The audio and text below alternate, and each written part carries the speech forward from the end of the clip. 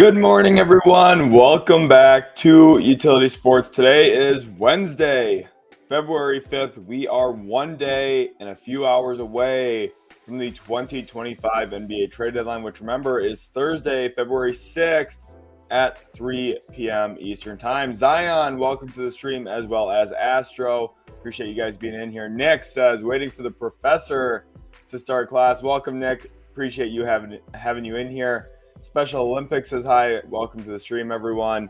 Trevin here says Kevin Durant to the Warriors. We will definitely talk about some of those possibilities. John K says, see you soon. Here we are now. We've got a lot of hype in here. Lofo says, what's good? Got my trusty partner here, Reese. He's hanging out with us again at the beginning of today's stream, although he doesn't want to be held right now. Riva says Golden State Warriors trade talks. We're going to talk about Kevin Durant a lot today. Obviously had an impromptu stream last night. I'm sure many of you were a part of that. Blue Stampede wants to know what's going on. Getting ready for the trade deadline. It's going to be a lot of crazy stuff. I really think we're due for a crazy NBA trade deadline. Clays says, good morning. Welcome to Clays. Troy Dilworth throwing in some early W's. First W's of the morning from Troy. Joey says, good morning. Welcome, everyone, to the stream. Love seeing those good mornings fly in from Vidic and Jeremy. Dissect says, Zion Williamson. We'll talk about him some more today, too. Not sure if I actually think he gets traded or not, though. Cydrus says, good morning. Light of Wisdom says, good morning, everyone. Day 3, let's go. We are rolling. This is 5 straight days of streaming. For me, of course, 3 of them have been actually scheduled. We had impromptu streams for the Luka Doncic trade and the De'Aaron Fox trade. So a lot of craziness. Bulls Fanatic here says Vucevic is staying in Chicago, and I am sad about it. I mean, there's still a possibility he gets traded. We'll talk about a potential landing spot today that might come to fruition if both teams are looking to just get a deal done. One of them badly needs a center. The Clays says Blazers another blowout, 9 out of the last 10 versus a lot of 500-plus teams. They've been playing well. They've kind of found a rhythm. Tumani Kamar's been playing really good basketball. Ayton's been productive the last 2 weeks or so. So that's some big news for Portland. HW Knight says, hello, good morning. Cydrus wants to know if there's a Kevin Durant trade today. We are going to definitely keep our eyes on Durant as a possibility. Hopefully, if a Durant trade happens, it's going to be the craziest trade deadline of all time. It might already be with Luka getting traded. So Streamer Gaming says, let's hope we see more than one trade today. I think that it's very likely we at least see one, which is a good thing. Tomorrow, I'm telling you right now, tomorrow's going to be busy. There's going to be 15, 20-plus trades tomorrow. There's going to be at least one today, I think. And it could be KJ Martin as a salary dump, which isn't super exciting, but it's still a trade. Joey Garza here says, good morning. Good morning, Joey. Welcome to the stream. D1 Sect says, Zion here. H-Town's finest. Do you see the Rockets making any moves for a guard this deadline? I love the stream. Thank you, H-Town. I'm not sure if I see a trade for a guard. Obviously, Lonzo Ball would be a name to potentially monitor. So we'll see if that actually happens or not. Nick here says, get that voice right, my boy. Going to be a long day. It's going to be a long day. You guys can probably tell the difference between my voice now and what it sounded like on Monday. That's the ramifications of talking for about 20 hours between now and then. Big J52 with the salute. Let's get some hype in here for Big J52. Let's throw in some W's for Big J. He's been a longtime supporter of Utility Sports. I want to show him some love and appreciation in the comment section. Fred the Jig says, great day, Sheldon. Salute. Big Orlando Magic fan. Fred, appreciate you being in here. Carl says, are the Rockets and Blazers or Nuggets making a deal? I definitely could see the Blazers and Rockets working together. Denver is kind of limited in trade flexibility. Remember, if we go over to the Utility Sports draft pick tracker with this little blue box that denotes that you cannot trade those picks, we go down to Denver, you're going to start to see all the issues here. No assets these years. No assets really to trade in 26. No assets in 27. No assets to trade in 28. This is now to the Kings. No assets in 2029. Only one asset in 2030 that they can't trade. And in 2031, they do have their own pick that they can trade. But then from salaries, it's a tough sell as well. So Piston MC says, Detroit basketball, welcome in here. I love that profile picture. It's a sweet throwback Pistons logo, of course. Demo says, good morning, Max Christie. Tough L, but great debut. Excited for more moves. Keep up the excellent work. I appreciate you guys a ton. If you haven't seen, I did upload a Max Christie. Let me try and add this in here quick. I did add in a Max Christie video last night on the channel. It was a film study. I'm going to put this up on the screen now. If it loads, there we go. Last night I had this video come out, a quick little film study on Max Christie in his Mavericks debut.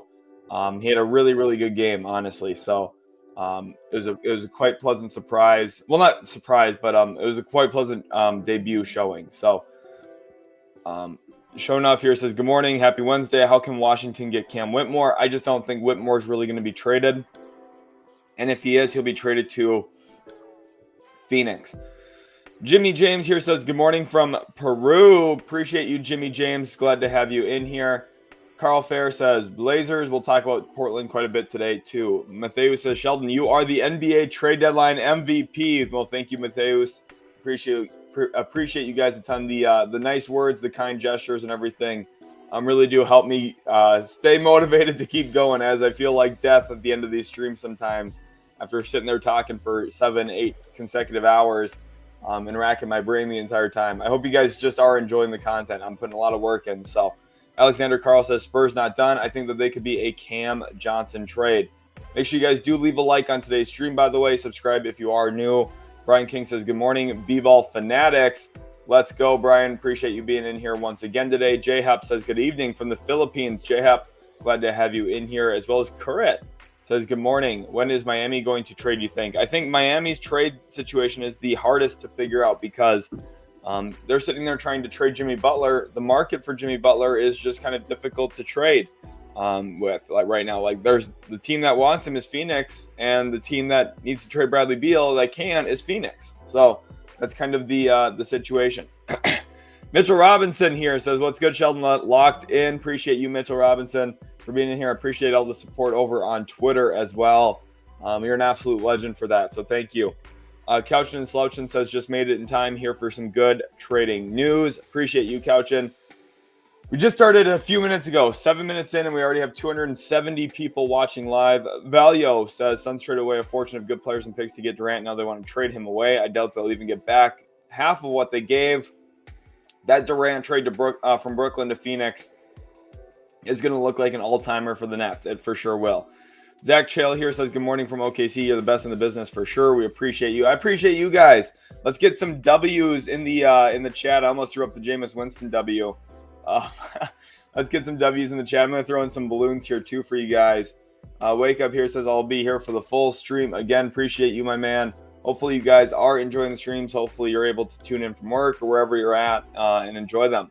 Jordan Thackeray's been watching the channel for a while. Says, bigger staff talking on Detroit radio this morning said they want to keep things together and give this young team a chance to compete for the playoffs. Also said it would take a huge offer to move Malik. I think Beasley's going to stay in Detroit. I think the biggest thing is the Pistons have an opportunity to add to this core without disrupting their young talent. I think trading away some of the young pieces just would be kind of a silly decision. I think it's more so like salary, Tim Hardaway Jr. or Simone Fontecchio, and cap space, and maybe a couple of second-round picks to go get a player like Alonzo Ball, Brandon Ingram, whoever that may be. DJ says, do you think it's more likely KD stays or gets traded? Honestly, when there's smoke, there's fire. If you would have asked me this 3 days ago, I would have said there's no way Kevin Durant gets traded. The Phoenix Suns are not going to enter some form of retool or rebuild. But if they can walk away with Jonathan Kuminga and Draymond Green, that really balances out their roster a bit better in Phoenix. Otherwise, if they make a trade with Houston and get a bunch of young guys, although I don't think that'll happen, that would be really good for them. Or if they make a trade with Dallas and walk away with Clay, PJ Washington, Daniel Gafford, all of a sudden you're adding a starting power forward, a starting center, and you're getting an elite three-point shooter. I think the Suns would be better with that trade, honestly. So J-Hap says, good evening from the Philippines. Brian here says, hopefully we get a flood of movement today. That would be really, really awesome. I am rooting for that as well. Astro here says, craziest trade deadline ever. Luka, Fox, Zach, and possibly Kevin Durant, Ingram, and Jimmy. It is insane. We are like already having Luka, Fox, LaVine traded sets everything up for the rest of the week to be also icing on top of the cake. And we might just get more cake, honestly. We might just get more huge news. So Maurice Drake says, GM, good morning, GOAT. What time does the trade deadline end tomorrow? And do you think Collins gets shipped again to the Lakers? So for John Collins, first of all, Maurice, thank you for the 5. Really appreciate you. Let's get some W's in the chat right now for Maurice with the first super chat of the day. I'm going to be making a banner here of all the super chats today. You guys are huge W's. So Maurice Drake, appreciate you so much with the 5. You're an absolute legend. So thank you already for the early super chat. We also have news here. A new member, the Clays, supporting the channel with a membership. So let me get that added here as well. The Clays, thank you so much for becoming a member here on the channel. Those things, of course, help a ton. Support me, support the channel specifically. So I appreciate you guys a ton for that. But when it comes to John Collins, I think that he could very realistically get traded, although I don't think the Lakers are the likely landing spot. I think the Lakers are looking for more of a traditional center, someone who's a rim runner. Collins, obviously very athletic, can be a rim runner, but he does so as like a 4. He's not going to protect the rim for them at the same rate as other big men, which is what they're, I think, looking for. And the trade deadline is at 3 p.m. Eastern time tomorrow. So if you look in the ticker real quick too, 3 p.m. Eastern time tomorrow. So that is the time we will be watching for. That's when all the smaller moves on the margins will come in as well. So very, very excited. Hopefully you guys are enjoying so far. Dylan says, good morning, Sheldon. Appreciate you. Appreciate you guys. Jimmy throwing in a W. Brew Crew says, good morning, everyone. Simon here says, good afternoon from Denmark. Appreciate all the work you put in. Appreciate you, Simon. H-Town's finest says, get the likes up, folk. You heard him. Couchin here says, smash that like button, my peoples. S&P sets the line. We've got a betting line here. Over, under 1.5 trades made today. Start answering that question. Are we going over? Are we going under? I'm smashing the over. I'm thinking 2 trades today. We'll see what times they happen. We've got all day, though, so that's part of the benefit of going live so early. Venkata wants to know about Terance Mann trade, Clippers trades. Yesterday, Venkata, I promised you we would start the day with some Clippers discussion, and I specifically went over here to Twitter for this exact reason. Last night, Kawhi Leonard put a little bit of pressure, I think, on the front office, saying, I feel like our second team has to get better. The start of that second quarter, it's kind of been like that since I've been back. So putting a little bit of pressure on. Maurice Drake here says, my bad, I meant Zach Collins. Okay, Zach Collins could be, maybe an interesting get. Now, I don't think Collins is a very good center. He's kind of a lower tier backup quality big man, in my opinion. So, but maybe that's the way the Lakers feel like they have to pivot, is that's the only option they have maybe. And they could work something out realistically using the salary of Gabe Vincent. So, Maurice, appreciate you a ton. I want to make sure I get that up to date too in the ticker here. Maurice, thank you so much for your support. Again, appreciate you guys all a ton. Thank you for the super chats today, and also the memberships as well. You guys are absolute legends and beasts. So, thank you all so much. Mentality here says Bay Area is suggesting trading 4 to 5 players from the Warriors to get KD. Is this realistic? I thought you have to keep a 14-man roster. Isn't putting both Wiggins and Durant in the deal most likely? Well, so they could re-sign guys. Now the issue is they have to have enough salary going out that they have room, but that's where Gary Payton II's contract would be used. They can trade 5 guys and make it work. They actually can. So D1 Sex says, I'm betting Kevin Durant is getting traded. That would be awesome if he does, honestly. It would be crazy. So let's go over here. Like I promised to Venkata, we're going to start with the LA Clippers today and take a quick gander at what they could do. Obviously, when it comes to the Clippers overall collection of pieces and everything, these guys at the top here are not going to get traded. Kawhi, Harden, not getting traded. Norman Powell's been an all-star caliber type player for them this year. He won't get traded. Zubac, one of the most underrated players in the league. He will not get traded. So then it gets you down to Terance Mann, Derek Jones Jr., Khris Dunn. I think out of everyone, Terance Mann is the most trade-likely player. So then you go start canvassing the league. And I'm going to quickly take a gander at some of the guys who are making around $11 million. I'm going to read some names to you. Larry Nance Jr. could be a really interesting get for the Clippers. You also have some other names in here. Dante DiVincenzo, although I don't think the Wolves would make him available. He's a name. Wendell Carter Jr. is a name. Aaron Nesmith's a name. You look at across the league and other places, Chris Boucher is another name. So let's go over first to the Toronto Raptors, and we're going to make a deal something like this: Terance Mann to Toronto, and in return, Chris Boucher. You could also look at maybe Kelly Olynyk, who would be, I think, a pretty good fit. Clippers don't have a ton of draft capital, but they do have a second-round pick at least. Here they have their 2031 second-round pick as well. Some type of framework like this, I do think, makes LA a little bit better. The Raptors get a youngish piece and a draft pick. Now, it's not like Terance Mann's really young, but he's younger than Chris Boucher. So that's kind of the value here, 4 years younger. So looking at that, that's a potential option. Otherwise, like I was talking about, we can go over to a team like Atlanta, who, again, I think this is a pretty good fit both ways in terms of Larry Nance's future in Atlanta being kind of questionable, only 1 year left on his contract. And you look at Terance Mann's contract, this is a deal for Atlanta that I think just straight up could make some sense, even maybe consider the Hawks giving up a little bit of something in this. But Nance is the better player than Terance Mann. So I think this would be a huge win for the Clippers too. I think this would make their team a lot better in a lot of different ways. And then we could go over to someone like Orlando. Now, I don't think Orlando makes this trade to be completely transparent, but it could be a money thing. If they do, long-term, Mann's a little bit cheaper than Wendell Carter, but as you can see here, Wendell Carter has the recently signed tag, so he won't be trade eligible until let me find the exact date here. We can put him in the trade, and you'll be able to see exactly the date that he becomes trade eligible, which is April 7th. Yeah, so since he signed an extension this offseason, he cannot. Since he signed an extension before the year, he cannot get traded. So he'll be in Orlando through the deadline, and but those are a couple of Terance Mann trades that I thought make some sense. 21 hours and 19 minutes remain until the deadline. We're actually a little bit more than 21 hours. We're about 29 hours away from the deadline. Vincata, hopefully you enjoyed that. Black Starsy, welcome to the stream again from Twitch. It says, is it still possible to get KD to the Warriors without giving up Draymond Green? So yes, in theory, it is. But again, the challenge of that is you need Phoenix to accept a trade. And if Phoenix really wants Draymond Green instead of Andrew Wiggins, that might be the framework of something. But what we could do here is look at some kind of 3-team trade. And this is something I do want to look at after thinking about it some more. Durant to the Warriors, Wiggins to the Heat.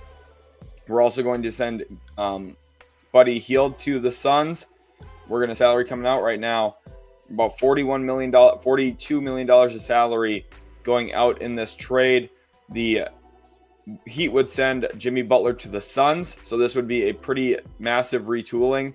Now, again, financially, you're seeing why this does not work, though. So then in this deal, we're going to need to pivot, move some stuff around. So if Jimmy's involvement goes to Phoenix in some kind of 3-team trade, this is where things get really messy. It's not really doable for Phoenix to get Jimmy Butler and a whole bunch of stuff unless they decide that they don't want Jonathan Kuminga, which I don't think just makes that much sense. So we're going to ditch the Heat in this.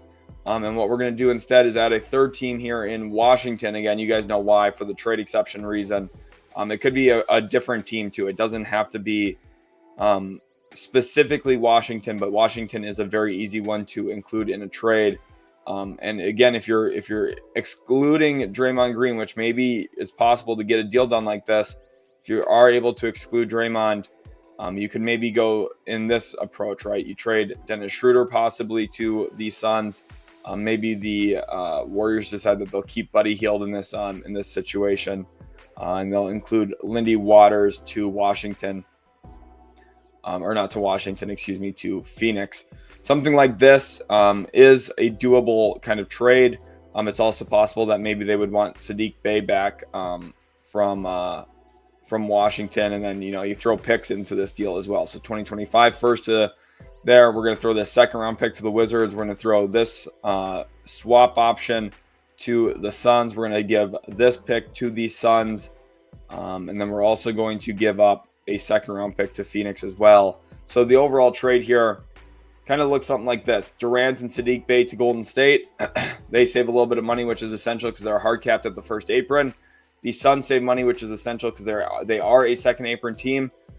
They get 4 players, one of them being Jonathan Kuminga. They get 3 first-round picks, one of them being a swap right, and then they get a 2030 second-round pick. The Wizards get GP2 and Miami's second-round pick just to eat this contract and give up Saddiq Bey. So all in all, I think it's a pretty solid deal, pretty well-rounded deal. Lynn Dior here says Knicks getting Chris Boucher or Javonte Green. Javonte Green could be a solid option. Chris Boucher, another one that makes sense. Let's go over to Toronto. Again, I think Chris Boucher is a player that very, very well could get traded. He's having a good season for himself, all things considered. And again, if the Knicks are looking at moving off of Mitchell Robinson, he's a player that could make sense for Los Angeles or any team looking for a big man as a depth piece. And then for Toronto specifically, like he could be an outstanding backup behind Jakob Poeltl. Those two would be a very good center combination, I think, going forward. And then in this deal, the Knicks could also take back another guy like Garrett Temple on top of Chris Boucher's contract. So the deal would look something like this. Knicks probably don't give up a second. It's hard to gauge Mitchell Robinson's value, but this is the at least beginning point of a trade. So hopefully you guys are enjoying the content so far today. Make sure to smash that like button and subscribe if you are. Black Stars, he said, good evening from Philippines. Much love here on Twitch. Appreciate you. Brandon says, hey, your hair looks nice today. Appreciate you, my man. Aaron Lewis says, good afternoon from Wales. Look at that. We got people from all over the world. How sweet is that? A lot of people are hitting the over on the trades, which I love to see. Halo, welcome into the stream today, too. Dennis Youngblood says, would you stay if they trade KD if you're Booker? Depending on what they get, yeah. Like, I think the Suns are poised to win a Kevin Durant trade. I really do. Depending on what the package ends up looking like. Wake Up says, easily 2 trades. He's saying 2 of them by 1 p.m. today. Hopefully, Wake Up. That would be absolutely sweet if we do. I do think we are going to get a KJ Martin trade today, which I'm going to talk about that here very quickly. When it comes to the 76ers specifically, they made this trade yesterday for Quentin Grimes. They were able to shave salary. They get below the first apron, which is already a huge W for them. But they actually have a way here as well to get below the luxury tax. And that's a big deal because that would give them the non-taxpayer mid-level exception to keep Gershon Yabusele, because they only have early bird rights. They don't have legitimate bird rights on Yabusele because he was only signed for a 1-year minimum contract. So with that in mind, salary dumping KJ Martin to Washington, not only can you salary dump him, you might be able to make some kind of trade for some other piece back. In this deal, for example, do Patrick Baldwin. Now, the issue with that is they don't have a trade exception. So they technically should, I think. I think they should have a trade exception. This might say failed because of the trade exception. No, it works actually, which is fine. So, nonetheless, this kind of trade is one that, you know, Philly gets some other player back for their roster. Not that Patrick Baldwin Jr. is good or anything, but the biggest thing is they get out of the tax. And honestly, like when it comes to just making a salary dump, like it could literally just be this, and they got their 2025 second round pick back as well. That's not updated quite yet on Fanspo, but something like this, and then they get out of the tax completely, as you see here, non-tax team. So this is the kind of trade that I see Philly making today, something like this. Again, it doesn't have to be Washington. There's a couple others that do work, but Washington's probably the most likely, because even after making this trade, they're still a non-tax team. And some of the other teams that are in the situation with a trade exception don't have the same luxury that Washington has. So that's why I think Washington is a really solid landing spot for one of these contracts. Whether it's Connaughton or KJ Martin, maybe, you know, some way they get both of the guys, honestly. Jim Prescott says, good morning. What about this trade? Nurkic and Phoenix 2029 first to Washington. Washington sends Jonas to the Lakers, and Lakers send Rui to Phoenix. Okay, so it's a 3-team trade here with Phoenix. Let me get this into the trade machine here. Washington, and the third team is the Lakers. So what he's saying here is Jonas Valanciunas to the Lakers. So the thing is with Hachimura, they don't even have to trade Hachimura technically to make this money work, but I see what you're saying. So you're trading Nurkic to the Wizards, and you're giving up this swap or this least favorable first for them to eat this contract for Jusuf Nurkic, okay? And then for the Lakers, they're giving up Hachimura in this to Phoenix, which is interesting. And so here's the thing. The Lakers could still take back some more salary. So when it comes to like the other salary in this deal that could make sense for Los Angeles, you know, you're looking at being able to fit in another $8 million, almost $7 million. Corey Kispert financially doesn't work, but this is where Saddiq Bey could maybe be an addition for Los Angeles. Some deal like this where the Lakers move Hachimura, they get an actual center, although albeit not a very good one, in Jonas Valanciunas, probably like the 30th best center in the league maybe.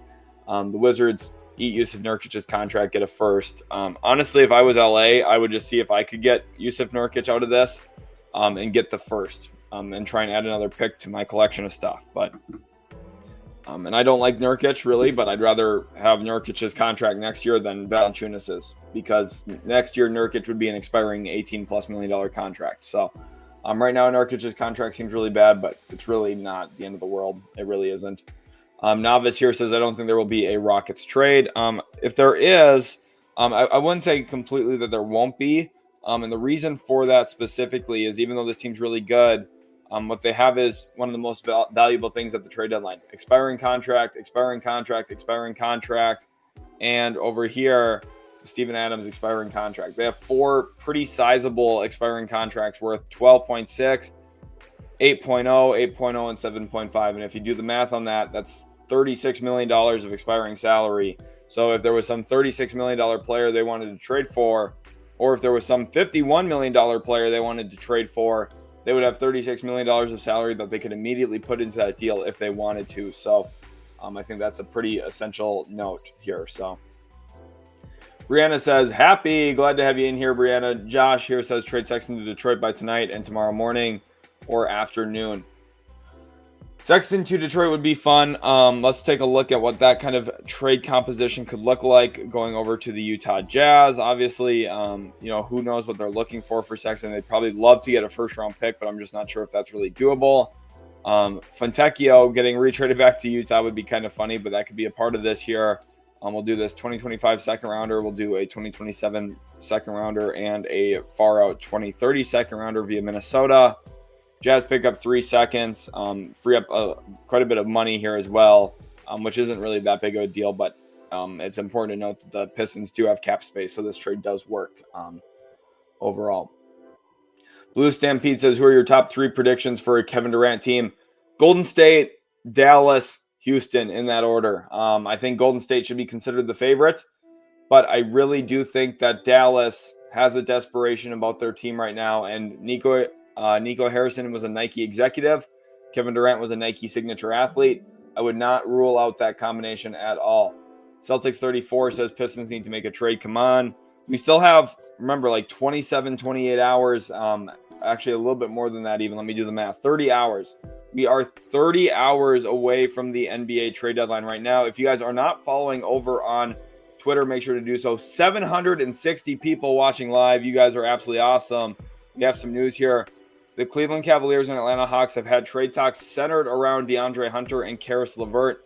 Multiple sources tell Cleveland.com that the Cavaliers have expressed interest in Hawks' 6th man, DeAndre Hunter. Those talks with Atlanta sources say are centered on free agent to be Caris LeVert, a fixture of Cleveland's every night rotation and Kenny Atkinson favorite going back to their days together with the Brooklyn Nets. So this is something that I do think makes some sense as a trade option.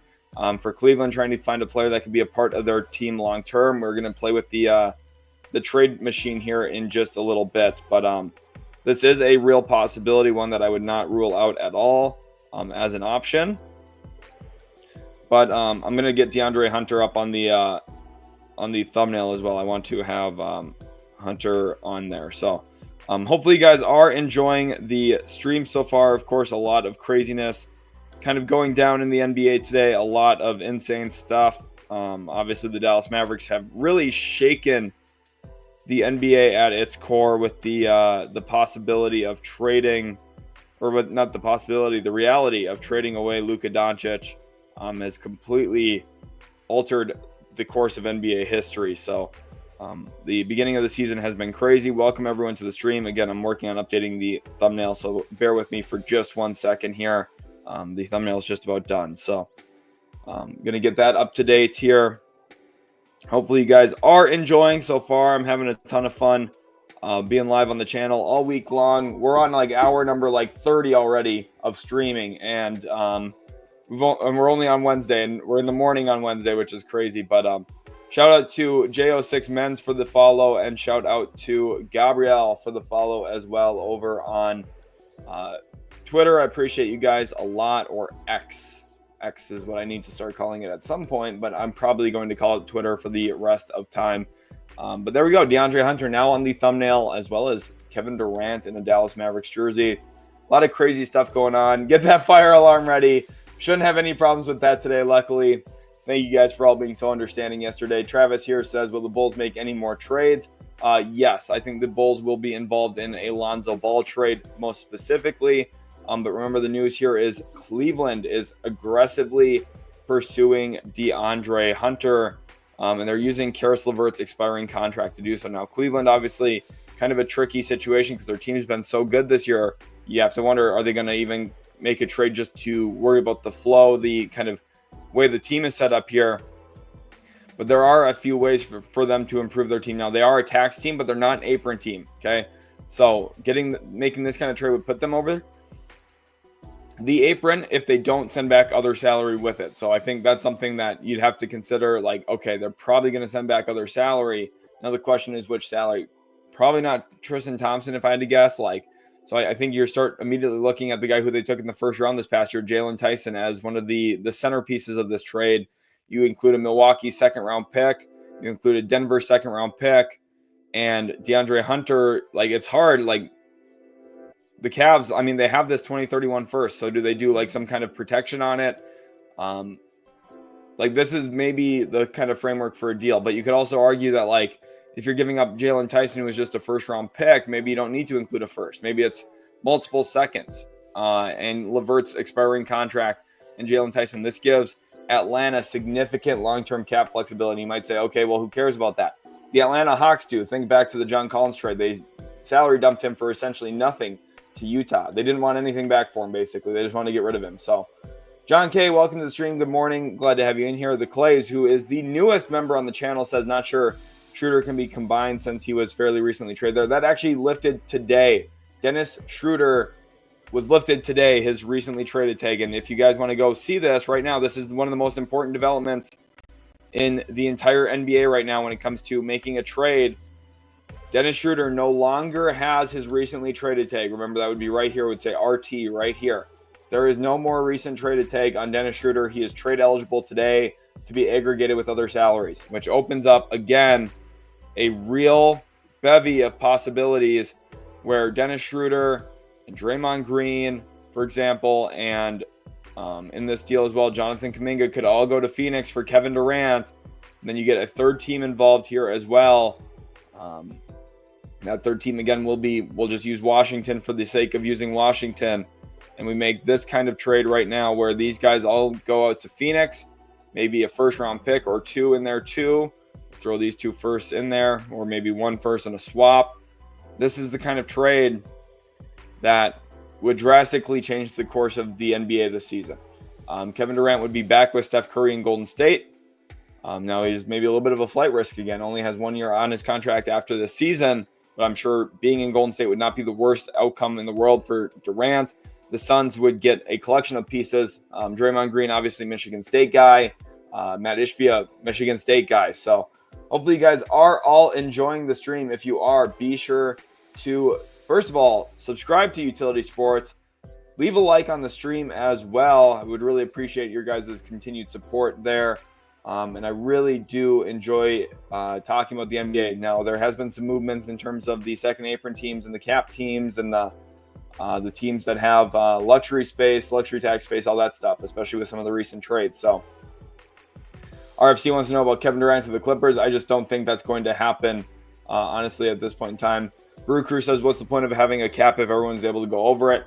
Well, so the reason teams are able to go over a Brew Crew is by retaining your own players, extensions. If there was a cap, like the whole point of the cap is to limit free agency signings. So, for example, Golden State, who doesn't have cap space, they could extend Durant, keep Durant if they trade for him and have his bird rights, but they couldn't go out in free agency in a couple of years and just outright sign Durant. What it does is it gives a competitive advantage to teams that draft well. It gives competitive advantages to teams that trade well. So for the Lakers, who just acquired Luka Doncic, they have an advantage over everyone in how much money they can offer Luka long term, and also being able to keep Luka without having to gut the other parts of their roster to get under the cap. So that's the entire point. It's actually a really well-built system. I understand it is quite different than the NFL, for example, but you look at the way that the NBA works and specifically the value of drafting and keeping your own players, extending young pieces. Without this kind of mechanism, the NBA would be quite difficult for small market teams to win it. Sarbass here says Spurs trade after Fox. The biggest one I can see is a package for Cam Johnson. And again, if you've been watching the stream this week, you'll know kind of what this package is going to roughly look like. Keldon Johnson's salary. We're going to include Blake Wesley into this deal as well. We're also going to send this Atlanta first, and we're going to send a future first. We're going to do this 2020.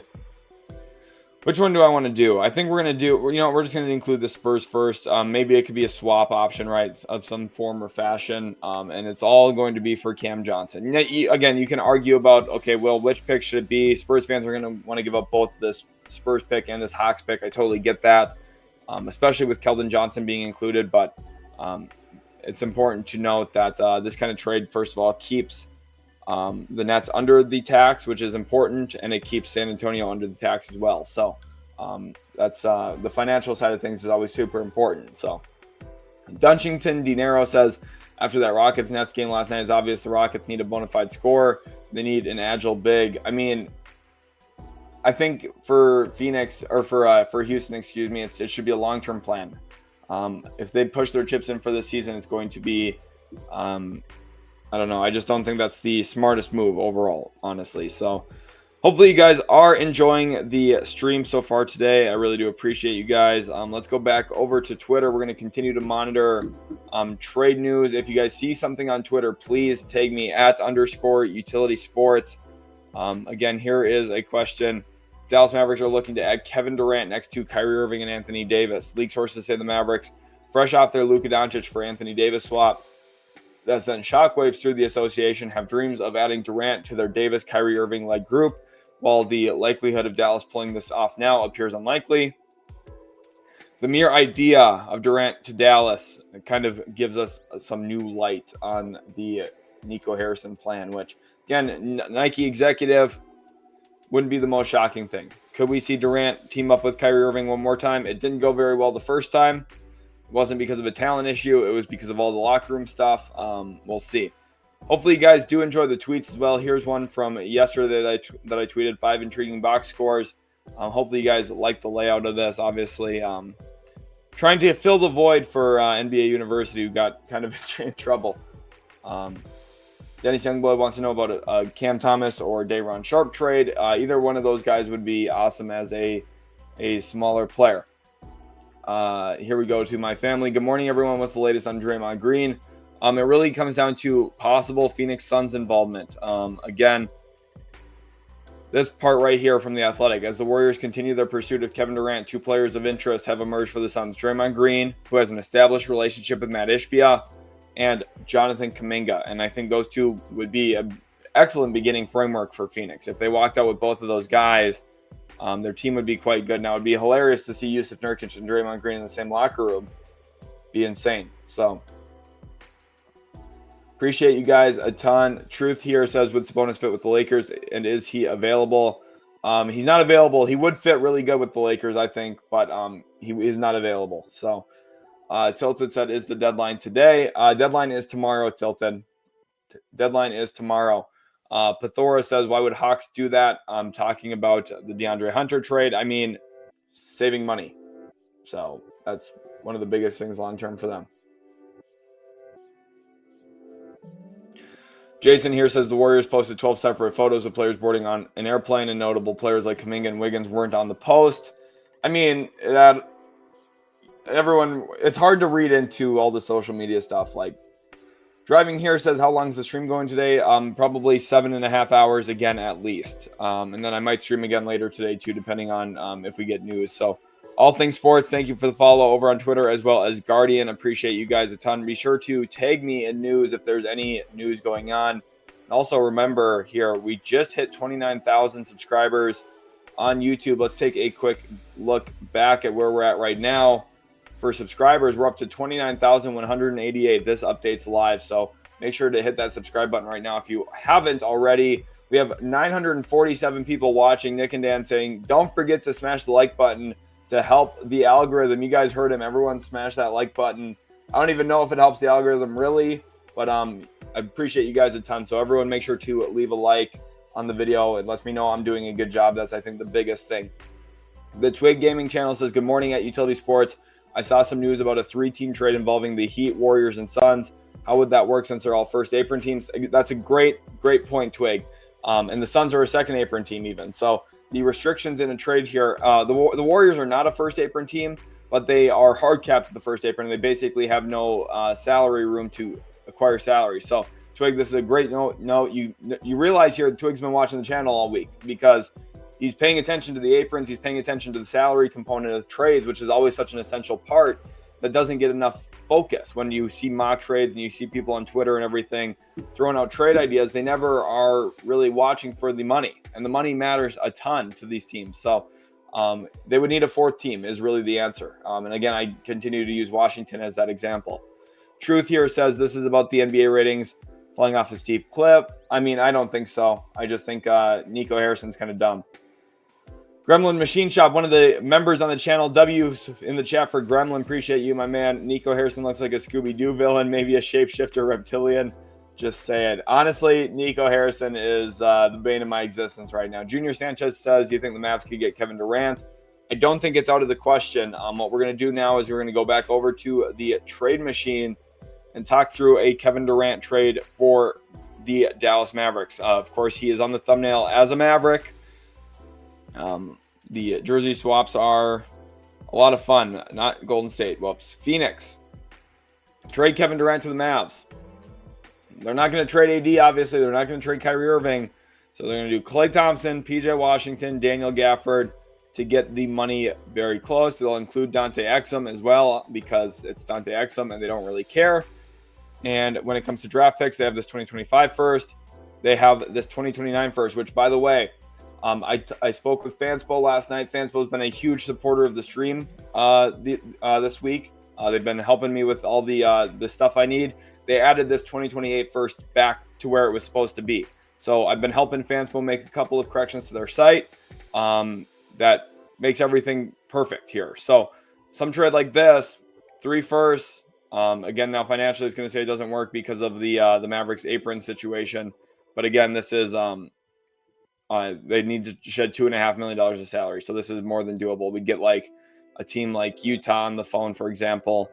We'll just get Utah on and we'll dump Dwight Powell to Utah in this, and we'll give up. We'll have the Suns here give up a second-round pick to the Jazz. So something like this where Durant finds his way to Dallas. The Suns get three like real rotation players. They also get Dante Exum. And then they get 3 first-round picks. The Mavericks here, this would be a little difficult for a couple of reasons. They'd have only about, like, looking at their apron space, they'd have to sign guys to prorated contracts, which would be really difficult. So this is one trade where, like, if they're going to do something like this, it might just be easier for them. Instead of doing Exum and Powell, like, they might have to go just a different direction here. But, like, they could do some combination of other things, but this is like the kind of beginning part of a trade. Now, I think Dallas gets Kevin Durant? No, I think if Kevin Durant is traded, I do think he'll be a Golden State Warrior. I think that is the most likely outcome, but it is possible. So Chris Anthony says, what team looking to tank as hard as possible wants Terry Rozier? I don't think anyone's trading for Terry Rozier with the news around him right now. I really don't.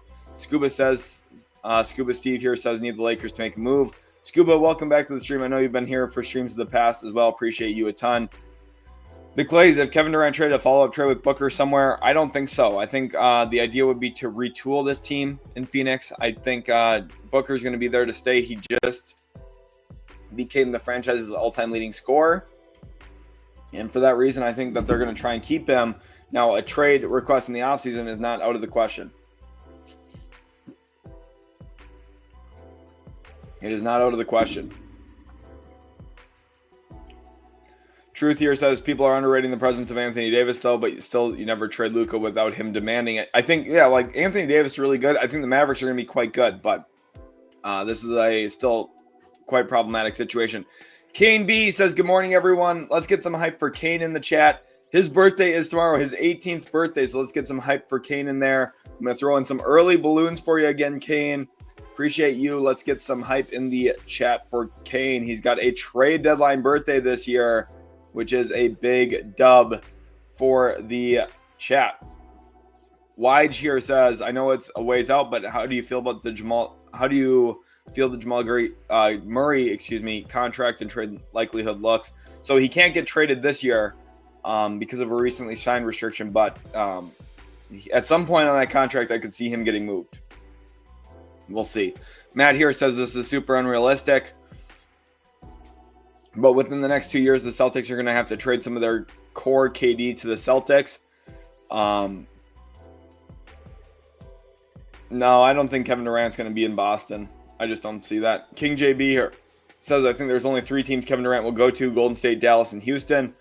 Those are the 3 teams that I think as well. But I do need to show you guys a quote from last night. Now, again, be careful reading. You don't want to read into this too much because it's not. It's interesting that this happened, okay? This is Tim Bontemps reporting. He was in Philly last night when the Mavericks and Max Christie made, when they played there last night. Max Christie made his debut in Philly. Anthony Davis did not play. But Kyrie Irving said this. Said he, Anthony Davis, and Kevin Durant talked about playing together in Boston back in 2018 with the hope to do so eventually alongside Jason Tatum. Here's the quote. 80 said, you guys talked about playing together back in 2018. This is the question. Then I was caught in the hallway talking to KD, and everybody was like, hey, these two are working together. Then the rumor started with AD around the same time. We all had that vision to play together in Boston. This is KD's quote. Danny Ainge had a large responsibility in that, trying to make it happen, make sure I stayed in Boston, but we had some young pieces in Jason Tatum and Jaylen Brown. And if we would have traded either one of them, who knows if they win the championship. So the franchise had to do what was best for them, and I had to do what was best for me. So then it didn't necessarily make a lot of sense because the pieces and assets we had. But now in our older age, as they say, in our league, we get a chance to do something we envisioned a while ago when we were young kids. So it's exciting now.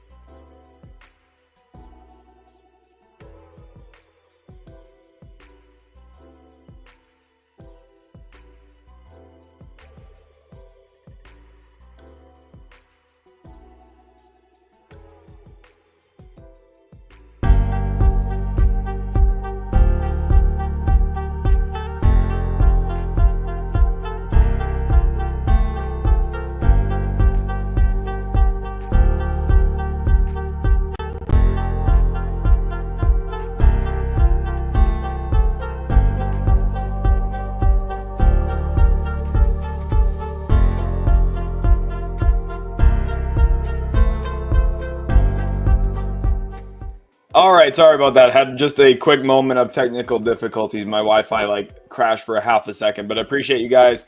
So then the question here was, the vision was you, Kevin Durant, and Anthony Davis in Boston at one time. Kyrie Irving says, yeah, that has no foreshadowing either on anything, guys. Just letting you know right now.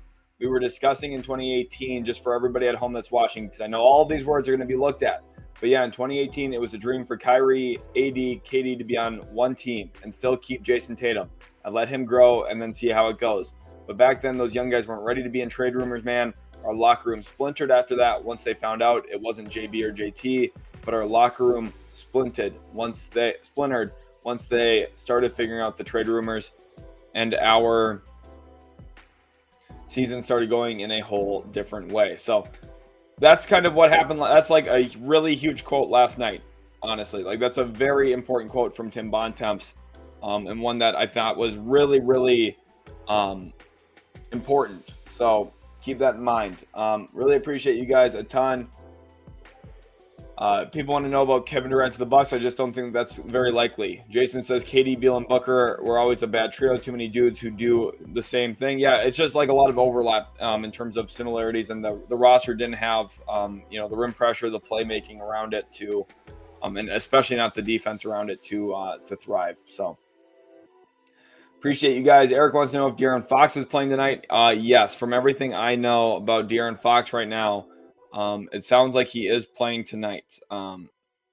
So I think De'Aaron Fox, yeah, exactly. De'Aaron Fox is making his Spurs debut, and it's on ESPN too. So, or ESPN as well. Joey Garza says it was mentioned here locally that Spurs are interested in Herb Jones. Your take? Herb would be awesome, but it's going to take a lot. So it's going to take a lot of draft capital to get Herb Jones, because the Pelicans aren't just wanting to trade him for nothing. So Jeremy here says the fire department got him, guys. No, I'm okay. Yeah, the McDonald's Wi-Fi. It was insane. I don't know. I've not had that happen, but of course it happens today. Everything is going on crazy. It's honestly crazy. James here says Booker is 29. Devin Booker is, let me pull up his age. He's 28, I'm pretty sure. Yeah, he just turned 28 in October, so he's 28 years old. Pat Ayala says with the next trade the Los Angeles Lakers get, I think for the Lakers specifically, one of the most important quotes, and we talked about this yesterday, but this is another one here. Rob Pelinka was asked what skills a center should possess in order for the Lakers to trade for them. His response: versatility, mobility, a vertical lob threat, and competitiveness. And to me, that sounds a lot like Nick Claxton. Sounds a ton like Nick Claxton. I think in a lot of ways that's Nick Claxton as a player who makes a ton of sense for the Los Angeles Lakers. Hopefully you guys are enjoying the stream. Appreciate you a ton. Gooey here says, hello from Australia. Do you see anyone trading for CJ McCollum, Javonte Green, or Daniel Tice? So we'll go over to the Pelicans and their trade machine. For New Orleans, I just don't know if Javonte Green, maybe, like, his salary is really cheap, so I could see some team being like, hey, as a minimum player, like, he's better than whatever other minimum player we have, so maybe. Daniel Tice, no, I don't really see that. Maybe the Lakers, right? Maybe there's some trade with Los Angeles with Cam Reddish maybe being the player going back to New Orleans. And then CJ McCollum, if there's a team that trades for CJ McCollum, I think it will be Detroit. But Kendrick Gaming here says Booker to the Heat, Butler to the Suns. I don't think Phoenix will do that. Okay, we're going to go over to Mark Stein over on Twitter. Appreciate you guys a ton. Hopefully you are enjoying the stream today. Let's go over to Mark Stein. Make sure, again, if I show someone on stream, make sure to go show them some love. The latest news on Kevin Durant is reportedly a rising belief that the Suns have a greater willingness to actually make a trade. Now, remember, this is one of the big news here from Mark Stein as well. Amid a growing belief league-wide that Kevin Durant actually could be traded this week, sources say nothing has changed in Houston regarding its posture on a major in-season change. The Rockets repeatedly the Rockets want to give their young team a playoff shot. There have been no signals yet to suggest a possible audible at this deadline. So I think that's very important to note. Obviously, a ton of crazy stuff going on. Tim Prescott here says Booker doesn't want to do another rebuild with the Suns. He did that once and will want out if Kevin Durant is gone. They get crap back in the deal. I think it comes down to what the trade is, though. They might not get crap back. They might get good stuff. So Michael C. here says, why are the Hornets second-round pick merchants? What are they going to do with 1,500 second-round picks? Well, I'll show you. This is a good question. Let's go over to the trade machine here. With Charlotte, you might be saying, okay, well, why do they care about second-round picks?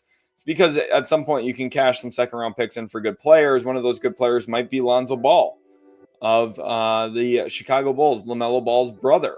Josh Green, you trade him. You trade in this deal Vasi Micic's contract, and you get in return Lonzo Ball, and you give up this Pelican second-round pick, which will be right near the top of the second round.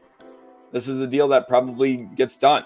Lonzo and LaMelo Ball together in Charlotte, and the Bulls walk away with Josh Green, a okay-ish young player, Vasi Micic, and 2025 second-round pick. Faith and Hope here says, I just smashed the sub button, bro. I appreciate you, everyone. Make sure to subscribe if you haven't already. I really do appreciate you guys a ton. Let's go over to the channel analytics. Just surpassed 29,200. The goal for the end of today / tomorrow is 30,000 subscribers, which means if you guys aren't subscribed right now, we got to start getting that number up. We are aiming for 30K subs. Let's see if we can get there. Butler to the Wizards. I don't think so, LeBron. Lester Neal. Look at this profile picture, by the way. Luka and LeBron together on the bench. M. Sargata wants to know any moves after the Luka trade. Let's talk about the Los Angeles Lakers some more. I appreciate all of you guys who are tuning in now. Over 1,100 people watching live. You guys are absolutely awesome. Tomorrow is going to be a crazy day. Tomorrow is the day. There's going to be so many fun things, a lot of crazy stuff. DeAndre Carter here says, what are your thoughts and predictions for OKC? When it comes to the Oklahoma City Thunder, I think that they're going to look to make a trade for future draft picks, 2031, 2030 first-round picks. I think they get involved as a third team. When it comes to the Lakers here, the Nets are another team that are stockpiling future stuff. So this is why this makes so much sense together. Rui, Gabe Vincent, this continues to be the package that I think is most likely. These two in for Nick Claxton. The Lakers give up this 2031 first, and you can argue if it's a second that they deal or a 2030 first-round pick that has some swap options on it. But something like this kind of construction of a deal, this is the kind of player that would make a ton of sense in Los Angeles. So will Zach LaVine make his debut? Let me look at the Kings news here quick. I do think LaVine is debuting today. Zach LaVine, Kings debut. I do believe could reportedly make his Kings debut today. I think he's going to play today. So LaVine should play. Luka's going to probably debut on Monday, is what it sounds like. And remember, I'm going to be breaking down every single debut. I'm going to have videos coming out on the channel for every debut. So make sure to stay tuned for that. Mike says, why would the NBA want the Spurs to be good? Celtics and Lakers, I get. But the Spurs, the NBA should want small market teams to be good because the big markets already get great viewership and coverage. If the small market teams have awesome players, then they'll also get coverage. It's like John Morant in Memphis or Victor Wembanyama in San Antonio or Zion in New Orleans. Now, obviously, the Pelicans thing hasn't worked out because Zion's been hurt so much, but it's weird how small market teams keep winning the lottery. I'm just going to say that. The Clay says Robert Williams much cheaper than Claxton, and when, if healthy, maybe even better. I don't think he's better. I think he's better in some areas, but I think Nick Claxton's a better player. So, and the issue too is Robert Williams is barely ever healthy. He's not even played like half of his NBA games. Pat Ayala says, I wrote that with Adam Silver voice like during the NBA draft. Pat, appreciate you being in here today. Matt Bradbury says the big three model still works. The Suns are just completely redundant. If the Suns had managed to trade for Siakam, OG, or Drew Holiday, then they would have been in a much different situation. Yeah, their team would actually probably be good. B here says, could the Lakers somehow pull off in a Onyeka Okongwu and DeAndre Hunter trade? No, I don't think so. I don't think the Hawks are trading Onyeka Okongwu at all. Moonmaster here says, who are the Mavs going after? Possibly Kevin Durant, although the Mavericks have already made 2 trades, so I'm not sure if another one's going to materialize. But Novice Akeem here says, Bradley Beal is the reason why the Suns suck. As well, it's not just that. They didn't have a center for a majority of the season that was worth playing. Peter Antonius here says, any news for Mo Bamba to the Spurs? Nothing yet on Mo Bamba. He was just waived by Utah this week. Ampsai says, any deal the New York Knicks could make? They have a variety of different ways that they could go. But for New York specifically, what makes the most sense is if they are going to make some substantial trade using this Mitchell Robinson contract, $14.3 million. Now, as a first apron team, they cannot take in more salary than they send out. They're also hard capped to the second apron anyway. So even if they could, which they can't, they wouldn't really have much room to go anyway. So Mitchell Robinson getting traded, you could either split him up into two contracts, a guy making like $10 million and another guy making $2 million, for example. Or you could trade him for another player making like exactly like $13-14 million. So those are some of the Knicks possibilities right now. Yuli Kastner says Luka didn't like Christian when Dallas. I think Lakers will trade him 100%. His $3 million salary is useful to utilize in a deal. So Mouse and Keyboard says, when is the deadline? Anyway, the deadline is tomorrow at 3 p.m. Eastern time. Remember, I'm going to be live tomorrow as well. We have 1,220 people watching live right now. You guys are absolutely killing it. Shout out to our viewers over on Twitch as well. Appreciate all of you guys, and especially the YouTube viewers. Make sure you guys are subscribed. I post content all the time on YouTube. I cover the NBA religiously, talk about the NBA draft. This is your one-stop shop. I cover the NBA holistically. I cover the NBA trade season. I cover free agency. I cover the draft. Everything that you need to know about the NBA, player acquisition, anything like that, I cover. Then I also do film breakdowns, film studies. I did one last night on Max Christie in his debut with the Dallas Mavericks. So hopefully you guys have enjoyed so far. Josh Green is not worth more than Lonzo, in my opinion. I've watched Josh Green a ton in his career.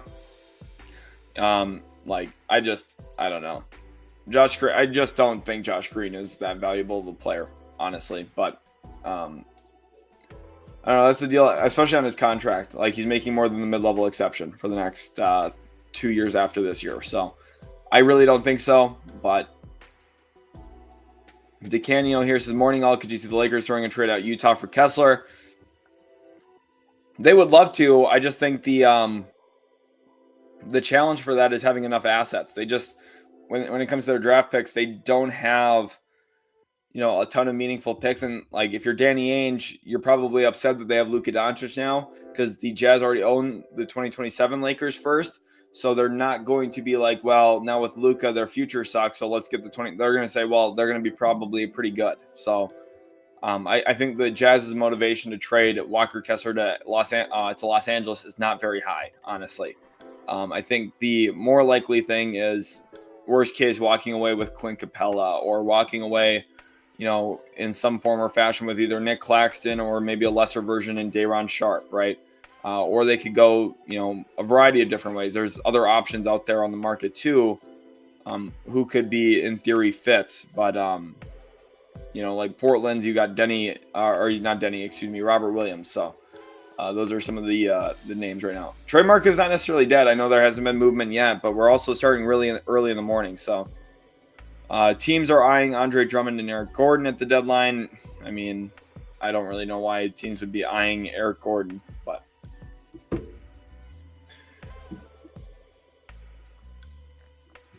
Eric Kush here says the Bulls aren't trading Lonzo Ball. I think that there's a very good chance that they do. Make sure to smash that like button if you guys haven't already. I appreciate you guys all a ton. Let's check how many likes the stream has. Already 230 likes. Wow, you guys are killing it here early. Yesterday, we finished with 794 likes on the stream. So you know what the goal is now. We have to get to 800 likes on today's stream. So make sure you guys smash that like button right now.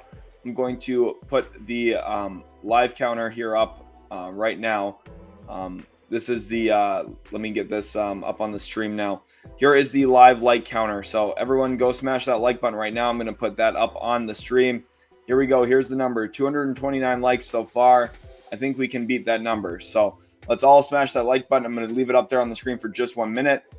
Arhan says end of tomorrow, 31,000 is my estimation. That would be sweet, Arhan. I hope you're right. We're we're going to push and push and push, but I'm hoping for at the very bare minimum 30,000 subs tomorrow. I definitely think we can get there. Mike says Southern Europeans love their beer. We're always a bit above the ideal weight. Luka and Jokic are just following tradition. It's the diet, man, but I can't blame you. I cannot blame you. Fred the Jig says, is there a Kevin Durant to Minnesota trade? There is not. Minnesota basically has no way to make that kind of trade. Kevin Durant makes more money than anyone on the roster. The Wolves are a second apron team, so they cannot trade for more salary or combined salary. So, no, Minnesota is not in play for Durant. Matt Bradbury here says probably won't happen for Morey's job security in the timeline of the team, but it would be incredibly interesting if the Sixers shut down for the team and tried to contend if they got their pick back. I mean, they're kind of doing that. They, I don't know, their trades are suggesting that they're going to dump salary and get out of the tax. So, Truth here says, all I know, being a 52-year-old Laker fan, I haven't been this excited since Kobe was playing. I never wanted LeBron to be a Laker. Well, luckily, LeBron has been really good. Wow, huge W's from Maurice Drake. Let's throw W's in the chat. Maurice, thank you so much. Let's get some W's in the chat. Wow, Maurice Drake comes in big time. Puts himself now on the top donors. My goodness. Huge super chat from Maurice Drake. Wow. That is absolutely insane. Thank you, Maurice. Let's get some W's in there. I want to see the W's in the chat for Maurice Drake. He definitely deserves it after that. He's been one of the top donators all week long. Look at that. $49.99. Thank you so much, Maurice, for the 50. Really do appreciate you. The super chats do go a very long way in supporting the channel. So you're an absolute legend for that. I really do appreciate you. And look at that. We're already up to 296 likes now on the stream. So I appreciate you guys a ton for that too. But let's get those W's flowing in here. I'm going to throw in some confetti for Maurice too, because he's an absolute legend and deserves it. Maurice, thank you so much for all of the continued support. You guys have shown me so much love this week, and I'm super stoked about it. Jim here says, Sheldon, could the Kings send 2 seconds to Chicago and fit Ball into their TPE? So let's go over to the Kings and the situation with their traded player exception. They unfortunately just don't have a big enough one to fit in Lonzo Ball. Lonzo makes over $20 million. Their biggest traded player exception is Huerter here at 16.83. And look, they do have some tax space. They have a little bit over $14 million of first apron space. So in a way, they could make some kind of 3-team trade for a $16 million-ish player, which I do think is a good shout. We'll go take a look at some of those options. Who could that be? It could be someone like a Tim Hardaway Jr., although that's not probably the attractive option that they'd want. It could be a Klay Thompson. You also see a variety of other names in this list. PJ Washington, if Dallas is including him in trades, that would be really interesting for Sacramento. Isaiah Stewart from Detroit would be a good get for the Kings, but I don't think that ultimately happens. I think the Pistons like him quite a bit. It could be Mitchell Robinson. His salary fits in pretty well. It could be Naz Reid would be a dream fit for Sacramento, but that won't happen. The Wolves won't trade Naz. So, but those are some of the options for Sacramento at this point in time. The time machine here says hopefully the Spurs get a backup big for Wemby. Gafford makes sense with Dallas having 50 centers and dumb GM. Everyone should be trying to trade with Dallas right now. Scotty C says LaVine is Fox but right-handed. I mean, they're quite different. LaVine's a better three-point shooter and a better off-ball player in my opinion. But Dennis here says Sacramento Kings are having introduction meetings for Zach LaVine. I like that little nickname for LaVine. Arhan says Nets can only take plus $114,000 in return, as CJ has an unlikely bonus that will pay out $562,000. That's why Rui and Gabe does not work for Clax on its own. So here's the thing, Arhan. I don't think Brooklyn, again, when we talk about just Claxton, that's not factoring a Cam Johnson trade. So we could do some 3-team composition here, and you'll see exactly how this is going to work, and you're going to say, oh, okay, actually, yeah, never mind. This actually makes a lot of sense. When we get over to Memphis, let's just say that in this trade, we're sending Cam Johnson to the Grizzlies and we're trading Nick Claxton to the Lakers. Lakers again send Hachimura to Brooklyn, and Gabe Vincent to Brooklyn as well. And then in this deal, The Nets send over Marcus Smart and 2 first-round picks.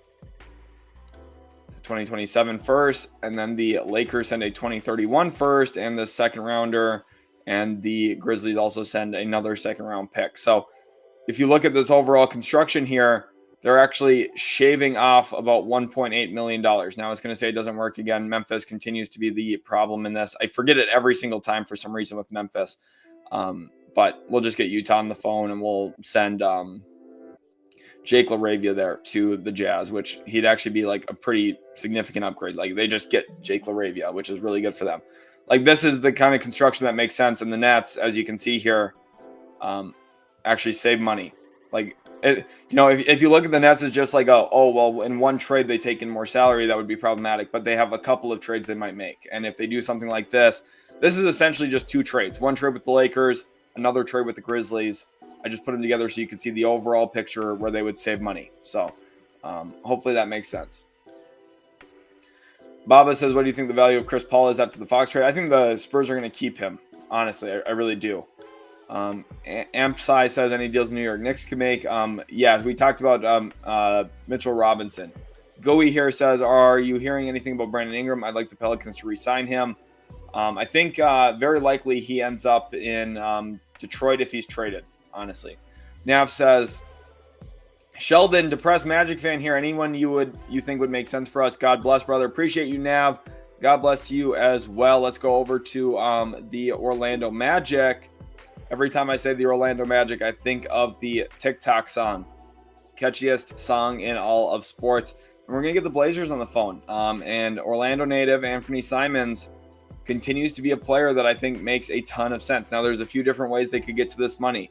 They could go something along the route of Cole Anthony plus, some other salary in here like Gary Harris, which is, I think, the way to go.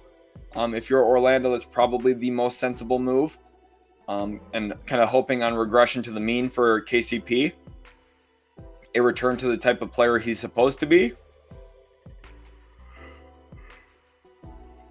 And then the Magic will also attach in Corey Joseph just for the money to work, okay? And then the Magic give up not 1, but 2 first-round picks. Now, you might say, why would they give up 2 first? That's a lot. It's because, 1, they're giving up salaries that really don't matter. So these are the 2 picks that actually make Portland say, yeah, we'll do it. And Anthony Simons is a significant upgrade to their team, offensively especially. Look at the offensive impact that it projects. That's quite a bit. Now, obviously, defensively, he's going to make them a little bit worse, but I think Orlando has the defensive infrastructure to help teams win and help a player like Simons survive defensively. So, Joyas here says Beal won't take down his no trade clause. Yep, that was my prediction too before the trade deadline about a week ago. Private A says, can Toronto or Atlanta give Pelicans assets for Ingram and at the same time get them under the luxury tax? Oh, yeah. So Toronto is the other Ingram spot, right? I should have mentioned that a minute ago when I was talking about Ingram. But you go to Toronto, and again, this is going to be a 3-team or 4-team trade probably. But if Ingram ends up in Toronto, like you have these expiring salaries, which make a ton of sense. And, Boucher could get routed to the Lakers or to the Clippers, or he could end up in New York, right? There's a variety of different places. Even the Spurs would make some sense for Boucher as a kind of depth addition for them. And then in here too, Toronto is going to give up this Portland second, which is a pretty good one. Not a great one, but a pretty good one. A 2027 second and a 2029 second. And you could maybe even argue a 2031 second. So you're getting a real collection of assets. And most importantly, too, in this trade, the Pelicans dip below the tax. This is the kind of deal that if New Orleans saves enough money, the team that has never paid the tax in NBA history, in their history as a franchise, would get below the tax here, which I promise you they'll do. I promise you. Emmanuel says, do you think some contenders could trade for Fontecchio? I mean, maybe. Dennis Youngblood says, no, our trade player exception is 16.8. Exactly. Yep. I'm talking about the Kings there. Matt here says, I think LeBron honestly might play 4 to 5 more years with Luka. They have a title chance every year. I don't know if LeBron would retire in 1 to 2 years. It all depends on how well he's playing. Like, I mean, if 2 years from now he averages like 12 points a game, he's going to retire. But if he's averaging 20 points, he'll probably keep playing. So There's no tangible expectation right now that Dallas gets Durant, which is, again, kind of what I was pointing to, saying that I think the favorites and the overwhelming favorites should be the Golden State Warriors. JK Memes here says, what is wrong with y'all? 1.2 thousand people in the stream and only 215 likes. You guys heard him. Let's get the like counter up now. 322 likes. So you guys are doing pretty good, but I think we could definitely be doing better. Everyone smash that like button. Sportic here says, simulate Bogdanovich trade to the Golden State Warriors, please. Okay, Sportic, we'll take a look at that. The Hawks are one of the more fascinating teams. I think we should spend a little bit more time talking about Atlanta. They have Capella's huge salary to trade. They have DeAndre Hunter's salary, which they might trade. Apparently, Cleveland is the team most interested in DeAndre Hunter's services right now. So, DeAndre Hunter this season, having a career year for himself, averaging almost 19 points a game, shooting 38% from three. He's been a good player this year. He's been productive. The Hawks, I think, cashing in on him. The LeBron stat is it's an advanced analytic that tries to capture the overall value of a player. It's not the best statistic or analytic there, but it's an interesting one at the very least to consider. I kind of wish they had BPM on here because BPM is one that I think is really valuable. But taking a look here at a potential Bogdanovich to Golden State trade. Now, again, not sure if this is actually going to happen or not because the Warriors are going after Durant, but in theory, they have Gary Payton II's contract and they have this Buddy Hield contract, and they could do those two things together in a deal for Bogdanovich, and maybe they could do like a second-round pick with it or something like. This is the type of beginning stages of a trade, like salary-wise, this is how they could get it to work. Now, again, does Golden State actually do this, given the year Bogdan Bogdanovich has had?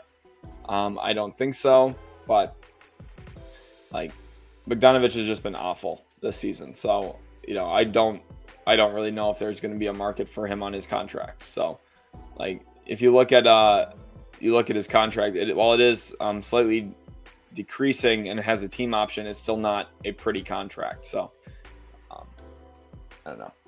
Vic Say here says, at Utility Sports, where do you see Middleton going? Is Brook Lopez and Bobby Portis safe in Milwaukee? Lopez is for sure safe in Milwaukee. I'd be very surprised if he gets traded tomorrow or today. And when it comes to Middleton, the latest rumors have been Washington, and it's something that I think would go like this. Middleton to Washington for Kuzma and Saddiq Bey, and then probably some form of draft compensation, 2031 second, or God forbid, maybe even just a swap option in 2031, this first round pick, which if I was Washington and this trade got offered to me, I would run it to the podium. I would run it to Adam Silver and say, deal is accepted. Get this done now. Okay. So Kevin Gilbert here says, what will Houston do with the assets they have at the trade deadline? So I could see them using some of their expiring contracts. That's Jock Landale, Jeff Green, Jayshawn Tate, or Steven Adams. I could see them using any combination of those four players and second round picks to try and make an upgrade. Robert Williams III is the guy that continues to come to mind. Dick McGirt here says, KD not going nowhere. He's supposed to be one of the best ever, right? We'll take the Suns to the finals. The Suns team's not very good. That's the problem here. Nelson here wants to know about the Hawks. We just talked about them a little bit, so hopefully you were in here for that portion. Appreciate you guys. Almost 1,300 people watching live. K-Dot here says, how about Jordan Clarkson? Any news?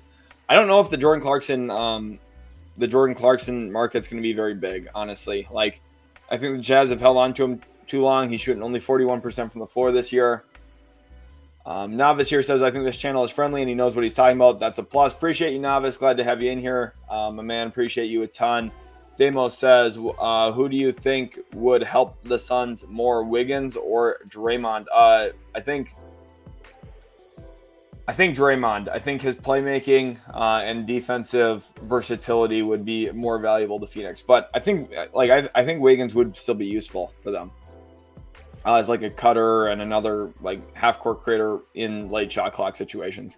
Chase says, Durant to the Wolves, Butler to the Suns, Randall to the Heat. So financially, that does not work for Minnesota. I'll show it on the trade machine here just so everyone can see why it doesn't work. But if you look at Minnesota, a second apron team right here, they cannot aggregate salaries. We go over to Phoenix, and you'll start to do the math here. The Wolves' second apron rules, they cannot trade for a player who makes more money. They can't increase their salary in a deal. And Durant makes $8 million more than their highest paid player, which is Rudy Gobert. So, like, this trade right here, like, let's do Gobert, or we'll do Randall and McDaniels, okay, just so you guys can see. So $56 million out. This fails on both sides of things. And what it does for Minnesota, like, here's the rule. Timberwolves are unable to complete this trade since incoming player salary, $51 million, is matched using multiple outgoing players. Since they're an over second apron team, they're not able to aggregate players, okay? So it just is not possible. This trade does not work for Minnesota at all, like I had talked about earlier. Bamla says F Durant to the Warriors. Nelson here says Hawks do anything. We talked about the Atlanta Hawks. Dennis here says I want Eric Gordon on the Kings. I don't think you want Eric Gordon. Eric Gordon is not good. Eric Gordon is not a good player. You want to know why the 76ers are bad? Part of that is because Eric Gordon has played 36 games. Now people are going to say, well, he's shooting the three really well. Like, yeah, that's the one thing he does, but he has basically no off the dribble game at all anymore, and he can't guard. He really cannot defend. So I would not trade for Eric Gordon. You guys know I'm a huge believer in shooting. Again, a huge thank you to Maurice. Appreciate you a ton, Maurice. An absolute legend. Love seeing those W's fly in for you. Mr. York says, what is the next trade you think happens? I think the very next trade that we are going to get in the NBA, and you guys are going to be super stoked for this one, the 76ers work the phones, and they really creatively salary dump KJ Martin with a second round pick to the Washington Wizards or some other team like the Wizards for nothing. This is the next trade. Something like this. Brian here says, Sheldon, let me see a Paul George trade to Atlanta. Also, we are holding KJ, Eric Gordon, and Drummond out for possible trades. Obviously, we'll see what happens. But Brian, thank you for the 5. Let's get some W's in here for both Brian and Robert. Appreciate you guys both. 2 $5 super chats. Robert here says, do the Nuggets trade Michael Porter Jr. for anyone? So Porter Jr. is their best tradable contract. I don't think that ultimately they do. Now, I could be shocked. I could be blown away by something that I don't foresee right now. But I would be very, very surprised if they do. We will look at a possibility here, Robert. But let's get to this this Brian super chat first, and then we'll come right back to yours, Robert. Okay. So when it comes to Paul George to Atlanta, I mean, I don't know why the Hawks would really do this. I don't think that there's a deal in here that makes a ton of sense. But we'll trade. You know, what we'll do is we'll involve the we'll include the Lakers here in a deal. We'll do Capella to the Lakers. We'll do in this we'll send Rui to the Sixers. We'll send Christian Wood to the Hawks, and we'll send also Cam Reddish to Philly in this deal. This should financially work for the Lakers. And then what we'll also do is we will, although second apron space is saying it doesn't, which I'm not exactly even sure why. Let's take out Wood, and we'll take out Reddish, and what we'll do is we'll send, so we're sending Paul George to the Hawks in this, which is messy. So we're going to send Gabe Vincent to Philly here in this deal, and then we're also going to try and figure out other salary that could go out, which could be Bogdan Bogdanovic, I guess, and a young player in Kobe Buffkin, so he can go to Philadelphia. Something like this is a framework of a deal that does, in theory, kind of work, and then for other salary, we'll send Cody Zeller to the Lakers too. I mean, this is a messy trade, honestly, one that I'm just not sure would happen. But this would be like the beginning framework of some kind of deal. But again, I don't see why Philly would, or why Atlanta would do this. Honestly, I don't know why Philly would really want to do it. And I see why the Lakers would do it because they're getting 2 bigs. But I don't think that's going to be the pathway here. Robert, thank you again for the 5, and as well as Brian. Appreciate both of you. One trade, you know, and this is kind of a sneaky under the radar option for Jimmy Butler. So let's go take a look at it. Michael Porter Jr. to the Heat, as well as Dario Saric and Zeke Naji. Now it's important to note the Nuggets are a first apron team, so they cannot take in more salary. So you're already looking at this and saying, okay, well, this financially works now. But what doesn't work here is Miami's side of things. So what you need to do is you need to find some third team that is willing to help you out here in a trade. And that might just be something like this, where instead of Saric coming to Miami, you would maybe let's just do Najee. Trade Najee to the Wizards, and then the Nuggets give up a protected 2031 first to Washington in this deal, and the Heat give up a second-round pick to Washington as well. Something like this, maybe. I mean, Michael Porter Jr., Dario Saric to Miami. That way you turn Jimmy Butler into something. And then also in this, you have the Jimmy Butler situation, Zeke Najee, and assets go to Washington because Najee's contract is awful. So kind of an interesting deal, honestly. Kind of interesting. Almost 1,300 people watching live right now. Everyone make sure to leave a like. Jim Prescott here says, check out Windhorse post. Okay, let's go over to Twitter. Hopefully you guys are enjoying and having fun on the stream here. I do have some notifications over on Twitter. I just don't think a trade for Kevin Durant would be wise for the Houston Rockets. Nothing yet over here. Oh, on ESPN. Let me go over to ESPN then. I still don't see anything. Don't see anything yet on any of that. So I don't know. Are you talking on the actual website? Mr. Refugee here says Raptors. So Toronto obviously has been linked as a multiple team facilitator in trades with Bruce Brown, Kelly Olynyk, or Chris Boucher's contracts as like real starting points. And they could end up walking away with Brandon Ingram too because of that. So Eric Kush here says no. Chicago media reported yesterday Bulls want to re-sign him. I mean, again, I don't know why they would really do that though. Like, what's the plan? Io says, hey brother, just checking in. Appreciate you, Io. Glad to have you here. Emmanuel says, do you think that Toronto will move Barrett quickly? No, I do not. Josh Hive says, another day, another utility live stream. Let's go. Appreciate you guys all a ton. A bunch of super chats flying in here. Jairus, thank you for the 2. He says, what move can the Bucks make? Have to do something. Let's get some W's in here for Jairus. For Milwaukee, one of the moves that they can make is trade Khris Middleton. We talked about the possibility of Kyle Kuzma and Saddiq Bey maybe being kind of the starting point for a trade with the Bucks and Wizards. Otherwise, involvement in the Jimmy Butler trade. But Jairus, thank you so much for the 2. Nico here, thank you for the 2 as well. Says chances Cam Johnson to Oklahoma City. I think, like, if I had to give it a percentage chance, I'd say 2%. I think the Spurs or the Grizzlies are more likely to trade for Cam Johnson than the Thunder are at this point in time. But Nico, thank you for the 2. Appreciate you a ton.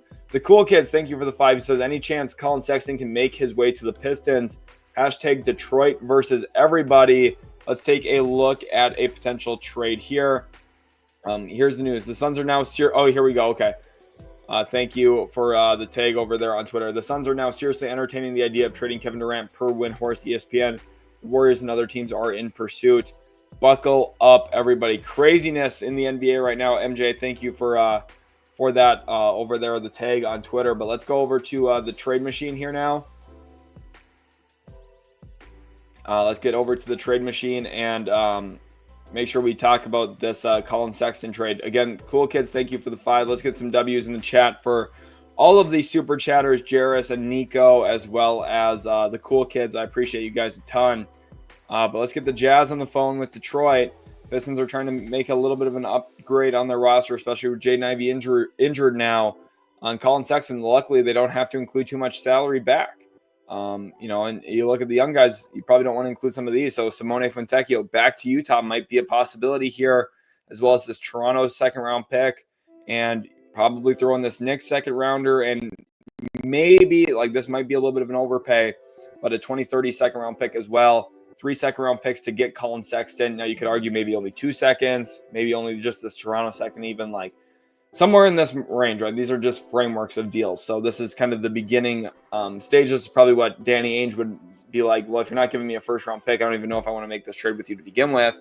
But then, for Utah's perspective, they say, well, okay, well, instead of one like low first round pick from a contending team, maybe if we get 3 second rounders, it's really not that bad of value.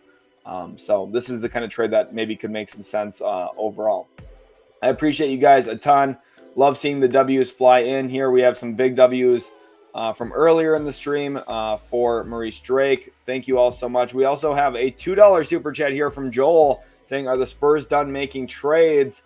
Not necessarily. The Spurs, again, I think you look at their roster here specifically when it comes to who they have to trade away. They have contracts that make sense to use in a deal, including Keldon Johnson's contract. If they want to make a very meaningful upgrade around the infrastructure that they have now built in place with Victor Wembanyama and De'Aaron Fox, if they want to get a guy on a cost-controlled contract, you look at Cam Johnson's contract here, very cheap, honestly, for his services. He's averaging almost 20 points a game on near 50, 40, 90 efficiency. This is a player where you would be willing to trade Keldon Johnson and some draft capital for. This kind of deal is one that makes a lot of sense for both sides. This is kind of that initial framework that could work both ways. Brian, thank you so much for the 5. He says, with the Spurs having the Hawks pick, I'm of course hoping Atlanta continues losing. Do you think they are buyers or sellers at the trade deadline? So Brian, first of all, thank you for the super chat. Appreciate you a ton. One of the members on the channel also super chatting here today too. Appreciate him a ton. And with the Spurs having the Hawks pick, I'm of course hoping Atlanta continues losing. Do you think they are buyers or sellers? I think they're going to do maybe a little bit of both. I think they're going to try and get value for some of their existing players like Clint Capella. Maybe they work out some kind of 3-team deal where they use Capella's salary to take in another player. They could also be a Cam Johnson team. I think for the Hawks specifically, losing Jalen Johnson for the rest of the year was a really tough blow for them, and it does help the Spurs with that pick potentially. But again, if we're looking at a possibility in a trade here, this framework is one that could make some sense. The Hawks do have 2 first-round picks this year themselves, one via the Kings, one via the Lakers. This kind of trade does make some sense in a vacuum, and this would also save Brooklyn some money, keep them out of the tax too. So I think the Hawks are kind of an under-the-radar team as well for a trade for Cam Johnson. Brian Pumper, thank you for the 5. He says, if this trade goes down with the Bucks and Wizards, would Middleton be bought out? Possibly he could get bought out, but I also don't think the Wizards would mind leaving his contract on the books, because if we go over to the Bucks right now, and you'll see exactly what I'm about to say, we go over to the Bucks and we look at Middleton's contract. This is where it gets pretty obvious what's going to happen. He has a player option for $33 million. He will opt into that, but then it would give the Wizards a huge expiring contract to work with at the deadline next year. If they want to continue accumulating draft picks, they could use this huge contract next season to then make a trade for other big salary that lasts 2 years or 3 years, and then try and get more draft picks out of the overall ordeal. So I think for Middleton specifically, they don't have to just get rid of him if there's something that makes a lot of sense. Devin Williams here says, we back at work listening while locked in. Appreciate you, Devin. Rashad Davis says, Warriors don't deserve KD after how the NBA treated him. I mean, we'll see what happens with Durant, but if they trade for him, they're probably giving up a good amount to get him. So Nick says, Spurs now have no backup center and Bassey seems to be injured. What could their options be? Buyout market or a trade for a short-term solution? So Mo Bamba just got waived. He could be like a really cheap option. Otherwise, one player who I do like for San Antonio quite a bit as well. Outside of just Cam Johnson, obviously a lot of these trades kind of center with Brooklyn, but Brooklyn's one of the more prominent sellers. Day'Ron Sharpe would be a really interesting get at the deadline here for San Antonio long term. His contract's really small. You could do something like Malachi Branham's salary for him and maybe your own first-round pick. And now you might say, well, do I want to do that? It's Day'Ron Sharpe. But if you're confident that you're going to start winning with De'Aaron Fox, maybe trading pick 17 or pick 16, whatever it ends up maybe being, for Day'Ron Sharpe would be a pretty good addition to your current roster. Now, he is a restricted free agent. You're going to have to pay him. So that's one of the problems here. But, he was a former first-round pick himself out of UNC. So not a bad get at all if they do go that way. Goldo Beard here says, problem is they show the same teams on national TV. NFL will show the worst teams on national TV regardless of record. That is true. Terance here says, just give me some good picks for my veterans in Toronto. Appreciate you, Terance. being in here. I definitely think the Raptors are going to be active. Julian here says, what is with the Heat? Miami's looking to trade Jimmy, but the issue is how is that going to happen? Dennis here says, I was looking at Mitchell Robinson for the Kings. I think Mitchell Robinson to Sacramento could make some sense, and it could give the Knicks flexibility too in some kind of 3-team trade composition, which I think would be quite fascinating because, again, the Kings have this trade exception. Now, this obviously is not what the deal is actually going to look like, but I'm just going to put this one single part through so you guys can see it. The Kings can do this financially. Now, this would put them into the tax, so it's probably not the most likely thing. I think the Kings would at least look to dump some salary in a deal, like maybe not Trey Lyles, but you could do some combination of like Colby Jones and Doug McDermott to get back out of the tax, or Alex Len in this case, since you're getting a center, right? But Robert Kobe Fitness says, you think Dallas gets someone else? There's rumors about Durant, so we'll see. Carson, thank you so much for the 2. Can Warriors get KD without trading Kuminga? I honestly don't think so, Carson. I appreciate you, though, a ton. And Trevin here with the 2 says, what do you think the Pacers will do for salary? So Indiana is another really interesting team and one that we should talk a little bit more about. Right now, they are over the tax. And if you look at their overall tax situation specifically, it's pretty interesting. They are, at this point in time, with the tax, they are like right on the tax line.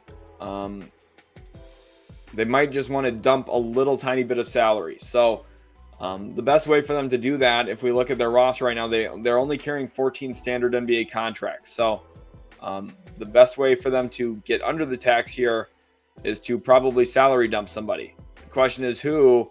It might just be like James Wiseman's contract. You trade him to whatever team, you trade him to Utah, and then you sign a prorated minimum for a guy in the G League or something, something like that. Trevin, I think that's the biggest thing salary-wise for Indiana this year. We'll see what they do long-term, though. We are using Fanspo. Fanspo's been working with me. They've been really collaborative with me and making sure the site is up to par for what it needs to be for tomorrow. And it's been improved every single day, basically. So it's at a really good spot, honestly. Hail Mary says, what's going on with the Raptors? Toronto's a team to watch for with these expirings. Again, it really stems from the fact that they have the ability to add talent while also giving up expiring contracts that teams want to get out of salaries. And Bruce Brown, Kelly Olynyk, Chris Boucher. Olynyk isn't expiring, but it's not too bad for his value. Like, they could all be valued by contending teams too. So Mike says Spurs want it as of now. If Fox doesn't translate and they're paying him $60 million per year, they won't feel so good about it. I think the Spurs are going to be very happy with the returns there. As says, how about Mark Williams to the Kings for a Hornets heavily protected pick from so the Hornets won't do that. That's going to essentially turn into 2 second-round picks this year. So I think the Hornets view Mark Williams as an integral piece of their future. Sleepy Poppy says, what's the plan for Golden State? They're going to try and push for Durant or some other all-star, maybe Zion Williamson even. What We Stack Chip says, why is it so quiet? There's always calm before the storm. That's the one thing I've really learned too. Doing this, live streaming over the last, I think, 4 trade deadlines, you get really accustomed and used to, having it be quiet. Everyone's waiting. What's going on? Why is there not noise? Why is there not rumors? If the reporters aren't saying something, they're probably listening to something. So keep that in mind, okay? Kevin here says, good trade, De'Aaron Fox to the Spurs. I thought it was a good trade for them too. What would a new contract for Lonzo look like? Below the mid-level exception. Like $8 million a year. Probably something similar to Cody or Caleb Martin. August here says, give me a good Bucks trade. I can't take the Kuzma rumors. I'm sorry. I just don't know what else to tell you. Otherwise, they're going to be involved in the Jimmy deal some way or shape or form. Could they get Jimmy? It would be complicated. It would be really hard for them to get Jimmy Butler. They could do it. I'm not saying it's impossible, but it would be tricky. I think one thing that we could for sure see, again, I'm going to pivot to Washington here as an option for this. Although I guess Sacramento could make some sense too. If the Kings are looking to stack up some assets with that new trade exception and they have the tax space for this, the Kings have kind of emerged as a possible Pat Connaughton landing spot. And if they can get, even just a second round pick and maybe like extra swap rights on something like this, like this is not a bad deal at all for Sacramento, and this gets the Bucks out of the second apron. Okay, that's the biggest thing. That's why Milwaukee would even consider doing this, obviously. So, yeah, Fontecchio has not been bad. Has not been good this year at all. But you kind of think maybe a regression to the mean. We'll see. Like, sample size isn't huge. I mean, we're halfway through the year, but like, I don't know. You just kind of hope for a regression to what he was 2 years ago. James says Pat Riley initially said he was not trading Jimmy. Looks like he's right because he won't be able to. James, that's funny. Very possible. I mean, we might not see it. Indy 2K, welcome to the stream. Cody, welcome to the stream. He says, do you think Butler will still want to go to the Suns if there's no Durant there? Yeah, because he wants to get extended. He wants to get paid. That's Jimmy Butler's MO here. If he wanted to win, staying in Miami wouldn't be a bad idea. He doesn't care about winning. He wants to get paid. Gremlin here says we can thank Bronny for entering Bassie last night. Shout out Bronny James, man. Simon says trade idea: Blazers get Patrick Williams, their own first-round pick from the Bulls, and some salary from Rockets. Bulls get Ayton. Rockets get Robert Williams and Lonzo and give up some draft assets in return. Not a terrible idea.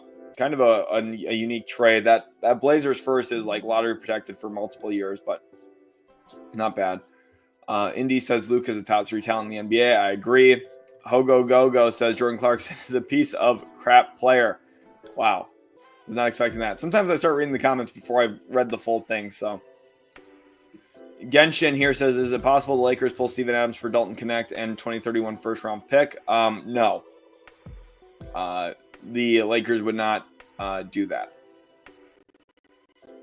Jaden Hill says, can a Kevin Durant to Memphis trade happen? It can. I don't know if it actually will. I don't know why I just took the trade machine off the screen. There we go. Let's go play around with a possible trade between these two teams. Let's go over to Memphis, and we'll put Phoenix on the line. So the issue with this is the salaries become, again, very extreme. You're trading for $51 million of a player, so you need to send out a bunch of salaries in this, and you're starting to see kind of the inherent flaws already here.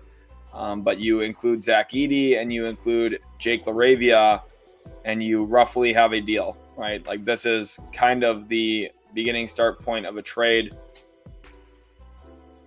for a player of Kevin Durant's caliber. Now, you can argue about what draft picks need to be included here, but the biggest thing is that there would be Kevin Durant in Memphis and a variety of young players and good pieces going back to Phoenix in this deal as well. So it would be an interesting trade. Garrett, thank you for the 5. He says, is there any chance the Bucks get Kuzma as well as Valanciunas in a trade? I would much prefer that over a Khris Kuzma swap. Keep up the great work. So great question here, Garrett. Thank you for the 5 so much. Let's get some W's in the chat for Garrett as well. W's for Garrett. Appreciate you a ton, my man. And when it comes to a chance for Milwaukee to land Kuzma and Valanciunas, I am kind of not optimistic about that as a possibility. Now, it's not impossible, but one of the benefits here of making a trade between Kuzma and Middleton as it currently stands is the fact that the Bucks aren't aggregating salary, so they might not have to dump Pat Connaughton if they can't find a deal that isn't too expensive for them to dump him. So this kind of trade would work because they're just trading Khris Middleton 1 for 1 essentially, or 1 for 2 if they got back Saddiq Bey. You now factor in Valanciunas though, and you quickly see, oh, this trade doesn't work now, and it's because the Bucks have too much salary coming back in return for this, so it's going to say failed. So I don't really see Kuzma and Valanciunas going to Milwaukee. I think it was a great question, but because of the financial stipulations, I just don't actually see that coming to fruition overall. Vidic here says Bogdan's name has an I'm not Slovenian or Serbian, so I'm not gonna say his name. I'm gonna say it like an American because I'm American. But like, you know, it's like, at least I'm not one of those people here saying Luka Doncic, right? Like, I'm not crazy like that. I try my best, but I'm also not European. So Mel says Bucks have to do something. They definitely will. I think they'll make some type of move. Josh says, is there another move the Mavs would make? Possibly Kevin Durant. That's who they want. Nike guy, Nike executive, just saying. Okay. Proletarium says, Draymond, they need a defensive identity, and he's a culture setter. No breaking news yet. Don't put fake break. Oh, we do have breaking news. Okay. Breaking news. Wow. Trade alert. Wow. We're going over to Twitter. We have a trade. Sham Sharania here reporting. The Milwaukee Bucks are trading Khris Middleton, AJ Johnson, and a pick swap to the Washington Wizards for Kyle Kuzma, Patrick Baldwin Jr., and second-round draft compensation. Oh, my goodness. The AJ Johnson draft pick looks even worse now. Yikes. This is, wow. We have a trade. I'm going to quickly update the thumbnail. Welcome, everyone, to the stream. Again, a huge trade here. One that has pretty significant stipulations and changes with the overall flow of things. And, of course, one of the biggest things here is Kyle Kuzma is now a Milwaukee Buck. Kyle Kuzma to the Bucks and Khris Middleton to the Washington Wizards. I have to say, I do not love this for the Washington Wizards, or for the for the Milwaukee Bucks at face value. Okay, I really do not. Now, we'll see which pick swap it is. We'll see, right? We're going to be patient here before I give an overall trade grade and all my harsh judgment. But welcome everyone to the stream. 1,500 people watching live. Absolutely crazy stuff what we are seeing here today. Wow. Insanity. A lot of insane stuff going on. And I hope you guys are enjoying the stream so far. We're going to try and get Kyle Kuzma up on the thumbnail here quick. Again, I appreciate you guys all so much for being so supportive here on the stream. And again, this is huge news. I'm going to probably jump ahead to some of the live comments just so we can see your guys' thoughts. But wow. Of course, a very big trade, a very meaningful trade. And the Milwaukee Bucks shake up their organization. Khris Middleton, someone who has been a mainstay staple for them, won a championship with Milwaukee in 2021, now finds himself on the move to the Washington Wizards for a player who, listen, Kuzma, I just don't know how many solutions he provides to the Milwaukee Bucks. He is more athletic. He is a little bit taller, lengthier, a little bit longer, right? But he's also Kyle Kuzma, and I don't know. I'm not super moved by this for the deal here, but Kyle Kuzma is traded to the Milwaukee Bucks. Milwaukee Bucks trade Khris Middleton. So this trade's going to be broken into two trades, by the way, because of the aggregation rules. And a pick swap for Kyle Kuzma, Patrick Baldwin Jr. Wow. And second round draft compensation. So we're going to have to see what all that compensation ends up looking like. Of course, there are going to be some details that do impact how we feel about this trade overall. But Khris Middleton is a Washington Wizard now. Yeah, crazy stuff going on here. Crazy stuff. But the most important thing, the Milwaukee Bucks have made a trade for Kyle Kuzma.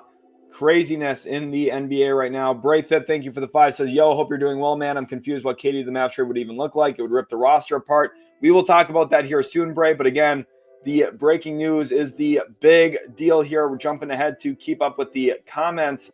Wow. A lot of craziness in the NBA here. Appreciate you guys for tagging me so that I for sure see it.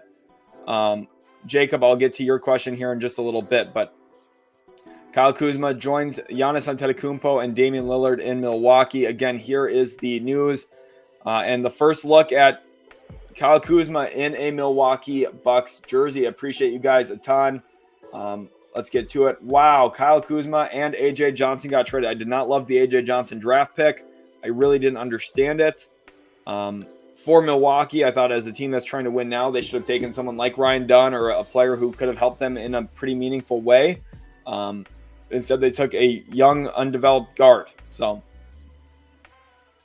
according to sources here for Keith Pompey, the Sixers will trade KJ Martin to the Pistons. So, that's important news. Salary dump. 76ers get below the tax line and Detroit gets draft capital to eat salary into their cap space, seemingly. Okay. Craziness. But a lot of stuff going on in the NBA right now. The AJ Johnson draft pick looks really bad. Honestly, like that's such a missed opportunity. I'm withholding my trade grades for right now. Welcome everyone to the stream. Almost 2,000 people watching live. Make sure you guys hit that like button and subscribe. Jay Renrick, appreciate you a ton. I'm going to be putting the stream here into subscriber only mode for chats. That way we just make sure that people who are subscribed are getting preference here, but it's easy. Just hit subscribe. It's completely free. Everyone can subscribe and comment then for no problem at all. Koki here says Middleton is never healthy and Kuzma is limited. Like, that's the thing is, like, at this point in his career, Middleton is not a super valuable player anymore. This is just one of those situations that's rough, but we do have another trade here too. It sounds like the Detroit Pistons are trading for KJ Martin's contract. So to Milwaukee, Kuzma's descending contract, Baldwin's contract. And now remember too, this is these are two separate deals, right? So I'm gonna ask Bobby here, two separate deals because of Milwaukee's apron status. Right, Bobby? I want to make sure that that's exactly how it's going. But thank you guys for tagging me over on Twitter. Again, a lot of news right now. Basically, we got a lot of crazy stuff going on. Again, according to Pompey on Sixers, who covers Philadelphia, KJ Martin has been traded to the Detroit Pistons. It sounds like the Pistons are eating salary here. Crazy stuff going on right now. In the chat, hopefully you guys are all enjoying. Again, I'm trying to update the stream here in a lot of ways. Let's go down to our banners and let's edit this one here and throw in this trade. Save that and now run that across the bottom. So now that trade should be up to date, as well as we're going to update here. AM wants to know if can Middleton be bought out. He can be, but the Wizards, I just talked about this actually a couple minutes ago. The Wizards might not. And this is a great question here too. Let me go back over to this. Appreciate you, Zodiac GM. Zodiac GM is on my writing team for my new Substack. Links in the description for that, but he's an absolute beast. My assumption is that Milwaukee and Washington will break this deal into two separate trades. AJ Johnson for Patrick Baldwin Jr. Middleton and stuff, and swap for Kuzma and second round picks, basically. They can break it into two separate trades, which is a creative way around it. So here's the deal. Sources say the Sixers are sending KJ Martin and 2 second-round picks to the Detroit Pistons in exchange for that. Pistons will take on salary. As I talked about a few weeks back, Detroit elected to use cap space to acquire draft capital. Notably, Detroit still has some room to work if something bigger materializes. So Detroit's still not out of the race here as a potential team to watch for, but 76ers are trading Martin to the Pistons for 2 second-round picks. Thank you guys for all of this. I appreciate you all a ton. Again, KJ Martin and 2 second-round picks. 76ers get below the tax line. Genius GM work here by Daryl Morey, who gets Quentin Grimes, a 2020, and opens up the MLE to pay Yabusele this offseason while only losing net 1 second-round pick and KJ Martin. Honestly, it's really good GM work. So I think all in all, like pretty successful overall situation.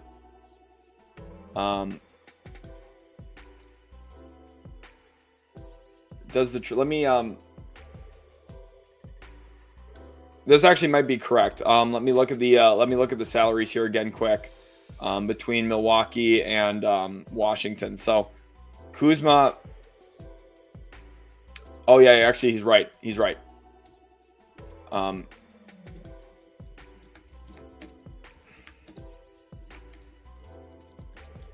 Yeah, Milwaukee moves below. So yeah, that's a great point here. Moves below the second apron as a result as well. My bad. Overlooked the salary difference between Kuzma and Cash. Appreciate you guys all for watching. If you guys are not yet, make sure to go follow over on Twitter. Milwaukee gets under the second apron with this move. Patrick Baldwin Jr. also going to Milwaukee, and rookie AJ Johnson is headed to Washington. Wizards will receive 2028 first round soft swap, and Bucks get a second round most favorable in 2025. So let's go over to our draft pick tracker here, the Utility Sports draft pick tracker, and update this right now. Again, it was a 2028 swap. So we go over to the Milwaukee Bucks and we look at what they have here now. Swap option to Blazers first, to Wizards second. Okay. So the Wizards now, who are at the very bottom of my sheet here because of alphabetical order,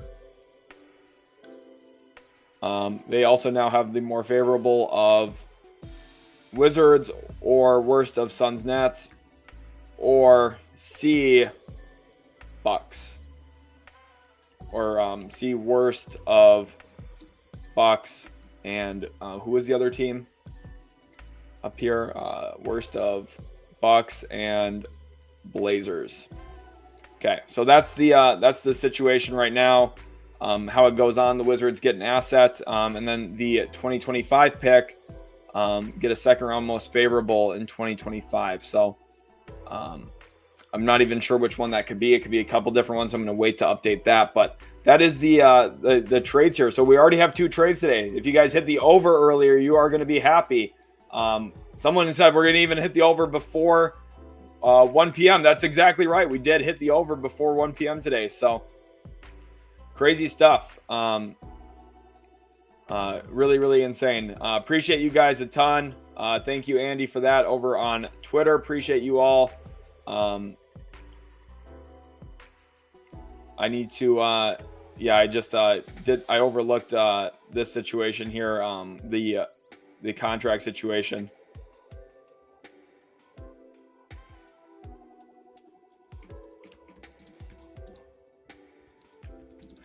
Below the second apron with the deal. Overlooked that part. So appreciate you guys for watching. Obviously, I kind of overlooked that situation. Forgot about the contractual difference, the $8 million that switches that up. So shout out to McMahon Samuel for that too. Appreciate you guys all a ton. If you guys are not following me over on Twitter, make sure to go do so right now. Link is in the description. 2,000 people watching live. Let's see how many likes we're at right now. I'm going to refresh the stream here and take a little quick look. 465. Remember, our like goal is at least 800 today. We could get to that number right now if everyone smashes the like button. Make sure you guys do that here now. And we are getting ever closer to 30,000 subscribers as well. Let's go take a quick little peek at that situation here. 29,292. 2s and 9s were wild there for a second. Now up 1. Make sure you guys smash that subscribe button too now. Kyler, who's been watching the channel for a while, says a trade I think could potentially make sense for OKC is Kenrich Williams plus Ousmane Dieng for Dante DiVincenzo. I don't think Minnesota would do that, though. I think Minnesota views DiVincenzo as a core part of their team. Of course, moved him into the starting lineup this year when he was healthy. over Mike Conley. So I don't know if Minnesota's doing that unless OKC gives up semi-significant draft capital. Appreciate you guys. There we are, 29,300 subs. Let's keep pushing toward 30,000 subscribers. You guys are absolutely awesome. Braith Thitt says, sub up. You guys heard him. Dagan here, obviously talking about upgrading over Middleton. Kuzma does give them more athleticism. I'm going to give my overall trade grades here now. Let's go back over to Twitter. Links in the description, by the way, guys, if you want to follow. I appreciate you all a ton. But shout out to Crunch Time Trading for the follow. Shout out to Andres for the follow, as well as YPC, King JC, GD, as well as Ethan. Thank you. The Big Chief for the follow. Hailstone, Chad Spager, and Jacob Bachman. Thank you all so much for the follow over there. These picks are going with KJ Martin to the Pistons. Picks are in 2027 Milwaukee and 2031 Dallas. Okay, so let's get those updated. So those are going from 50 from Philly. 2027 Milwaukee was it, and 2031 Dallas. Okay, so 2031 Dallas, 2027 Milwaukee. Those go to the Pistons. So 2027 Milwaukee. I'm updating this on my spreadsheet here. Bucks and was it Mavericks in 2031? Yep. Okay. 2031 Mavericks second round pick. So some far out seconds for Detroit, which definitely adds to their collection of assets. Interesting news for sure. Yep. So Sixers will be sending KJ Martin in 2 seconds to the Pistons. Sources confirmed to ESPN. Coupled with Caleb Martin, Quentin Grimes' move yesterday, the Sixers are now fully out of the luxury tax. Which is, if you were watching yesterday, you said I said this was going to happen. I told you guys all this yesterday that this trade was coming. Cool Kids here says Detroit can use KJ as a mid-level exception, still have money for trades. That's a good point too. Cool Kids. Actually, that's a great point. They still have their mid-level exception available too. So. A lot of flexibility here for Detroit. Can still make something happen. Now it depends. It kind of puts them on the clock though, for when they're going to get that deal done. If Philadelphia wants to do other deals, like that'll be something that matters. Mick Gaming here says, if you haven't already subbed up, what are you doing? Appreciate you guys all so much for watching. Mark Wells says, why give up AJ Johnson? Clearly Washington wanted him. Looking at. Okay, Bobby Marks has news here too. We need to go over to Bobby Marks. Thank you guys for tagging me and stuff over on Twitter. I appreciate you a ton. Trade deadline season is extremely fun and a lot of crazy stuff going on. Remember, cover all things NBA, so this is the place you want to be to help Milwaukee build out their roster now and in the future. Kyle Kuzma is reducing a portion of the trade bonus in his contract. The reduced trade bonus allows Milwaukee to remain below the second apron. Kuzma won a championship with the Lakers in 2020. So good work here from Bobby Marks on this reporting. And Milwaukee gets below the second apron, which is the biggest thing in the deal for them, honestly, too. So again, yes, it's funny. Again, I corrected that already. So some people don't see that though. So thank you to everyone who's following over on Twitter. I'll be showing that off in just a minute here. I just don't understand. I didn't understand Milwaukee drafting AJ Johnson to begin with. I did not like AJ Johnson as a prospect. So, Reborn Cheese says, bottom line, this trade feels like it's about the money. It is. It's about getting under the apron, which is smart. But AM says, what's the point of a second apron if teams can just do separate deals? Well, it's hard. It's in separate deals. You have to have either a trade exception or another player to take back. This is a pretty unique situation that it would have worked, but ultimately they didn't even do that anyway. So.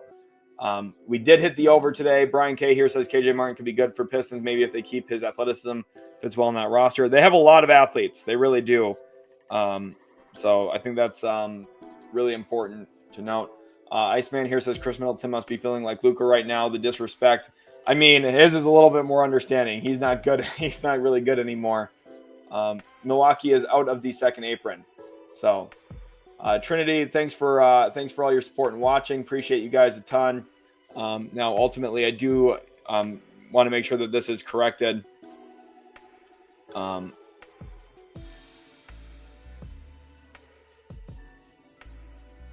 going to send this to this person. So,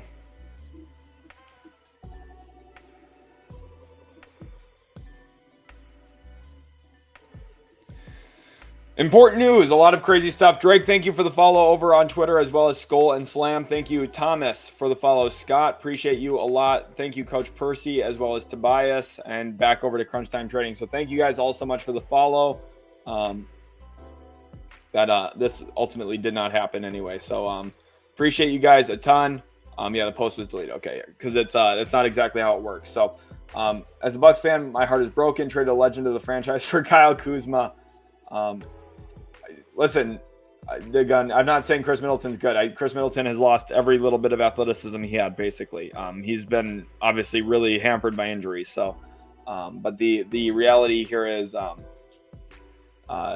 apron is the biggest reason why they made this trade, I think. B says this is a great trade for the Bucks. Middleton can't stand the court. When he plays, he's a corpse. He's still been efficient this year. He's shooting over 40% from three. But I do agree, though, that he is, at this point of his career, significantly past his prime. So, Middleton is not a good NBA player anymore. But I think this is the worst part of it for Milwaukee. You spent a first round pick. I'm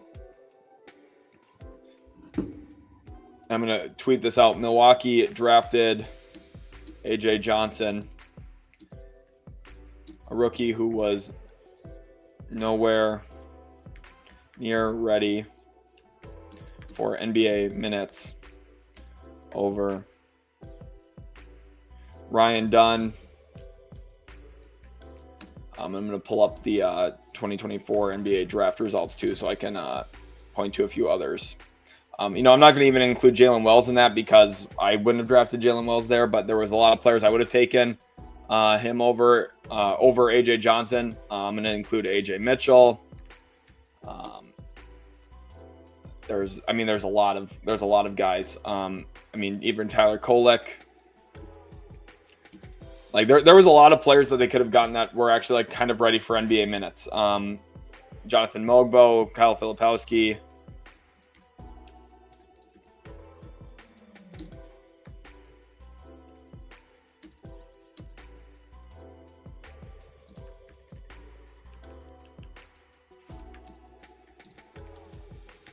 Just awful asset usage, honestly. That's the biggest part of this trade to me, honestly, that stands out is they already cut bait on AJ Johnson.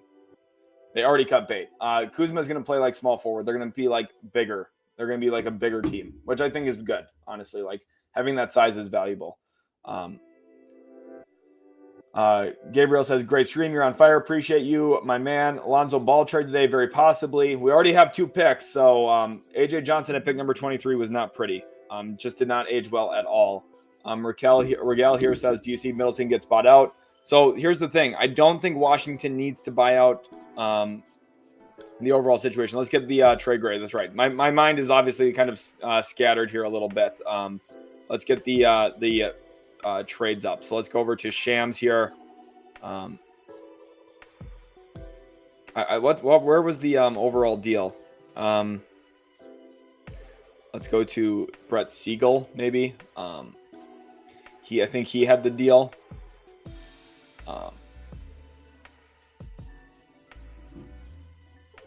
So these picks went to Detroit. So I'm going to give my trade grade here.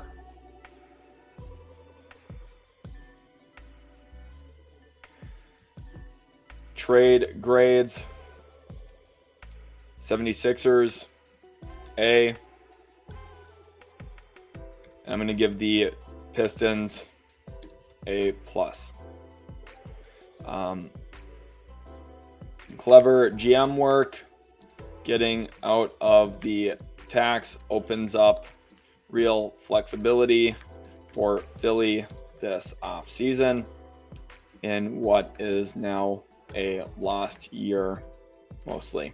And then for the Pistons, using space/MLE, whichever it ends up being, to land second round picks is just smart.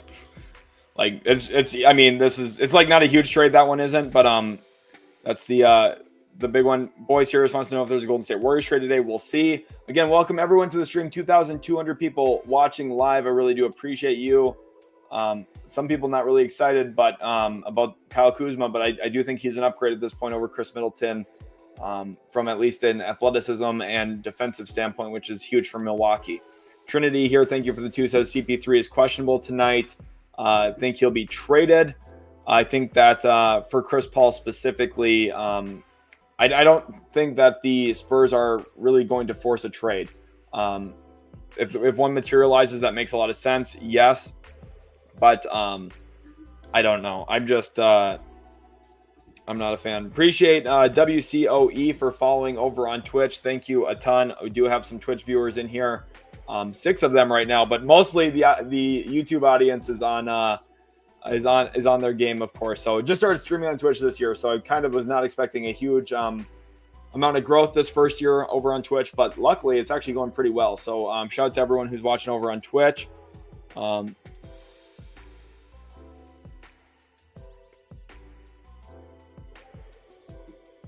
If they were a tax team, they would not have the non-tax mid-level exception. So, I mean, I don't even understand like where some of these people like get this idea from. That like some of it's actually insane. But 76ers are now $1.4 million below the luxury tax. Trade saves Philly $20 million. They now have 2 open roster spots. Like, I mean, this is really like great stuff for Philadelphia, and it's good for the overall situation. Appreciate you all watching right now. Again, my brain is kind of going crazy, but a lot of crazy stuff going on. We got the super chat. Don't worry. Appreciate you guys all a lot. Who'd the 76ers get? Nobody.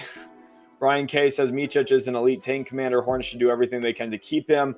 Micic is not good at all, but JP says, am I the Zodiac GM? I'm not, but Zodiac GM actually writes for me on the stream. Adam Perry are on my Substack. Links in the description, by the way. I'm going to send that in here to the chat right now, too. One of the best ways to support me is to go be a free subscriber on the NBA Substack. Okay, I'm sending the link in right now. Would really appreciate it if you guys could follow. Adam Perry says he seems like an actual usable player as well, isn't he? KJ Martin. KJ is having a good season for himself. Now, he hasn't been playing like massive minutes.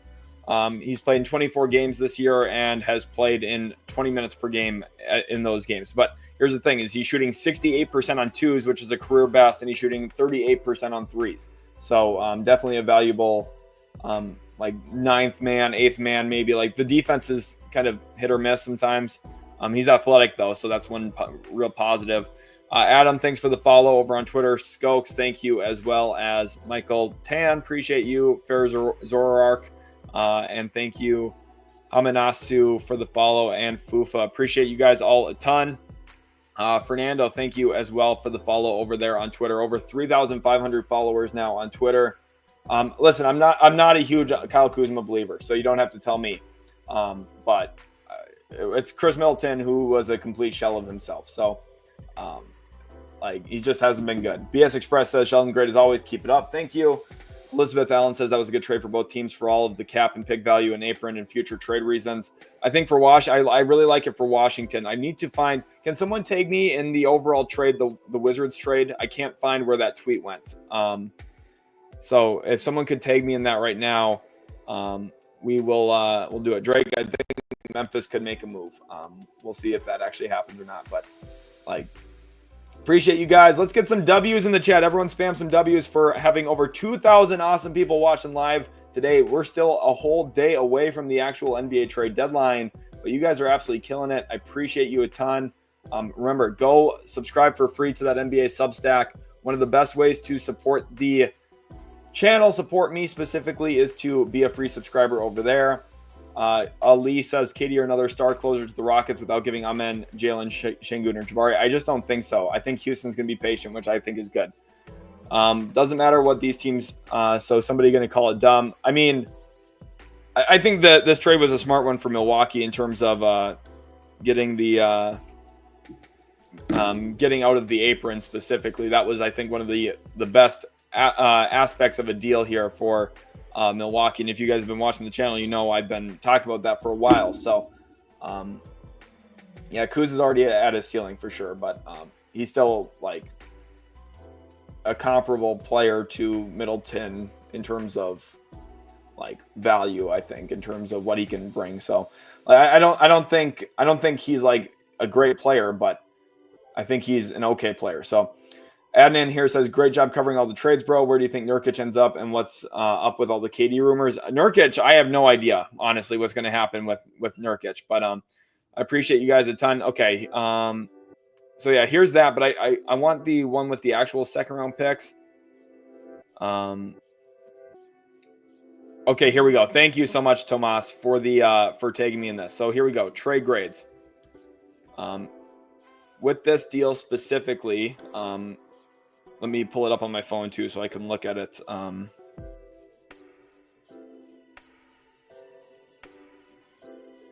Legion Hoops. Here we go. So, Tomas, thank you for tagging me. So, remember, the Bucks receive Kyle Kuzma, Patrick Baldwin, second-round pick compensation.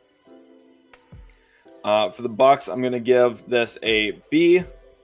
Wizards, I'm going to give this an A+. Again, I continue to think Washington's plan of action is extremely smart. I continue to think the Wizards know what they're doing. They walk away really well here. I'm gonna give the Bucks a B+. Navigating out of the second apron is the best part of this deal for the Milwaukee Bucks. Saves them some real problems down the road. Saves them from some real problems down the road. Traded an NBA champion well past his prime for a guy who is an okay starter in Kuzma. AJ Johnson pick was terrible, but points to overall issues with asset management here. So honestly, like, Milwaukee didn't do great. Wizards take a long-term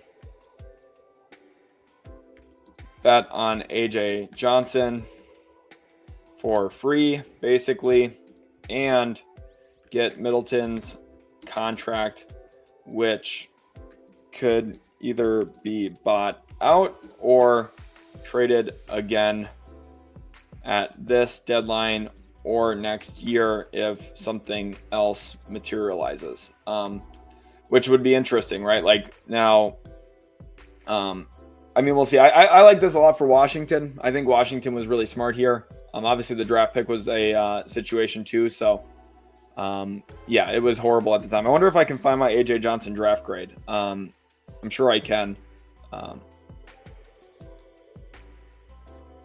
Let me see if I can find it quick.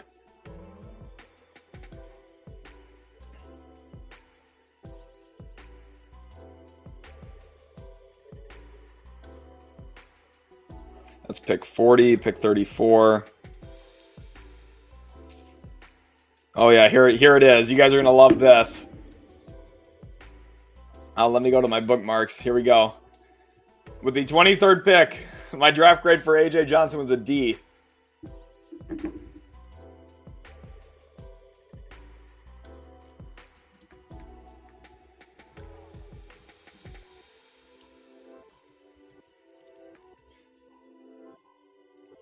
Just did not like that pick at all for Milwaukee, given the situation of their team.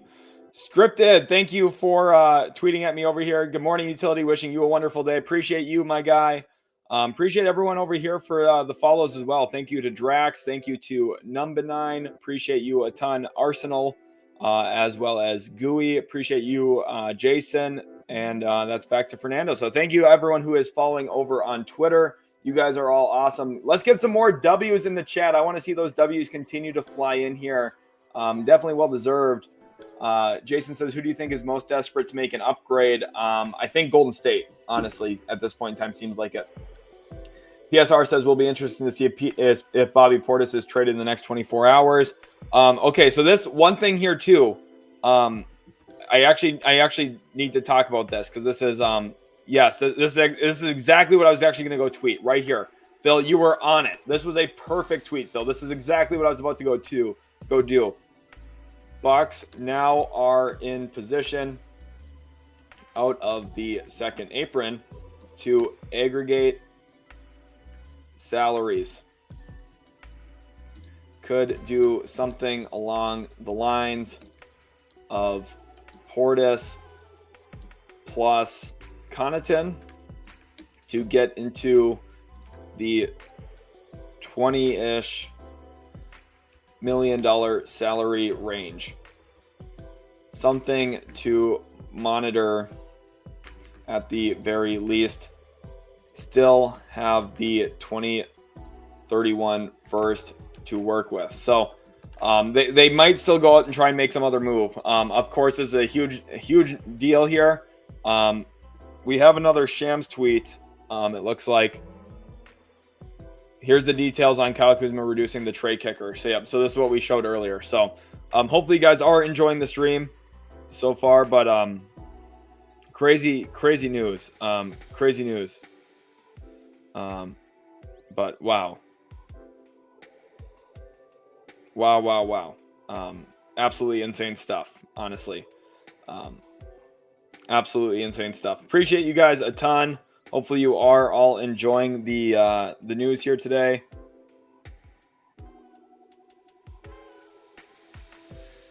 Wow. A lot of craziness. Again, thank you guys all for your support. We have a $5 super chat here from Brian. Let's get some W's for Brian in the chat. W's for Brian. Appreciate you a ton. It says, dodging the tax for the 76ers, saving $40+ million for Josh Harris to spend on his Commanders. What an incredible, inspirational owner. This also opens up flexibility. Like the Sixers now can go into the offseason and probably keep Gershon Yabusele.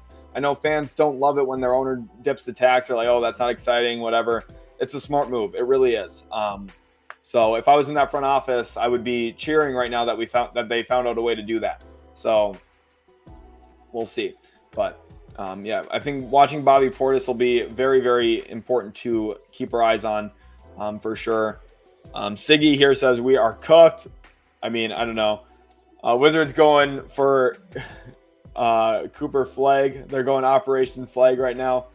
Capture the flag. Who do you guys think Cooper Flag is going to go to? Let me know in the comment section right now. Paul Martin says, is there any trade you can think of for Brook Lopez that'll help the Bucks out, or is there a backup true center they can run with? Day'Ron Sharp, again, would be a guy that I would love for them to go get. But AJ Analysis, Bucks got Kuzma, but Sixers couldn't. The Sixers would not be much better with Kyle Kuzma, to be completely honest. But no disrespect, but Washington is Troy Weaver as GM. I wouldn't trust anything he does. He's not GM. Their GM is Will Dawkins, and their president of basketball operations is Michael Winger. Troy Weaver is, I think, either assistant GM or he's in some advisory role. The Wizards are smart. Look at what they got for Bradley Beal, which is crazy that they got anything for Bradley Beal. I said it when they traded him that they shouldn't have gotten anything, and they did, so it was an immediate win. I gave that an A+ trade for them. Like, everything's been really good for Washington, honestly. The only thing is, like, the Denny Avdia trade maybe wasn't good. But even then, it wasn't, like, terrible. They got 2 firsts, so. Brandon says, do or will Bucks try to dump Pat Connaughton now since they're already below the apron? I think they're going to try and include him in salary, like I had tweeted about right over here. If you look at this news, Tomas, thanks for the tag over here. I appreciate you guys a ton. Evan Sidery here tweeting that the Bucks, who have been continuously linked to Jimmy Butler as a dark horse destination, now can create a trade package for him while staying below the second apron threshold.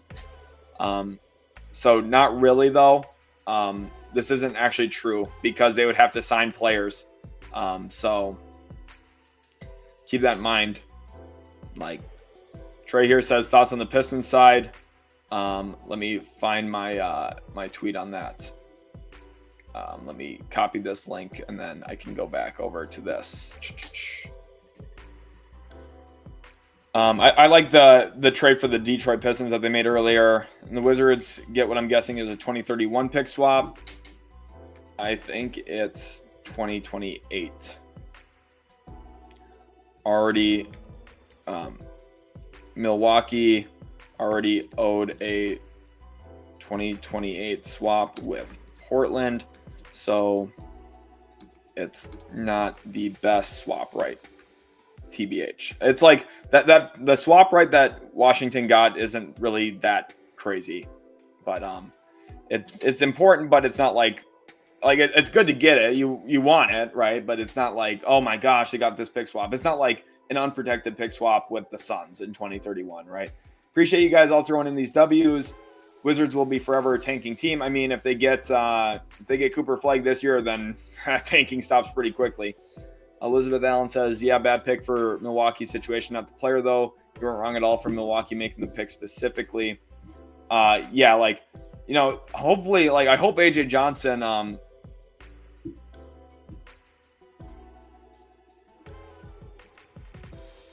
I really hope AJ Johnson finds his footing in Washington now. I just think this will be a lot better. I wonder what the comments were. Yeah, okay.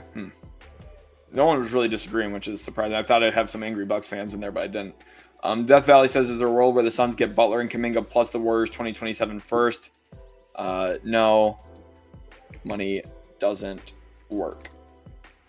That's a great question from Death Valley, but the money just does not work there with those. So hopefully you guys are enjoying. Remember, I cover everything NBA, so I'm here for the NBA trade deadline for you guys. I know all the salary rules. I know all the apron stuff, as you can tell on the let me update the ticker here too.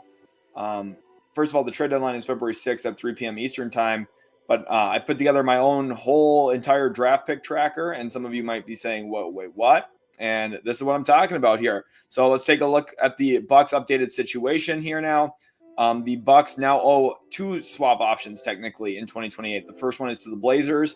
So if let's say the Bucks had the first pick and the Blazers had the third pick, the Blazers would then swap for the first pick. The Blazers would have the third pick given to Milwaukee, but now Washington could jump in and get that third pick. And so let's say if Washington was picking 7th, the Bucks would then pick 7th. That's how to explain that the best.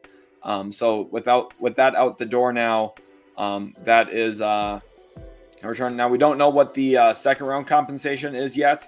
The Wizards have a couple of second round picks in 2025.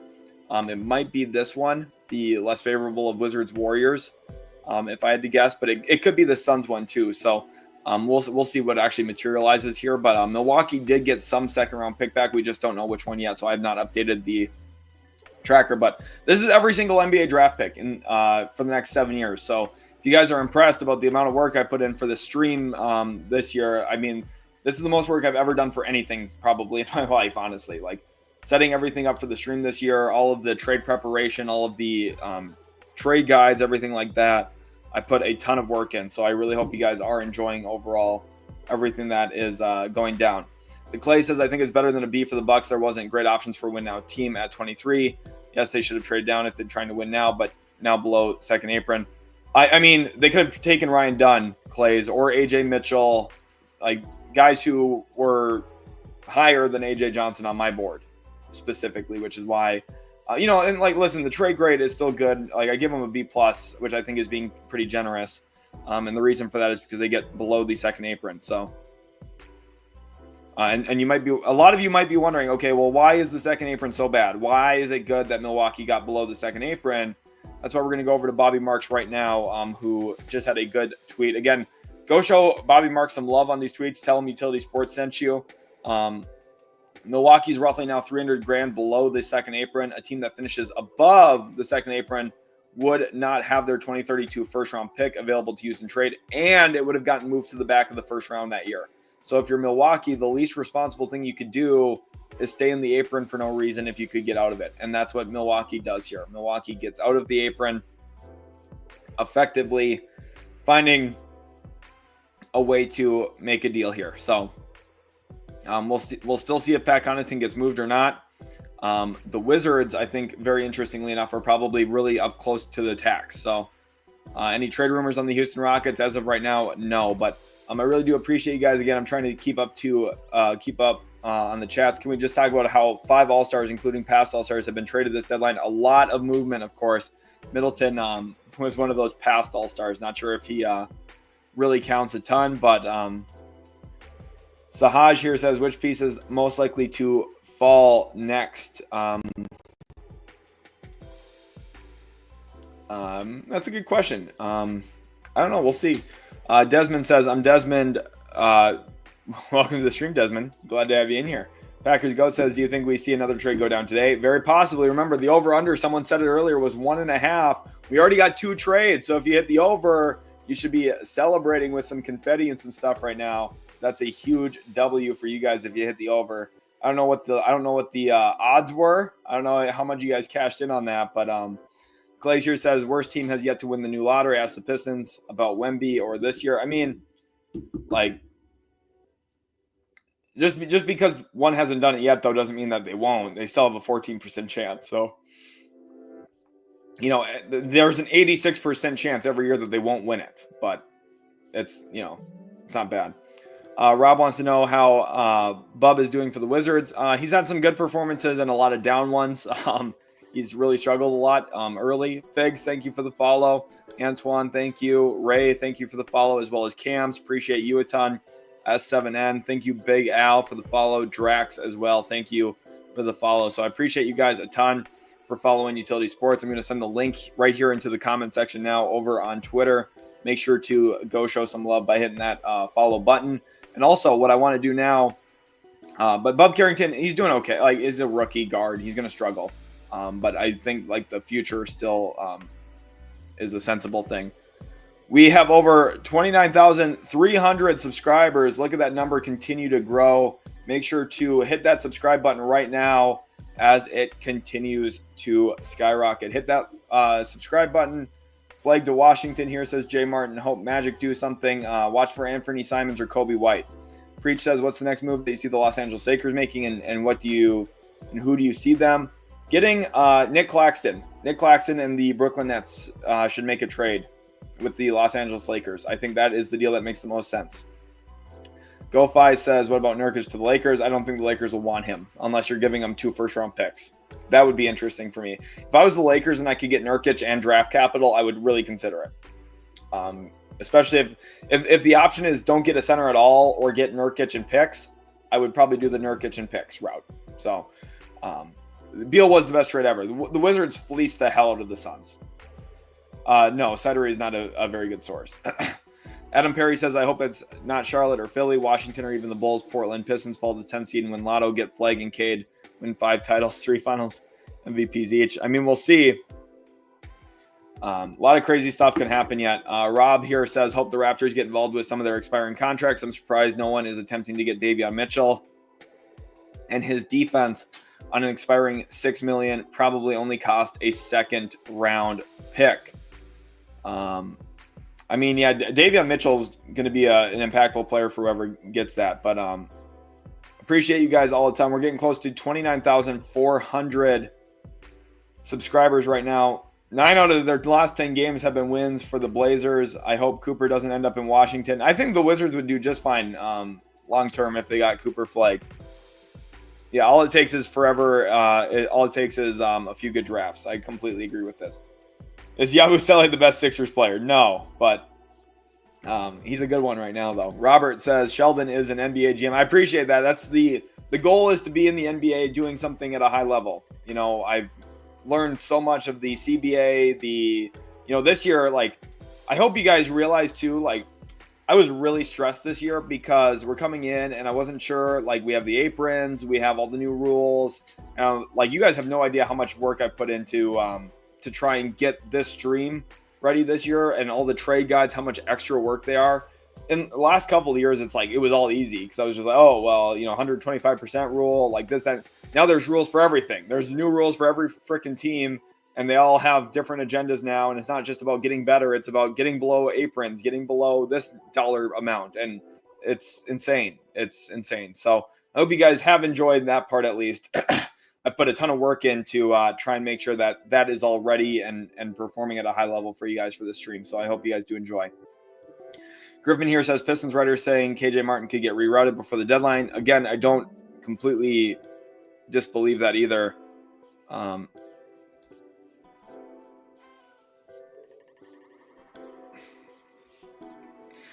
lot of crazy stuff going on, but Hopefully you guys are enjoying the stream so far. Gremlin here says Flake will get drafted by the Utah Jazz.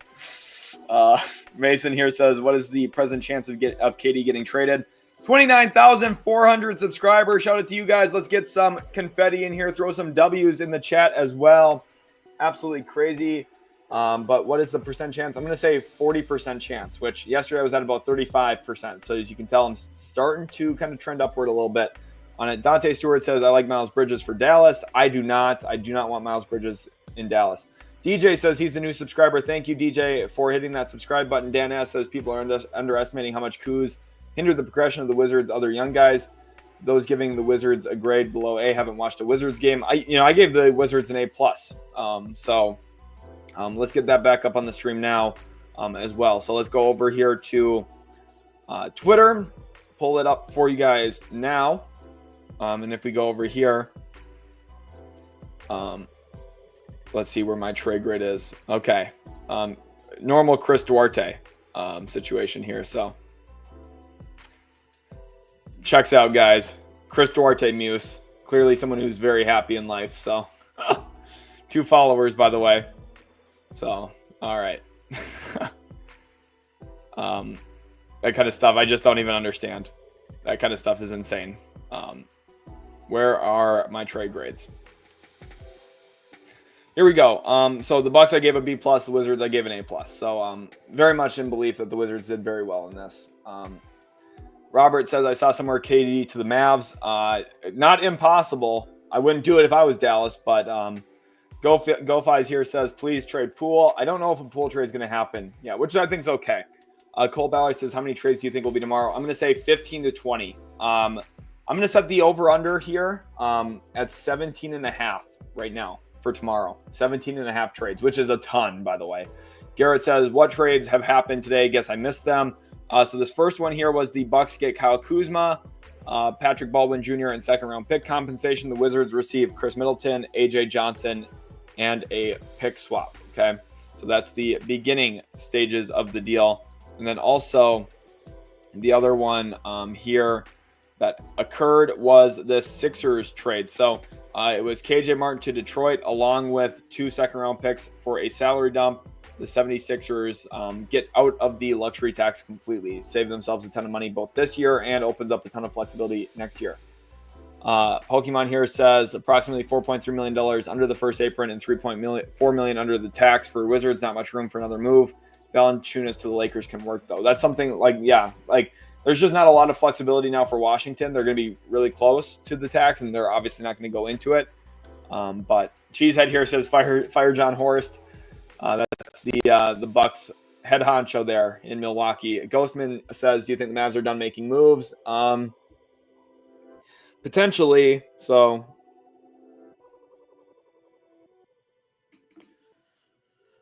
potentially. Ryan Pumper here says Portland is not trading Shaedon Sharpe. I do have to respond to something here.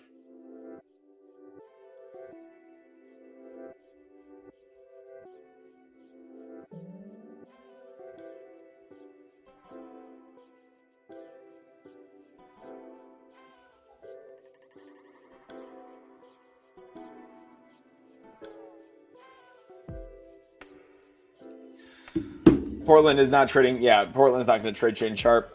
Desmond says Blazers in win now mode. Playoffs, maybe. I don't know if playoffs are in the Trailblazers' future. If we take a quick peek at the NBA standings here, even though they're have won 9 of their last 10, they are still. What's the number here? They're still 4 games back of the 11 seed. They're 4 games back of the 11 seed right now. So I don't know, but. Preach says, do you also see Rui Hachimura getting traded along with Austin Reeves for a defensive player to replace Max Christie? No, I don't think Reeves will get traded. Hachimura, maybe, yes. I think Hachimura plus other salary, whether it's Vanderbilt or preferably Gabe Vincent, to get a significant center upgrade would be the move.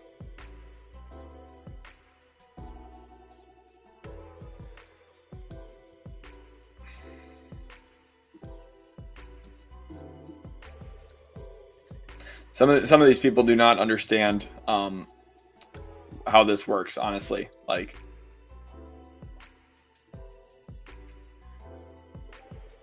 definitely. It's honestly, some of this stuff's funny. But Dante says Gafford to the Lakers for Rui. I don't think the Mavs would do that.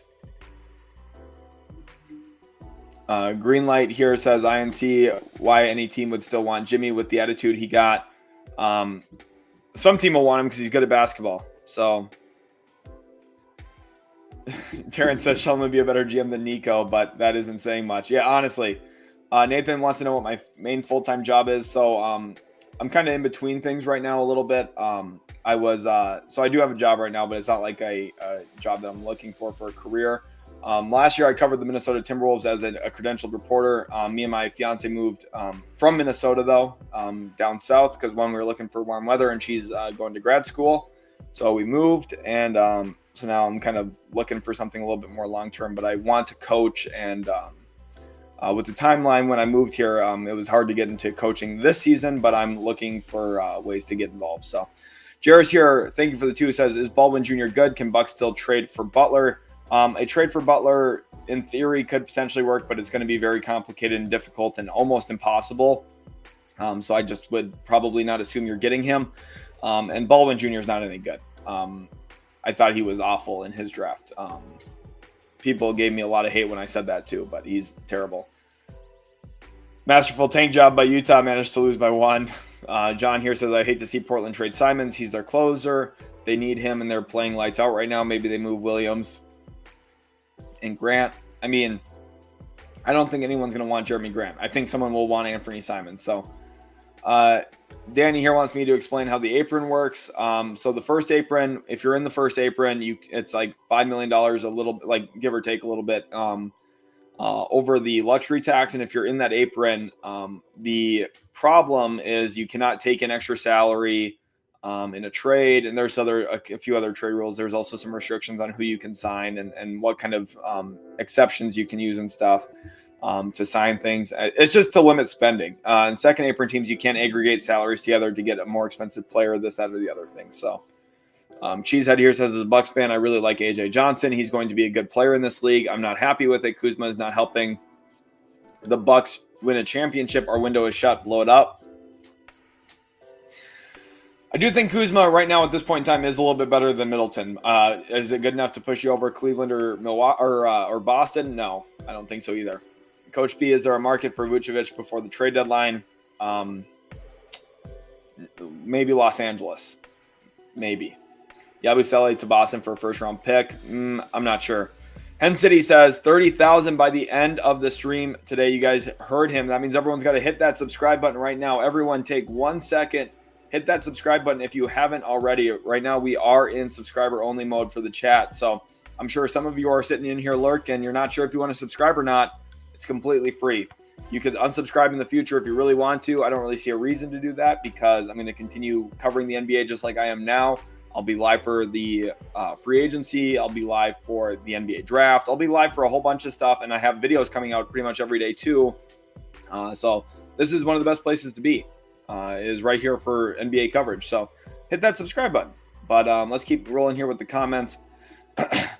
Brandon says if Detroit reroutes him, it would have to be for like Ball so they don't have to give up Fontecchio, right? Otherwise, they'd want to make the Martin move last to still use their room. So they have their mid-level. They could technically trade him into a mid-level exception, I'm pretty sure. So Paul Martin here says Claxton to the Lakers to pair with Luka. That is what I want to see. That's like the one trade I'm really hoping actually happens for fit-wise. Terrence Popovich says tomorrow should be crazy. I think it absolutely will. Jason here wants an update on the trades today. So let's go take a quick little look at the deals that have gone down. Some of the trades here, let me find the grades so that we can look at it. So the first one that occurred today, Milwaukee Bucks received Kyle Kuzma, Patrick Baldwin Jr., and second-round draft pick compensation. The Wizards got a pick swap in 2028, which was already owed to Portland. So then they have technically the second swap rights in that deal for the second most favorable pick of those, essentially. And then they also have in the deal Middleton and former first-round pick AJ Johnson, who we'll see if he has a role or not. But here's another look at Kyle Kuzma in a Bucks jersey. And then also the other deal here, KJ Martin and 2 second-round picks to the Pistons so that the Pistons will eat the salary, essentially. Pistons could reroute the salary too yet, so they have optionality here. So keep that in mind. I hope you guys are enjoying the stream so far. I'm having a ton of fun. Anthony says, been watching your coverage for days, bro. You do great. Thanks so much. Of course, that's one of the things here. We go live all week long so that you guys are all set up. Ryan Rasmussen says, hey, man, sorry about Luka. Appreciate you, Ryan. Ryan's doing a lot of great stuff. Working with some college basketball teams right now. So let's get some W's for Ryan in the chat. Appreciate you, Ryan. Thanks for being in here today. A ton. Really, really nice dude. So Kashka here says, think Dallas can make a move for Cooper Kupp. I don't know anything about the Dallas Cowboys, to be honest with you. Like, I know a little bit about football, but not enough to predict where Cooper Kupp's going to land. Although I think it's surprising the Rams are trading him. Cedric says Jordan Clarkson also trade tomorrow. Today trade deadline. What's next? I think Utah is going to be more focused on trading one of Colin Sexton or John Collins first. SP says, which team do you think will be a part of the most trades? Utah for sure. They've already been a part of 2 trades. So here's some news. Golden State Warriors have discussed trading Draymond Green per Sam Amick.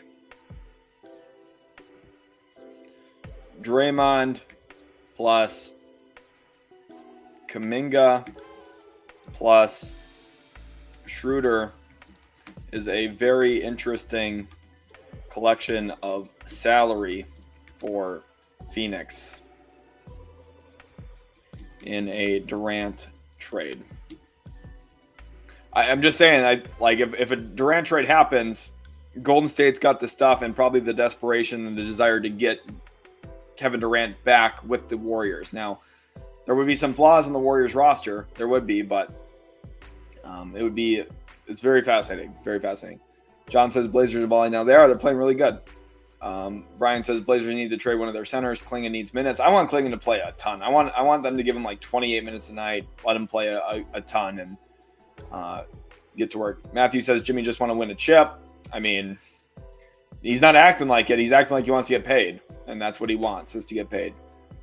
Cheesehead says, as a Bucks fan, I give it an F. Giving a little bit more. You're being a little bit more harsh on your team than I am. Bro, Stephen A. Smith might run for president in 2028. The sad thing is he'd probably get votes too. Kari here, Kari, sorry, I don't know how to pronounce, but respect it. You're doing quality work. Appreciate you a ton for tuning into the stream. Eric says, my Hornets need Cooper Flagg and some healthy ankles. Yes, you guys do. Veritify says, assistant coach and GM team at Memphis. Go for it. Write him a letter. There you go. I'll get to work on that after the streams today. Verify, appreciate you. Andres Flores says, as a Mav fan, I love what Portland is doing. Such an underrated team. Honestly, the biggest thing about getting somewhere and being is like the connections part of things. So if you guys know anyone, start recommending me for stuff, okay? I'm telling you right now, if you think I know a lot about the NBA and CBAs and trade rules and all that stuff, I know even more about just real basketball, like on the court, like what's going on. That stuff is what I like more. So, no, not really, Mike. There's not really any potential for Baldwin. He was a trade numbers piece in this deal. So,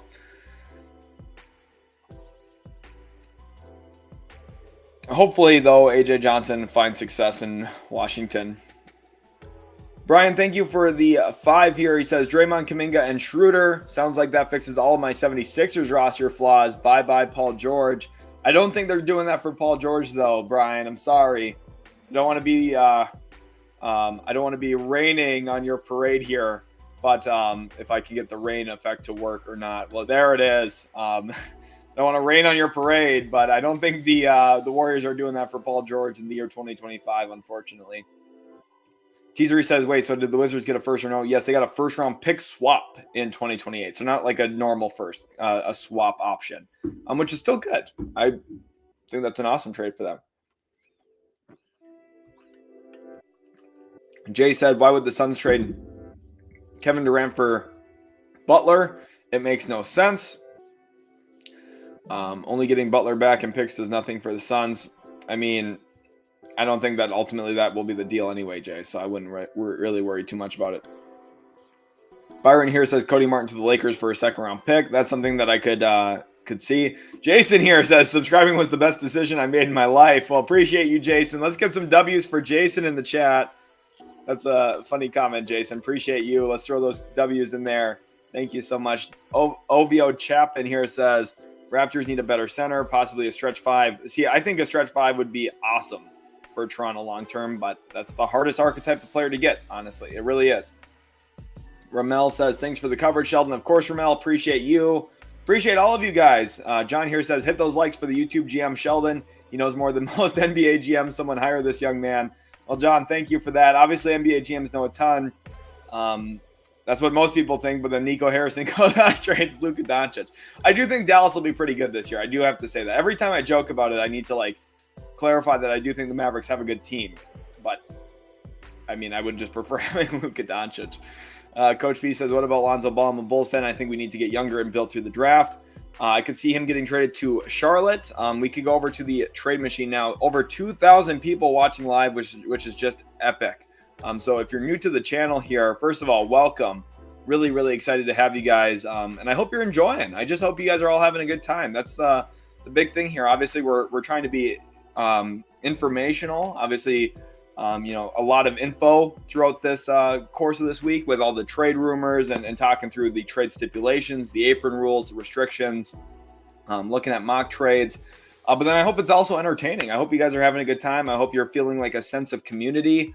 One of the best ways, if you are loving the community that you're seeing here, we have a Discord, a utility sports Discord. There's a lot of these awesome people that you're interacting with here are already over in that Discord. Go join that Discord. It's a great place to be if you love talking about basketball, if you love learning about hoops and having fun with other people talking about basketball. It's a great place to be.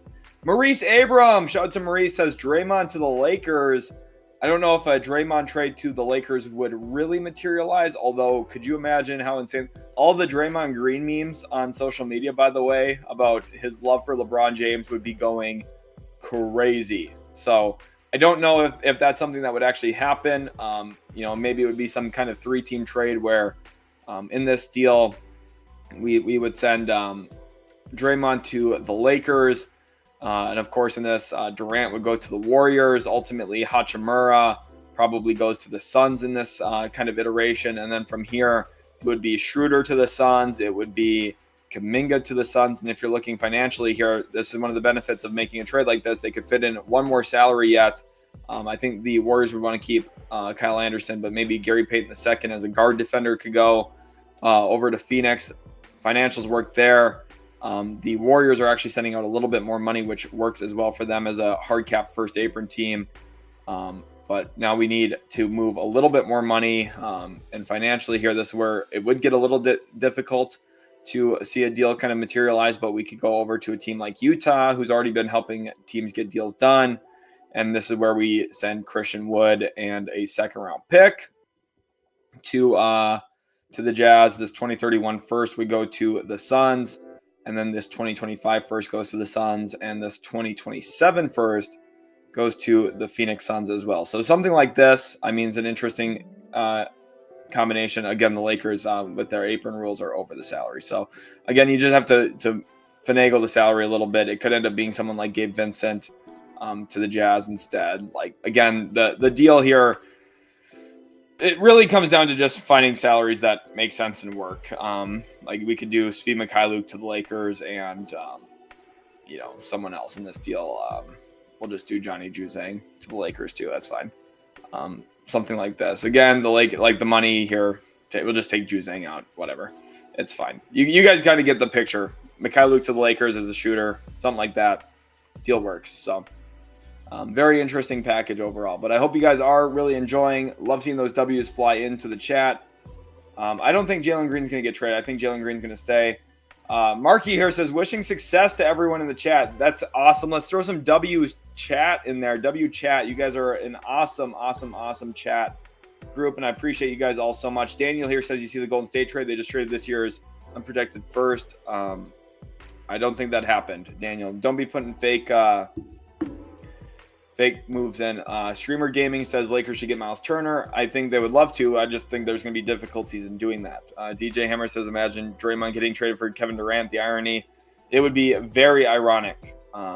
Very, very ironic. Bulls Fanatic here says, which Bulls players are most likely to be traded next and to where? Lonzo to either Detroit, which is still a possibility, or Charlotte. And then also for Chicago, I think the Lakers and Warriors would be the two teams possibly in on Vucevic. We'll see how that kind of all materializes. If a trade even comes to fruition or not there. Still yet to be seen. And then Kobe White, Orlando, I think would be a good landing spot. Devon here says, thanks for all the hard work, bro. I appreciate you guys all so much. A lot of crazy stuff going on. Osama wants to know if the Lakers can trade Maxi Kleber. They can, but this is a really important note. Okay, so let's get these other teams out of here. Let's just talk about Maxi Kleber real quick. So Kleber has this recently traded tag since he was just recently acquired by the Lakers. Also, here's Luka in that Lakers jersey now, by the way. Look at that. Doesn't that look crazy? But Maxi Kleber in his Lakers jersey over here, with that recently traded tag, he can only be traded by himself. He cannot be aggregated with another salary. So you can't trade him with Vanderbilt, or you can't trade him with Connect, or you can't trade him with Dorian Finney-Smith or Austin Reeves or anything like that. So that is the important thing to note for that. Steve H says best buyout candidates after the deadline. Ben Simmons probably gets bought out. And I think he could help a team. Now remember, since he makes $40 million, he can't sign with certain apron teams. So you have to keep that in mind. His options are restricted, but one that I think makes a lot of sense. If the war, I am going to tweet this. Let's go over to Twitter. Jacob here. Let's go over here to Twitter. And what I'm going to do, if the Warriors do in fact trade Draymond Green in a deal for Kevin Durant, I would love a Ben Simmons Golden State Warriors pairing in the event he's bought out. Warriors are hard capped at the first apron, so a move would need to leave ample space for Warriors to fill their roster, and that's going to be one of the challenges here. But I would love Ben Simmons in Golden State. I would love Ben Simmons in Golden State. If you want to talk about trying to resurrect his career, this is the place for it. Rainbow Dental Lab says, hi from Dubai. Welcome to the stream. Adrian says, should Lakers trade for Kobe Martin for the return of Maxi in a second? Yeah, something like that, or for Chris Boucher of the Raptors. Those are a couple of great options.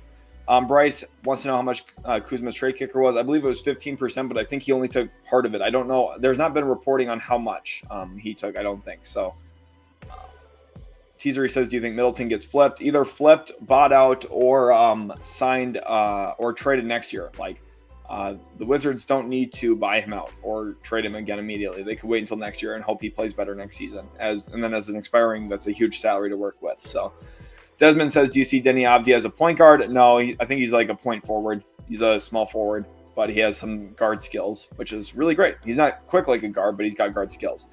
D-Rock says, I'm a huge Nets fan. I saw earlier that you want to see the Lakers acquire Claxton. I'll help pay for his Uber to the airport. What's the best realistic trade? So this is a great question here. And I think the trade, and you guys have seen this quite a bit already, but let's pull up the trade here. What I think a potential Lakers trade could look like with the Brooklyn Nets. And this is, again, one that if I was Brooklyn, I would probably really seriously consider making, because of it being a 2031 first-round pick unprotected. You just never know what's going to happen with that pick. It could end up being a really awesome selection. And the Nets would also open up avenues to cap space, extra cap space. They already have a ton this offseason, but this kind of trade right here is one that I think makes sense for both sides. Nets get draft capital. They get two contracts that would be very easily movable at the draft or at the going into the offseason before free agency.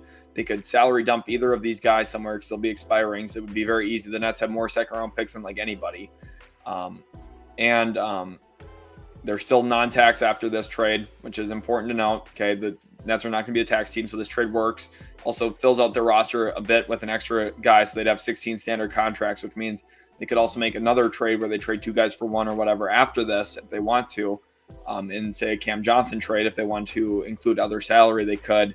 They get an unprotected first, and the Lakers get a big man who is a significant assistance help to them on both ends of the floor. This is like a home run slam dunk for the Lakers, and this is a good value play, a good return for the Brooklyn Nets. So Dunny here says they should and they won't. Brian says, I'll throw in Eric Gordon, final offer. No one wants Eric Gordon. Nelson here says Luka Doncic will get cooked by my Clippers in the Western Conference Finals. Nelson, I don't know if you watched the Lakers-Clippers game last night, but LeBron had a pretty good game against you guys. I'm just saying. The Clippers are good. It's one game. It doesn't matter. Magnus says, hello, I'm new here. Do you think Valanciunas getting traded and where should he land? He's another possible Lakers option. Whoops. I did not mean to do that. Why is this doing this? Okay, there we go. Also, look at the top players traded today. Kevin Durant, Jimmy Butler. Isn't that insane? Who would have thought, right? Who would have thought? So let's go back over to the Lakers and let's go over to the Washington Wizards. And I think a trade here between these two makes sense because the Lakers have bigger contracts. That could make some sense. Gabe Vincent could be one that, again, checks out. If they don't end up doing the other trade, they could do something like this. Getting a second-round pick for Valanciunas is a pretty significant win, I think, for the Wizards. And the Lakers get someone who can play center, which is an upgrade. And they save a little bit of money, too. So Conqueror says only 2 trades today. I mean, so far, it's not even noon yet, Eastern time. So we've got plenty of time today. I'm going to be live for about 7.5 hours again. So we got like 4.5 more hours of possible news to cover. We'll see if something actually happens or not. But Eric here says who is doing better, Klingon or Edey? Maybe not fair since Edey has more. Yeah, Edey's playing more. So, like, it's not really the best comparison. But I think Klingon's going to be the better player for sure. Jimmy Jam says, new subscriber, you're doing an awesome job. Thank you, Jimmy. Appreciate you being in the chat today and also for the nice comment there. Osama says, can Lakers trade Maxi Kleber? Yes, they can. Timothy Ingram says, new sub, love the channel. Can Milwaukee go for Lonzo now that they still have Pat Connaughton and Bobby? That is a possibility. That's a great question from Timothy. And in fact, honestly, Timothy, I am very, very glad you said this. This is the exact kind of trade that would be an awesome home run slam dunk for them if they were able to get it done. To the Bulls. Lonzo. To the Bucks. And now in this, they have not 1, but 2 second-round picks. So what we're going to do, we're going to trade that to the Bulls. It's going to say failed here. But what? I'm going to edit this, okay? This is not the real thing. I'm going to edit this so that it says what it was, what they just got. Where is this now? 2025 round 2 via Washington trade. Okay. So here we go. This would be the deal that would work. Okay.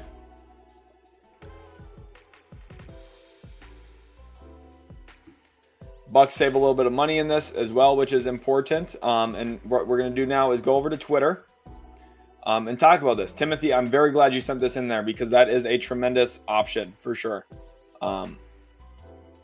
Here is some news. Kevin Durant smoke to the Warriors is very real per Sam Amick. There were moments last night where I thought it was actually going to happen. Okay, so we are going to watch for that for sure.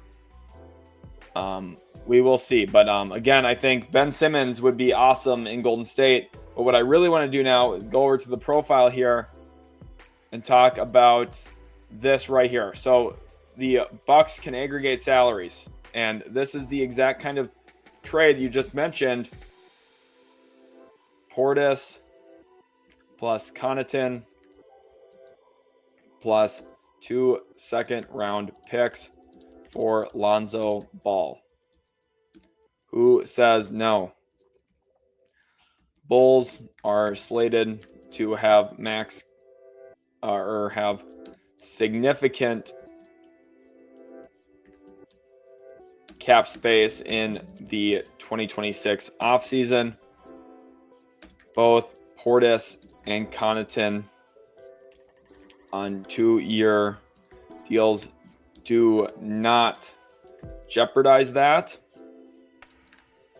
2 seconds for Lonzo. Bucks land an awesome mesh player who fits.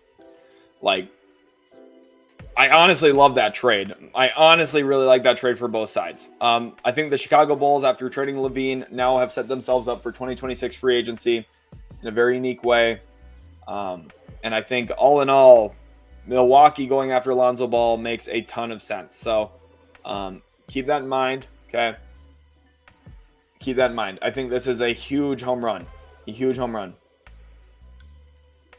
Again, talking about Chicago media, if the Bulls re-sign him, they re-sign him. But if they can do something like this and get draft capital, I think they'll be better long-term. So Jason says, what's your stream like when it's not trade deadline? So during the non-trade, so it depends. I'm looking to stream more frequently. Sometimes I do just, I've streamed a couple of times over a couple of different things, or obviously just news if something is important happening.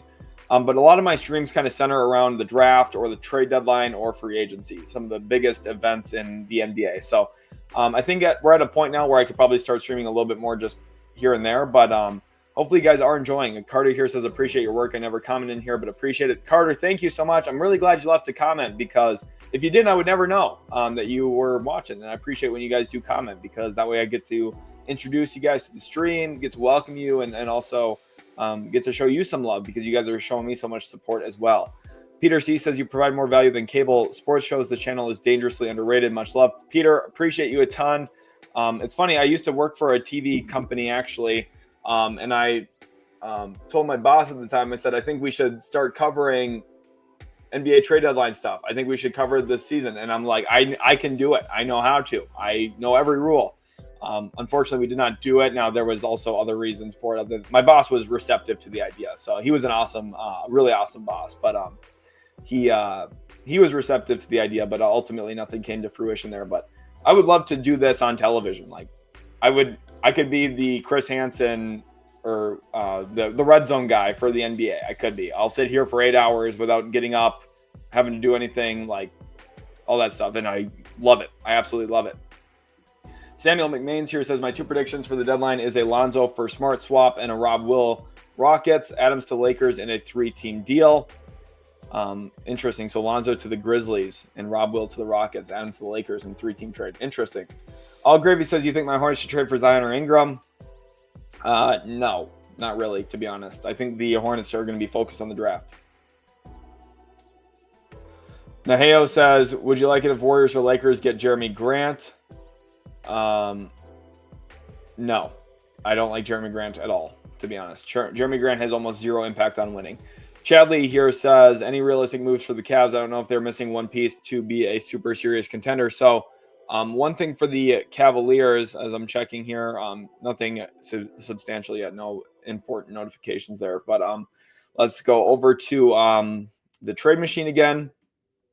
The one thing that Cleveland is talking about, is at least rumored to be discussing internally, is a trade for Atlanta Hawks DeAndre Hunter. Hunter to Cleveland. In this deal would be Caris LeVert. You could also factor in Jalen Tyson as a rookie who they just took in the first round. Cavaliers have their 2031 first-round pick to trade. Something like this could be a pretty significant win-now addition at the deadline. So, and this would work within the aprons as well. So this kind of trade is one where Cleveland could make a pretty substantial upgrade to their roster. Hunter's under long-term team control, whereas Caris LeVert is not. And for Atlanta specifically here too, you get a former first-round pick who can be like this wing off-the-catch player, and you get LeVert too, who, is expiring salary. So this offers Hawks cap flexibility moving forward, and you get a first-round pick. I think this is a pretty good trade for both sides, all things considered. Nick says, embarrassing move by the Bucks. Obviously, a lot of Bucks fans are disappointed seeing seeing Khris Middleton go and especially go in a trade that isn't for a real star. Sheldon, you're hilarious here. That's actually so funny. That's an A-tier comment. Julio Escobar says Pistons just acquired more seconds. I think they're going to try to trade for Lonzo. I definitely think that they could be another Lonzo Ball team, of course. We've talked about them quite a bit. They still have a cap space option. They could still work with cap space here to make something happen. They do have, if you look at their exceptions here, they have their non-taxpayer mid-level. So they do have the optionality to fit KJ Martin into that. And when it comes to a trade for Lonzo Ball with the Chicago Bulls, Lonzo to Detroit, what we're going to do is send Simone Fontecchio to Chicago. And then financially, this already works. And then we're going to do second rounder here in 2027. And if you really want it, one more second round pick, whatever. Bulls get a huge collection of draft capital in terms of second rounders, 3 of them. Detroit gets better. They get a good player in Lonzo Ball. So appreciate you guys a lot. Mason says, if people aren't subscribed, what are you doing? The best NBA content by far, on the money with his draft content and trade analysis. Mason, thank you so much. I really do appreciate you a lot. George here says, Pacers fan here, Mathurin just doesn't make sense for our future. What are some realistic returns for him? A 3-and-D prospect and pick would work for me. Risa Shea, Koulibaly types, but that would be lucky. I honestly just think that I just don't think Mathurin gets traded. I completely get what you're saying here, and I know there's a lot of reported interest around the league. I just think it would be kind of a mistake for Indiana to trade him right now. I think the best bet long-term for Indiana is to trade him with other salary. Ozzy D, thank you for the $2 super chat. Let's get some W's in the chat for Ozzy. He's an absolute beast. I'm going to throw in some confetti here too for you, Ozzy. You're an absolute legend. Available shot creators for the Mavs wish list. Kevin Durant. Kevin Durant's the available shot creator.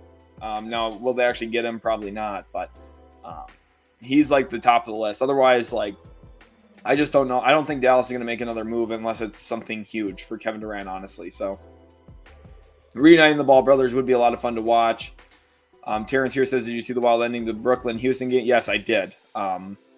D'Angelo Russell's got ice in his veins.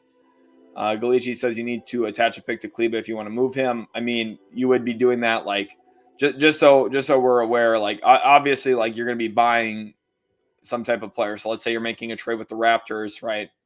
Maxi Kleber, who has an $11 million salary. If you're trading for Boucher, which financially this works, you do a second round pick here like this. There you go. It's salary and a second rounder for Boucher. Something like that, I think, in theory, makes sense. So, Couchin here says, nice, 700 plus likes. Let's keep it up, guys. Let me check the likes right now. I have not checked them for a while. 742 likes. You guys are absolutely killing it right now. I really do appreciate you guys a ton. I hope you're having a lot of fun here today. The support on the channel has been incredible. Honestly, just really, really great. So I'm super thankful for you guys. Just absolutely killing it today. In the chat, in the comment section, you guys are superstars, honestly. Can't do it without you guys. So I really do appreciate you all a ton. Thank you all so much for the support here on the channel. Regulator here says, haven't heard much about Knicks, but Sporting News posted they were interested in Hornets Josh Green. Thoughts? A trade there financially does work. And I think Hornets fans would be probably somewhat receptive to this too. The overall framework of a deal now. Hornets fans also probably don't want a whole bunch of guys who keep getting hurt. So I don't know, maybe they wouldn't be. But Josh Green financially does work into the contract slot that is Mitchell Robinson. Otherwise, what we could do is involve a third team. And again, I think this is one where this 3-team composition does make a lot of sense. Mitchell Robinson to Los Angeles. And in this deal, we could send either Gabe Vincent, which I think is the one that makes the most sense, to Charlotte. And then these teams load in second round capital to Charlotte. So you're looking at 1, 2, and a third second round pick to the Hornets for Josh Green, which I think all in all is a pretty good deal. Again, the salary here stipulations, this is very easily fixable, by the way. This is just go over to the Lakers, grab Christian Wood, send him to the Hornets as well. And now we have a done deal. 282,000 is crazy, by the way. That's the difference in the money right now. So Cam Reddish too, whatever. Like, get him out. Utah, right? Some other team could get involved in this too, but something like this. Hornets taking some money, but they get 3 second-round picks. Salaries go out. Lakers open up flexibility too to fill out their roster a bit. They get a big man, and the Knicks get Josh Green. This is kind of the idea, right, for it. Nappy here says, what if Lakers do a Hail Mary move to get one more championship by moving 3 to 4 players for KD, Bron plus Durant plus Luka? I don't think that's the most optimal way for them to build their team. B-Max here says, here's a brain teaser, best trade for the Jazz to move PJ Tucker. Again, this is going to be some kind of salary dump. One that I think makes some sense to me if you're looking at teams. Honestly, here we go. Here's an expansion. So this is a great. So I've been talking about Gabe Vincent, and I've been talking about these guys to the Nets for a trade for the Lakers, right? For Nick Claxton. Well, I've already been talking about how the Nets wouldn't really want Gabe Vincent's salary the year after. So let's just send Gabe Vincent his $11 million salary to the Jazz for PJ Tucker's $11.5 million salary to the Nets, and we'll include in this deal, of course, Rui Hachimura also to the Nets. Throw in a second-round pick first here to the Nets, and we'll do this time a pick swap. Nets choice here, and then the Nets will give up a second-round pick this year. This one to the not to the Lakers, to the Jazz to eat Gabe Vincent. So something like this would make some sense. This is a way that the Jazz could get involved. Now, we would want to financially make a couple of tweaks or have the Nets salary dump someone else, which is, again, very easily possible, by the way. Like, if we go to the Nets here and we include – now, they might not want to do one of those young guys, but like Dariq Whitehead even could be on the way out to Utah. Something like this financially works, and then that way the Nets have tax space as well. So interesting propositions, interesting ways for everything to go. Sheldon here says, thank you everyone for saying these nice things about me. Wow, that's funny. Me and Sheldon here obviously share a name, so that's honestly another A-tier comment. Sheldon's coming in with the heat today in the comment section. Really do appreciate you guys a ton. Hopefully you're enjoying the stream overall here. Oh my gosh, trade. We have a trade over on Twitter. We got to go over to Twitter right now. This is the player I've talked about quite a bit being possibly traded. Oh my goodness. You guys are absolutely killing it. Thanks for all the support. We're going over to Sham Sharania. The Boston Celtics are trading Jaden Springer and their 2030 second-round pick to the Houston Rockets. Both teams are also exchanging heavily protected second-rounders.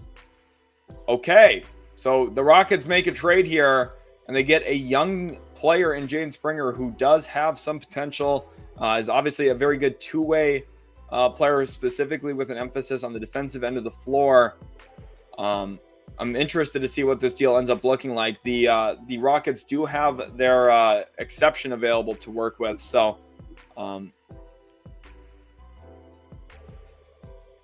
this is a notable salary dump. It looks like this move will save Boston more than $10 million against the tax, I believe. So that's a pretty significant savings for Boston. Jaden Springer just hasn't had a role. I talked about Springer being one of their most likely trade chips, one of their most likely trade pieces. And we have a trade. So Jaden Springer getting moved obviously is a quite big deal. Wow. Let me grab this quick. Very important trade, a somewhat important trade at least. Jaden Springer has been moved. The Houston Rockets, I think, do pretty well in this, honestly. All things considered, I think the Celtics should be quite happy saving a lot of money here, and the Rockets should be happy getting a young player and a second-round draft pick. It's a pretty big win for them. I'm going to update the thumbnail here now. Again, a lot of craziness has happened here in the NBA over the last 2 hours even. Over the last 2 hours, it's been busy. We had the Kyle Kuzma, Khris Middleton trade, and now Jaden Springer gets traded from Boston to Houston. So with me trying to update the thumbnail here. I hope you guys are enjoying the stream so far. A lot of craziness has happened. Jaden Springer finding his way to Houston. The Rockets have been looking for little upside bets on guys that they can get for relatively cheap or free. They did this similar thing with AJ Griffin in the offseason. Now, unfortunately, that one just did not pan out for Boston, or for Houston, excuse me. But nonetheless, it's a pretty smart deal here for the Rockets. They're eating some salary, getting a second-round pick out of the deal too.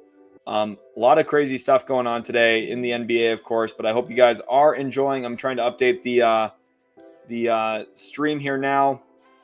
Jaden Springer has been dealt. So Jaden Springer finds himself now in Houston, and the Boston Celtics changed the league up a little bit here with this trade. So Boston Celtics, I'm trying to get this into the comments or into the description here as well. I'm updating the description with every trade. Boston Celtics trade Jaden Springer and a 2030 second round pick to the Houston Rockets. Let me know what your guys' thoughts are on this trade in the comment section. Again, I hope you guys all are enjoying. Over 2,000 people watching live. I'm going to catch up to some of these newer comments with this trade in mind. But wow, pretty important stuff here. I really do appreciate you guys a ton. Eric, thank you for the $2 super chat. He says, what else do you think the Spurs do at the deadline this year? Cam Johnson is the player that they will look to try and get involved with. That is kind of what they're looking for here. But trade, yes, we have a Shams bomb.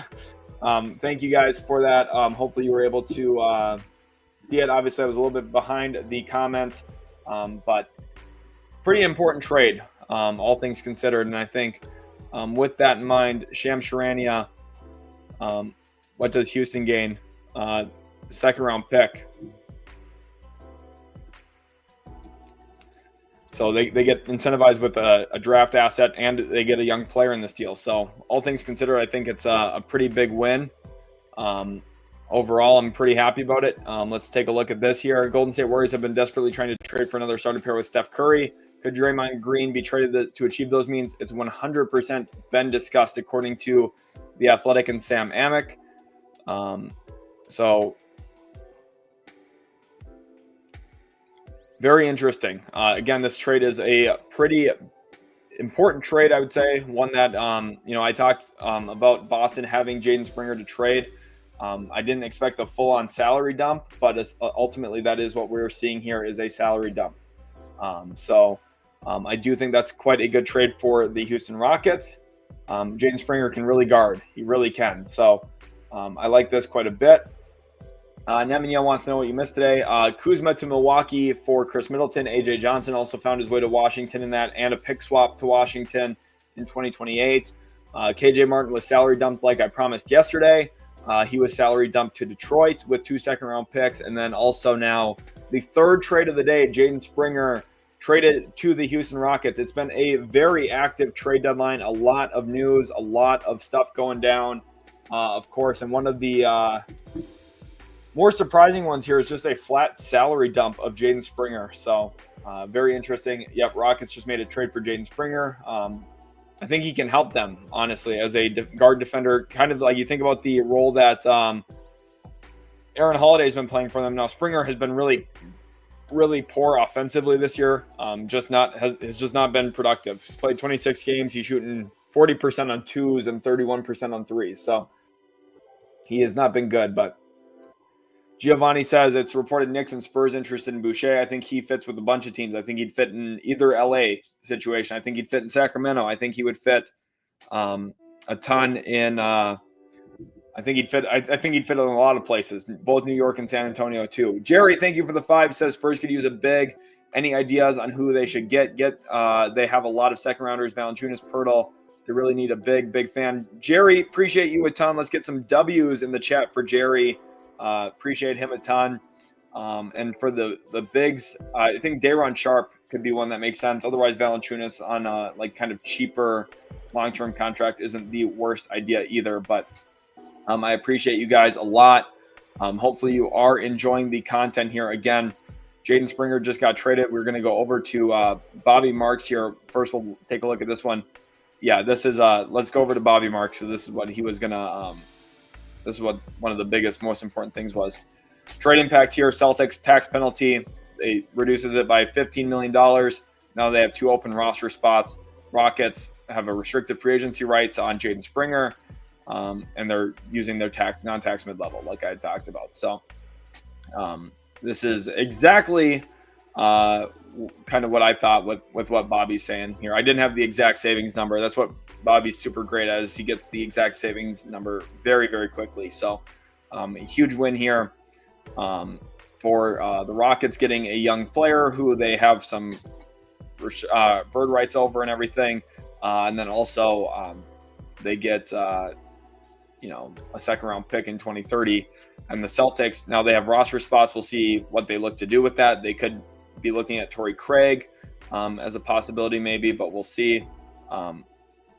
Obviously, a lot of stuff going on. But hopefully you guys are enjoying the stream so far. We're at almost 3,600 followers on Twitter. I think we could get there right now. Honestly, if everyone who's watching right now went over to Twitter and hit that follow button, we would grow exponentially on Twitter. So what I'm going to do here, just for the next couple minutes, if you guys follow, I'm going to show your profile. I'm even going to click into your profile, just like Jeff Martin here. Shout out to Jeff. Appreciate you, Jeff, a ton. Thank you for that. Thank you to Jordan for the follow as well. Appreciate you, Jordan. You're an absolute legend. I appreciate you guys all so much. Appreciate you, Metal Snake, as well. Thank you all so much for the follow. So go follow over there. I'll show off your profile on stream here for a second. Best destination for Draymond if he gets traded is Phoenix. In my opinion, love seeing those W's for Jerry pop in. Francisco says, I love the content, man. Love it. Appreciate you guys. All super awesome. Some of the best ways to support me. If you're not able to super chat, which again, no pressure to do that. They're obviously very much appreciated, but no pressure. I think when it comes to supporting the channel, subscribing to the channel itself is the very first step. Otherwise, leaving a like on the stream lets me know I'm doing a good job. Subscribing to the free Substack, links in the description, or following on Twitter. Those are like the 4 main components. So I appreciate you guys a ton. Flavrab, thank you for the follow. Shout out to you. Shout out to Larry for the follow. Shout out to Nicholas for the follow with the Dwayne Wade banner. That's pretty heat.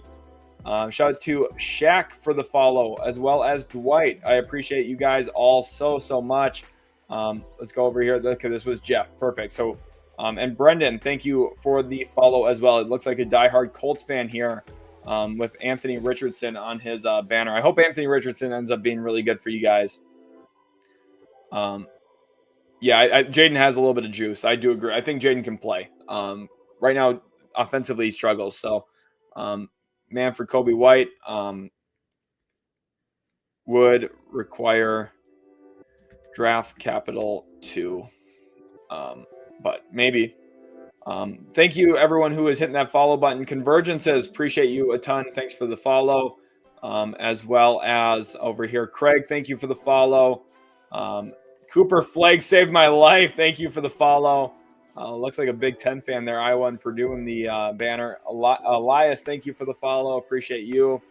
As well as John Tahini, thank you for the follow. You guys are all super awesome. I really do appreciate you guys a ton. So thank you all so much for your continued support here at Utility Sports. You guys are absolutely killing it. Celtics are saving money. That's really what it comes down to here for Boston. So I think that's the biggest thing. Wake Up says we need to see Ball to Detroit. Definitely a real possibility. Eric says you and Slightly Biased got a link up on a chat. He's a massive Mavs fan as well. You guys got to tag these people and tell them to hit me up because I would be willing to jump on and talk sports. Roof, thanks for the follow. I'll click into your profile quick too. Roof, thank you for the follow, as well as Lansing. Thank you for the follow as well. Got the Eagles. I'm sure you're excited for Sunday this week. We'll see. Do you guys think the Chiefs get a three-peat, or do you think or do you think the Eagles top Patrick Mahomes and company? I'm curious what you guys think. Cash Out Isaiah says, I'm curious where Draymond's best landing spots could be if he were dealt by the deadline. Either the Lakers or the Suns. Those are the top 2, in my opinion. Appreciate you guys all so very much. Let's refresh here or see if we have some more notifications popping up because I know you guys are all hitting that follow button right now. I appreciate you a ton. So thank you all very much for all the support. Obviously, you guys have been absolutely killing it. Really do appreciate you guys a ton. Honestly, we're getting super close to 3,600 followers. Also, for a second here, I'm going to go put up the YouTube live counter, and we'll see how we're doing in that department. How are we growing over here?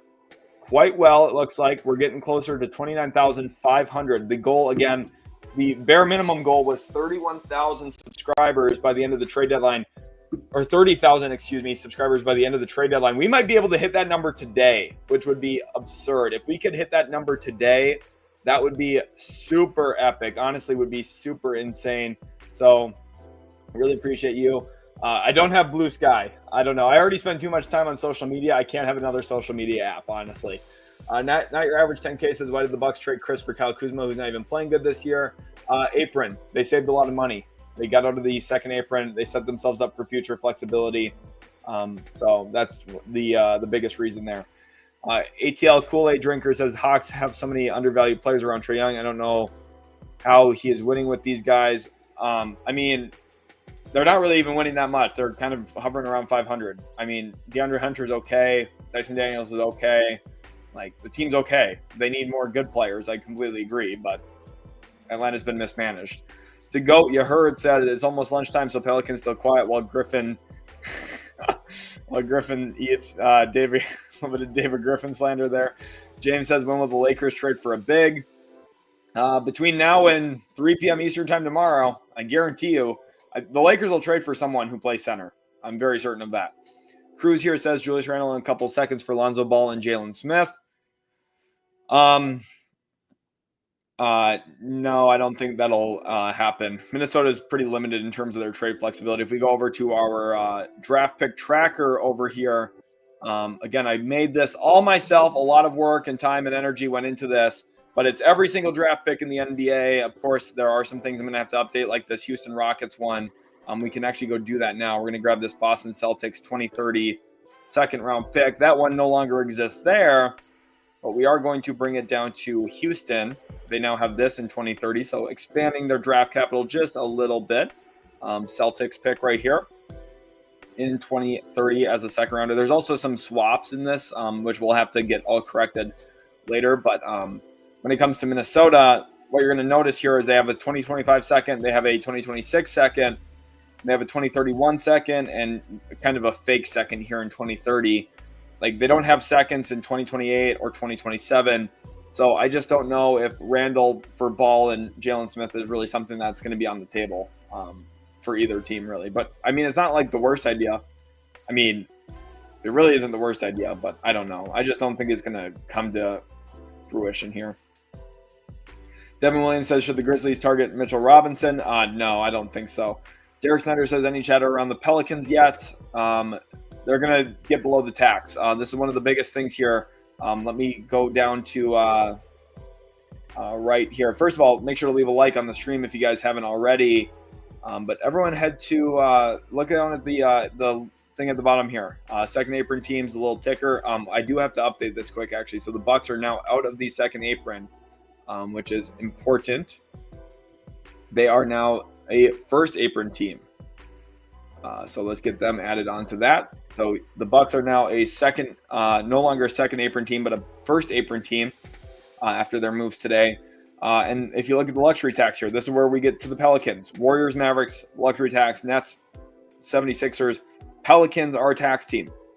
If the Pelicans were to make history and for the first time ever in their franchise history pay the tax, that would be completely shocking with how bad they've been this season. So the Pelicans will dump salary one way or another. They'll trade someone somewhere.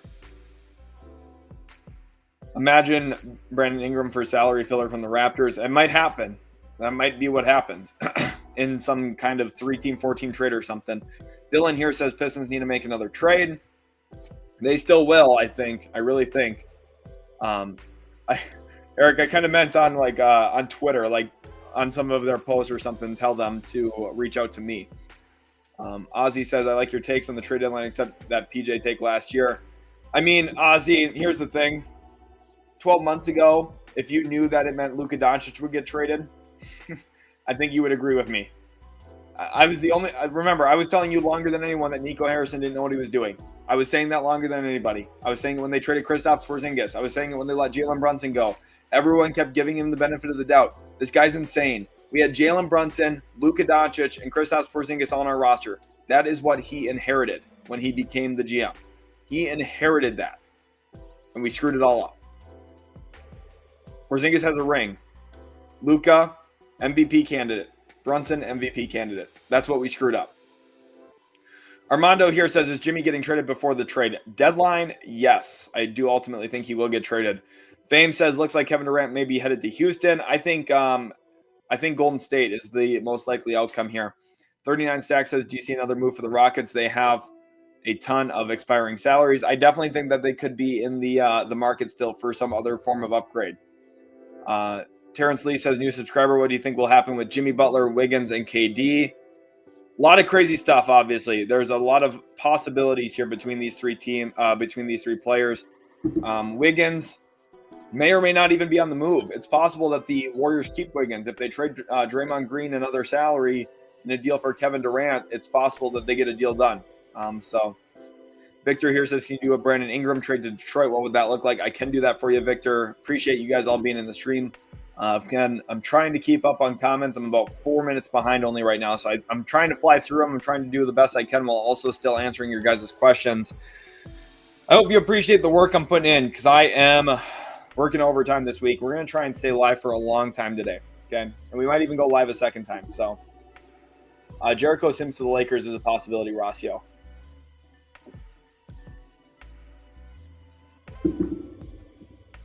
This is a possibility. But back to Victor here. Ingram. So the Pistons have this mid-level exception, which is probably what they're going to use ultimately. But it kind of puts them on the clock to get a trade done here pretty soon for their cap space. Like they have 24 hours basically to get a deal done. So not like they have 27 hours technically, but you know what I mean. Like they need to get a deal finalized here pretty soon. And a deal like this, I think, makes a lot of sense. You look at the fact that the Pistons have this Raptors second rounder, they have this second rounder, they have this second rounder, and then they have a possibly valuable Milwaukee second rounder in 2029. You're looking at Hardaway Jr., Simone Fontecchio, and 4 second-round picks to New Orleans. The Pelicans, like I promised, look at that. They get out of the tax. They save a ton of money here, $12 million. Pistons use their cap space. They eat contracts, or they use some of their smaller contracts to eat a big contract for a player that is expendable in Brandon Ingram. So, that's kind of what I think could happen here.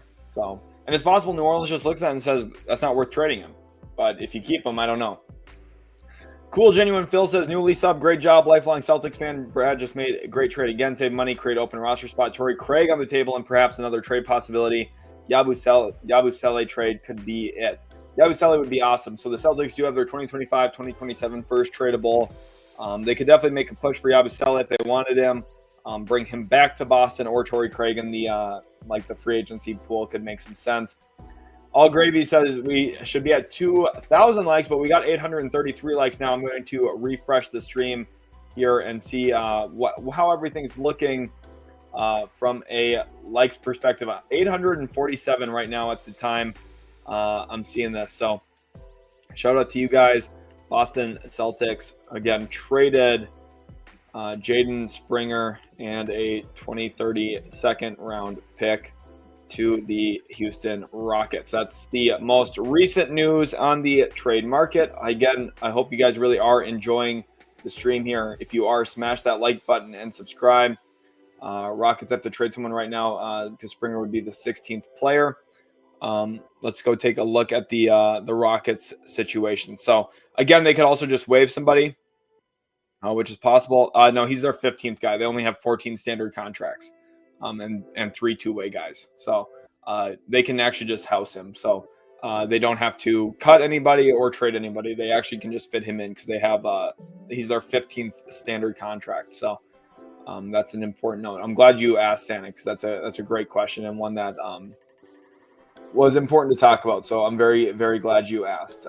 Let's get the trades updated here.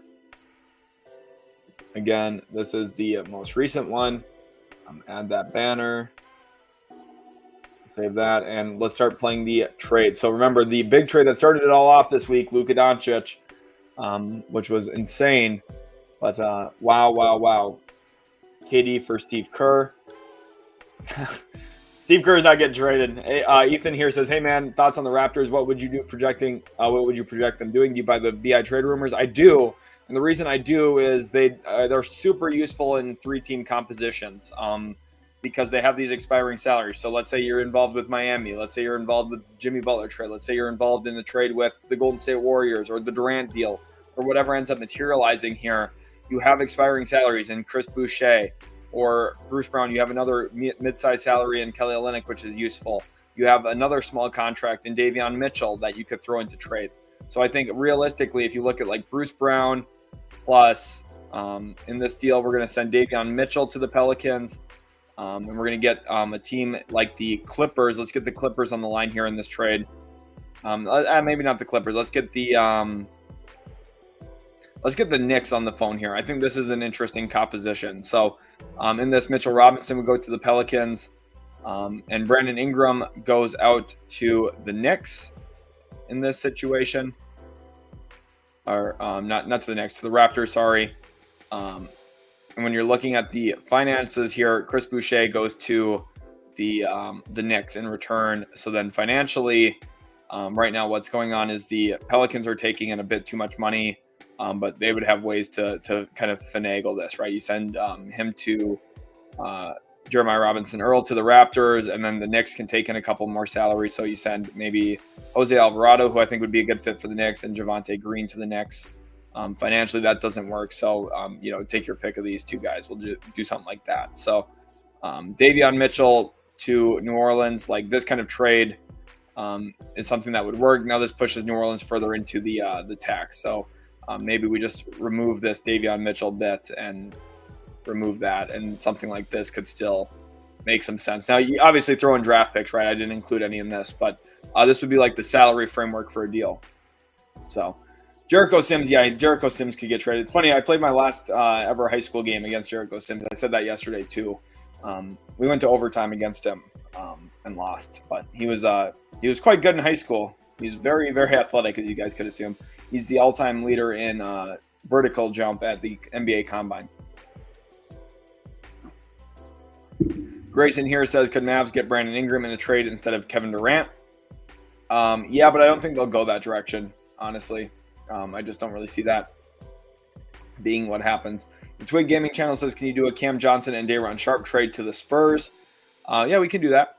Again, I think that's a pretty good package, and one that I think does make some sense for both sides in terms of the draft capital that Brooklyn will get for that. So Keldon Johnson to the Nets, and in this one we'll do Blake Wesley to the Nets. And for the return, Cam Johnson plus Day'Ron Sharpe. Now, financially, you're looking at the difference here and you realize, okay, it's like $4 million. Well, Malachi Branham fits pretty good into that. Pick-wise, we'll do 1 and 2. 2 first-round picks. Both of them this year, both of them potentially very solid picks.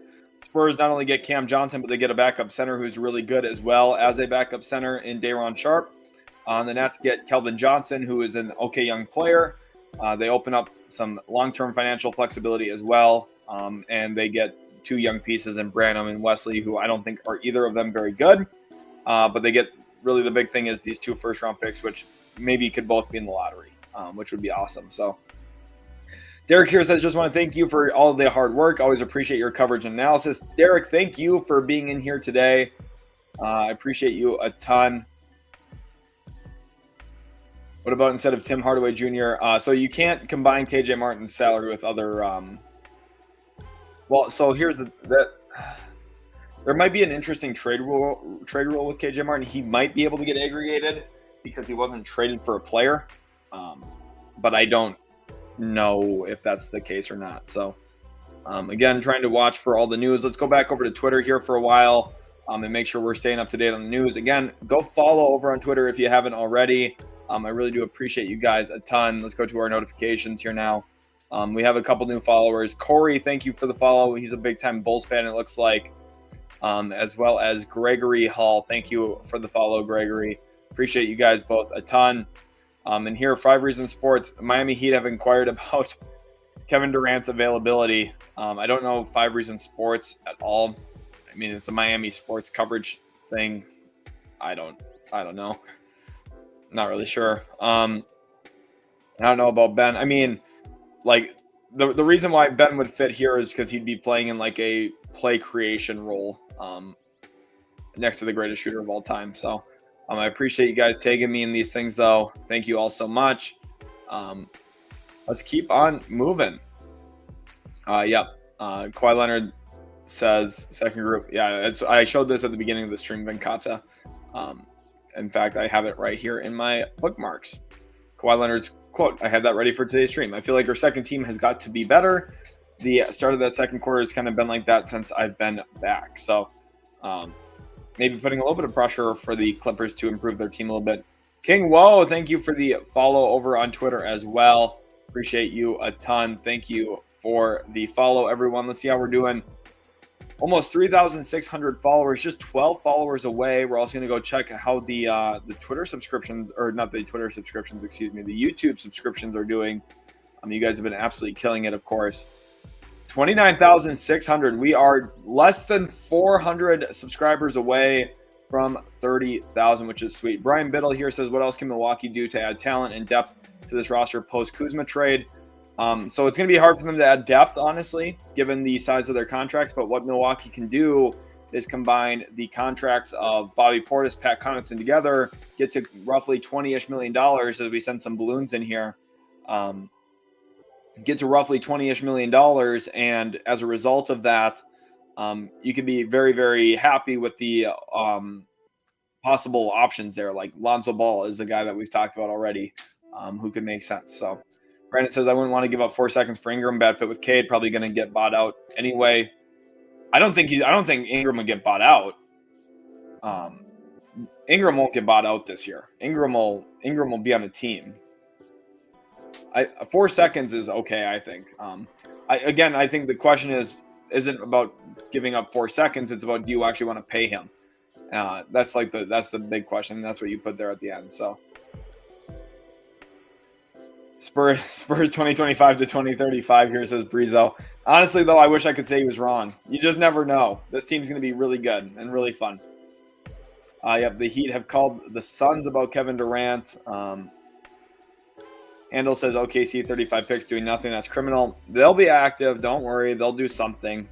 That's just not going to be what we all think typically it is. Like, everyone's going to pin them as the Cam Johnson team. I don't, they still could, but I don't think that's going to be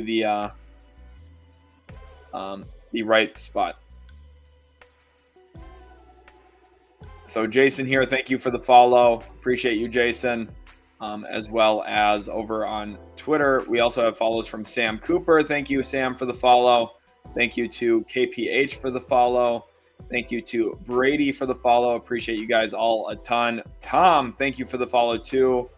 You guys are all absolute legends. 503's best. Thank you for the follow as well, which I love to see. A lot of just honestly great people hitting the follow button, being a part of a great community here.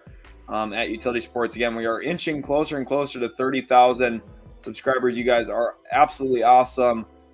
What a week it's been, huh? What a fun week of the trade deadline. K-Dog here says, do you think Charlotte will trade Miles Bridges or Mark Williams to the Pelicans for Brandon Ingram? Definitely not Mark Williams.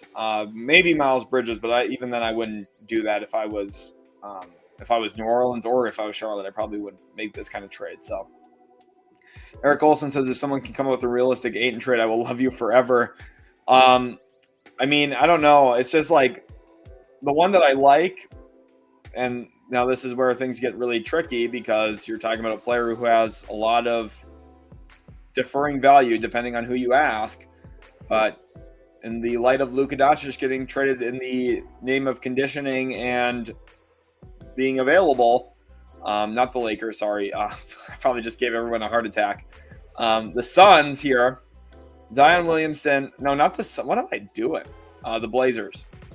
Zion Williamson to the Blazers for DeAndre Ayton. And the Blazers give up a 2031 swap option and a 2020. So they have a 2029 first as well that they can trade. So we're going to do something like that. Who says no? Blazers fans will say them because they've been winning games now. But, I mean, Zion is just a better player than DeAndre Ayton. So, I don't know. I don't think Zion's going to get traded, to be honest. So, we'll see. KD for Mikal Bridges and 4 second-round picks. No, I don't even think the Knicks would do that. D. Brown says, salute to everyone in the chat. Appreciate you guys. W chat for everyone in here. June says, hello, guys. Thanks for the stream. Listen from France. Very interesting. What about Philly and Embiid? Some trades useful for you. So for Embiid specifically, when we go over to the Philadelphia, and this is why we haven't really talked about him for trade, you'll see he just recently signed his extension. So when we look at his contract here in this situation, he's got his veteran extension, so he's not trade eligible this year. So he will not get traded. Embiid won't get traded this year. But June, thank you for the question. It was a really good one. And I'm glad to have you guys here for that. Boss takes charge, says, I'm Gregory Hall. Greg, glad to have you in here, my man. Brendan says, any meat pipe yet? We haven't gotten any in there yet. Let's send some meat pipe now. We got to get some meat pipe. That's been a utility sports staple, and the OGs will know. If you know, you know. That's been an OG thing here on the channel. The original Snap says, who are the best center options for a team like Rockets or Lakers could look to acquire? Robert Williams III makes sense for both. Nick Claxton makes sense for the Lakers. Jonas Valanciunas maybe makes a little bit of sense for the Lakers, although I don't love that for them. I just think for LA, like Day'Ron Sharpe could make sense. There's obviously a few other options too. Andre Drummond, maybe in like a really cheap deal, could be a possibility. Jakob Poeltl, although I don't, again, love that for LA as much, given what I think it will cost to trade for him. Goga Bitadze would be really good for the Lakers. So, Handel says you dump Morey, Nurse, then Paul George, then the minute possible trade the bum 21. I mean, we'll see. Philly's not going to do any of that, I don't think, but they're kind of headed toward a questionable spot right now. Hopefully you guys all are enjoying the content. D Brown says smash that like button. You guys heard him. Scuba Steve says Lakers trade for Jakob, Mitchell, and Ochai Agbaji. We can look at that as a possibility. Let's go over to Toronto. Poeltl. So you want Poeltl, Mitchell, and Ochai Agbaji all in one deal. I mean, this would help the defense a lot for LA. It really would. We'll center around Hachimura's contract. We'll throw Gabe Vincent's contract in.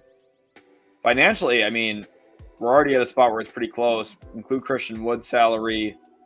For the picks, you get this 2031 first, and you get this 2030 swap option. It's not insane. I mean, listen, I'm not a huge Poeltl guy. Poeltl's okay. I think Poeltl's like probably the 16th to 18th best center. But okay. Davion Mitchell, Ochai Agbaji, I think would both be good additions for LA. So would not hate that as well. The Lakers will add a center at some point. They'll add a center some way, some form for sure. Not sure what caliber, but again, I prefer Nick Claxton. Marky Slade says they good. I follow them. Okay. Good to know. Homanch here says, should Philly start the process all over again and trade their big three? They can't trade Paul George, basically, and Embiid's not tradable either. So, Batalio says, I like the idea of Sexton to Houston if we do anything else. I don't think Houston will be in the market for that, though, unfortunately. $36 million says Brandon Ingram is staying. Very possible. Comment, nevertheless, no way Yabu will move. It wouldn't be a smart move because of his impact on the team. It would be disrespect considering the career risk he takes to return to the NBA. Ultimately, I do think Yabusele is probably going to stay in Philly. I think all of the Sixers moves point to them wanting to keep Yabusele, but if they got a first-round pick for him, I think they'd consider. Terrence Popovich says the cap rules make it very hard to build a contender. It does stop super teams from being made in free agency. Yeah, exactly like what we were talking about earlier. Dutchington here says, I think Rockets get rid of Eason or something with the Springer move. They're not getting rid of Tari Eason. We need shooting, so why add more defense unless we're about to package someone? The reason that you did that is you got a draft pick to eat the contract. So, worked out pretty good. Or, you got a 2030 draft pick. Adam Perry says, in your mind, what is an acceptable contract for Ingram from the Pistons or somebody else? What DeJounte Murray signed, $30 million a year. More than that, you're going to run into issues. Jeremy Grant's contract, and that shows you how bad Jeremy Grant's contract is. If here's the thing, if Brandon Ingram is making $38 million a year, going forward, $42 million, like the team he's playing for is not going to be super good. So, $30 million flat a year is what I would be like super comfortable with, honestly. Markieff here says Jimmy, Jovic, Terry, Jaime, a Miami condo for Durant. I don't know how good the Heat would be if they did all that. Their depth would be pretty questioned at that point. But Ricky says Daniel the Fleece, Danny the Fleece Ainge is ready to abuse the league's GMs. I mean, he's already been off to that for a while. He continues to make smart moves. He got the Suns 2031 first for basically free. 718 Fresh says Luka, ball hog, hurt Brunson. I mean, Brunson was also just not at that caliber yet. I think he is starting to become that player, and then ultimately got the opportunity in New York to be that guy. Desmond, glad you guys are in here still. Turtle Master says, what can the Hornets get for Micic and Cody Martin? I don't think you're going to get anything valuable for Micic, but for Cody Martin, you can get a second-round pick, probably. Maybe two, depending on the trade. Zeph Mullet says, what win now move do you think the Spurs could make? Trade for Cam Johnson or Day'Ron Sharpe or both with Brooklyn. Armando here says, can the Lakers land Kevin Durant via trade? No,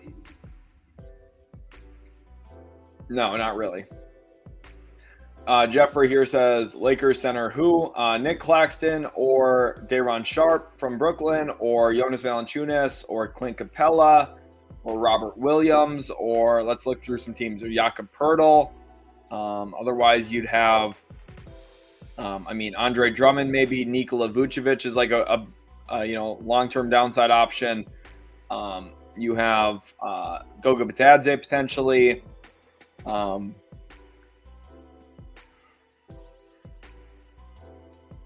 Mitchell Robinson, in theory.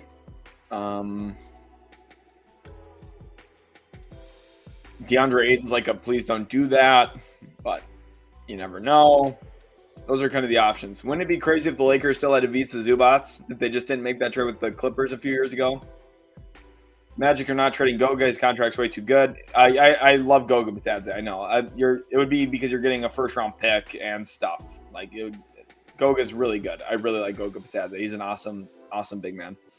He says the Dallas Mavericks should trade for Vucevic. Dallas isn't looking for a big man.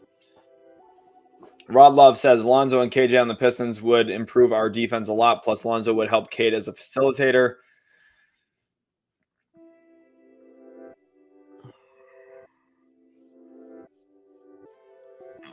Yeah, I think Lonzo next to Cade Cunningham is pretty fun. So, Lakers trade for Claxton and Sharpe. I mean, maybe. I would love to push for that. 718 Fresh saying Knicks not trading Mitchell Robinson. They might not. Again, we're talking through possibilities. I've not at one point or another said that the Knicks will definitively trade Mitchell Robinson. I've not said that. So hopefully you guys are listening. Zahi said, do you think that the Lakers should trade for Jonas Valanciunas? I mean, if they can't get anybody else, probably use their second round pick this year to do it. But I don't know. It's just I think Jackson Hayes is going to be at least okay enough as a backup center. So it's I don't know. Jonas Valanciunas is just an awful roll man. He doesn't roll fast. He's not athletic. He doesn't catch lobs. I don't know. He just sets good screens. That's all he does. But he doesn't even roll off of them, so it doesn't even matter. You should just every time Jonas Valanciunas screens, you should just blitz the ball because he doesn't roll. He doesn't slip. He's too slow. It's awful actually to watch. It's really painful. Brandon S. says, I don't even see the Pistons trying to get better this year. Just going to make your cap situation worse long term if you're good enough for Cade to get third-team All-NBA extra $8 million a year. I mean, it depends on who they're going after. Like, Cam Johnson is someone who's a cost-controlled contract because he's already, he's got 2 more years after this year left. So I wouldn't say completely rule out getting better this year. It's just, again, part of the issue with trying to get better for, Brandon Ingram is – his contract is awful. And that's, for people wondering why the Cam Johnson situation's so good, look at the contract the Nets have gotten these guys on. Look at how cheap, right? This is a cheap contract overall for Brooklyn with how good he is. And then if we look at Nick Claxton, people are going to see that $27.5 million and they're going to freak out, but it's descending. Contract gets smaller for Nick Claxton. So this stuff is great. The deal is fantastic. So Jimmy Jam wants to know my tag on Twitter. It's @_utility sports. And you'll see that pretty blue logo that you see up in the top right of your screen right now. That'll pop up for you. Vertex here says, what are the Hornets going to do with a second? Those are useless. Draymond Green was a second-round pick. So Herb Jones was a second-round pick. Nick Claxton, who I have raved about over and over again, was a second-round pick. Second-round picks are not useless. Second-round picks are very, very useful. If you have a team that knows what the hell they're doing, second-round picks are awesome. Jalen Wells might finish in the top 3 of Rookie of the Year voting this year for Memphis. He was a second-round pick this year. Hailstone says, have you talked about the Cavs much? I have a little bit more today than on the other days. Cleveland's hard to kind of predict who they would, if they're going to go and actually make a move. But the rumored interest in DeAndre Hunter has me kind of thinking something like Karis LeVert plus Jalen Tyson, plus a 2031 first, and maybe this has some kind of protection on it, right? We'll just do that for now. Something like this kind of deal is one that financially works for both sides. The Hawks get a young player who was just a first-round pick out of Cal this year, and Jalen Tyson, even though I wasn't super high on Tyson, there is some talent to work with here. I think would fit pretty well off of Trae Young.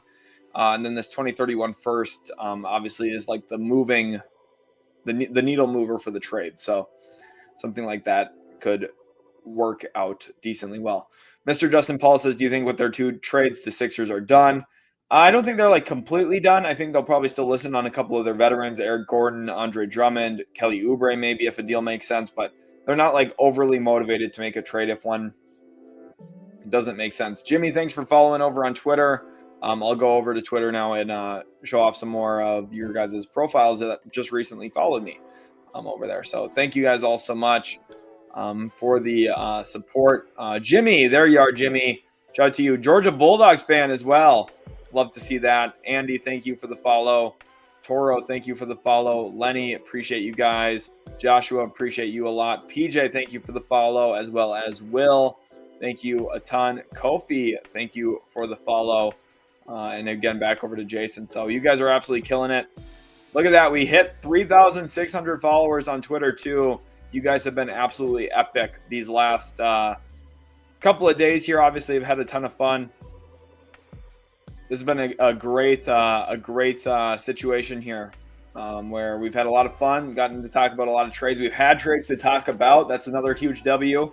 The Clays, if Mavs so into throwing the future away to win now, why isn't Lively's name coming up? I'm sure they could get a really good win now player for him.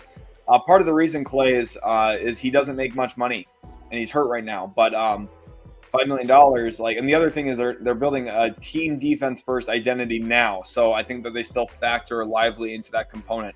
Basically, their win now approach is more so a bet against Luka Doncic than it is just trying to win now. It's basically saying that they don't think Luka Doncic over the next 5 years is going to be that great, and I think they're wrong. But Six Sides here says Magic should just go after Vucevic. Would be perfect for the young guys.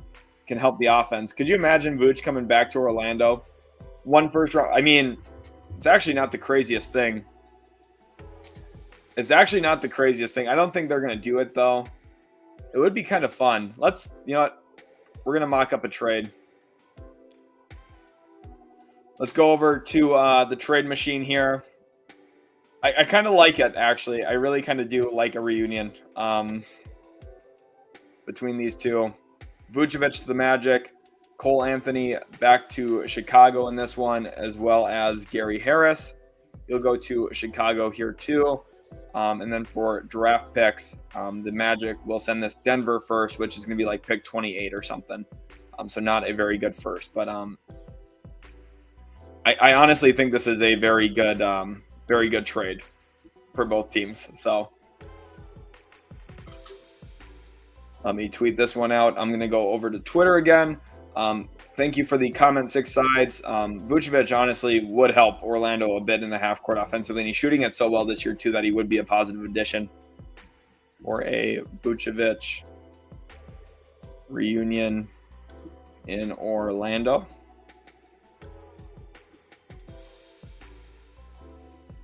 Definitely interesting. Definitely an interesting situation, but hopefully you guys all are enjoying the stream. Really do appreciate you guys. Reek, thank you for the follow over there as well. No reason to be a sad Lakers fan anymore, Reek. You've got kind of a reason to be a sad Falcons fan, but no reason to be a sad Lakers fan. You guys should be extremely happy. Let me know what you think about a Vucevic reunion in Orlando.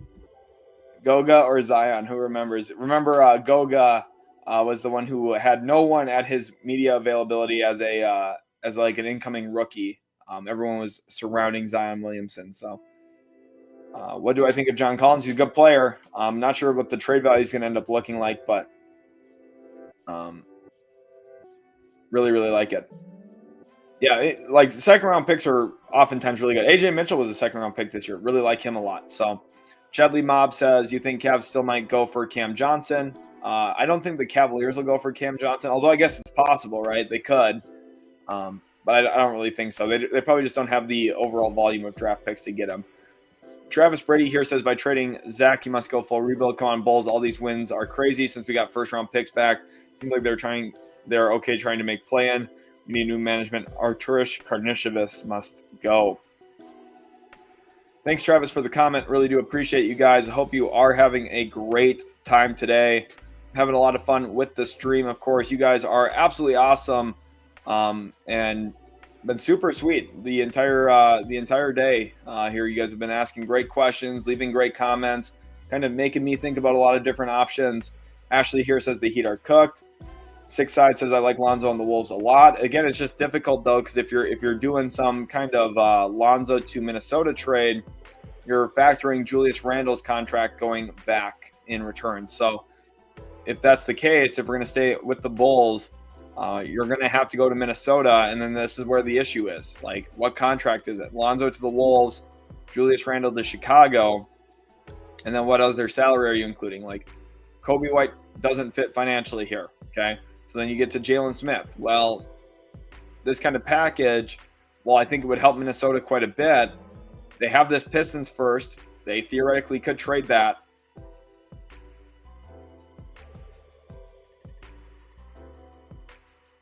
I mean, I don't know. Is that worth a first? Like, Julius Randle's not a bad player. Like, so maybe we don't do the first. Let's do this Utah second. That's going to be in the top 35. Let's do this Grizzlies second. Let's do this 2029 second. A couple of second round picks. They get off of I don't know. This opens up the ability for Naz Reid to start. I think that's like the biggest positive here. What do you guys think? What do you guys think? Let me know in the comment section below what you guys think right now. Obviously, a lot of possibilities here. A lot of stuff that can happen at the trade deadline. We're just trying to think of some possibilities.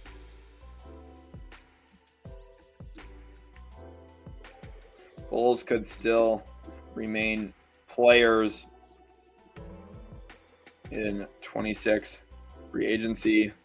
Wolves save a bit of money in this deal and allow Naz Reid to become a full-time starter with Lonzo and Jalen Smith off the bench.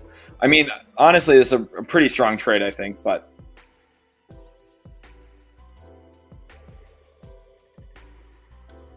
we'll see what ultimately happens here. Obviously, a lot of crazy stuff could go down, but I really hope you guys are enjoying the stream so far. A lot of crazy stuff, of course, can happen, but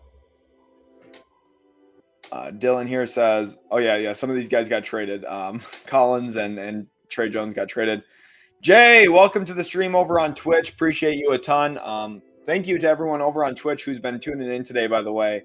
I'm new to Twitch, obviously been on YouTube for a while here, so appreciate you guys a ton. June says, what about the Wolves and Nuggets? What moves do you think it'll be interesting for them right now, if possible? So the Nuggets, I don't really see having a lot of flexibility. They only have one tradable first, and the Wolves don't have a ton either, which is why those teams, as you can tell, the teams with the least flexibility are the ones that are talked about the least because they don't have options. Now, what the Wolves do have is this Pistons first-round pick, and that's about it to trade. They have a couple second-rounders, too, like we just included in that Julius Randle deal. Otherwise, if you go to Denver, what you're going to realize here is none. Like, they don't have anything to trade besides this 2031 first. Like, literally, that's it. They don't have any other tradable first. They can offer swap options in 2030, 2028, that kind of thing. But this 2031 first is, like, the biggest thing. The Clay says Lively, the big component for Herb Jones, helps both short and long term. I mean, I don't know. You do that, I don't know. You're going to have a lot of Mavericks fans really pissed off. I'm surprised the American Airlines Center is still standing, to be honest. Eric, thank you for the 2. He says, appreciate the content, bro, while I'm doing my route. Eric is an absolute beast. Let's get some W's in the chat for Eric for the $2 super chat. Thank you, Eric, so very much. Appreciate you a ton. Six Sides here says, I love the reunion. Jay here says, much better than any major sport network. Keep up the good work, man. Hey, Jay, appreciate you a ton. Thank you so very much. What I want to do here, let's shoot some lasers off. We haven't done any lasers in the stream yet today. You guys are absolutely awesome. Jay here says, what do you think about the Lakers getting Steven Adams? Don't think that's a terrible idea. Although I just don't know if the Rockets are going to be super willing to trade him away either. FR says, so have the Lakers gotten a center yet? Not yet, but that's what we are watching for. Keston here says, since we are the Magic, can you do Anthony Simons to them too if you haven't before? So we have, but I don't mind doing them again, Keston. So thanks for hopping in here, leaving a comment. I do appreciate you guys a ton. You guys have been all fantastic. I feel like the community here has just been really tremendous this year. And I appreciate you guys a ton. So let's go down to the Portland Trailblazers. Now there's a few ways to build out the salary for this. We're going to send Simons to the Magic. This time we're going to do Cole Anthony back to Portland. And we're going to do Gary Harris to Portland as well. The biggest thing here, Cole Anthony is not an older player. Although, just 24 years old, which is actually kind of insane, to think about. It feels like he should be older, does it not? I don't know. And then we'll also include Caleb Houston in this. We'll do a first-round pick here and, maybe this pick, but we'll have a lottery protection on it just to protect it a little bit in case the season goes weird for Orlando. Something like this. I mean, this might even be too much value for Anthony Simons, but you'll have arguments. This will be the pick right here, this lottery protected one that maybe you don't include that, right? Especially if you're including Caleb Houston. But financially, this works. Orlando gets a player who shouldn't be too expensive to extend either long term, which I think would be a long term benefit. Not your average 10K says Bulls did Lonzo dirty by trading Zach LaVine away. I mean, the Bulls just got to do what's best for them, honestly. Six Sides says, I think they might actually trade Kobe White. This is another one here, too. Another Magic landing spot. So while we're on this team, I'm glad, Six Sides, you keep bringing up some great points here. Kobe White to Orlando is a possibility as well. And this would, again, center around Cole Anthony's contract. They're the same age, which is just, again, absurd to me. Kobe White, I do think, is a better player. You throw in this Denver first-round pick, and you probably have some form of a deal here or some, at least beginning framework of a trade. Now, you might need more pieces, whatever, but something like that could make sense. 831 Loco says Adam Silver helping the Lakers. I mean, I don't think so. I don't think anything like that.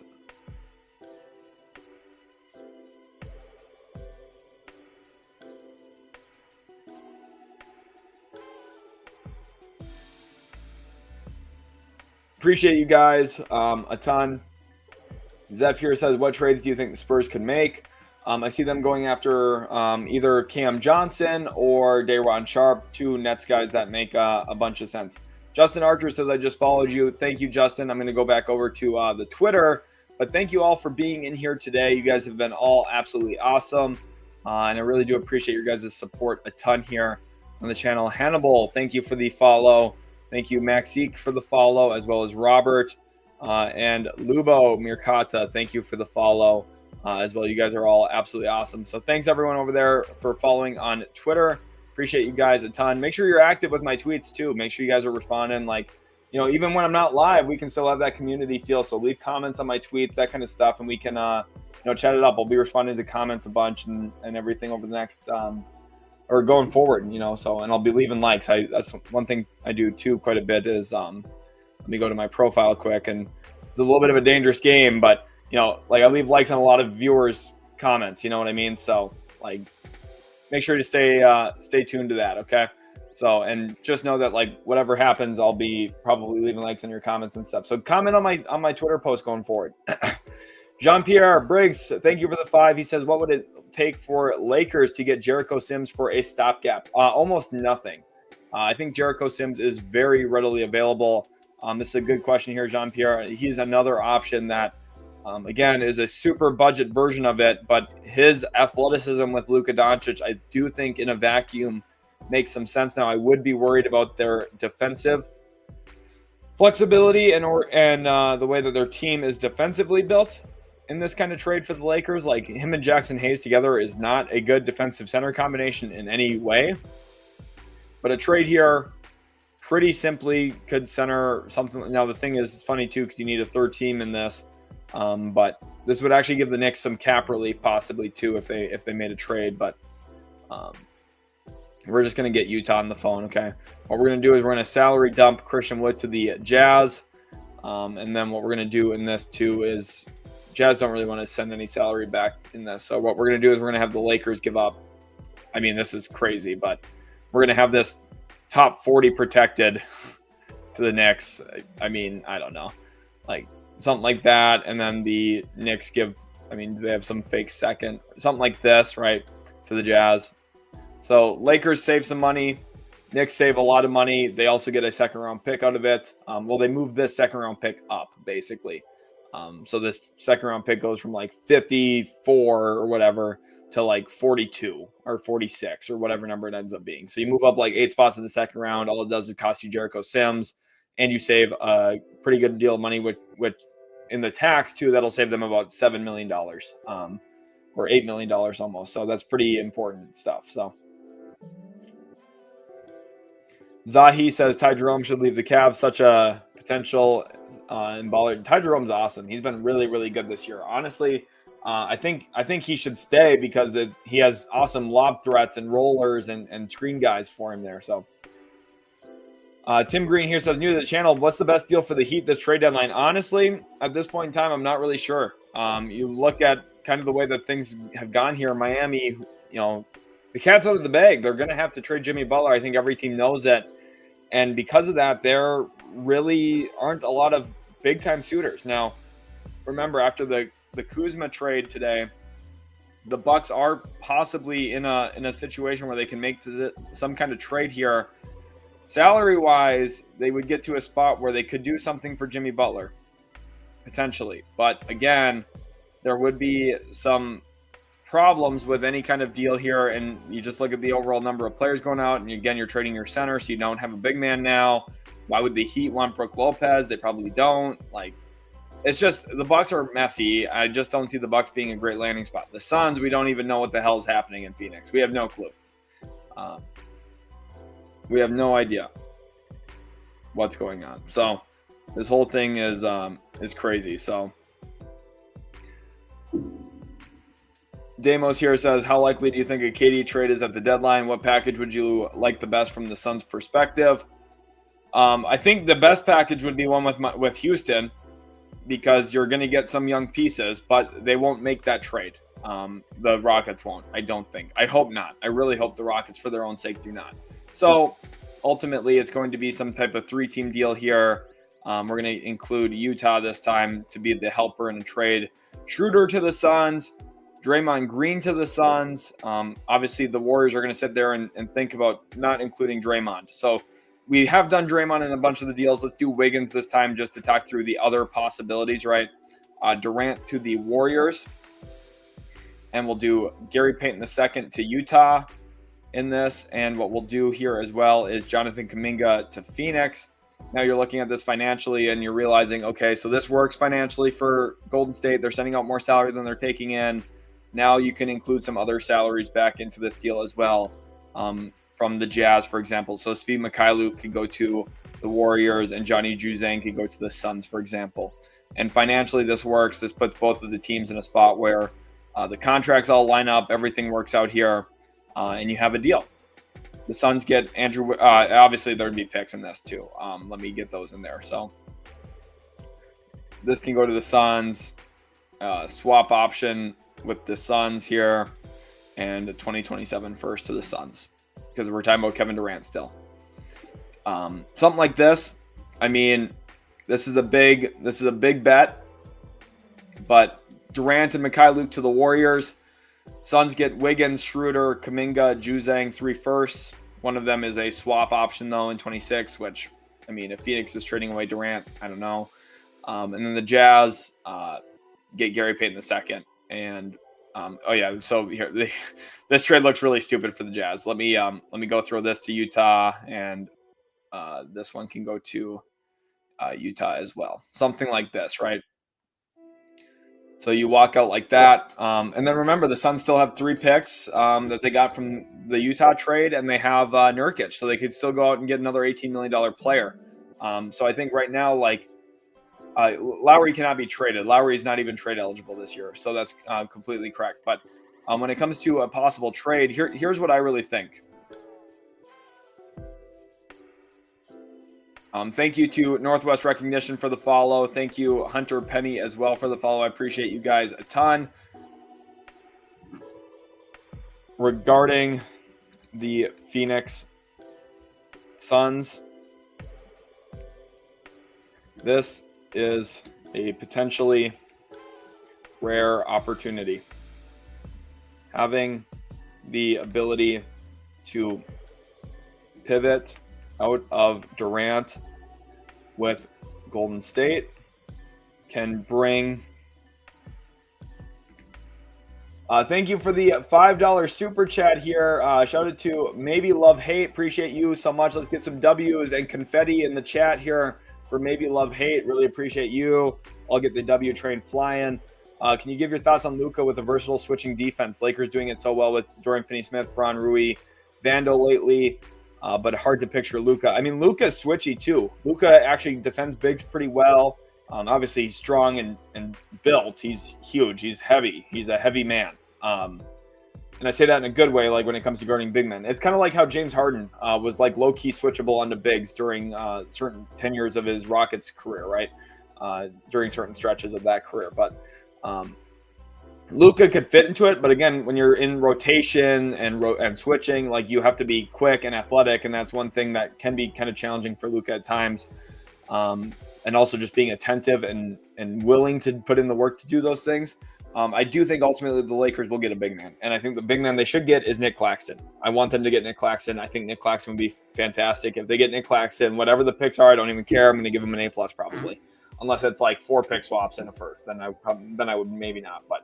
If they get Nick Claxton for even a first and a swap, like people are like, who do you think Nick Claxton? A+ for the Lakers. But back to what I was typing here again. Maybe Love Hate. Thank you for the support. I don't know what's going on Twitter behind this, but regarding the Phoenix Suns, this is potentially a rare opportunity, having the ability to pivot out of Durant with Golden State can bring fortune to the Suns. If they walk out with Wiggins, Schroeder, Kuminga, and something else, plus 2 picks or so, the Suns could go out into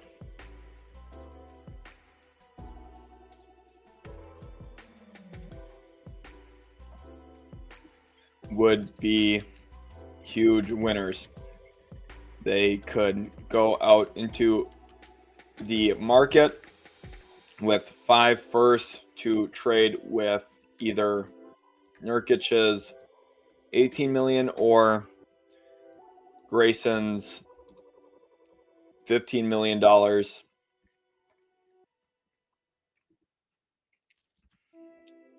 to find more upgrades that actually fit.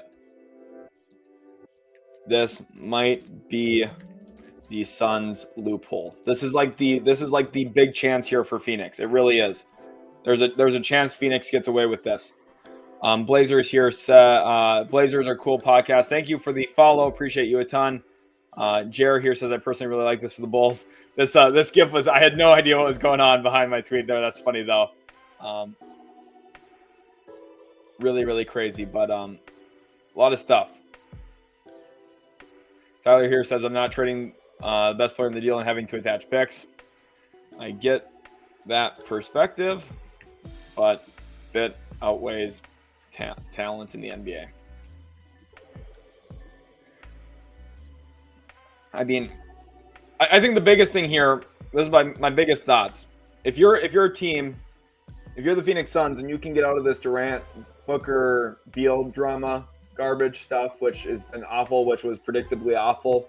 You know, if you guys were watching the channel for years, you know how I felt about all of this. And I said, this team sucks. They're not going to be good. And they have sucked. They have not been good. I watched them get swept in person in the first round last year to Minnesota. So I think, like, honestly, if you're Phoenix, this is like a rare opportunity to like get out of this and figure everything out, solve all your problems, have draft picks, improve.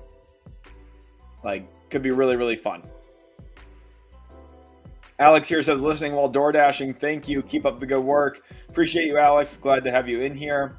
You guys are all super awesome. Brandon says, I think KD goes to the Mavs. Twin Towers is a New York thing. Bryce says, Pelicans had a salary dump lined up with Detroit reported earlier this week. Does the KJ trade change the potential for that? No, they could still use part of the mid-level for that. So that's not necessarily out of the question here. Warriors fans are going to want to give up Kuminga, but I think the Suns will have a hard time trading Durant without getting Kuminga. So Lubo here says, hey, what do you think of LeBron trade to Golden State Warriors and Durant reunion? Do the Warriors have assets to do this? LeBron's not going to go to Golden State. I really don't think so. I think Durant to Golden State is a real possibility at this point in time. Earlier I said about 40% chance. I continue to think about it. I'm closer to like 50% on the odds on this. Private A says, looks like Pelicans need to do business with Detroit exclusively to get a return for Ingram and get far enough under the luxury tax for when Murphy's extension kicks in next season. People miss that. That's another good point. Again, you're looking at the long term. Now, they also do get a little bit of relief because McCollum's contract is descending and becomes expiring next year. So they could keep – the one thing they could do is keep Ingram and then try and trade McCollum either this year or next year. And they could try and get under the tax in a different way this year by dumping a salary or something other than Ingram. So Big E says, of course, it's a Warriors fan to ask that. Talk about the one thing, the one we just had on the screen a little bit ago. Appreciate you guys. Paranormal, thank you for already following over there. He says he loves the content. Thank you. Thank you so much. Lubo said, we talked about that. Kool-Aid Drinker says, I would like to see Brandon playing with Tre. Tre Young is so good, man. Like, I really don't think Tre Young is valued enough around the league. Like, Tre Young is awesome. He's a really, really good player.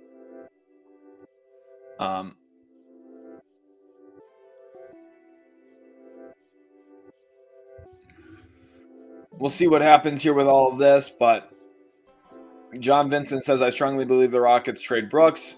I don't think Rockets will trade him, honestly, unless something really big's happening. View says, you think Houston can turn around and move Springer in the second in another deal? I don't really think that that's their plan. I mean, they could, right? Like, I don't know. I just don't think that's on there. I think they have the expirings to do that with to begin with. So appreciate you guys. Handles, thanks for being in here. Justin, thanks for following over on Twitter. Appreciate you guys. You guys are all super awesome. Galici says you attach Luka to shooters or wings and your defense is fine. The hard thing is like when you get into rotation, like when you have Luka, you have to be careful about how often you blitz or double, how aggressive your gap help is, all of that kind of stuff, because you're going to run into some issues with Luka being the guy who has to rotate off of the shooter, and how quickly or willing is he to do that. Rondo says, yo, what's up, Sheldon and chat? Hyped to have you in here again, Rondo, today. Appreciate you. Randall's just a really rough fit in Minnesota. I just never really understood the benefit of him there. Jean-Pierre says Brooklyn doesn't use Claxton right. I completely agree. I talked about this yesterday. It's one of the biggest problems. If we go back over to the bookmarks here, the Nets have completely shifted the way that they play from last year. They're more of a handoff team. Jordi Fernandez's coaching led them that way, which I think is good for their overall team. It's helped Cam Johnson. It's helped Dennis Schroeder when he was there. It helped Dorian Finney-Smith when he was there. Cam Thomas has improved this year. The overall team is better playing in that style, but Nick Claxton isn't. And that's one of the things that I think why it makes sense. Like for this, you might say, well, why, if you love Nick Claxton so much, why should the Nets trade him? He just doesn't stylistically fit with their new coach and Jordi Fernandez. And that's okay. That's okay. Like they can find, they need a skilled big, and they'll be able to find one at some point probably. So we'll see. Ryan Rasmussen says, why is Kessler in trade talks? I think he's legit. Walker Kessler, I don't think he's going anywhere. Walker Kessler is really good. The reason he's in trade talks is because he plays for Danny Ainge. Like Danny Ainge always, and Ryan knows this better than anyone. Ryan's a Celtics fan. He knows Danny Ainge is ruthless. He is cutthroat. He will trade the franchise icon if it's a trade that actually makes sense. Now, unlike Nico Harrison, Danny Ainge actually gets value. So we're going to throw some balloons in here for Danny Ainge because he's actually smart and knows what he's doing. But that's why. The only reason if Walker Kessler gets traded is because they got like 2+ first-round picks for him. So on JJ's podcast, Luka talked about how good Claxton is on defense because of his athleticism. Yeah, he's switchy. He's versatile. He's good in drop. He's an awesome player. He really is. All Gravy here says Bradley Beal also needs to be traded. What happened here to my messages? Okay, all my messages disappeared for a second. I was like, what the heck? But yeah, the biggest thing is I think for the Nets, everything will be fine. Jim says, can you send Wiggins and Kuminga to the Heat for Butler, then waive Schroeder since we have enough guards? So here's the thing, Jim. I wouldn't waive Schroeder. Schroeder's good. Schroeder's better than some of the other guards the Suns are playing to begin with. And I would rather have Kuminga and Wiggins than Butler moving forward. Butler's 35 years old. Like, I'd rather have Wiggins and Kuminga. So send Draymond Green and Jimmy Butler to the Mavericks because the defense wins. Could you imagine if we? That would be so crazy. Rogue here, thanks for watching over on Twitch, says Trey suffers from the lack of size to clog passing lanes and zero defensive ability on top of that. I mean, he's tiny. He can't guard, but he's an elite offensive player. He leads the league in secondary assists. He leads the league in potential assists. Like the entire offense runs through that man. He is that good. He's an absolute beast, and his true shooting percentage still is pretty solid. But he says Lakers or Miami should go after Malcolm Brogdon. His contract is an expiring one like Dennis Schroeder. Contract there on 1-year contracts. Yeah, so Brogdon definitely could be someone that Washington looks to move. Wizards were already active in the Kuzma trade today. Jonathan Kuminga should get traded, says Galici. I mean, we'll see. Maybe Love Hate says, I just don't want to give up Rui. He is so good off ball, not just in elite shooting, but also good at getting open under the rim. On off ball offensively, he's an awful off ball defender. So I think trading Rui would be good for the Lakers defense. Clutch Basketball here says, do you think the Bucks trading for Kuzma is them conceding from winning the championship this year? Personally, I don't think so, but ESPN said that in their trade grades. I mean, I already didn't think that they were going to win the championship. So it's hard for me to grade this trade based on that. Like, I didn't think they were that good compared to Boston or Cleveland anyway. So I'm not going to grade the trade on that. I just don't think that, they have a chance. They have Giannis. Like, Giannis is arguably the best player in the world in some nights still. So Matthew and Valerie here say breaking old news: Spurs trade Kawhi Leonard and Danny Green. Yeah, that was. I was at the New York airport. I was in New York when this trade happened. I was sitting there with my best friend. It was like 4 a.m. or 3 a.m. Eastern time. We were sitting at the airport we were catching a red eye like early morning flight, and I was like, "What the hell just happened?" And he's like, "What?" And I was like, "Kawhi Leonard just got traded," and sure enough, it was that exact deal. So it's funny that you brought it up. Jean-Pierre, let's get some W's in the chat for Jean-Pierre. Appreciate you, Jean, a ton. Is there any way Kleber can be used in a trade for Claxton using a third team and 2-part trade? So no, not really. Claxton, in a trade for a bigger salary like that, Kleber's not going to be able to be used. You cannot trade him in a deal, even if it's a 3-team trade, really. You'd have to make it a separate parts trade. So, like you could trade him, but again, it's just going to be separate. So it wouldn't really be a part of a Claxton trade. It would be, you could maybe do it like in the idea that, oh, hey, we're getting a Claxton. Let's also go get this player to put with him, like a Khris Boucher, for example. But it doesn't mean that you can't just like combine him with other salaries. Andrew Nemhard here says, if y'all can't even spell Miles Turner's name right, then y'all don't deserve him on any of y'all's favorites team. It's the amount of times I do see Miles Turner spelled with an I. It's pretty funny. Toronto here says, at Utility Sports, what are the Raptors doing, you think? I think they're going to be active as a third team. If we go over to our trade machine here, again, I hope you guys are enjoying the stream. If you are, make sure to leave a like on it. Lets me know I'm doing a good job. That's all it does, really. I honestly don't know if likes do anything for the YouTube algorithm, but every time you guys smash that like button, it means that I know you guys are enjoying. So, Toronto, here to answer your question for the Raptors, what I think that they're going to do is they're going to use their expiring salaries for some draft picks and then maybe explore some win now upgrade in a value grab. So Bruce Brown gone, Khris Boucher probably gone, Kelly Olynyk possibly gone, Davion Mitchell very possibly gone. The guy that, again, has been really heavily rumored that does make some sense in theory of what they're looking to do and how Masai Ujiri typically operates in talent acquisitions. Brandon Ingram is a player who I could see making sense. So, again, this is very likely a 3-team trade, right? Maybe even a 4-team trade, but these are the salary components, okay? So, you can picture the Lakers, or you can picture the Heat over here, or you can picture both of them, or you could picture the Suns somehow, or you could, X, Y, or Z team, right? You could picture someone being involved in this, but nonetheless, I think between these two teams, something could get done for Brandon Ingram, and I think that makes a lot of sense either way. Chris Lopez here says Clippers will trade Terance Mann or Bones Highland. Who could they trade for?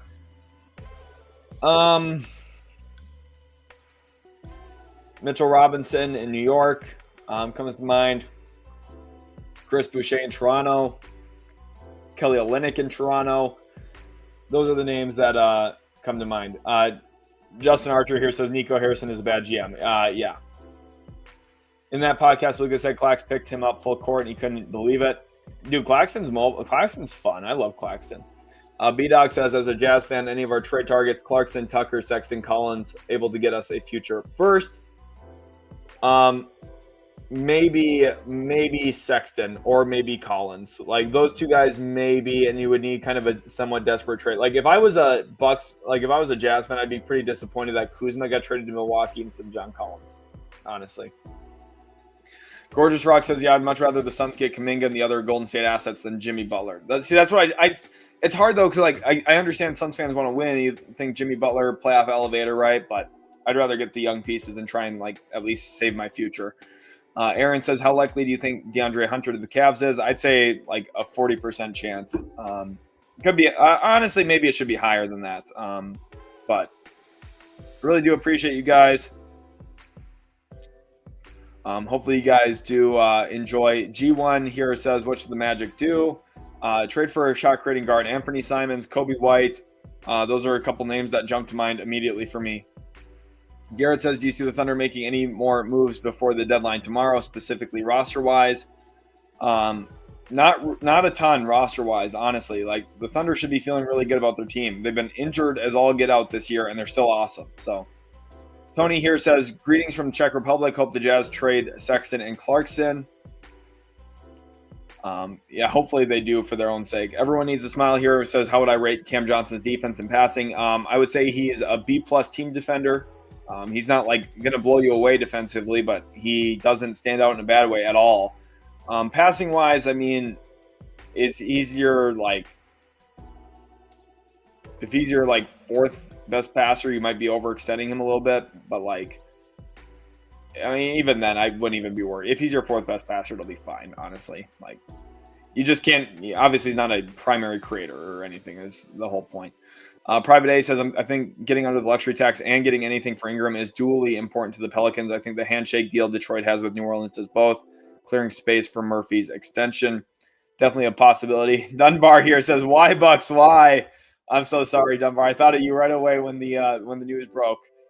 J418 says, do you think Tre would be a nice fit in Orlando? If so, what would that trade potentially look like?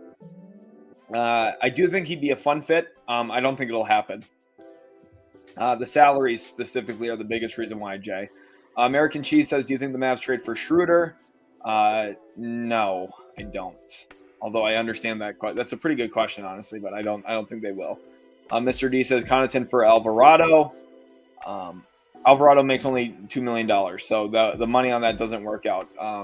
I don't think Milwaukee's going to be able to walk away with Alvarado. Hopefully, you guys all are enjoying the stream, by the way. You guys are killing. We have 982 likes on the stream. We are 18 away from 1,000 likes. You guys are doing an absolutely awesome job. Let's get to 1,000 likes right now. Everyone, go smash that like button. I'm going to put the number of likes up on the screen. Let's see the overall number of likes grow here. Again, we're at 982. So everyone, smash that like button right now. 982 likes. A ton of live viewers as well. You guys are absolutely crazy. You guys have been doing a great job all week long, and especially today. The number of likes are insane. My voice is going to be dead by the end of the week, but it will be all worth it. Tre's never played with a real all-star. I agree with that. Brendan says, are the Kuzma to the Kings rumors finally over? Brendan, don't worry. They're going to start again next year. Don't hold your breath too long. We're going to just hear about Milwaukee shipping him there. It was first the Lakers, and then it was the Wizards, and now it's going to be the Bucks. So don't hold your breath too long there. Do you see a Jonas Valanciunas and Nurkic swap happening? That's another real possibility. With those firsts, I think Washington would love to do that. Washington would really love to have something like that happen with Saddiq Bey involved too. The Clay says Simons to Detroit makes a lot of sense next to Cade. He's one of the most elite catch-shoot players and can play point when needed. Thoughts of a possible trade for both. Detroit's tricky because they don't really have their own draft pick capital right now. So I just don't really see Simons being a guy Detroit would be in on. And I don't think Portland's going to trade him for non-first. So the Cron Flames here says Detroit needs to add help for Cade. Sexton would be dope. Sexton would be cool. But yeah, we are getting closer to 1,000 likes on the stream. I'm going to update now. Look at that. We smashed it. 1,044 likes. You guys are absolutely epic and awesome. Appreciate you guys a ton. Let's get some 1K love in the chat right now. Everyone comment 1,000 down below. You guys are absolutely awesome. Look at that. 1,000 likes. Going absolutely crazy. Eric here says Giannis line in San Antonio. It's Dynasty 2.0. I don't know if that's going to happen. I'm just not sure if that's going to be the way that things go here, but hopefully you guys are enjoying the stream today. I'm having so much fun. I hope you guys really are as well. It's been a really great time. Of course, you guys have been so epic and awesome all week long. Huge shout outs to all of you for the continued support. Okay, interesting. We got some news now. I don't necessarily always believe the reports from this account, but I am going to show it because it is kind of timely to what we've been talking about. I don't see that. Okay, let's go back over here to the notifications, and let's go to appreciate you guys a ton. What's the here we go, right here. This is the one. So I'm not sure. Again, I don't really love trusting this report. They do a lot of aggregation. They basically steal reports. So don't go follow this person. I do not recommend it. But Golden State's top priority heading into tomorrow's trade deadline is Phoenix's Kevin Durant. Brandon Ingram is reportedly seen as plan B. So appreciate you guys a ton. You guys are all super awesome. Love having that 1,000 likes on the stream. Super sweet. You guys are all super cool. Hailstone says, you think it makes more sense for the Cavs to just duck the tax this year? No. Their team is so good that trying to win is sensible. Like, it's hard to go get a Cam Johnson level player. So then it's like, okay, DeAndre Hunter, how much does that elevate your team? A bit. I mean, he was the pick right before Darius Garland, funny enough. So he would help for sure. It's another wing, another forward. So Christian here says Suns employees reportedly notified of a KD trade. Let's tag me in something like that if that's an actual thing. I don't see this. This is what from Anthony Slater. Okay, Anthony. So let's go to Anthony Slater then.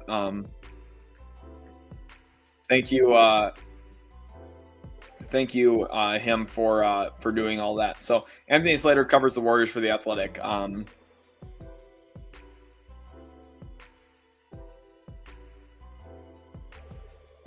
Look at that. There's some of the important news. The Warriors aren't alone in the pursuit of Kevin Durant. Again, a lot of crazy stuff going on, guys.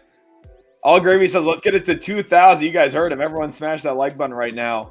Rogue Shinobi here says, could the Spurs realistically land Cam Johnson without giving up a haul and offloading Keldon? I mean, they'd have to give up at least one of the first-round picks this year, at least. And then something else and Keldon. It's just, like, to get something good, and this isn't the NBA, unless you're working with Nico. No, I'm just kidding. Nico Harrison got good stuff. But you have, to get good stuff, you have to give up good stuff. So Muhammad said, could you see a Kleber and second for Jonas make sense for LA just to get a big body to throw at Jokic? Kind of, yeah. That's not the worst thing. But again, the issue I see with the Lakers is that second round pick could be used in a variety of ways. It could be used for Boucher. I think the best way to deal with Jokic isn't a big body. I think it's length. I think it's having two big, Boucher is versatile because he can play the four and is long enough to defend some fives. And while Boucher is super skinny and would get kind of bodied pretty badly by Jokic, you could put him on Aaron Gordon and have him help off of Aaron Gordon really hard and just provide length and try and block shots and rotate and muck up passing lanes. That's where I think someone like Boucher would be way more valuable than Valanciunas, because Valanciunas, even though he's big and strong and could be a big body, he doesn't have the mobility skills and has some real problem. Think about it. If Valanciunas is on the court, what stops Denver from just going 1-5 pick and roll with Jamal Murray and Jokic the entire game? That Jonas is on the court. You're gonna challenge Jonas in the pick and roll the whole game. Then, so I don't know. I just having Valanciunas scares me. David here says, do you think the Warriors should trade for a floor spacing big, or would KD be the smarter choice? I don't know what this is the thing. Floor spacing bigs aren't really available. There's a reason why for that too. They're one of the hardest archetypes to get in all of basketball. Anthony Davis, look at that. Here's Anthony Davis getting some of his shots up from practice today for the Mavericks. Looking pretty good. Hopefully, he's one of the worst high-volume jump shooters in NBA history, so hopefully he figures it out. Maybe the third team's the charm, right? Appreciate you for taking me in that, though. But appreciate you guys a ton. Make sure you guys hop in over on the Twitter if you're not already. But Nico says, can you make a mock trade where the Knicks get I would assume new? We can do that. We could definitely do that. Let's pull up the trade machine here. I would assume new definitely could be an interesting get for a team if the Bulls do decide to trade him. And for New York specifically, now the salaries here, you're going to see why are pretty difficult. The Knicks don't have any $7 million salaries that fit well, so it has to be Mitchell Robinson. So then the issue is what other salaries coming back in this too? Could be Javon Carter, something like this. The Knicks get pretty small, though, if you do this. I know Desumnu's got good positional size, but Carter's little. You already have Kolek and Campaign. I don't know. This is just not a trade I would be super stoked about if I was a Knicks fan. But Alex is saying reliable sources are coming out saying KD is the Warriors. Tag me in them so I can see them. Monty McNair says Sacramento had no pathway to a long-term agreement with De'Aaron Fox. Very interesting. Graham Christie, welcome to the stream. He says, howdy, Sheldon. Just joined, another great live stream, mate. Which power forward or center options likely available do you think would be best for the Spurs? Again, Cam Johnson, I think you can play him 3 or the 4. I think he fits really, really smoothly and easily in San Antonio. And then other ones that make sense. Another guy, if you go look at Toronto, again, we keep talking about the Raptors a lot. So if you're a Raptors fan, you're probably stoked. You're like, oh, the Raptors are in the center of a lot of news. Yeah, they are, because they've got good options here. We've seen these two franchises work out trades before. Kawhi Leonard for DeMar DeRozan. We've seen Jakob Poeltl for draft compensation. It's possible these two teams work together again. Kelly Olynyk or Chris Boucher. To me, I think Olynyk is the slightly better player offensively. And I think Boucher is the more versatile defensive player. We're going to go with Boucher this time. And we could do a combination of some of these young guys in here. Blake Wesley, and we're going to throw Charles Bassey in. Obviously dealing with maybe a little bit of an injury now. And from a draft pick compensation standpoint, the Spurs trade their second-round pick this year, as well as these young players to Toronto. Something like this does work. So this is a cheaper option. This is a cheaper pathway than trading for Cam Johnson. Now, they could also, in theory, do something like this and the Cam Johnson trade, right? And try and really drastically improve their team. Boucher would be like a little bit of a Band-Aid for this season. You get to see a lengthy power forward. How does that look next to Wembanyama? Probably pretty good. Like, a lot of stuff's going to look good with Wembanyama. So, Jimmy Butler still prefers to be traded, but is open to a return to this current Miami Heat team. Front office's only preference is a trade. Santi Leon here says, is it possible for the Magic to trade Mo Wagner's contract to a team that needs cap relief and waive him? Magic could. So the Magic couldn't pick him back up over the summer. There's a 1-year rule that you have to wait before you could reacquire him after trading him, Santi. So I don't think Orlando will trade him, given the fact that they have Franz. Like, they like Mo Wagner a lot too. Obviously, the injury was devastating this year for them, but they can't by rule just pick him back up this summer. So Chief Keys here says, I think the Kings should move DeRozan. I think Clippers could be a good spot for him. I don't think the Clippers are going to be in on DeRozan, honestly. Twig here says that's why the Wolves did so well against Jokic. They had a big body and a lengthy guy to help off of him. So I like the Thunder's chances against him. That's what the Thunder are going to do. They're going to put Hartenstein on Jokic, and they're going to have Holmgren guard Aaron Gordon. And by guard, I mean leave him wide open because they don't care. No one cares about Aaron Gordon. I'm telling you right now, at some point, if the Nuggets realize if they get an elite shooting power forward, someone who can really stretch the floor instead of Aaron Gordon, they'd be really, really, really impossible to guard. Baba says, what do you think about the value of CP3 after the Fox trade? Do you think they can run the first unit together? Chris Paul can play with anybody. Chris Paul is one of the smartest guys ever. People thought he couldn't play with James Harden. Both of them they were great. They won 65 games their first year together. Chris Paul is fantastic. Chris Paul can play with anybody. He's one of the smartest players to ever play the game, ever. NBA level or not. Mark Christensen wants to know about any Jazz rumors. Specifically, what we're most focused on with Utah is a potential Colin Sexton or John Collins trade, although they will be involved in other salary dumps probably moving forward. So I appreciate you guys a ton. Hopefully you are enjoying the stream so far. Obviously, a lot of different stuff going on. A lot of craziness. So Cedric here says, what do you think the Warriors will get? Kevin Durant is kind of the guy we're watching for here. Eric says, hey, Sheldon, you plan to go to the Mavs versus Lakers game in April in Dallas when Luka makes his return? I don't know. I low-key would really love to. I don't know. Tickets are expensive, and I'd have to pay for a flight. So if we get like $300 super chat in the next hour, I'll buy tickets. How's that?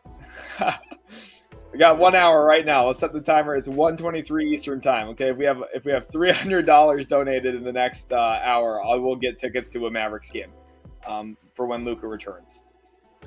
Clay says, why is the value for Cam Johnson so high? He's not young. He's not elite. Sure, he's better than Keldon, who is 3 years younger. but not multiple first better. He's shooting 50, 40, 90 this season, averaging 19 points a game, Clays. He is significantly better than Keldon Johnson, and he's a better defender than Keldon. Brad Moores here says, for what it's worth, in my most recent NBA 2K sim, the Mavericks won back-to-back championships. Okay, maybe Nico was playing 2K. He might have been building a 2K squad.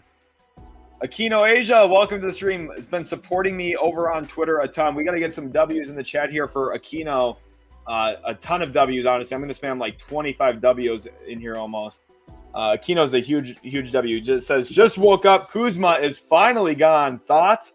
I love the amount of assets we got for how little Kuzma had played his value to be. Super interested in Johnson's tape. So, AJ Johnson, I'm not a huge believer and not a huge fan of. I hope he does find some success, though. Obviously, never rooting against some of these young players in the league. The more good players in the NBA, the better. But I thought this was a very good trade for Washington either way. Getting off of Kuzma, they'll have Middleton, who you can do some stuff with, whether that's this year or next year or whatever it ends up being. You guys are all awesome, though. I appreciate you all a ton. Thank you to everyone who is following over in the Substack as well. You guys are absolutely killing it today. A ton of followers. You guys are just absolutely awesome. So I appreciate you all so much. You guys have been absolutely fantastic. Make sure you read some of those articles over there. Leave likes on the articles too, so our writers know how well they're doing. They're doing a great job because they are working hard. Jacob, that doesn't even work. So the money there doesn't work, which I'm not going to say anything, but he's got Sims and Dadier. I don't know. I don't get it. Let's do the deal. So I didn't see Dadier in there, but okay. Knicks via Boucher. So Toronto, Washington first. Yeah, no. Wait, what? Yeah, that's just not happening, Jacob. No. Turkey says, any chance the Wolves trade Randall, and what team do you think? I'm going to give it like a 5% chance, honestly. And maybe Chicago or maybe Washington. If they could reroute Middleton. That's kind of it, honestly. I don't know. The Clays here says, Nuggets getting John Collins would be perfect fit instead of Gordon. The only issue is Gordon is not trade eligible this year either. And also the Nuggets obviously would be worried about the defensive side of the basketball.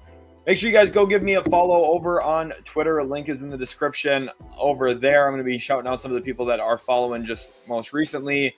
Mike Ree, who is a Mets fan, it looks like, and a Knicks fan. Andrew, thanks for the follow, as well as Spaghetti Tape. Appreciate you. And that's back over to the Blazers fans. So appreciate you guys a ton. You guys have been all super sweet and epic.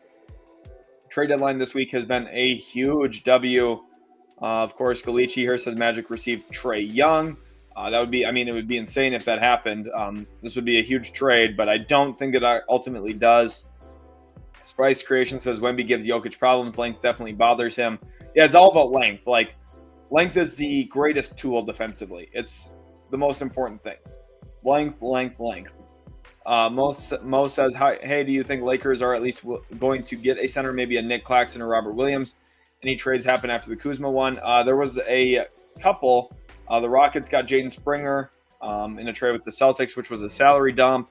The Wizards, or the Pistons, also made a trade with the Sixers pretty much simultaneously to the Kuzma one, Mo. So when it comes to the Lakers, I do think they'll get a center. I do. I'm just not sure which one yet because it's going to be kind of an interesting market here. Eric says, do you think the Brooklyn Nets will trade Ben Simmons to the Lakers? 3 forward ball handlers. So no, the Lakers won't trade for Ben Simmons. His contract's too big, but what I could see is him signing as a buyout with a team looking to add his talent at the very least. So let's take a quick look at our little update here. How are we doing subscriber-wise? Watch that number grow. Love to see that. Make sure you guys subscribe. We are just 300 subscribers away from 30,000. That was the overall goal for tomorrow, was to be at 30,000 subscribers by the end of the stream. We might be able to get there today, which would be insane. If we get to 30,000 subs today, that would be an absolute W. I appreciate you guys all so very much.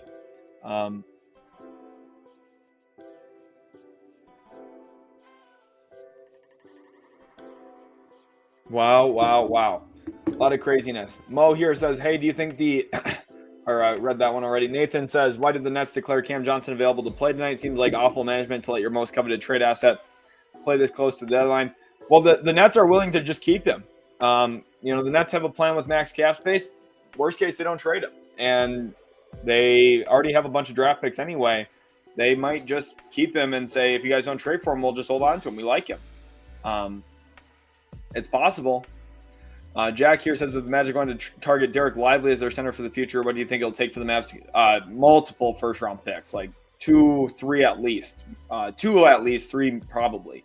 Rogue here says, do the Mavs have the capital to move Clay and 2 first to the Jazz for Sexton? The Mavs, I don't think the Mavs will do that, to be honest. I think,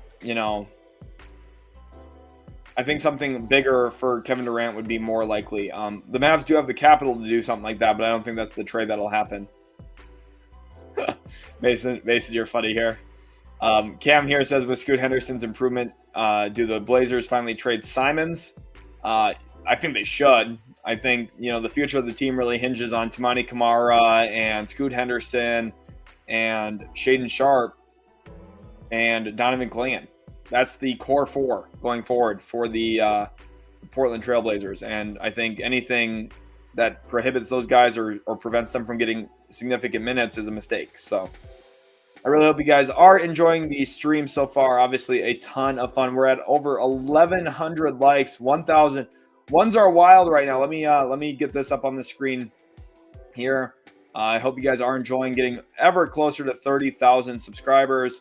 Again, we've been live for over 5 hours at this point in time. I am an Iron Man, I swear to God. Look at that, though. Ones are wild.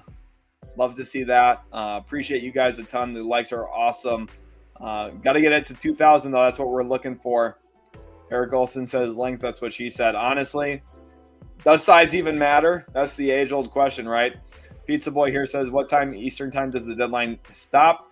That is at 3 p.m. Eastern time. It will be down there on the bottom at the ticker there. I'm going to let that stay on there for a couple of minutes here. Joseph wants to know about Time Lord back to Boston. Financially, it's just not going to work. The contracts don't really line up. Boston's a second apron team. I think Time Lord back with Joe Mazzulla is a real possibility, honestly.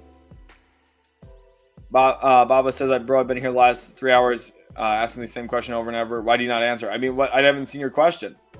Oh, I mean, I've answered it. This one? I answered this one. Are you listening? I mean, I talked about it. I talked about how Chris Paul can play with anybody. I think they can play together in lineups. I think they'll be separated from each other and be solid in both lineups. So, Bob, I have answered that question now twice. So, I don't know. Nani here says, dude, if KD will get traded, I will start supporting the Pistons. I'm tired of this team.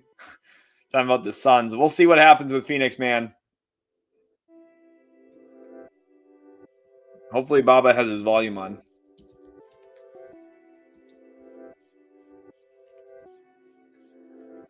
ATL Kool-Aid drinkers, Hawks, please don't trade Trae Young. Just a big-time player. With him may bring Atlanta their first championship.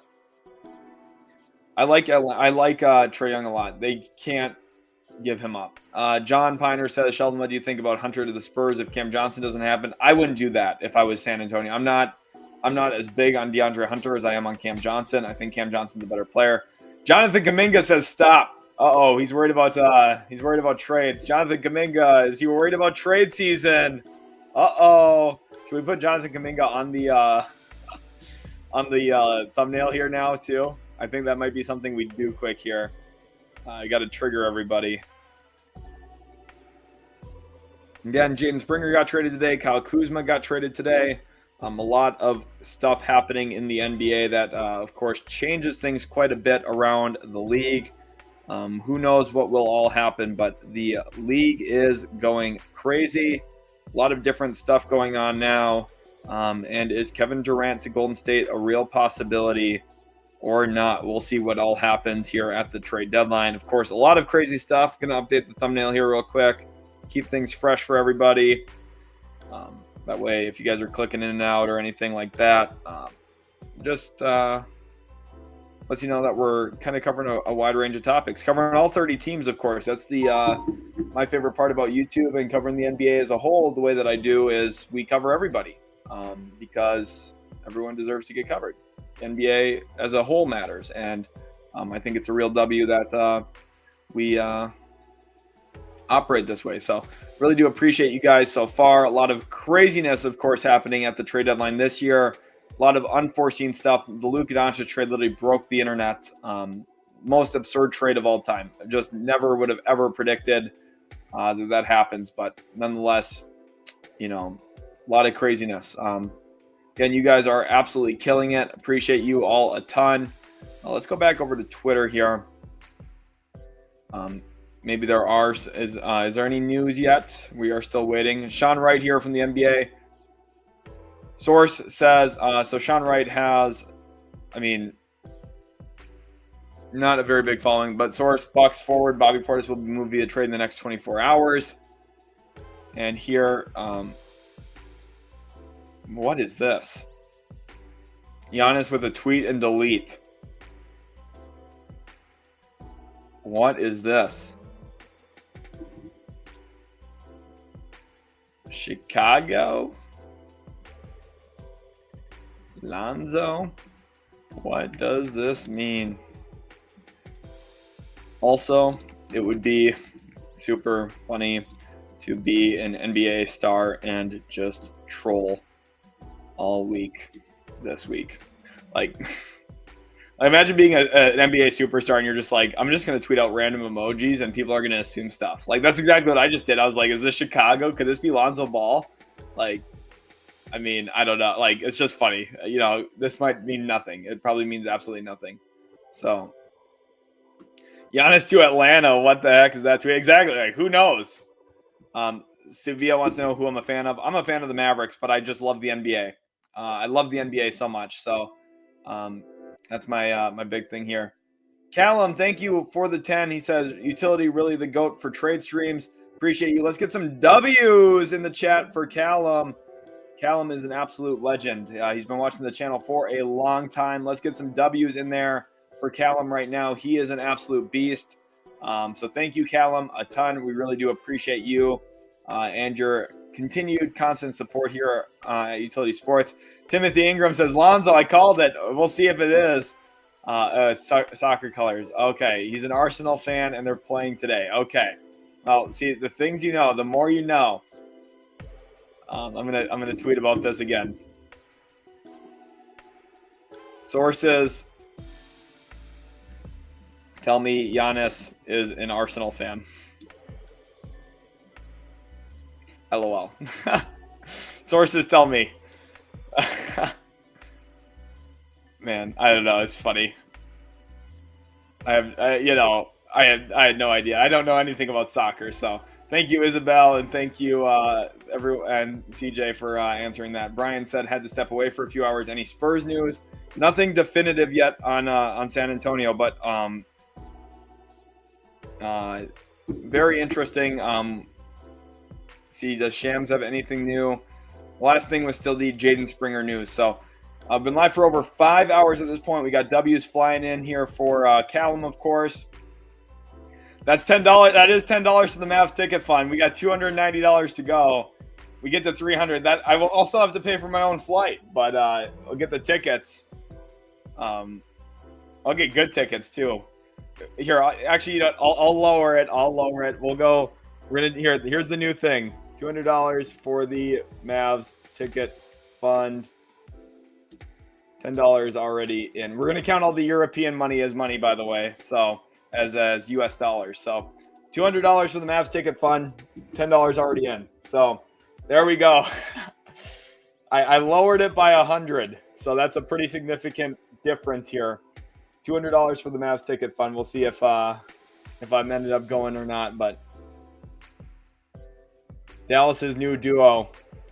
Glow Gang says I'm naming this the best duo as of right now in the West. I mean, they're good. I don't know. I know this isn't happening, but he and Dame forced their way to Portland in a championship there. Could you imagine how crazy that would be? That'd be crazy. Devon here says, Giannis is a Blazer. The original Snop says Robert Williams would be a great fit on the Rockets with prior experience playing for Ime Udoka. He would be a good fit for sure with Houston. With exchange rate, look at that. It's probably close, but, you never know where everything's at. I haven't looked at any of that stuff for a long time, honestly. Merrick here says, hi, Utility Sports. Hi, Sheldon. Good job. Could you tell us 2 or 3 the most probable scenarios for a Butler trade? Oh, my goodness. Wow. In comes Michael Orlando. Pizza funds for the draft stream. Help us, Magic fans, with some shooting. For the love of God, get us some help out here. Anthony Simons would be tremendous. We need to get some W's in the chat for Michael Orlando. He's a big-time Magic fan. He's an absolute legend here on the channel. And I got to get his little update here. He's up to, wow. Michael Orlando. Look at the top 3 donors of the trade deadline live streams this week. Jared Glenn went with a $50 donation 3 times. Maurice Drake with a $50 dono. And Michael Orlando with 2 big donations as well, $25 and $20. Huge shout out to you. We are pushing forward. Absolutely crazy stuff. Of course, staying up to date on the news here. The Heat, Suns, and Warriors are discussing the framework of a blockbuster trade, including Kevin Durant and Jimmy Butler. Phoenix, being unable to find one team interested in Bradley Beal, has forced them to come to the realization of making Durant available, which is crazy. Crazy stuff, honestly. We'll see how everything materializes here.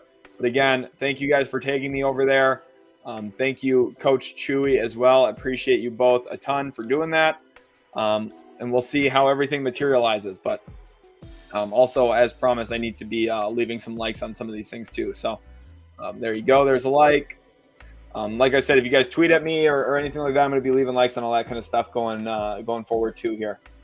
Pistons get Lonzo. Six-Eyed says, here we go. Please, what's going on with Kevin Durant? So again, the news here. Heat, Suns, and Warriors are discussing the framework of a blockbuster trade, including Kevin Durant and Jimmy Butler, per Windhorst ESPN. Phoenix, being unable to find one team interested in Bradley Beal, has forced them to come to the realization of making Durant available. So now, if we back out here and we go over this way, we're going to head over to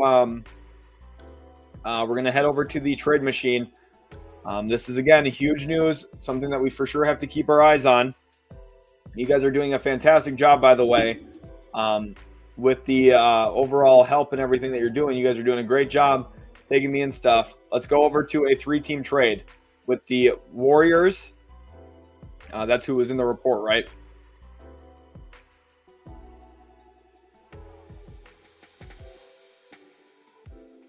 Yep.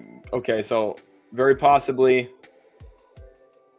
Warriors, Heat, and Suns. Okay, this is what we're looking at. Warriors, Heat, and the third team is the Phoenix Suns.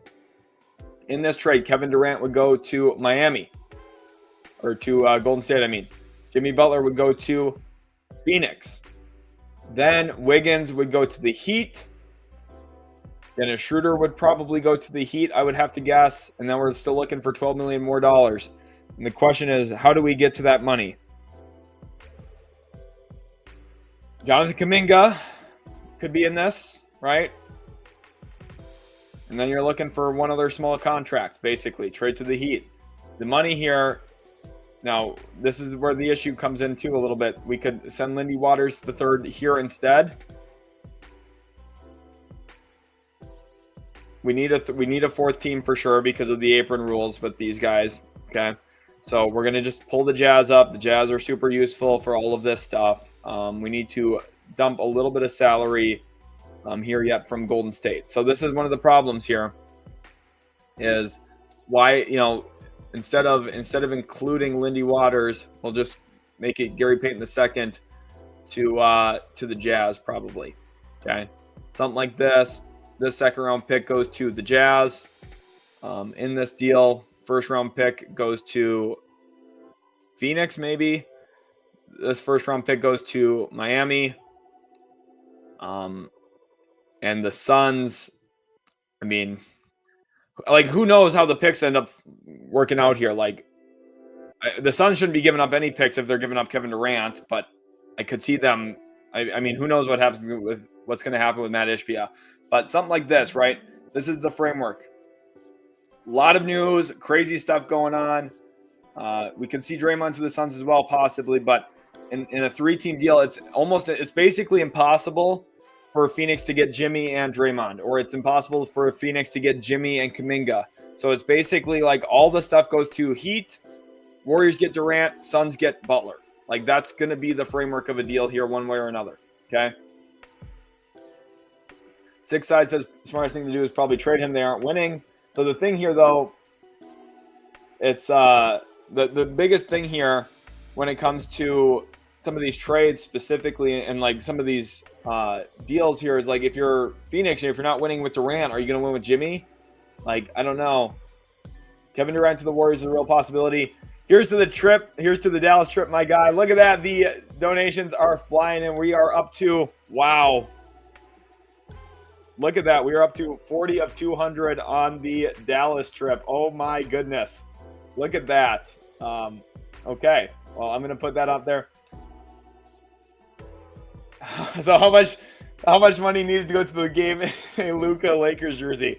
That could be decided after. That could be decided, Justin, after. We'll see if we get there or not. Jay That says, yo, utility, what's good? Glad to have you in here, my guy. Jim Mulligan with the 5. That's going to go to the Dallas trip. Says Kings Fox trade is now complete. They've just limited further trades, so they can they do anything else? They can actually. Since they have the Hawks picks, they have a future Mavericks pick, a future pick from Sacramento as well, and a future swap with Minnesota. They actually do have some flexibility here. So now we are up to a crazy $45 out of 200. So you guys are going big time here for that Luka one. Look at that. $45 out of 200 for that Dallas trip. You guys are going crazy. I appreciate you all a ton. Nani here says thank you. Lammy says KD is going to the Celtics, freeing up cap as we speak. I mean, we'll see. I don't think that's going to happen. Wake Up says, why would Phoenix do this? I don't know. I don't really understand it. Doesn't make the most sense to me. I don't know. This whole thing is weird. I just don't understand why this would be a 3-team trade when or a 4-team trade when Phoenix and Golden State could just kind of exclude the Heat from it and leave Jimmy there. But I don't know. Smile says, hey, Sheldon, thanks for the stream and your dedication. Any rumors about the Lakers trading for a center? When it comes to the Lakers, no news yet or like definitive rumors, but I think based on what we've heard Rob Pelinka say, Nick Claxton should be the primary candidate. Josh Prince says, please discuss a Pistons and Bulls trade to get Lonzo. We will cover that here real quick. Again, you guys know how I feel about this possible trade between Phoenix, Miami, and company. I think like specifically excluding the others from the deal, excluding Miami from the deal makes the most sense for both sides, but that's not what's going to happen, it sounds like. So when it comes to a Pistons-Bulls trade for Lonzo, remember the Pistons still have cap space that they could very likely use. So we're going to trade Simone Fontecchio, and we're going to trade this Raptors second and one more future second, this one via New York, to Chicago. This gives the Bulls 2 draft picks to work with, one for this draft, which could be useful, and then one for future flexibility's sake as well. They get Simone Fontecchio, who is an expiring salary next year, which again, remember, I think the Bulls will be a team to make a run at free agency space in 2026. And then the Pistons improve their roster right now pretty dramatically on both offense and defense with Lonzo Ball. When he's on the court, he's an awesome, awesome player. Tomas sends in 2, says Suns then trade Nurkic and picks for Vooch after this. So the issue is the Suns still won't be able to trade for Vooch because Vooch makes more money than Nurkic by $2 million. So with that in mind, you can't really make that kind of trade, Tomas. But they could do something like for Valanciunas and Sadiq Bey or something in that kind of situation, right? That kind of flexibility would be the way to go.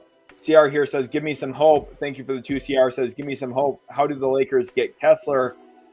I wish I could give you more hope. I just don't really think that there's a way to get to the hope. We have 2,200 people live right now. Appreciate everyone. For the super chats, we're at 49 out of 200 for the Dallas trip. Remember, I'm going to have to go to Dallas and watch Luka Doncic's return to the American Airlines Centers.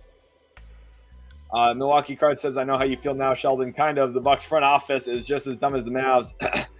Imagine if you traded Giannis this week. How bad you'd be feeling. Forest Hill says some dumb websites like Kevin Durant for Knicks Bridges, Josh Hart, and second round pick. Would you do that? No, I would not. Not if I was the Knicks. If I was the Suns, I would try and do it and get out of this whole Durant thing. But 2 second rounders to Blazers from Pistons for Delano Banton. I mean, Banton's pretty solid. He could help Detroit maybe a little bit. Here we have a comment saying this new CBA sucks. I think the new CBA has some real flaws in it. Wake Up here says Pistons need CJ McCollum. I think he could help them a ton too. In order for the Lakers to get Kessler, they have to pray. They would need some help for sure. Ray here says Lonzo terrible. Rather have CJ McCollum to Detroit. Real quick, what I am going to do here, I'm going to update the thumbnail here. Let me find it. What I'm looking for.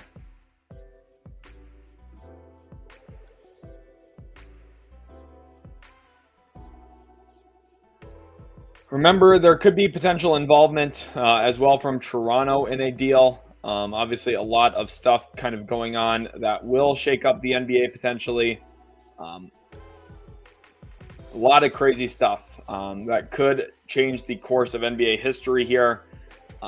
But Andrew Wiggins to Miami, in theory, does make some sense for the Heat. I know some Heat fans that would be pretty happy with that. I think he would fit pretty well with Tyler Hero there. In the way that they're trying to build their team moving forward. Gabe here says, I'm still waiting on my Magic to do something. Don't worry. We still have 25 hours and 9 minutes for the NBA trade deadline. 25 hours, 9 minutes away. Matthew Kendler says, what about a Suns, Heat, Bucks, 3-teamer, Beal, Giannis, Jimmy swaps? Well, it comes down to Beal again. Beal controls his future. That's the issue with no trade clauses. We might not ever see a real one ever again in the NBA because of this. Mamadou says, LOL, Bucks fans being dramatic. Trading Luka and Khris are not the same. I mean, Kuzma, he's more athletic when it comes to like fitting in. I think that's something that Milwaukee really needed was more athleticism. So that's a huge W. But for the Bucks, but I just think overall the talent, they're still not talented enough to beat Boston or Cleveland ultimately. So Michael Porter Jr. to the Cavs. I just don't really see that salary-wise. It would be pretty tough for them financially to get there. Chris says, do you think with the Blazers winning 9 of the last 10, they make any moves before the deadline? I'm not really sure what they're going to do, honestly. I have no idea. David says, Spurs trade, please. Remember, watch for the possibility of Cam Johnson and Day'Ron Sharpe are 2 names that I really like, or Chris Boucher is another one that I continue to kind of call back to because I think he would be a good option there as well. I am in the process of updating the thumbnail here. Of course, the Andrew Wiggins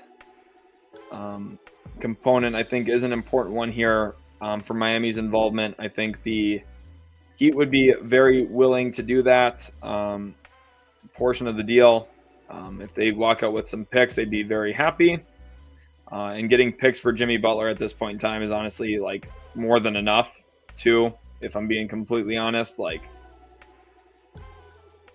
they're doing quite well for themselves if they walk out with draft picks. So we got 10 here coming in from Brian. It says, for the game, fine print must be against the Spurs or wearing some Spurs gear. Okay, Brian. Might have to get some Spurs gear then. W. Brian in the chat. Let's get some hype in here for Brian. Appreciate you a ton, my man. Would be a lot of fun. Really, really do appreciate you guys a lot. Hopefully you guys do enjoy the stream today. I'm having a ton of fun. It's been a crazy time here, of course. So what would a potential trade look like here for, of course, Kevin Durant to the Warriors? Would be the huge shakeup that the league. I mean, this trade deadline always drives people crazy because there's so many things that are happening all at one time. And I'm one of those people that is getting driven crazy.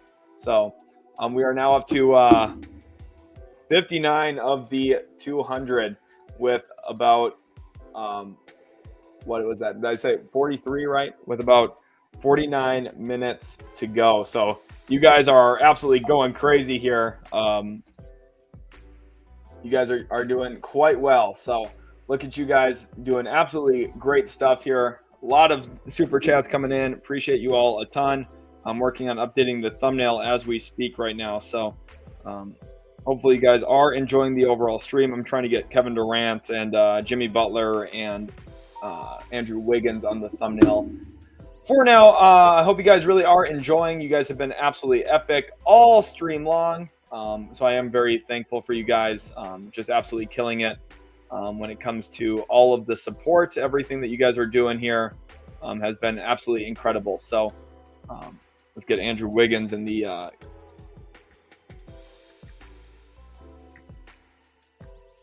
okay, perfect. We're going to take this out and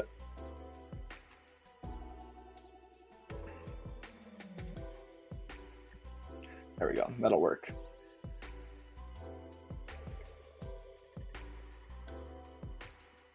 I don't know why sometimes with the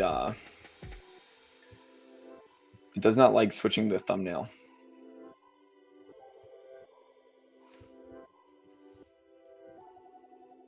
Yeah, for some reason it will just not let me switch the thumbnail at all. So let me see if this works now. Hopefully you guys are all enjoying the stream again. Really do appreciate you all tuning in, being a part of what we do here at Utility Sports. 2,300 people watching live right now. You guys are all absolutely awesome. And let's check the likes on the stream too. That's a great idea. I've not checked the likes here for a little while. We're going to update and check 1,159 likes. I know we can keep going, keep getting higher and higher than that. So let's keep hitting that like button, smash that like button if you haven't already. You guys have been nothing short of spectacular all day long. So I really do appreciate you all. I hope you are enjoying the stream. $5 super chat coming in here says Graham Christie here says, get that ticket, mate. $5 added on. We are working our way there. Crazy. We were at what, 59 before, right? We had W's. Do we have W's for Brian coming in? W from Brian, one Brian to another. We're at 59 out of the 200 at that point. So now we're up to 65 of the 200. So you guys are huge W's right now. Let's get some W's in the chat. I want to see those W's coming in. Let's get a real train of W's, both from the YouTube and the Twitch audience. Need to see you guys showing some love and support over there on Twitch as well. I know we got some awesome viewers coming in from over there too. Steven, thanks for throwing in a W. Appreciate you a ton. We'll talk about the Pistons next here, guys. Appreciate you guys. Brian, thank you again. Josh, Graham, thank you guys. A ton of W's coming in. Rogue wants to know the trades that have happened. If you watch on the bottom here, I'm going to update the ticker. There are all the trades, so just keep your eyes down there. The most recent one was a trade between the what was the most recent? The Celtics salary dumped Jaden Springer to the Houston Rockets.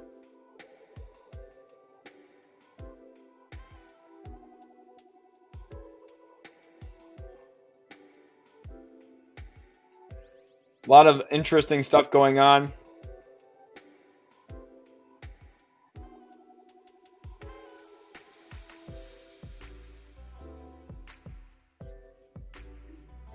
Celtics could be a front. We have a trade. This is a salary dump. We have a trade though. Let me go over to Twitter. Wow.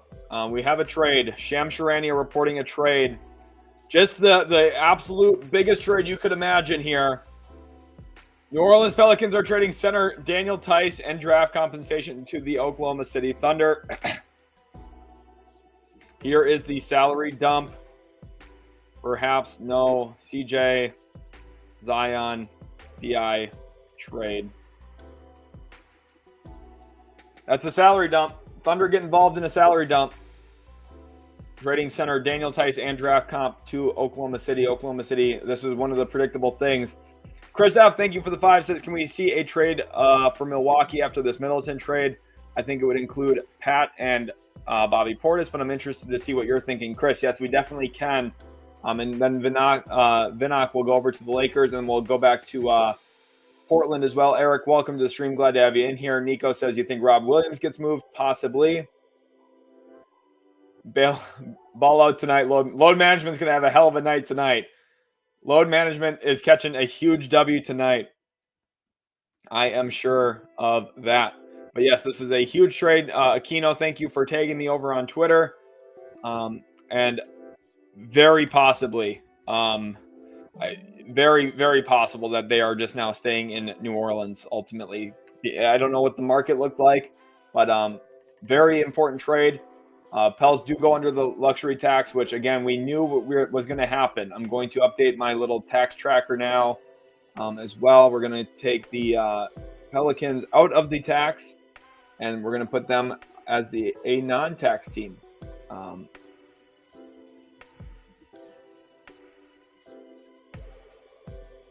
Which is important. So on the bottom here, again, you'll see the updated things. Celtics are moving away from the second apron.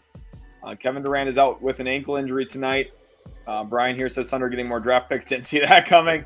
Happens every time. German center rotation in OKC. Unfortunate he didn't end up in Orlando with Wagner and all them. Appreciate you guys a ton. Again, here's the report right now. Celtics are making a last-ditch effort. I don't know, 14,000 followers. Okay. Celtics are making a last-ditch effort to trade for Kevin Durant, but must first get under the second apron.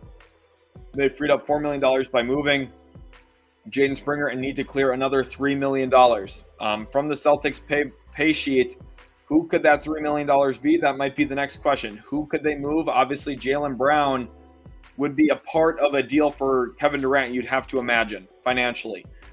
It works for Phoenix. So would be absolutely insane. The $3 million, it could be some combination of Xavier Tillman, Jordan Walsh, whatever it would have to be. Probably those two guys, if I had to guess. But I think one of the issues here for the Celtics, especially, they're already thin in their roster. Their roster does not have a lot of players on it, especially after Jaden Springer's been moved. They are at a deficit when it comes to roster size. So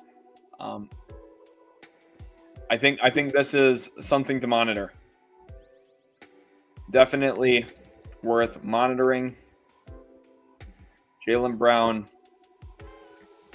is acquirable by Phoenix if a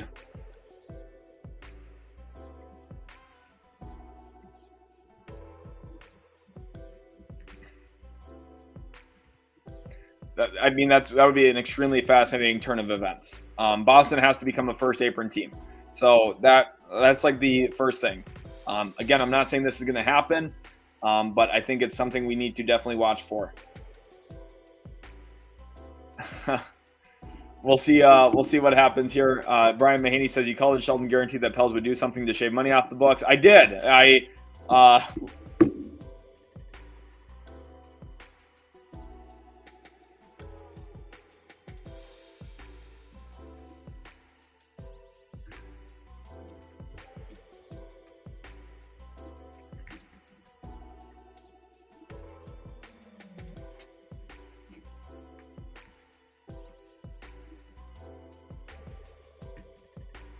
Pelicans will likely never pay the tax with this ownership. So honestly, like Pelicans, like that was the most free obvious bet ever, was that New Orleans would not pay the tax. Now they dumped Daniel Tice. What they'll probably do is they'll give BJ Boston a contract. So But Chris, yes, we'll go back to this again. Chris, thank you for the $5 super chat. Let me go back over to our trade machine. I just had to cover that news. Obviously, having a trade, you got to cover it. We've had 4 trades today. 2 of them, albeit not super exciting, salary dumps. Well, 3 of them are salary dumps.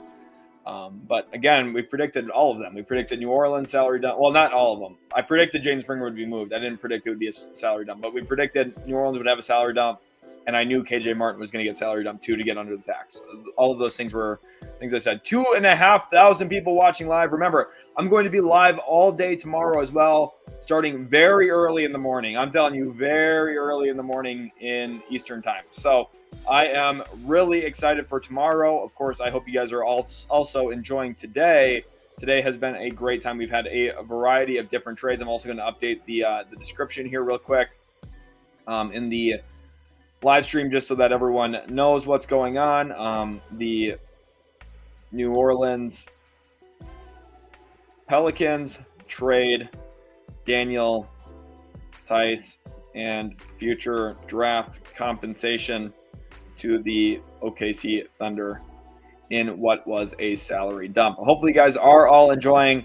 But when it comes to a trade like I promised Khris here that we'll talk about with Milwaukee, one option that I think makes some sense is Lonzo to the Bucks. And in this, you would combine the salaries of Bobby Portis, Pat Connaughton, and the Bucks would be willing to give up. They got some second-round picks, but they actually have 2 second-round picks because they got one back in the trade today as well. But it could be something like this, 1 or 2 second-round picks. These 2 contracts for Lonzo Ball, who in theory is a better fit in Milwaukee than either of these 2 guys are, especially come playoff time. So, Khris, hopefully that answers your question as a possible solution. Combining them together would work very, very well. Saber says low-key a good trade for OKC. They also get depth. Yeah, OKC gets a player who can actually play with them. So I'm just disappointed the Pelicans signed Tice to begin with. Honestly, New Orleans is just a mess. Sides here, 6 sides have to be Jaylen Brown. We'll see. But obviously the Kevin Durant news, we'll see what happens. I mean, there's a lot of drama. Remember, Kevin Durant almost joined the Celtics a few years ago. The Celtics thought they were going to get him. This is when they still had what's his name, Isaiah Thomas. Honestly, one of the better players for that 1 or 2 season stretch that he was really dominant. But unfortunately, though, nothing materialized there. He ended up going to Golden State in 2017. But Isaac here wants me to talk about what Memphis should do. Great question. For Memphis specifically, what I think the Memphis Grizzlies could do is go after the Memphis Grizzlies should go after Cam Johnson. That's who I think they should go get. If they get Cam Johnson using Marcus Smart's salary, it'd be tremendous, honestly. I think a very significant upgrade. So that's what I would do. If I were them, I would try and go get Cam Johnson, use some draft capital to do it. But we've seen them hesitate in the past to do something like that. So it wouldn't be completely shocking either. Wow Factor wants to know how many picks the Celtics have. Let's go take a look at the Utility Sports Draft Pick Tracker. And again, I put a lot of effort into this, so I hope you guys do enjoy this. But the Celtics have their own firsts in 25, 26, 27. Now, they do owe a swap option in 28. They don't have their pick in 29, but they have their 2031. So when it comes to tradable, they have 3 tradable firsts, 2025, 2027, 2031. So let's go over to Twitter real quick. I'm going to tweet this out as well because I do think this is a big deal. Okay. Well, that's good news to know. So,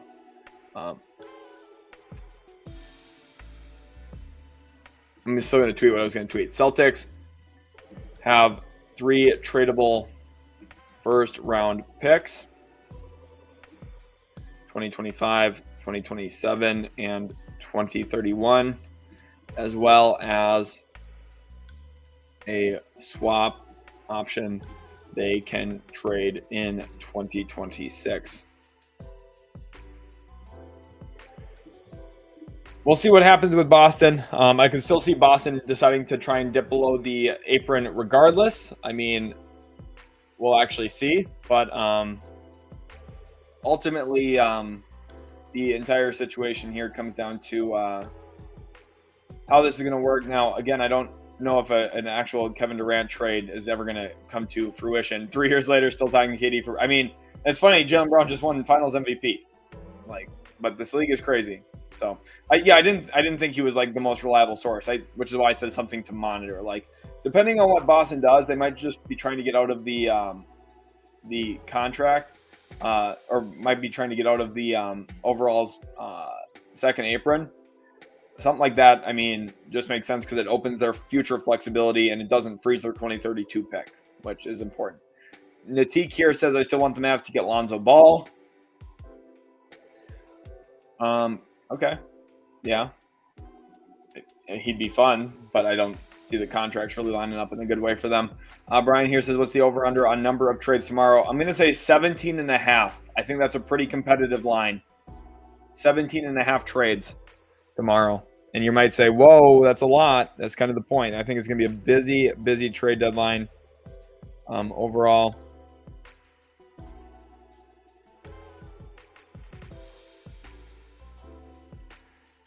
Appreciate you guys all a ton. Memphis should have got Jimmy, period. I mean, I don't know. Cam Johnson would make more sense long term. Wake Up wants to know how long I'm streaming for today. I've been live for over 5.5 hours, and I'm probably going for about 7.5. So 2 more hours, roughly, until about 4 p.m. Eastern time. I don't know. You guys have been killing it, though. So as long as you guys are killing it, I might just keep streaming. Maybe I'll never stop. Should we just do a 48-hour stream? Just no stopping. Only talking NBA trades. We have 2,500 people watching live right now on YouTube. Thank you, everyone who is in here. Absolutely awesome group of people. And the Twitch viewers, thank you guys as well. Absolutely awesome. Noni says, I mean, Brown would be amazing with Booker, even for Get Beal. Rogue here says, could you do some trades involving Terance Mann, please? I want to see your trade ideas with him. Yep. So we've talked about a few already today, but I will quickly graze over one that I think could make some sense. And this one specifically centers with, let me grab the Clippers. Where is LAC? There we go. And this one specifically, we're going to go and work with the Spurs, actually, which I think would be an interesting trade. Now, Spurs fans probably would say, no, we're not doing this. But Terance Mann is a younger, significantly younger, 10 years younger than Chris Paul. Could be a piece for the Spurs moving forward. Has a tradable contract, team control. Clippers make an upgrade on their roster this year. I mean, what do you guys think? The Clippers really badly need a backup point guard. And Chris Paul would be tremendous.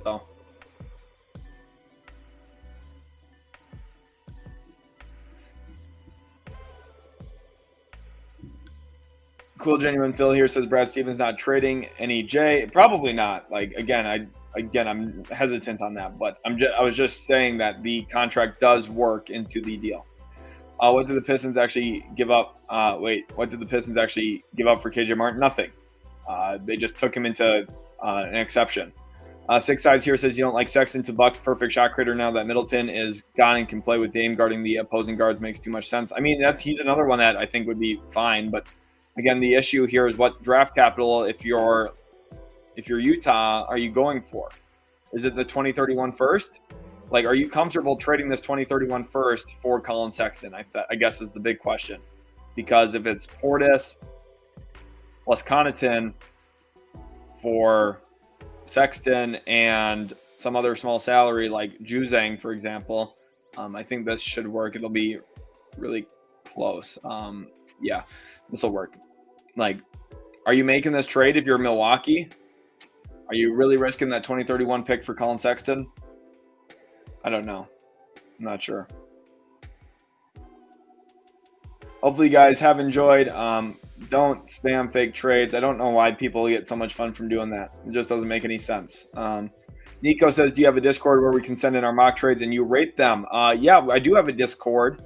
Now, obviously, these couple of days here, I'm going to be kind of busy and swamped with trade deadline preparation and everything like that. So keep that in mind, right? But, I do have a Discord, so I'm going to send in the link here. It's a fantastic place to be. So if you want to, be a part of a basketball community, have a lot of fun talking hoops and being with a lot of awesome people, having a fun time, that's a great place to be. So, yep, this is a report here. Phoenix Sun star Kevin Durant will not play tonight against OKC, according to Chris Haynes. Yep, so that is legitimate. Let me go put that up on Twitter.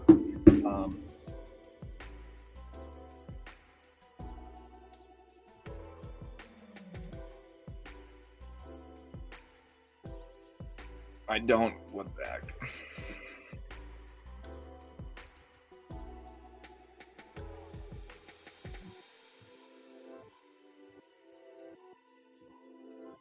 Kevin Durant will not play tonight against the Oklahoma City Thunder.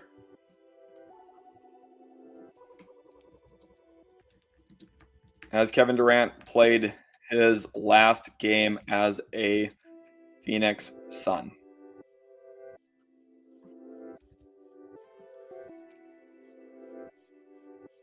We're going to give this 1 day and 46 minutes because that is when the trade deadline is. We are 1 day and 40 minutes away from the NBA trade deadline. Has Kevin Durant played his last game as a Phoenix Sun? Everyone comment right now down below their prediction. 17 with like the small number, not the huge one. 70 would be I would be losing my mind. If they said, Sheldon, go eat, we wait for you. I haven't had any food all day long. I have not had any food. Elizabeth here throwing in a Meep and 1,240 hour live stream. Could you imagine? 48 hour stream is dope. I would probably pass out. I'm not going to lie. I haven't eaten any food today. I barely drank any water. I'm still working on my first Stanley. I guess we're just going to try and push for 48 hours here now. I'm probably not going to actually do that. But a lot of the votes coming in here on this, as you can tell. Go vote on this. Everyone go vote right now. Wake Up said I'd be on the whole 48. Huey Doan says, it seems like Katie is out the door. The Sun's going to blow it up. What does this mean for Houston? ATL Kool-Aid Drinker says, what time does the trading stop tomorrow? 3 p.m. Eastern time. 831 Locust says, I like John Collins to the Warriors. I wouldn't hate that either. Flexorcist says, just got back. You mind a quick recap? I do not mind a quick recap at all. Everyone go vote over here on Twitter. But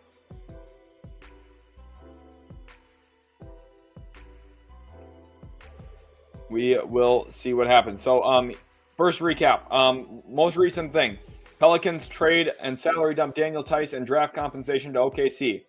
Like I promised. I guaranteed it. I should have actually bet my life savings on this. They just never paid the tax. It was super obvious. Here's another one. The Celtics save about $15 million by salary dumping Jaden Springer into the Rockets mid-level exception. They save $15 million against the tax, specifically about $4 million of the actual contract. They're very close to getting out of the second apron, which would be interesting if they do. So that's part of the deal, okay? In here too, some of the more recent stuff for a quick recap. The Bucks traded AJ Johnson and Khris Middleton and a 2028 first-round pick swap for Kyle Kuzma, Patrick Baldwin, and a 2025 second-round pick. All in all, not the worst trade. I gave the Bucks a B+. I gave the Wizards an A+. Trade grades here in this deal as well. KJ Martin was salary dumped to Detroit. I gave the Pistons an A+. They got 2 second-round picks. And the Sixers, I gave an A for executing the salary dump because they got Quentin Grimes yesterday. I think the overall collection of moves was really good. And I think that the flexibility that they've opened up is more important than KJ Martin being on their roster or those second-round picks. So we'll see what happens. But right now, 93% of people are saying yes on this, which is a lot. A lot of people saying yes. We will see what happens ultimately. But Kevin Durant will not play tonight against the Oklahoma City Thunder. Chris Paul reunion now. Hopefully you guys are enjoying. Eric says, I like the move, honestly. Man to the Knicks, please. Scotto said that could again be centered around Mitchell Robinson's contract. We've talked about that a few times. See, Steve here, I probably agree with you that I don't think Chris Paul will get traded, but Mark here wants to know any trade idea for the Kings. Another Cam Johnson landing spot. You guys probably, like I promised you on Monday, I said you guys are going to get tired of hearing Cam Johnson's name. Are you tired of it yet? Because Cam Johnson continues to be a player that makes sense for a variety of teams. Now, the Kings do have some difficulties salary-wise with actually getting there. So with that in mind, they probably won't make that specific trade, but they could go after someone like a Terance Mann. They could jump into a 3-team deal, get Mitchell Robinson, try and improve their center depth. There's a few different ways to go about it. The Twig here says, I think we need a second round pick to get this done because CP is our backup point. I understand that, but you also now got De'Aaron Fox and you have Stephon Castle, and Mann can also handle the ball a little bit. Troy Dilworth throws in the $2 here. Says, everyone super chat $1 to get tickets behind the bench. You guys heard him. If everyone super chatted $1 right now, we'd be sitting courtside. There, I'd be chatting to Luka Doncic. Would be hilarious. But thank you very much, Troy. I really do appreciate you a lot. Turkey Farmer here says Pelicans trading Tice to OKC per Shams. Yep. Hopefully you guys are enjoying the stream. Dave Rose says, what might a Cam Johnson to Oklahoma City deal look like? I just don't think it's going to happen, Dave. I really don't. But just to have you guys understand, got out of the second apron in the deal.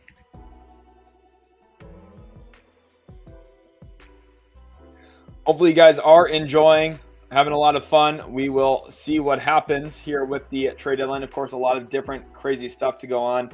Andrew here says, you are the best when it comes to basketball knowledge and trade analysis. Thank you, Andrew. I appreciate you a lot. Obviously, you guys know how much work goes into this. So if you are appreciative, first of all, smash that like button. Join that Discord right there on the screen.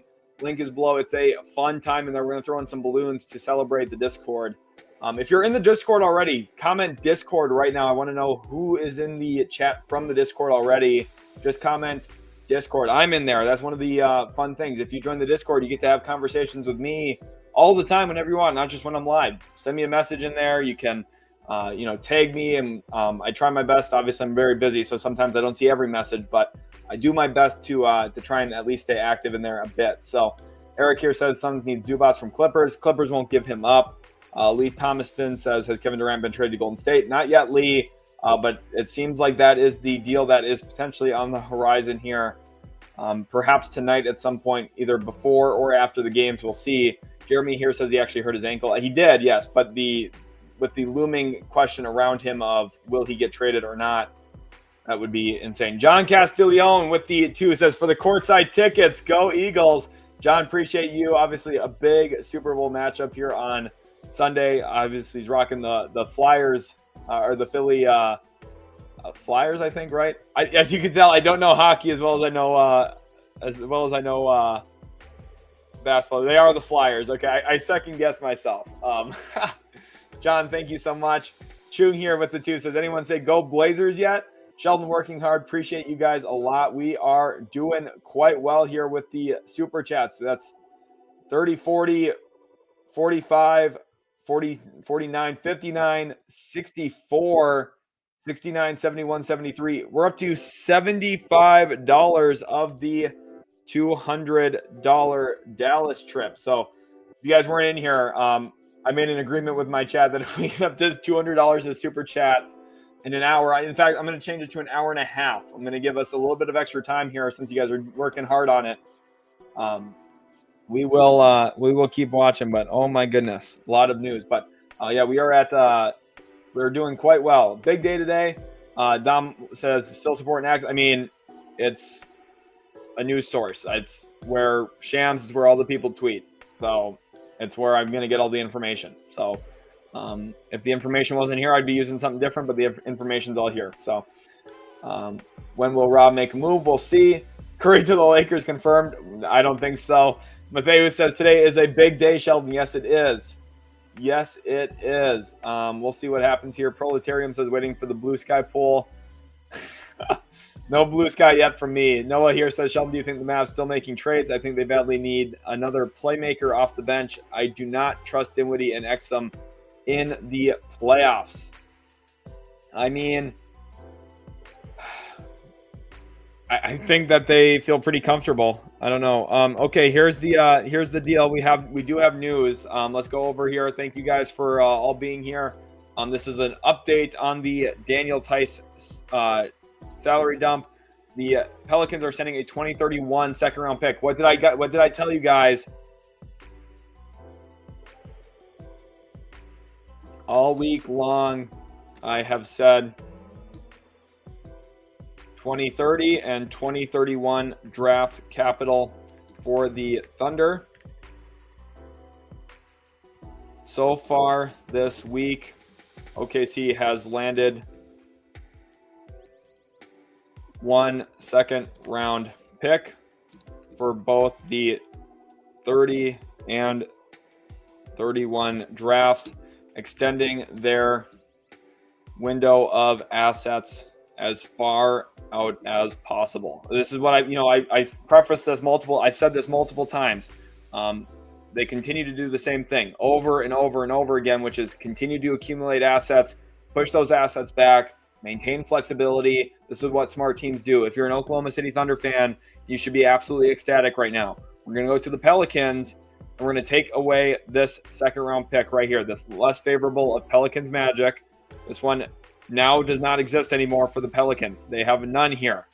Okay, but what does happen now is the Thunder add a second-round pick. So now they have 2 second-round picks. And again, I promised this, saying that they would look to push assets back. They now have 4 second-rounders in 2030, 2 second-rounders in 2031.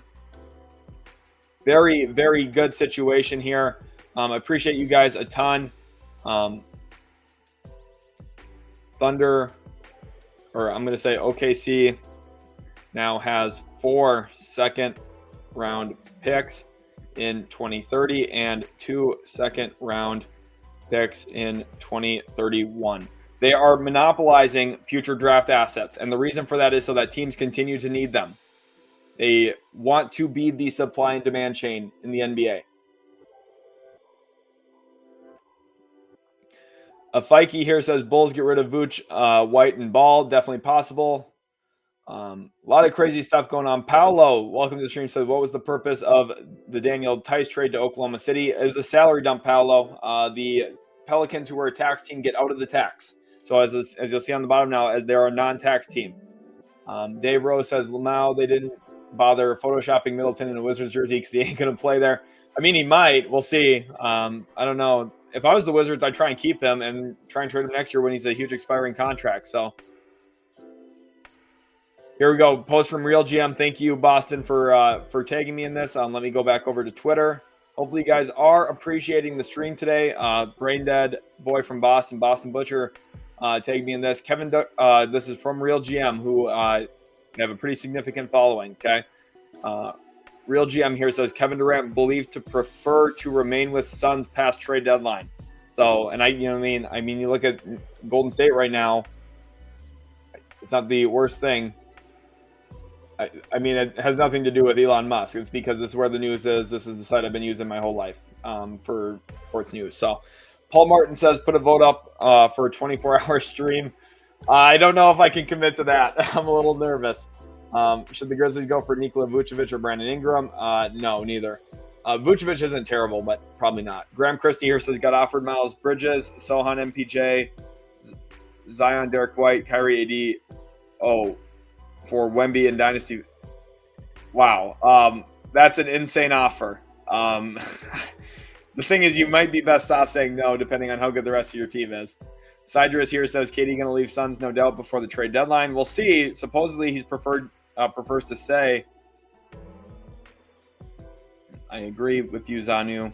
A lot of crazy stuff possibly happening, but Oklahoma City, again, continues to get draft capital for future years.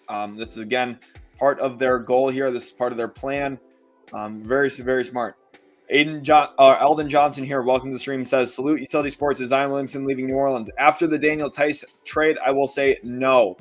I think the Pelicans are done making trades. Ultimately, I feel like there will be no Zion trade, no Brandon Ingram trade, no CJ McCollum trade. No, we do have 24 hours and 30 minutes. It's possible that could change. But as of right now, no. Bear Gorilla 3 says, Cam Johnson looking like the prettiest girl at the dance. Honestly, he's got suitors, man. He's got suitors. Bear Gorilla, thanks for your comment. Appreciate you watching over on Twitch.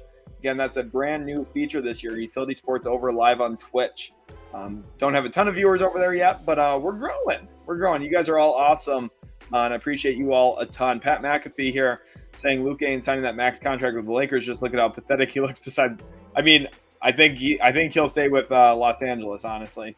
Eric says we're willing to give up Mason and Nurkic for Zubats. I don't think the Clippers will say yes to that. Dom here says, how far behind in the comments is he? I mean, like 8 minutes. So trying my best. It's hard. I mean, there's 2,500 awesome people here leaving great comments. Hello to Mr. Lugo there, Roquendo. Hopefully that fits for you.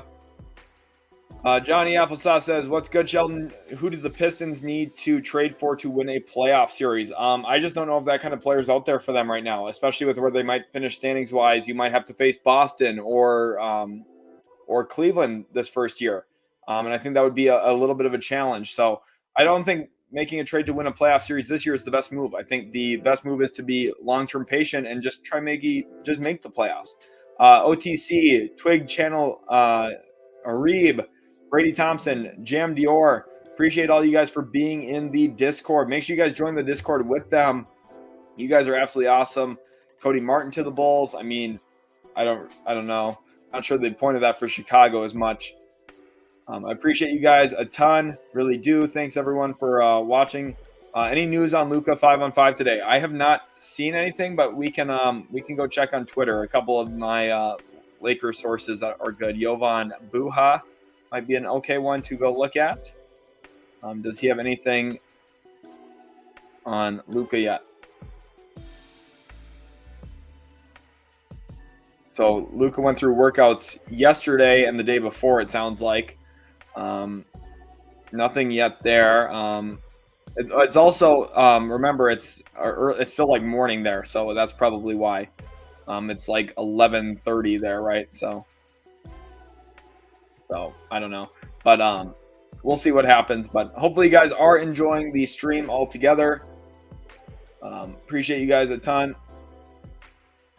Like that's the other thing too is I'm talking about sports. So Knox here says, "Great work, Sheldon. Any idea what it would take for the Blazers to trade for Jabari Smith? Have heard his name mentioned a few times. Thanks." Well, Knox, first of all, thanks again for your questions and your comments all week long. Really appreciate you.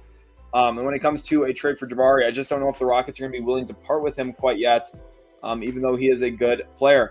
Rashad, welcome to the stream as well. And let's get some W's in here for Rashad. Appreciate you, my man, with the $2 super chat throws. And I'm a Clippers fan. We should trade Kawhi. Wow, I don't think Kawhi is going anywhere at this point in time. Just signed an extension last season, but that would be crazy if he did. Detroit Sports Talk wants to know about Lonzo to Detroit. Still definitely a possibility. Cap space still exists. So 407 Kamer says, "Okay, you're right. Kobe White to the Magic for 2 first-rounders or White for Anthony Black and a first-rounder seem fair." I'm not even sure if you're going to get the I don't think you'll get Anthony Black, but I think the 1 or 2 first, probably 1, and maybe some kind of swap option or something in there is a possibility. Dave Rose says death taxes and Sam Presti will take on salary for a future draft pick. Yeah, those are like exactly those are all the things that are guarantees in this world. Grant and Shaden Sharp plus 3 firsts. Here's the news. Reports suggest that Kevin Durant has serious reservations about a potential return to the Warriors if he were to be traded there per timeline. His final season as a Warrior in 2018-19 was, of course, marked by a devastating Achilles injury, as well as a growing belief that he wanted a dramatic change of scenery, which he found in Brooklyn, and no longer wanted to play alongside Draymond Green. So does Draymond Green need to be included in some kind of trade here? Perhaps, which would be pretty insane, but you never know, right? There's the possibilities of crazy things happening. Absolutely crazy, but definitely good news, and thank you guys for commenting them at me. Boston Butcher, appreciate you a ton. You guys help me get all the information for the streams. You guys are hugely effective in that, so I'm very much appreciative of you guys. Greg, welcome to the stream. Rockets making moves with their expiring salaries, very possibly. Made a trade today for Jaden Springer as well. Nate says, how could Boston become a first apron team? They would have to dump salary. Now, the issue with that is it's kind of hard to know which salary they would dump because at this point in time, the Celtics are presently $3.6 million over the second apron. Okay, so here are the salaries they have over that number: Peyton Pritchard, Al Horford, Derek White, and their better players, even Porzingis, Holiday, Tatum, Brown. Like those are the expensive players, right? So to get below the apron, they would have to maybe trade, either Peyton Pritchard outright somewhere, which sounds like a loss to their rotation, or you could trade Baylor Shireman and Xavier Tillman, or you could trade Baylor Shireman and Nehemiah Shkeda, or you could trade Sam Hauser, which seems like something they won't do. Luke Cornett, Jordan Walsh, like any combination of those like 6 players, any 2 of them would get you under, but it's again problematic. So I don't really think so. I'm not sure about Real GM as a source or not. So they have a lot of following, but I don't really know. Been live for over 6 hours. Do you still think the Pelicans trade Ingram? No, I think now that they have a move that's been made that it was Tice, I think that they're at a spot where they're content with just being under the tax. So SP here says, how about Chris Paul for Chris Boucher? Paul is a mentor for Sheed. Add a pick if you need to. So that's the thing. I think Spurs fans, again, are just going to want to keep Chris Paul, kind of the same issue we ran into with Terance Mann. I think Mann would make more sense too there. Caden, thank you for the super chat. He sends in 2. Let's get some W's for Caden in the chat. Caden, you're an absolute legend. Appreciate you a ton. Welcome, everyone, to the stream. 2,400 people watching live right now. Again, I'm having a heck of a time today. I hope you are as well. What a day. What a stream. I hope you guys are having as much fun as I am. Today's been an incredible day. And real quick, what I do want to do is I want to go over to this screen again, the subscriber count. And I want to see how close are we getting to these actual numbers. Wow. We are within 122 subscribers from hitting 30,000. So if you are not subscribed yet, make sure to do so right now. M. Dot says, Knicks need a wing off the bench. What do you think of them getting somebody like Javonte Green? Javonte Green could be a tremendous addition. Of course, you have the possibility of trading away like Jericho Sims. A Jericho Sims for Javonte Green trade could be a possibility if they want to go that way. Buick says, bro, get something to eat and drink. I've been sipping on a little bit of water. No food until the stream's over. I'm a diehard lifer here. If we hit 30,000 subs, I will be so excited. Very, very stoked overall. But I am very, very much excited for everything. Really appreciate you guys a ton. Want to go back over to Twitter real quick. Nick tagged me in something over there that I want to throw up on the screen. Nick is one of my moderators, both for the YouTube channel here, but also over on the Discord. So he's a really great guy. He says, rate this rebuild from August 11th, 2021 to today. The net haul has been adding Wemby, Fox, Vassell, Castle, CP3, Sohan, Barnes, Champagny, Bassi, Branham, Wesley, Ingram, Nunez. Extra picks, sent out one owned first-round pick.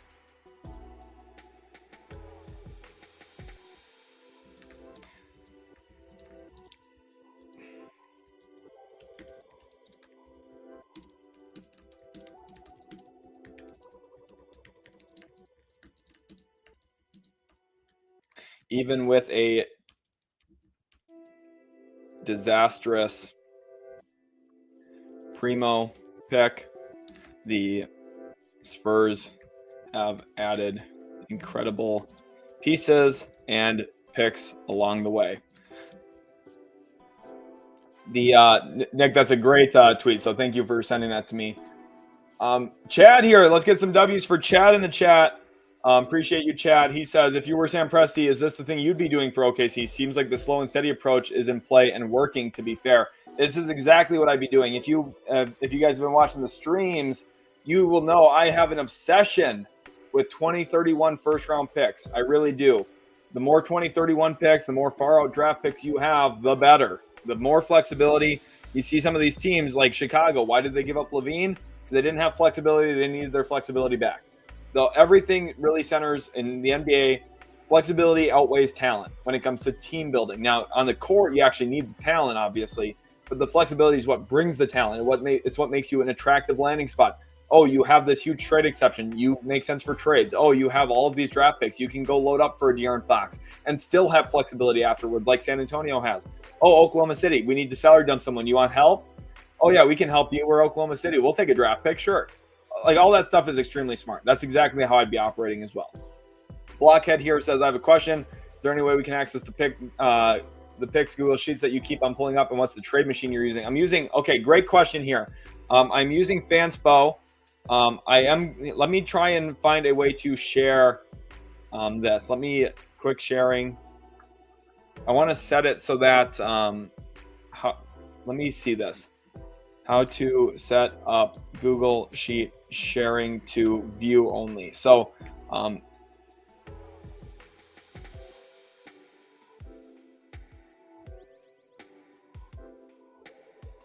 okay, let's see if I can do this.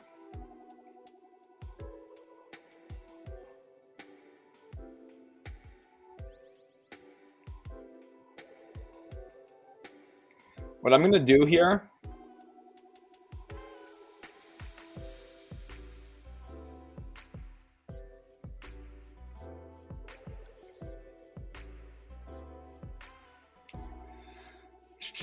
let me try and figure that out. Block it. I'm going to work on that. It'll be for sure ready for tomorrow. Okay. Caden, thank you for the 2 here again. Says, do you think the Rockets will make another trade? Yes, they have expiring salaries. They'll definitely do something, I think. The Twig Gaming channel here says, what are you thinking the Pacers will do? Maybe a small salary move. Move a little bit of pick. Maybe move a little bit of stuff here.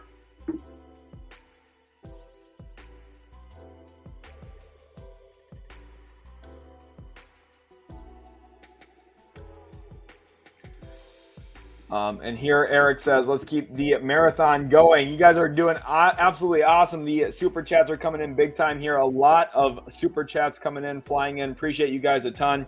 I'm going to try and figure out how to share this. Is there like a settings?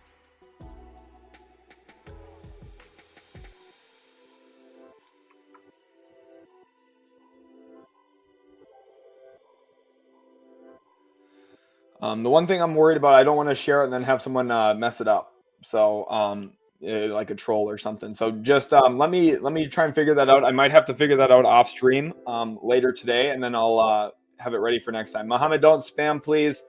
Class of the Lakers, you're going to need to give up more than a second and Dalton Connect for both salary and draft reasons. Greg says, Rockets have the best trade package for a star player. Yes, they do. I think that they'll be active doing that in the offseason, not this year. Dustin says Suns are interested in Draymond Green. Maybe he'd be in deal for Kevin Durant. It would be hard, though, if they're trying to include Miami and Jimmy Butler. So I could see Draymond Green in a deal, ultimately, if Miami is not involved for a trade. Loading here says trade to the Rockets. Not yet, at least. Josh Jones says, let me go ahead and subscribe. You guys are awesome. Appreciate you all so much. Let's see the subscriber count again. I'm going to pull that up on the stream. See how we're doing over here. Slowly churning, right? There we are, one away. There we go, 29,900. We were within 100 subscribers, maybe even closer as that number keeps jumping up. Hit that subscribe button over on YouTube. If you're on Twitch, I'm sure you have a YouTube channel too. Just go hit that subscribe button over there. I love you guys watching on Twitch. Stay on Twitch. Do your thing. Just hit that subscribe button for me, though, over on YouTube. Yep, the last big trade was the Bucks Wizards with Kuzma and Middleton. Having a lot of fun today, though. A lot of news, of course. A lot of crazy stuff going on. We are so close to 30,000 subscribers. You guys are absolutely awesome legends. I appreciate you all so much. And let's go take a quick little look over here. Warriors are pursuing Kevin Durant and Jimmy Butler. But if they fail to land either, Nikola Vucevic is a strong likelihood per Shams Charania. Golden State has put negotiations with the Bulls on pause until they figure out a resolution with the 2 best players available. We'll see what happens here. Again, this is that news. Thank you guys for tagging me in a lot of these. Appreciate you guys a ton. You guys are absolutely awesome. Again, Sidery, I don't like that he just aggravates other people's sources and stuff, but Breezy Sand here says, what about this kind of trade? And it would be Connaughton, Beauchamp in a second for Cody Martin. This would give Milwaukee even more room. I like this for both teams, TBH. I think that's a win for both teams. If the Bucks trade, I mean, like, because Connaughton and Beauchamp don't play for Milwaukee, and like Hornets get a young guy in a second, like, would be pretty good for them, I think. So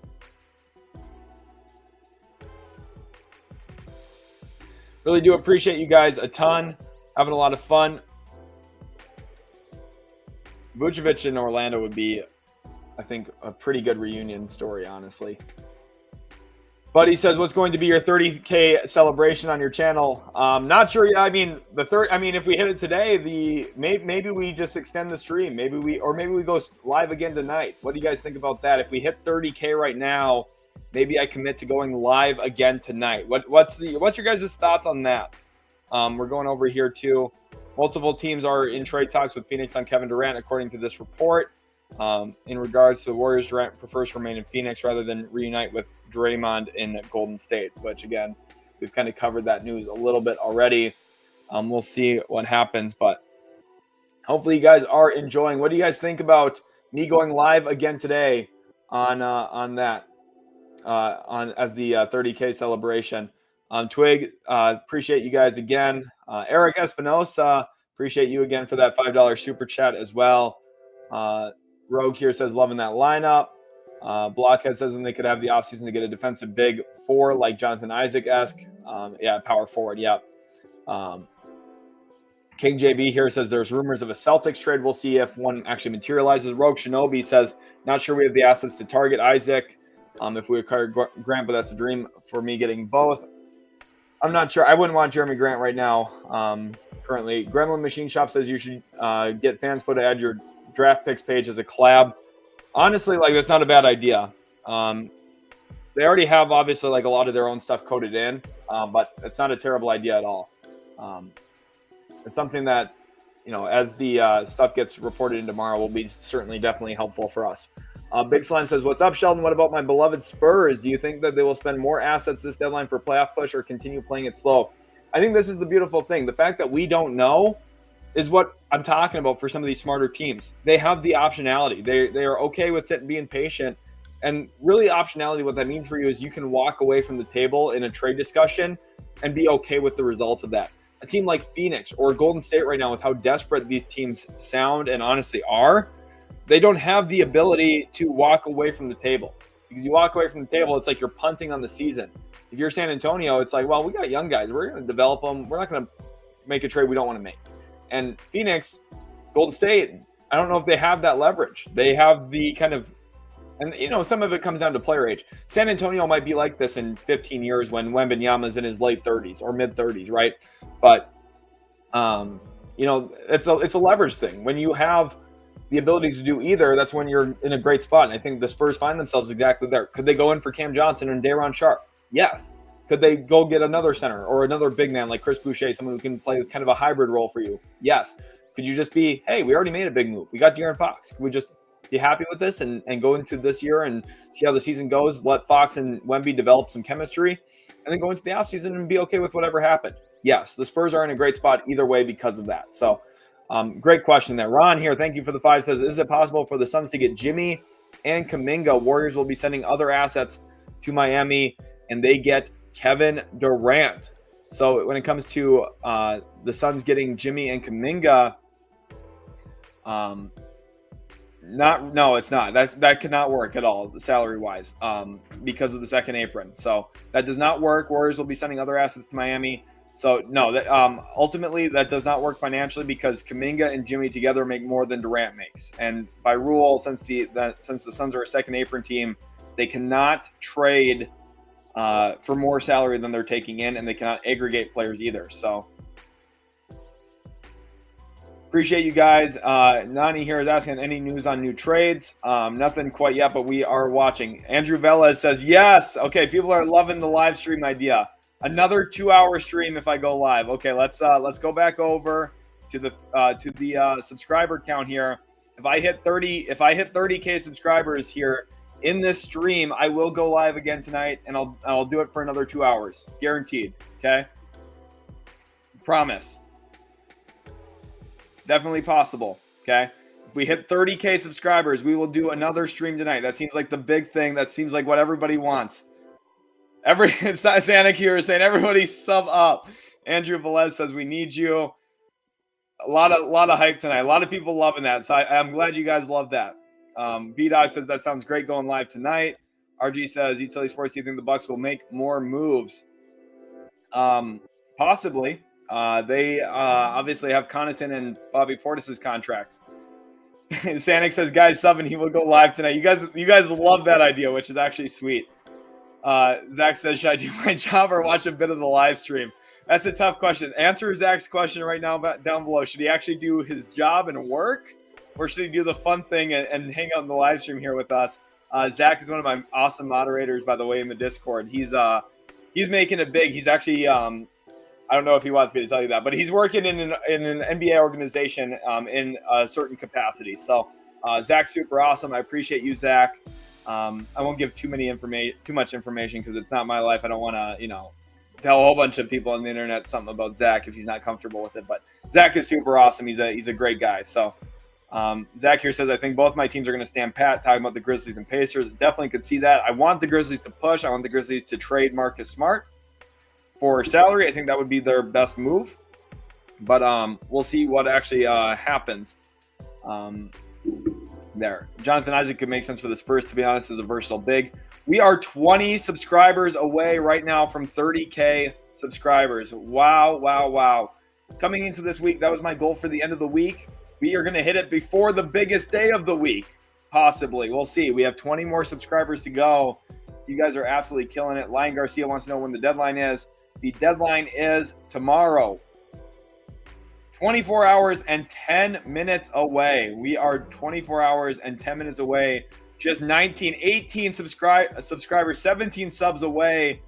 Make sure you guys hit that subscribe button down below. But remember, the trade deadline is tomorrow at 3 p.m. Eastern time. So I hope you guys are enjoying. 10 subscribers essentially away. You guys are absolutely killing it today. This has been insane. What a great day of streaming. Over 2,000 people watching live. We've got an awesome audience over on Twitch as well. Really do appreciate you guys. We are so close to 30,000 subscribers. Oh my goodness. Here we are inching closer. Comic, you're funny here. If I hit 40,000 this stream, we'll see.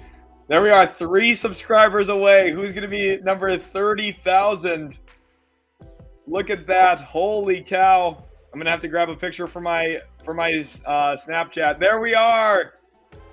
30,000 subscribers. Extremely happy. Look at that. We crossed the finish line. 30K subs. Let's get some 30K subs hype in the chat. Oh my goodness. I'm throwing in some confetti. I'm throwing in some balloons as well. Let's get those in there. What a day. Holy cow. Everyone, welcome to the stream if you are new here. This is absolutely incredible. You got to witness a really special moment. I've been kind of shooting for 30,000 for a while and really was hoping to have it by tomorrow, and we got there today. So really appreciate you guys a ton. Everyone's telling Zach to take the day off and do the live stream. Cough from Sick Boss. That's a great one there. Golden Rain must get your info from sources like I don't know who at you is, but Golden Rain's not happy with someone in the comment section. Adam Perry says it's crazy how good you are at this. You keep it fun, you keep it moving, and you keep it informative. I've been here the whole time, 3 days, no dead air. Adam, I appreciate you. It's honestly like it's kind of hard, but I feel like I'm actually built for this. Like this is when I feel like at my element a bit here.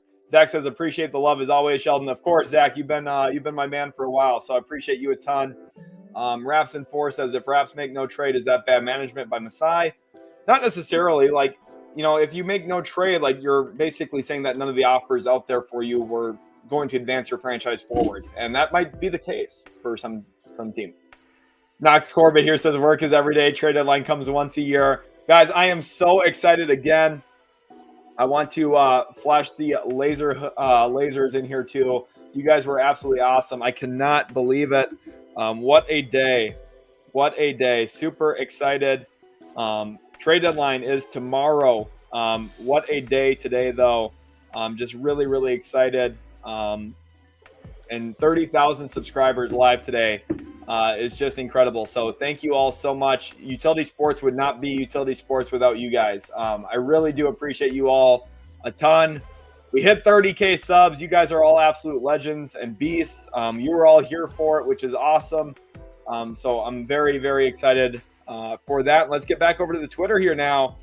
Steinlein here. Again, with some news. This is Durant news potentially, or Jimmy news. Miami, I'm told, continues to talk to multiple teams in search of a Jimmy Butler trade construction. It can seal before Thursday's 3 p.m. Eastern time trade deadline. Butler, Ingram, Durant, all at the heart of active talks with 24 hours to go. Certainly big news to watch for regarding Durant, Butler, and what might be the biggest, craziest NBA trade deadline in NBA history. This is absolutely insane. The deal here is absurd. If there's a trade that's going to come down, it's going to be a big one. Warriors again actively pursuing Durant and Butler. If they fail to land either, Vucevic is at the possible forefront of a deal. Thank you guys for tagging me in some of these. You guys are absolute legends. Shout out to college fan here, 809. Appreciate you guys a ton. Shout out to all the new followers over on Twitter as well. IX Solid, appreciate you. G Mika, thank you. SR Martin, as well as Corn on the Cob. BWC, thanks for the follow. John, as well as Mike, Sams, and Antonio. Appreciate you a ton. Why always. And Ash. Thank you guys all so much for the follows. We're up to over 3,640 followers on Twitter. You guys are doing absolutely awesome. And I appreciate you guys a lot. Gremlin here says utility hitting 30,000 is bigger than the Luka trade. Not quite. Maybe not quite. Jessup, you're hilarious for that, by the way. But I appreciate you guys. Love seeing all the dubs in here. You guys are all so awesome. Thank you all so much. I'm over the moon. I honestly am. Thank you guys. You're all so awesome. Brian says, well deserved, my guy. Thank you, Brian. Brian's a diehard Mavs fan with me. So this week, a little bit of a rough one. Honestly, if I didn't hit 30,000 this week, I would have been probably going through it still. I swear to God, I sit there and I'm like, oh my God, we traded Luka Doncic. I have that like 7 times a day. I don't know about other Mavs fans, but I'm just like going through that every single day. But I appreciate you guys all so very much. Thanks, everyone. I'm just rolling through some of the comments. Really do appreciate you guys. Today's been such a great day. And I really do appreciate you guys so much. So road to 31K now. That's where we're working. Love seeing the lasers fly in. Let me see. Maybe I can get some hearts in here for you guys. How much I appreciate y'all a ton. Really do appreciate you guys so much. So I'm glad you were all here to experience it too. I think that's one of the best things. You know, in the past, some of the big like check marks, right? 10,000 subscribers. When we hit 10,000, I saw it on my phone. So I think, especially in a stream, hitting 30,000 like this was so special. I might even go back and clip it and just have it saved on my phone because it's such a special moment. Jeremy here with the funny callback to yesterday. God, I felt so bad about that, guys. But yeah, thank you all so much for all the hype. Aquino, thank you, man. Congrats, already shooting past that number. We are rolling here, guys. So I really do appreciate you so much, each and every one of you guys. Travis says, congrats, bro. Great job. It's paying off. Keep it up. 40,000 by the trade deadline. I mean, that would be crazy. Last year, we had about 5,000 people live at one point in time at the trade deadline. This year, I'm hoping for an even bigger number. So we'll see. If you have anyone who you think would be interested in watching a trade deadline, share the stream with them tomorrow. Because tomorrow is going to be an action-packed day. Of course, today we've had a little bit of a mix of both, right? We've had kind of the fun, chilled, laid-back environment, and also the, oh my gosh, we have a trade. Now, a lot of them have been salary dumps, so it's not been the most exciting stuff. But this is, that scared the heck out of me. This was my face just about dropped. That was a fake,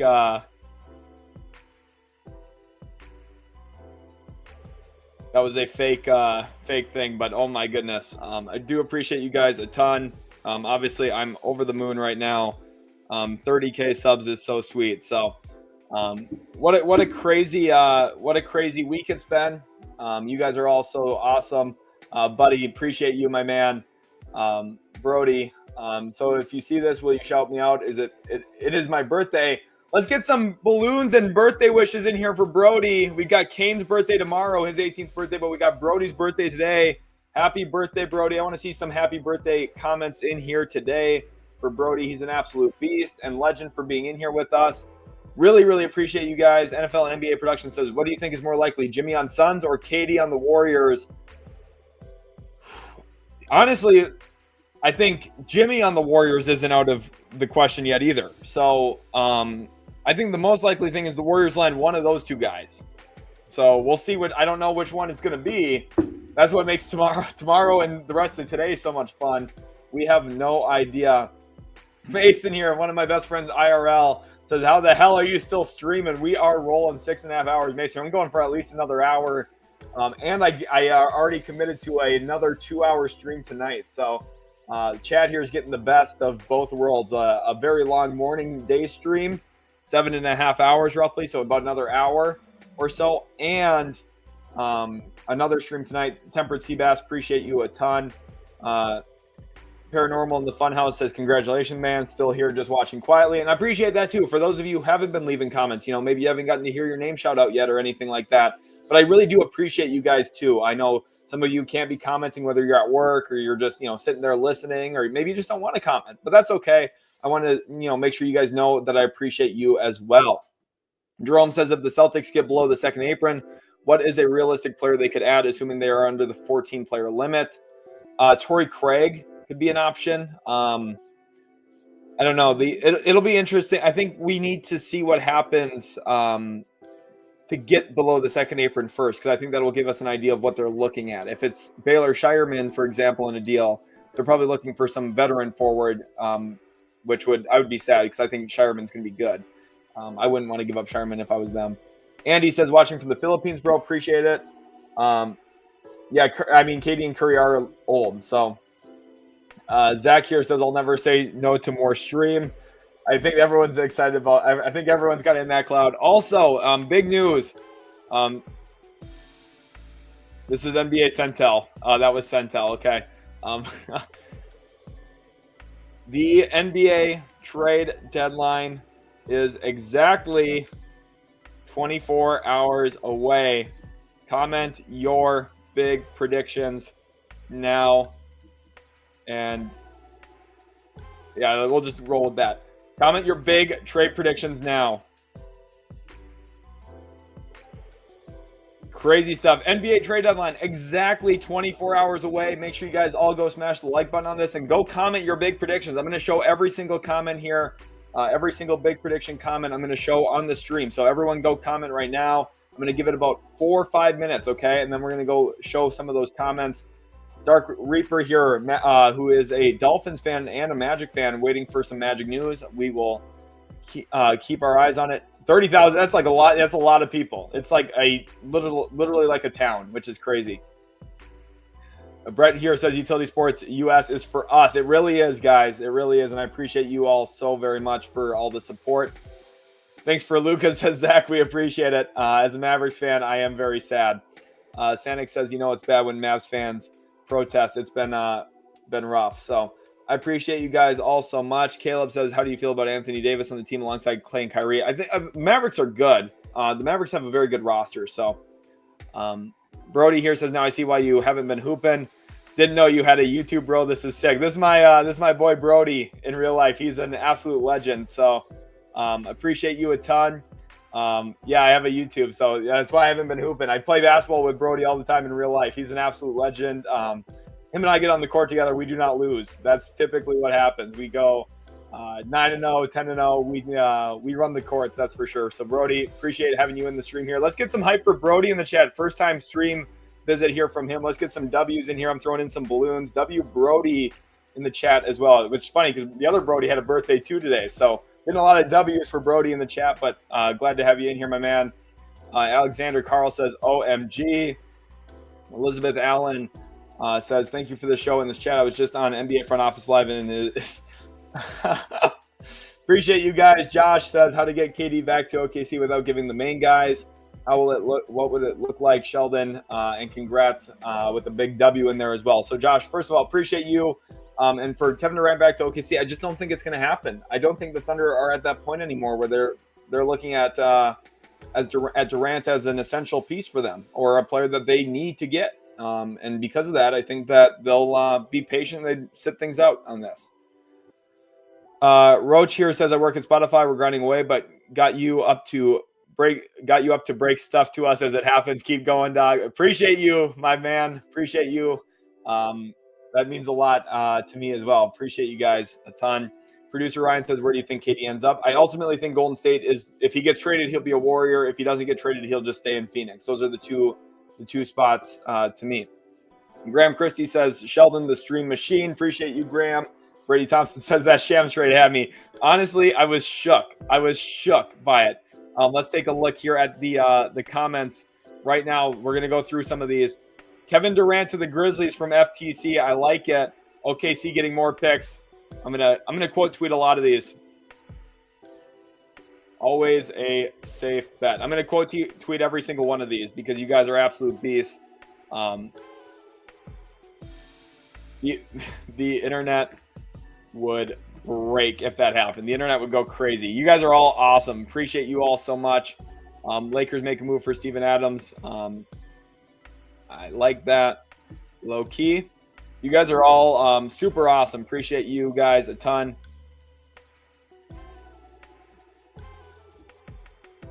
Love that for LAC. Ingram to Toronto.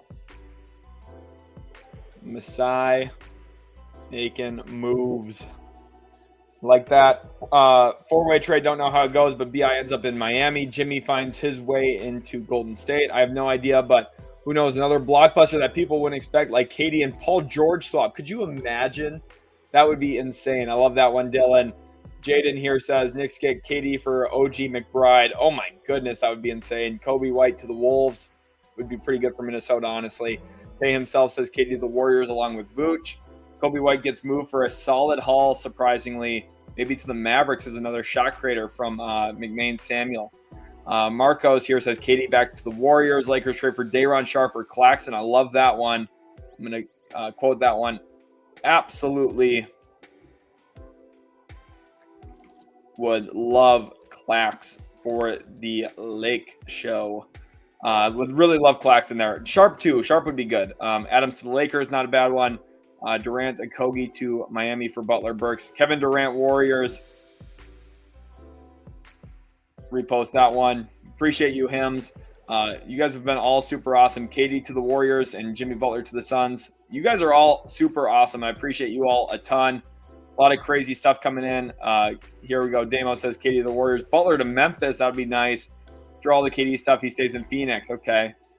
Claxton Lakers. This guy's calling it all. Beal retires. Look at that. Beal retires. That's hilarious. Here we go. We do have some news potentially here. Per Shams Charania, this is Hoop Central. Kevin Durant does not want to be traded to the Warriors per Shams Charania, which is interesting. Thank you for tagging me in this one here. Going through some of the other KD to the Celtics. Okay. Again, this is from Tomas here, the same tweet. But again, this is important news. Kevin Durant reportedly does not want to be traded to the Warriors, which is kind of crazy, but kind of understandable. Ingram to the Raptors for Bruce Khris in 3 seconds, and Obi Jarris and 2 firsts for Cam Johnson. Okay. Interesting. Kevin Durant does not want to join the Warriors. This, again, is the big news here.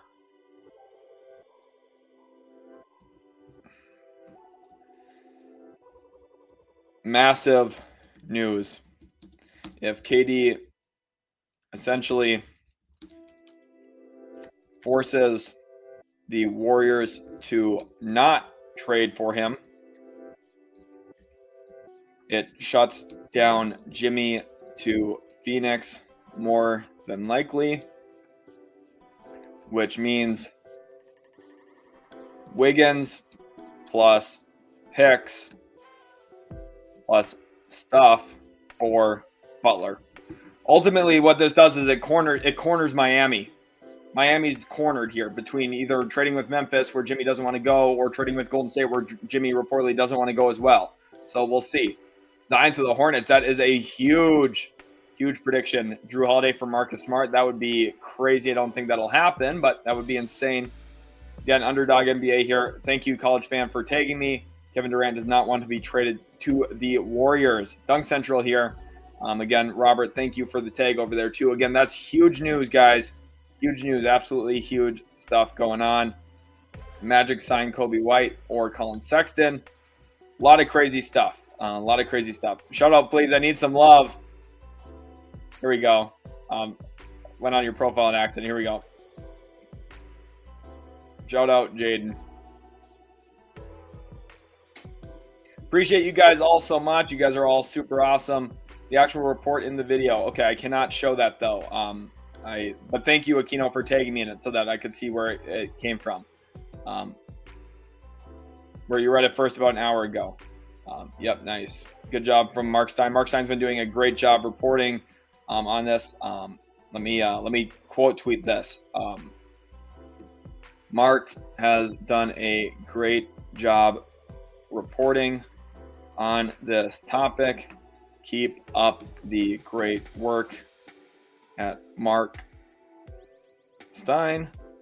My chat, please go show some love and support.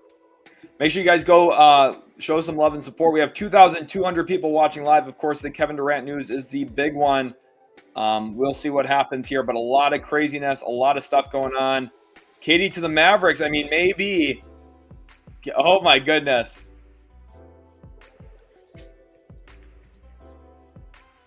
The world would literally implode if this happens. It would be insane. If Dallas goes from Luka Doncic to Anthony Davis and Kevin Durant long term, that would be insane. So we will see what happens. This post was deleted from Shams, whatever this was. So, okay, here we go. Shams just tweeted now. We're going over to Shams again. This is part of the report here. Let me refresh the page. As Golden State pursues Phoenix's Kevin Durant, the two-time Warriors NBA Finals MVP has no desire in a reunion and does not want to go back to Golden State.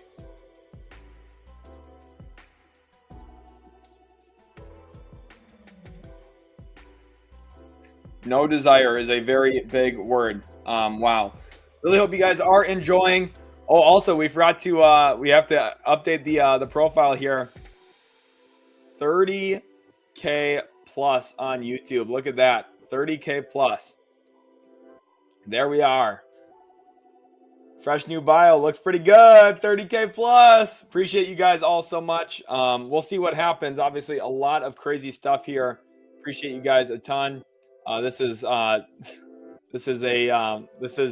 the real Sham Charania. So don't we're gonna block this one right here so that we don't see his content hopefully moving forward.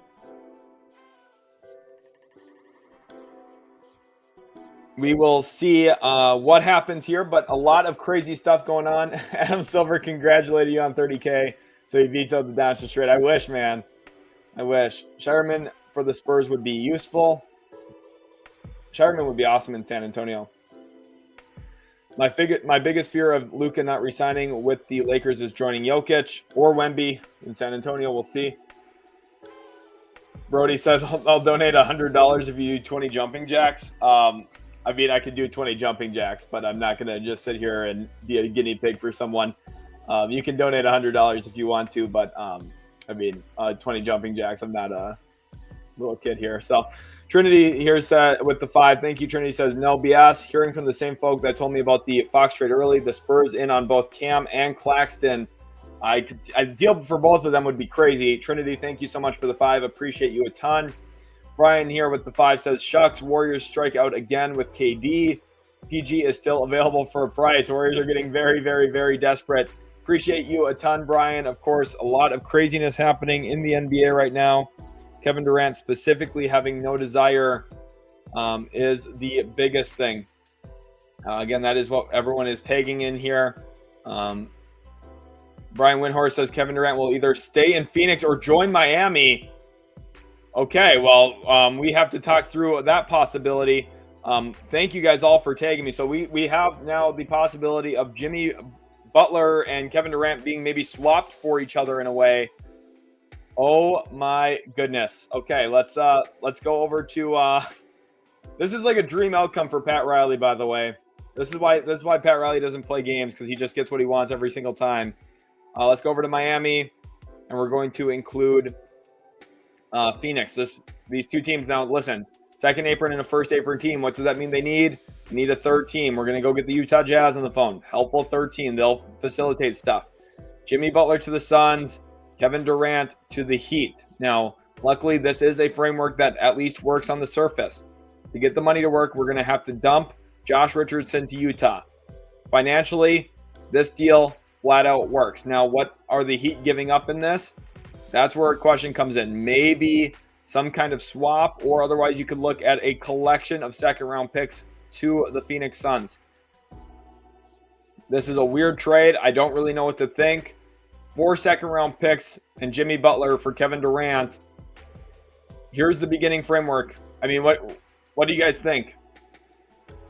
What do you guys think? 4 second-round picks and Jimmy Butler for Kevin Durant, Josh Richardson.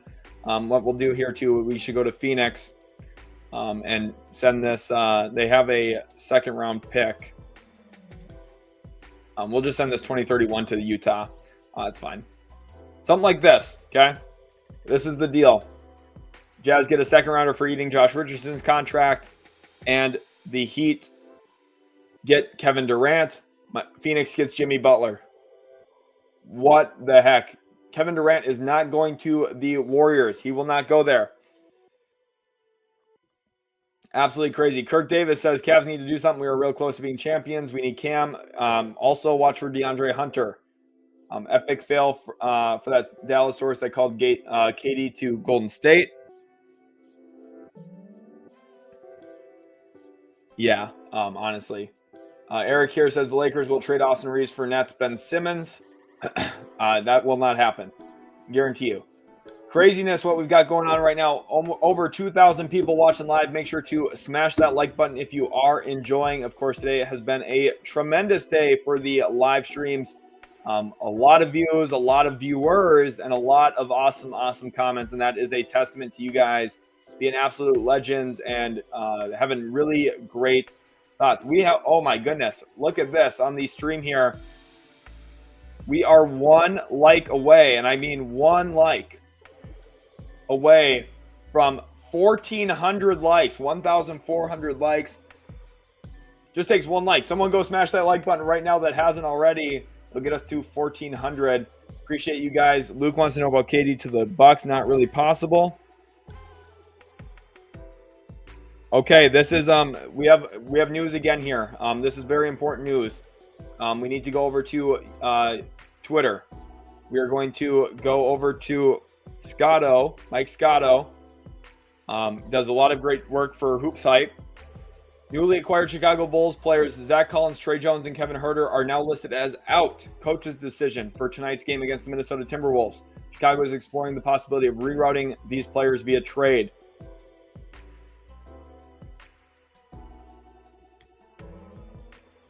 Key news. I think this is really important stuff, honestly. Very important. They could reroute each one of these guys somewhere if they wanted to. And if they find a deal that makes sense for them, with all things considered. Hopefully you guys are enjoying this stream. Again, I love hearing your guys' predictions. Love hearing your guys' thoughts. Matt Campbell asked Steph Curry to the Knicks. Probably not happening, man. Don't think that's going to happen. Willie Wilson says this is a good time for him to play with Kyrie Irving. I think they'll be a champion this year. We'll see. Wayne here says, yo, what's up? Can you make a quick recap on what happened today on the trades?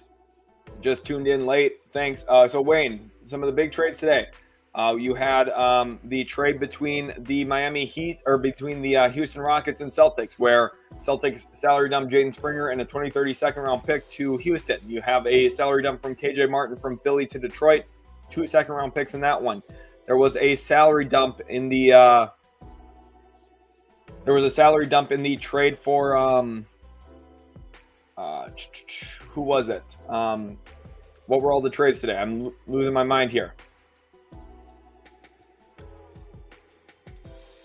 The other trades, the Pelicans salary dump Daniel Tice and future draft compensation to the Thunder, and then the actual real meaningful trade today, Milwaukee Bucks trade Khris Middleton and AJ Johnson, their first round pick this year, and a pick swap for Kyle Kuzma.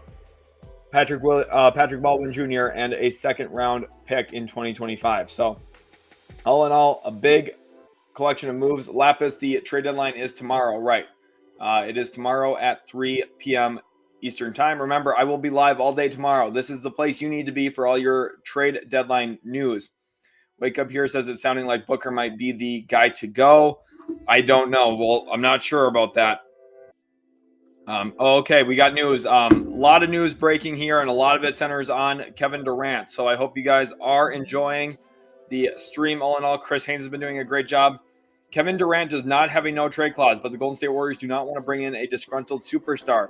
An organization desperate to pair Stephen Curry with a peer of his caliber is running out of options. Fascinating developments regarding Golden State's vocal attempts at landing a superstar in the Bay Area. Striking out a lot. For some reason, this is not posting.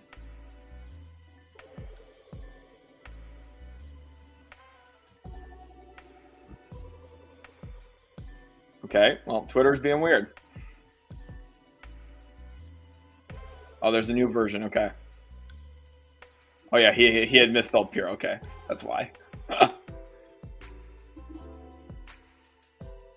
Looks like Jeremy Grant is going to the Warriors. I don't know. If Golden State trades for Jeremy Grant, that's such an L. Appreciate you guys a ton. Thanks for commenting at me. What a crazy development here. What a crazy turn of events.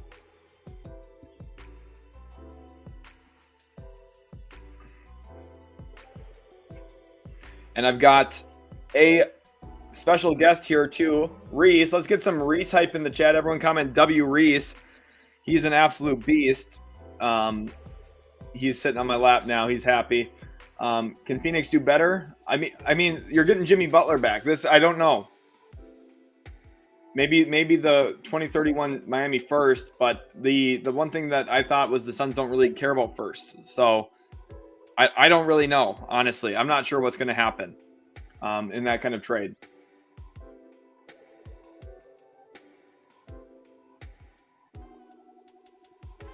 People are saying Phoenix would never do that. I mean, it really stems on if Durant doesn't want to be there. A week ago, you would have all told me that they wouldn't even consider trading Durant too. Warriors choose Dre over KD. How sad. I mean, KD doesn't want to be there, Chad. Thank you for the 2, though. I appreciate you a ton. Dylan says it's nice for the Heat. Just a shame for the Suns. They had a really good thing going a few years back, and then they have this now. So this is the thing. Let's go back to the trade machine here. And again, we're going to go look at the trade. I know a lot of you don't like it. Like, what are you willing to, like, let's say you're Miami. What are you willing to give up then? We're going to take out these second-round picks. Okay, the salary works here. First of all, from the draft pick tracker, the Heat, this is what they cannot trade. The Heat cannot trade their pick this year. They cannot trade it next year. They cannot trade it in 2027. They cannot trade it in 2028. They cannot trade it in 2029. So because of that, they only have their 2030 and 2031 first tradable. And you can't trade both of them. So when it comes down to it, what could that trade look like now? Let's go to these picks. You could do a swap option, Sun's choice, and you could do a 2031 first. Is this really that much better than 4 seconds? Like, maybe it is, right? But I don't know. I just don't know. Like, is that really that much better? Bill Hicks, appreciate you for that 1400th like. You are an absolute legend. John here saying, I'm telling you, he's going to be a rocket. I mean, we'll see. Oh, my goodness. What crazy stuff we have going on. Heat potentially are Kevin Durant suitor. Don't rule out the Dallas Mavericks yet either. Well, that's what I'm saying. The Heat don't really have a lot of real assets. They have Jimmy Butler, and they don't have a ton of draft picks. Like, yeah, Philly is not going to want Beal. KD to the Miami Heat. Yep. Hopefully you guys are enjoying the stream. He doesn't want to go to the Warriors. Like, he might just He might just end up in Miami or stay in Phoenix or go to Dallas. Tino here saying Jimmy isn't going anywhere. I don't really think that's a good resolution. I don't think Phoenix is going to be, or I don't think Miami's going to be okay with that. So Blue Stampede says, could the Warriors move on from Steph after the season and rebuild? I mean, they could. I don't know if they will, though. I did not get suspended. Hershey here says, 3-team deal in the works. Butler to Phoenix, Durant to Milwaukee, Lillard to Miami. I don't think that will be what ultimately happens here. There would also have to be other salary involved because of Milwaukee's situation. Love seeing the hype for Reese. He's an awesome cat. He's sometimes crazy, but you guys are absolutely awesome for I've been up. I know Butler's not enough for Kevin Durant, but you get to the draft picks and you realize they don't really have stuff to trade, really. Like, he can't veto it, correct, but he can make it really difficult for a trade to actually make sense. So we'll see what happens here. I'm going to go back over to Twitter. People are tagging me in a lot of stuff because there's a lot of noise right now and a lot of news, and that's a good thing. Esidery here, with Kevin Durant saying no to the Warriors, are now turning their full attention back to Jimmy Butler. It's Suns versus Warriors for Butler over the next 23 hours as both teams are in trade negotiations with the Heat. If the Suns trade Kevin Durant, whatever return they get has to appease Devin Booker. Ultimately, the team is on his timeline as long as he's here. The LL rebuild is not happening. That's exactly why getting Jimmy Butler instead of picks makes more sense. It would mean Booker is gone, which is not happening, according to AZ Sports Zone. Golden State has cooled off on trade talks toward Durant, Ingram, and Zion. Warriors in discussions with Chicago on potential Nikola Vucevic trade, as that is the most realistic option at this point. This is absolutely insane what is going on right now in the NBA. I appreciate you guys all tagging me. Obviously, you guys are all legendary. So thank you all so much for the support. Trade deadline report, but I'm dreaming of this summer already. Giannis in a Jazz jersey. That's funny. Thanks for tagging me, guys, and everything. You guys are all absolutely awesome. What a crazy, crazy little stretch this has been here. A lot of insane stuff. So pretty crazy. Pretty crazy what's all going on right now. Really hope you guys are enjoying. Lewis here says all of this. It's because of this stupid Bradley Beal trade they did. Yep, all of it. All of it. Could the Suns be any more inept? No, probably not. The answer is no. We'll see. I mean, this is, again, the biggest news here. Kevin Durant does not want to be in Golden State, and the Warriors don't want a disgruntled star. That's the news. Elizabeth here says the problem is the Heat don't have enough. It doesn't mean they get to do a deal still anyway. The question is, like, why is Phoenix shopping Kevin Durant? Like, again, this comes down to, so here's the thing. If you're Phoenix now, you either bring Kevin Durant back to work and say, yeah, we tried shopping you to, 4 different teams. Couldn't find a deal we actually wanted to make, so now you're here. This is now awkward. The Suns aren't even that good of a team, and now you told your best or second best player that you didn't even want him long term. You were going to trade him. So this is, again, part of the problem. I don't know. And we all know that there's roster flaws.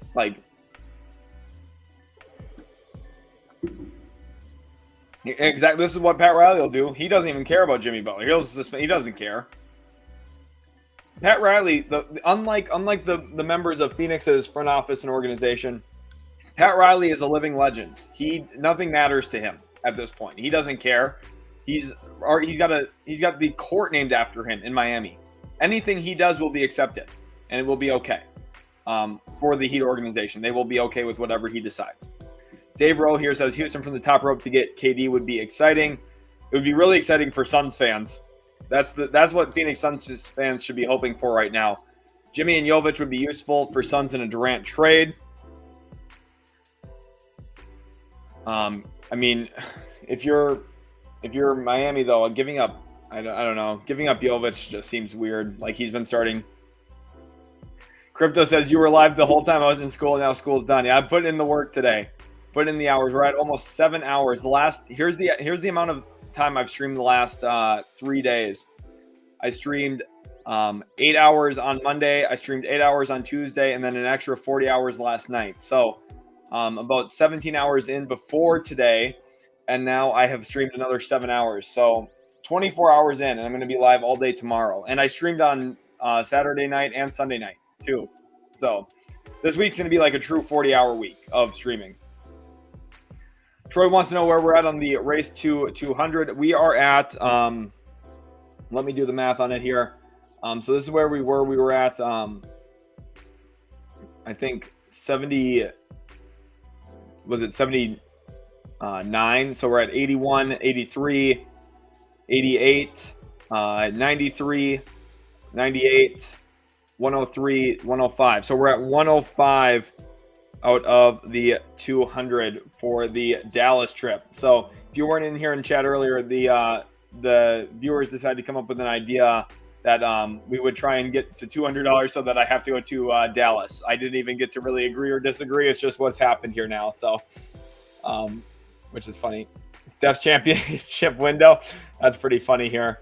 I'm going to repost that one. It looks like it has taken a nap and is night. Don't see that. Post has been deleted. Okay. This is Esfiander. Nothing in there yet. So appreciate everyone who has followed, by the way. Aristus, thanks for the follow. Thanks, Mikael. Thanks, Kim. Thanks, Troy, for the follow, as well as Jaden. Connor, thank you for the follow. Ryan, appreciate you. Thank you to dbook72. Thank you, Chris Boucher burner and C9. We've seen everything today. I was not expecting a Chris Boucher burner in the stream today, but that is epic. Hopefully you guys are enjoying this stream so far. I'm having a lot of fun. I hope you guys are as well.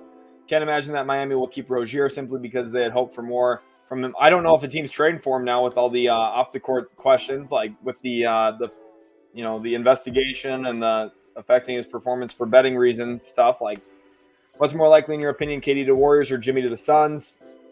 Jimmy to the Suns, I think, is more likely now at this point in time.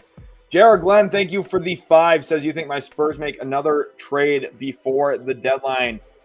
JR, appreciate you a ton. We are moving up here to, I think, what was it, 108 now out of 200.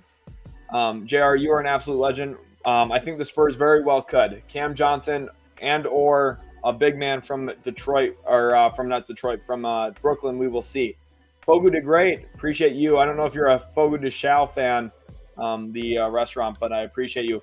Griffin Fremming, let's get some W's in the chat for Griffin. He says, best sports channel out there. Appreciate you, Griffin, a ton. You're an absolute beast. Malcolm World here says John Morant got traded for Zion. That did not happen. I am him says, as a Golden State Warriors fan, I don't want it to trade young stars for an old Jimmy Butler. What time is the stream tonight? Make sure you're following on Twitter. If you're following on Twitter, you'll see me. I'll post saying that I'm going to go live in about 5 minutes or 10 minutes or something. But also, I guess this is a good time to plug. Hit the notification bell on YouTube. That way you know when I'm going live tomorrow. That way you know when I'm going live, period, in the future.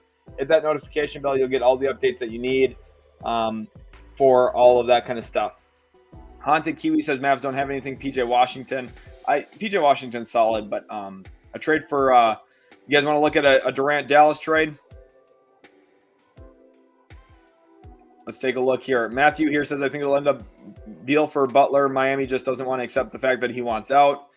I mean, I don't think Beal's going to waive his no trade clause, honestly. So let's get a look at Dallas and Phoenix in a deal.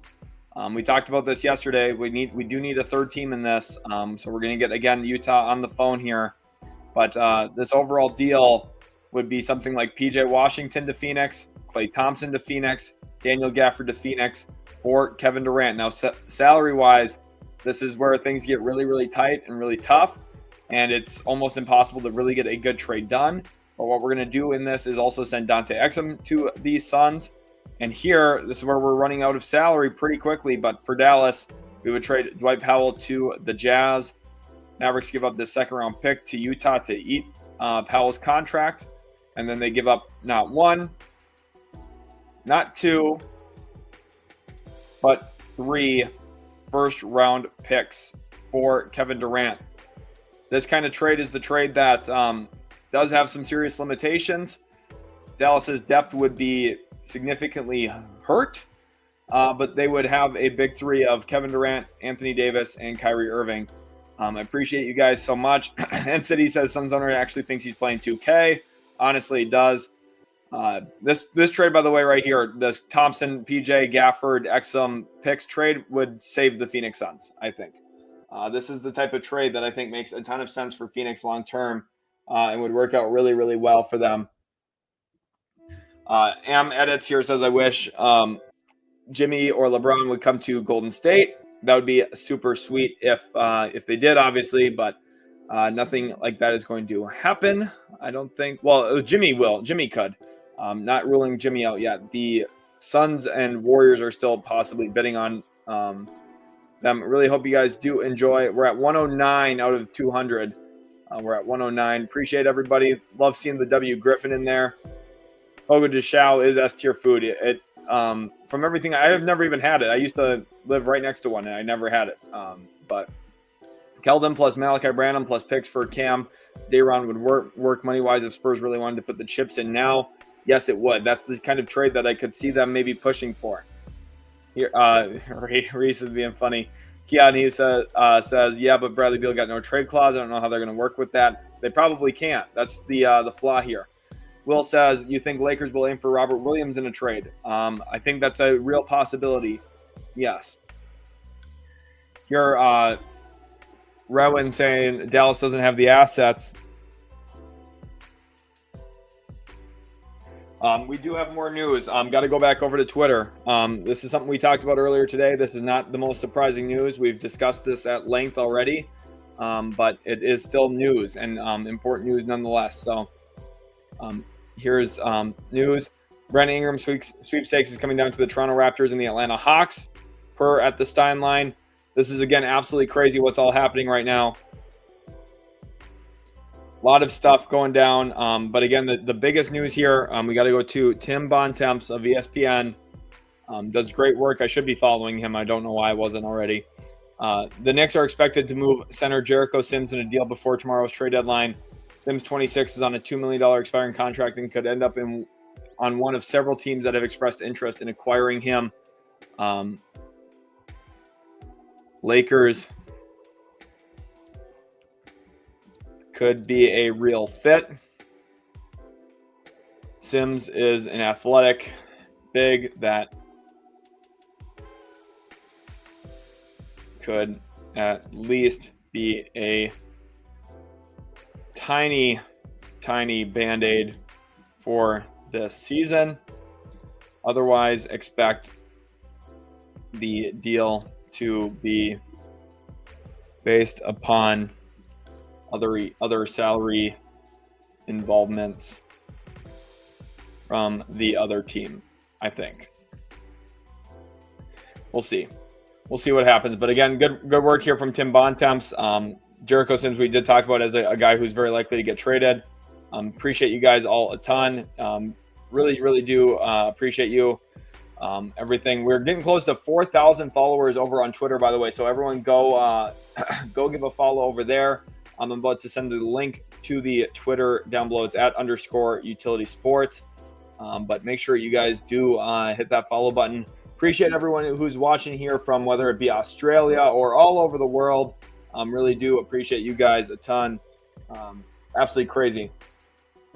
Sanik here says, what time are you going live again? Not exactly sure, but we are nearing 7.5 hours. I might just stay live here for a little bit longer to pass the 7.5 hour mark. Right now we're at about 7 hours and 10 minutes. So I'm planning on staying live for at least another 20 minutes. And then beyond that, who knows? I mean, if we get a trade, I'm going to stay live. If we get more news, I'm going to stay live.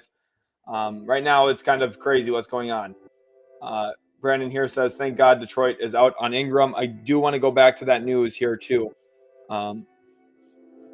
Chicago Bulls are looking to trade Zach Collins, Huerter, and Tre Jones. Yep, that is the news we discussed very quickly.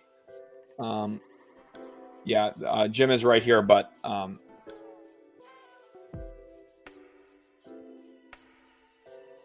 Jim, I think the biggest thing here, Jim, is first of all, the Clay and Booker thing is obviously a fair point, but the none of the Sun centers are as good as Daniel Gafford. So getting Daniel Gafford would be a huge plus still nonetheless, regardless of whoever else is there. And then they would have draft picks to trade Nurkic and do other stuff. Like, it would be a part of a big collection of moves overall, Jim, is the idea with that.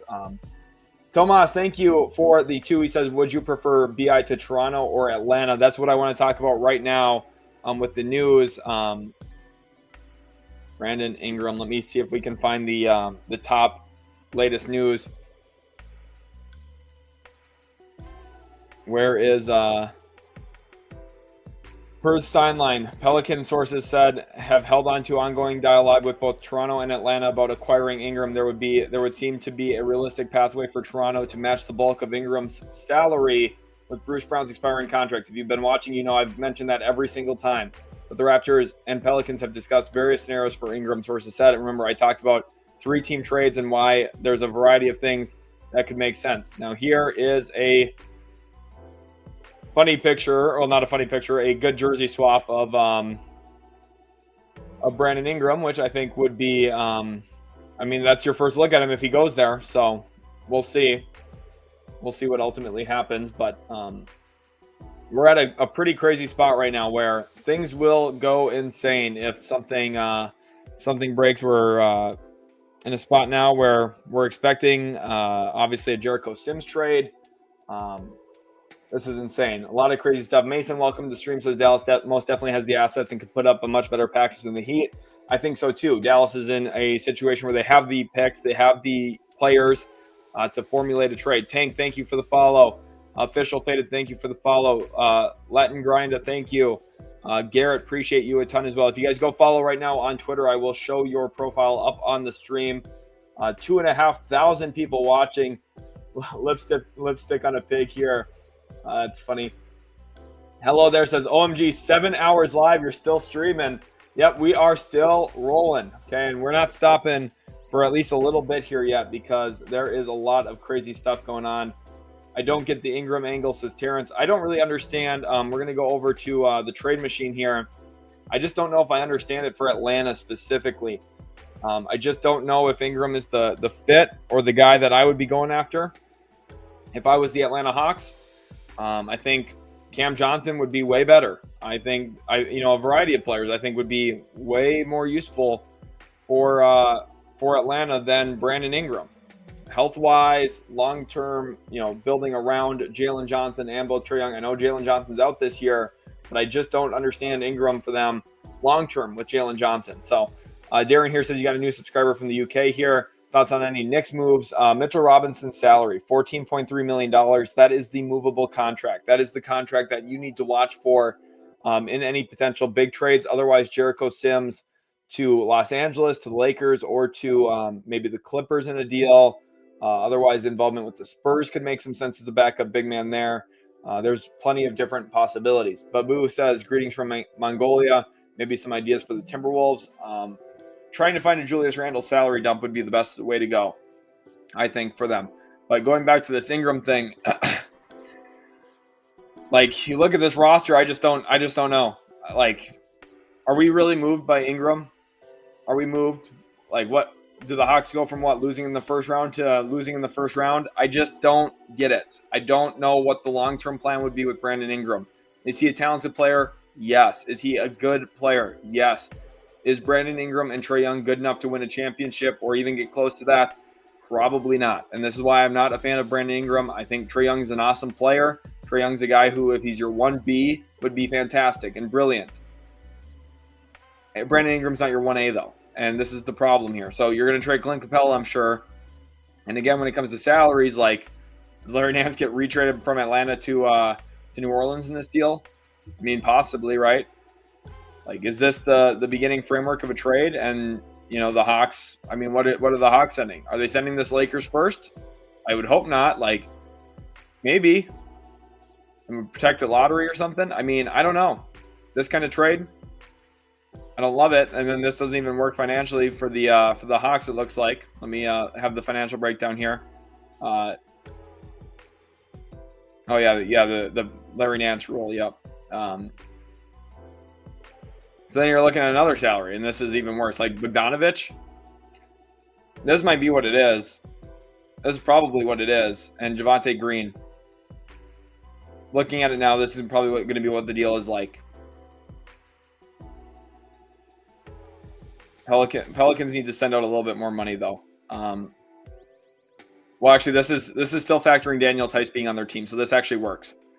This works. Clint Capella, Bogdan Bogdanovic, first-round pick back this year, and Ingram and Javonte Green to get off of Bogdanovic's contract, and to get Ingram, they give up 1 pick. I mean, I don't know. I don't want Ingram if I'm Atlanta, but AJ here says, I wish it was Mitch Robinson instead of Jericho that the Knicks would trade. I mean, we'll see yet. There's still the possibility of both. They still have Precious Achiuwa, too. We're going over to we're going to go back over to the Twitter. Hopefully you guys are enjoying the combination of trade machine and, of course, trade deadline coverage here with the actual news. Appreciate you, UK Mets, NYC. Appreciate you a ton. Clippers disappointed, but then again, what's new for me? Gambo here. KD did not request a trade. He loves it in Phoenix and does not want to be traded. Okay, that's great. Thank you, Coco, for sharing that to me. Obviously, a lot of crazy stuff here going on. Chicago Bulls, have made those 3 available. Thank you for tagging me again. With Sims Achua and Payne to Clippers, Highland to Bulls, and 2 seconds to Knicks. That's not. I mean, I don't know about Achua in that, but will Pistons salary cap availability help fuel a KD or JB trade elsewhere? Potentially, but who knows at this point if a deal even gets done. That's like I think that trade. I think a trade will, but. Appreciate you, man. Any Celtics trades? Well, they have the Jaden Springer one today. Maybe try and save a little bit more money, but I think for the most part, the Celtics have done a lot of their work early here. When it comes to where did I need to go? There was Jake Fisher. I know. Like people question the legitimacy here of Jake Fisher, but I think for the most part, there's some sourcing in here that is pretty good. As Golden State continues sifting through trade options to add talent, the Pelicans are gaining traction on deal structures that would move Brandon Ingram. Sources said Toronto and Atlanta, we've reported at the timeline, have been engaged with New Orleans. So again, I just do not love the long-term plan for ATL or NOLA if they acquire BI. What's the long-term sell for becoming a real playoff threat compared to Boston, Cleveland, New York? Like that's the thing is like when you're making trades, when you're running an NBA franchise, your plan should not be about, oh, I want to get a good player here. Your plan should be trying to win championships. Your plan should try to be putting yourself in a position to win. And overall, I think this whole situation is just not set up in a way for these teams to succeed. So I just don't think that's going to happen. Sanic says, don't leave. I swear you'll miss something. I mean, we'll see. I'm staying live here for a while yet. Okay. I've been live for 7 hours, 20 minutes almost. Been absolutely crazy. Joseph says, I will follow you on Twitter if you respond to my Bucks and Hornets still discussing a Pat Connaughton for Cody Martin trade. So Joseph, with that, like I think there's something there that would make sense. Connaughton and second round draft capital, 2 of them for Cody Martin is a probable done deal both ways, I think, and it works financially. So, I think we talked about that yesterday a little bit too. Boss takes charge saying Atlanta, please. Freezy Breezy saying Atlanta. As a Hawks fan, Ingram would be better than having Bogey and Capella for years. The rest of the team is very solid defensively. But this is my point. This is my point. Highlight factor, you're definitely right. It would help you compared to what you already have, but it doesn't help you compared to what the other teams have. And this is the problem. This is what Atlanta continues to do. They continue to make decisions about comparing their flaws in their team to their own possible upgrades, compared to looking at what the other teams have and finding a real to get there. I'm telling you right now, Brandon Ingram plus Jalen Johnson plus Trae Young, all three very individually talented players. Brandon Ingram does not fit better with Trae Young and Jalen Johnson than Cam Johnson does. Trade for Cam Johnson. Cam Johnson fits way better. Cam Johnson is just basically the same age as Brandon Ingram. Just trade for Cam Johnson. Don't trade for Brandon Ingram. I don't care if Cam Johnson costs a few more draft capital. I don't care. He's better. He fits better with Jalen Johnson. You might say, well, Jalen Johnson's out. I don't care. You're not going to go anywhere with Jalen Johnson out this year anyway. The Hawks are like, may not even make the playoffs. Like, the Finesse Kid says, miss your reaction to the Springer trade. You think Celtics make that to maybe work the buyout market post deadline? Well, they're still in the second apron right now. But it's about like roster space. And the thing is, for buyouts, they can only go after guys who are making less than the mid-level exception. So D-World here says, sup, man, new sub from Brazil. Anything from the Clippers? Nothing yet on the Clippers. Of course, they made their PJ Tucker trade a couple days ago. Absolutely crazy today what's all going on, though. There's been a lot of news, a lot of rumors. Nothing specifically firm on the Clippers yet, but we are going to keep watching for that. Kim, thank you for the follow over there on Twitter. Anything up with my Blazers? New follower and love the live stream. For Portland, I think the biggest thing we're watching here is Anthony Simons. The recent win streak kind of makes things a little bit weird, though. They've won 9 of their last 10 games. Are they going to just look at themselves and say, hey, we kind of like what we have? Celtics 34 here. Sorry for being so late to your super chat. It says Pistons have been way too quiet. Feel like a bomb coming. First of all, Celtics, appreciate you a ton. The $2 super chat is huge. Thank you for supporting the channel in a big way. And then we'll see if Detroit makes a move. They already made one today, of course. And then Illuminati Gaming here says, just got off work. Please give me a summary. We had Jaden Springer's salary dumped to Houston with a 2030 second-round pick. We had KJ Martin's salary dumped to Detroit with 2 second-round picks. We had Daniel Tice dumped to OKC with a second-round pick. And then on top of that, we had Khris Middleton traded to the Washington Wizards for Kyle Kuzma. And there were some other pieces in that, like AJ Johnson from Milwaukee, Patrick Baldwin Jr. from the Wizards. The biggest thing here is Milwaukee got out of the second apron, which is a big deal. Jimmy Sanchez, thank you for the follow. The Lo-Fi King, appreciate you. Ken Zhang, thank you for the follow, as well as Easy Sniper with the follow. Mike Miller, thank you very much. Dominic, appreciate you a ton. UK Mets NYC, appreciate you a ton. Ronald Swanson, thank you for the follow, as well as Alan. Appreciate you guys, and Tank. Thank you, everyone, for the follows. Here's some news, too. Kevin per Scoop B, which, again, I'm going to be pretty hesitant here on trusting any of the sourcing here, okay? I'm showing you guys because it's here. I'm saying hesitate. Don't buy into this completely based on the source. But Kevin Durant and Kyrie Irving eventually want to be teammates again. Of course, there's rumors about Dallas being a potential landing spot. Would be very interesting. And Kyrie's quote last night, we're going to go back over to Tim Bontemps. This is one of the most important things, one of the most important quotes, I think, to watch for at the NBA trade deadline. I think it's very, very important here. Kyrie Irving said, right here, this is the main quote anyway. Kyrie said this: it was a dream for Kyrie, AD, KD to be on one team and still keep Jason Tatum and let him grow and see how it goes.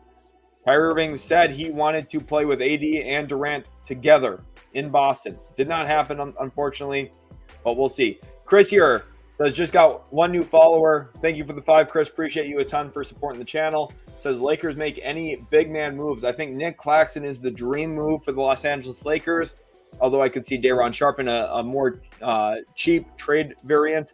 I could see Robert Williams. I could see Jonas Valanciunas possibly, although Phoenix might be the favorite to land him at this point in time. There's a variety of trade options that could make sense for the Lakers. Walker Kessler is one that I do not think will happen, though. So, Mr. Awesome says no one is talking about the Trailblazers 5-game win streak. They're actually going to be scary next year. I mean, if they keep playing well, I think the biggest thing is some confidence for Scoot Henderson and Shaedon Sharpe moving forward, that they belong in this league and they're top echelon players moving forward. Obviously, Scoot's been really putting together some good performances as of late, especially. And there's been stretches throughout the year where Shaedon has as well. So Portland's got some young pieces, and I really like Klingon. So I don't Mets here. I don't think Porzingis or Holiday are getting moved. I think the Celtics mostly stay together here. Appreciate you guys all over on Twitter. You guys are all super awesome. We're getting closer to that 3,700 follower count. Here, Raps and 4 says, how can Raptors get that Atlanta pick? The Hawks actually owe their pick to San Antonio. So if you're talking about that pick, I don't think you're getting that in any trade, honestly. Galici says Hawks should rebuild. I don't even think rebuild. I just think you have to make smarter trades about the overall construction of your team. You need to look at how Dallas was built when they made the finals. They had Luka. Trae Young is your version of Luka, obviously a lesser version, but still your version of it. Smaller, right? But, both of them have defensive concerns, right? You need to build 3-and-D players, and they already have a head start over Dallas because they have a Jalen Johnson. Dallas never had a Jalen Johnson who can be an elite short roll guy. The Mavericks have never played that way. What I think Atlanta needs is some form of a stretch big man or an elite rim protecting big man, one way or the other. If you could find someone who does both, it would be insane. That player very rarely exists. So the Hawks need to retool, and I don't think Brandon Ingram, who shoots a ton of mid-range pull-up jump shots, is what they need at all. I really don't. Graham Christie here says, how about KD to the Heat, Jimmy to the Suns, Spurs put in Keldon Johnson for Jovic to the Spurs, He'd have Highsmith, Ware, Bam. Does that kind of trade work as a framework? Graham, you might have broken my brain here. So financially, there's going to be some difficulties here for the Heat because of the apron status, and Keldon Johnson, makes a lot more than Jovic right now. But I appreciate you guys all being in here right now. V-World, I'm glad you're enjoying. Pat McAfee says the fact that basketball fans only talk about Luka getting traded must be humbling for AD. This definitely gives AD the feels that he's not that valuable anymore. He's going to go out and try and prove himself, but I think if you're Luka, you're also equally motivated because the Mavericks traded you and no one was expecting that. So, Jay Bund Rock here says, what are the odds that the Nuggets land Cody Martin or Yabusele? The odds here are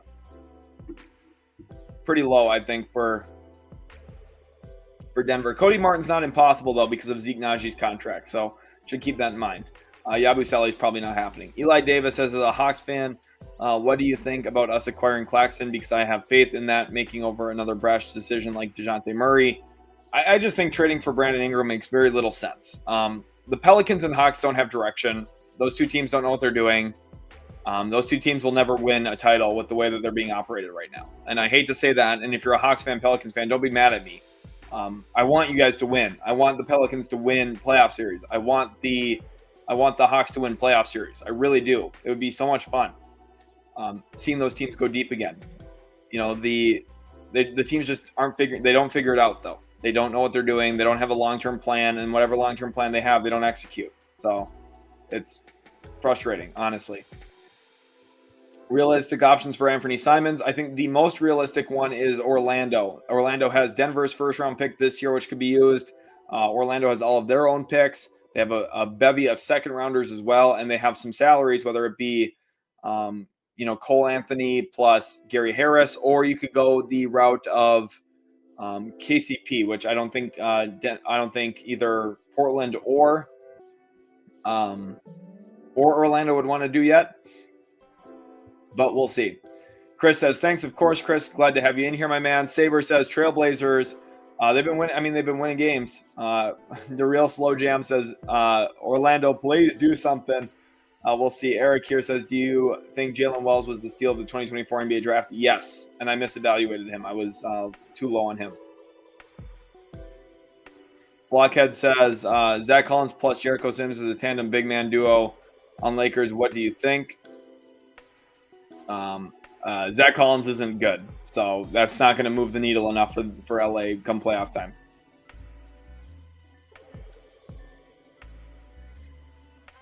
Cardiac Nix here says, just subscribe. Sims isn't worth nothing. He's an undrafted, he's a unrestricted free agent, so maybe just a second round pick swap, salary dump. So funny enough, I played Jericho Sims IRL, like I played against him in high school, my very last high school game. We went to overtime. I know Jericho Sims is athletic as hell, so maybe get a little bit of something for him. I don't know.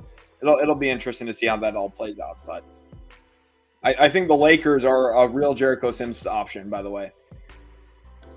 Zachary Rissache is good. That's exactly my point. Is like they even got lucky and got the first overall pick. People say, "Oh, it's a weak draft." You got the first pick out of every rookie, and Rissache is a good one. And still, the team isn't good, and it's not Trae Young's fault. It's the management's fault. They continue to put players who aren't sensible players next to them.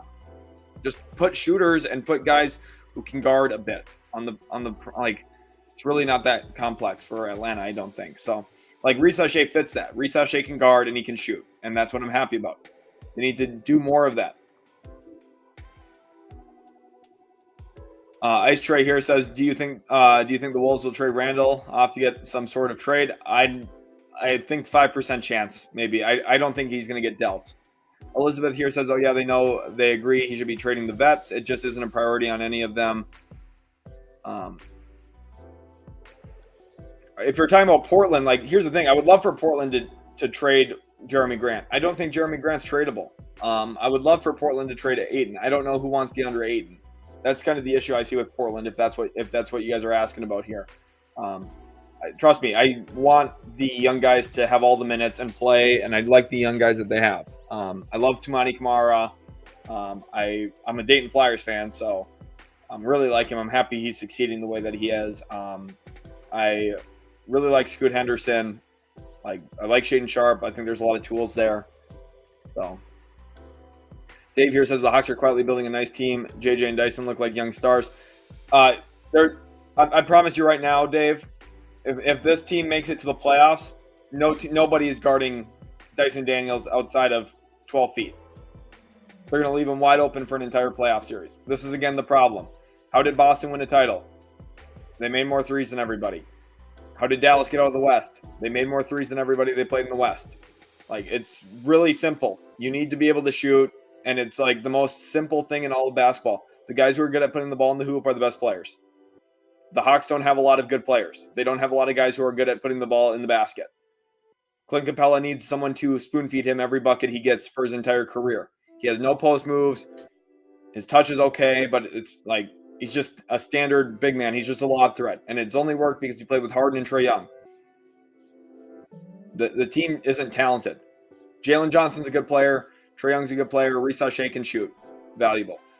DeAndre Hunter's a good player. DeAndre Hunter's solid, but we'll see.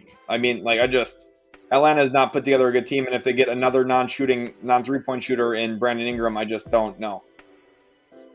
Cody with AK says, would love to see Giannis in a Warriors jersey. Why not? We need to do something now. I don't think the Bucks are doing that. Saber here says, we've been live for 7.5 hours, by the way. Saber says, Vucevic to the Warriors makes sense. Freezy's, I don't know who Freezy's talking to. BI for Draymond. Yeah, that's not going to happen. Super Bowl says people were telling me Kuzma would go for 2 first minimum. I mean, that was probably 2-3 years ago when that was kind of the expectation. Since then, he's regressed. He's played significantly worse since then. So he's not been. I think going to Milwaukee is going to be a breath of fresh air for him. Twig, well, it's not that I thought Jalen Wells would be bad. It's just I think he landed in the right spot where he got, first of all, an opportunity because I knew he'd be a second-round pick probably. So I was kind of unsure what opportunity he'd have to even play. He went to a team that had a bunch of injuries in Memphis. Gigi Jackson was out. A lot of players were out at the beginning of the year from Memphis. So he had an opportunity to play. And he went to a team that needed a 3-and-D wing. That's exactly what he is. He's not anything more than that, but he's a 3-and-D wing, so he fits. So I just overlooked it. His fit, and then also just thinking about how he could find success in the league in that way. So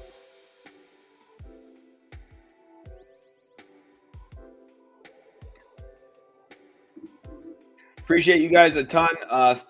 Stefan here says hello. Possibility Kessler to Spurs, and what would that cost? I don't think Walker Kessler will get traded this trade deadline ultimately. Here are the Raptors players who are out. RJ Barrett, Jakob Poeltl, and Emmanuel Quickley. Chris Boucher is questionable with an illness. 2 ways are also out tonight for the Raptors, according to Esfandiar or Badaheni. Let's see if there's any news from Shams here. Nothing quite yet. That is new that we haven't looked at. Again, I guess I will pull it up for those who are new to the stream here. Golden State pursues Phoenix's Kevin Durant, the two-time Warriors NBA Finals MVP, has, quote, no desire in a reunion with Golden State and does not want to go back. So I would say pretty substantial news, pretty significant news. I'm going to stay live here for another 5 minutes or so. I do think Sims would be great with Luka. If you're a Pistons fan, I don't think you wish this. Ayton is talented, but I don't know. Elijah Cole's saying something's not confirmed. Dane here says, oh, yes, he is, because Jimmy Butler is done with his team and he's going to the Suns. I mean, we'll see. Obviously, the big question right now is where Durant and Jimmy Butler both end up.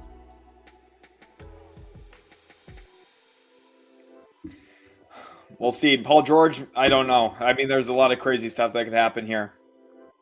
A lot of crazy stuff. 2,500 people watching live. You guys have been absolutely epic and awesome all day today. Make sure you guys smash the like button if you have enjoyed. We have over 1,665 likes on the stream. You guys have been absolutely epic, and I really do appreciate you all so very much for all the continued support. Just absolutely insane. And we're going to be staying live here. I've made the executive decision. I'm staying live for actually a lot longer. I'm staying live for another hour at least. Okay. Casey Park here with the two says Jeremy Grant for Julius Randle. Last hope. I would see, if I was Minnesota, let's get over to the trade machine. If I was Minnesota, this is what I'm trying to do. I'm going over to the team that just made a trade today already with the Washington Wizards. And I'm going to try and make a trade with them. Okay.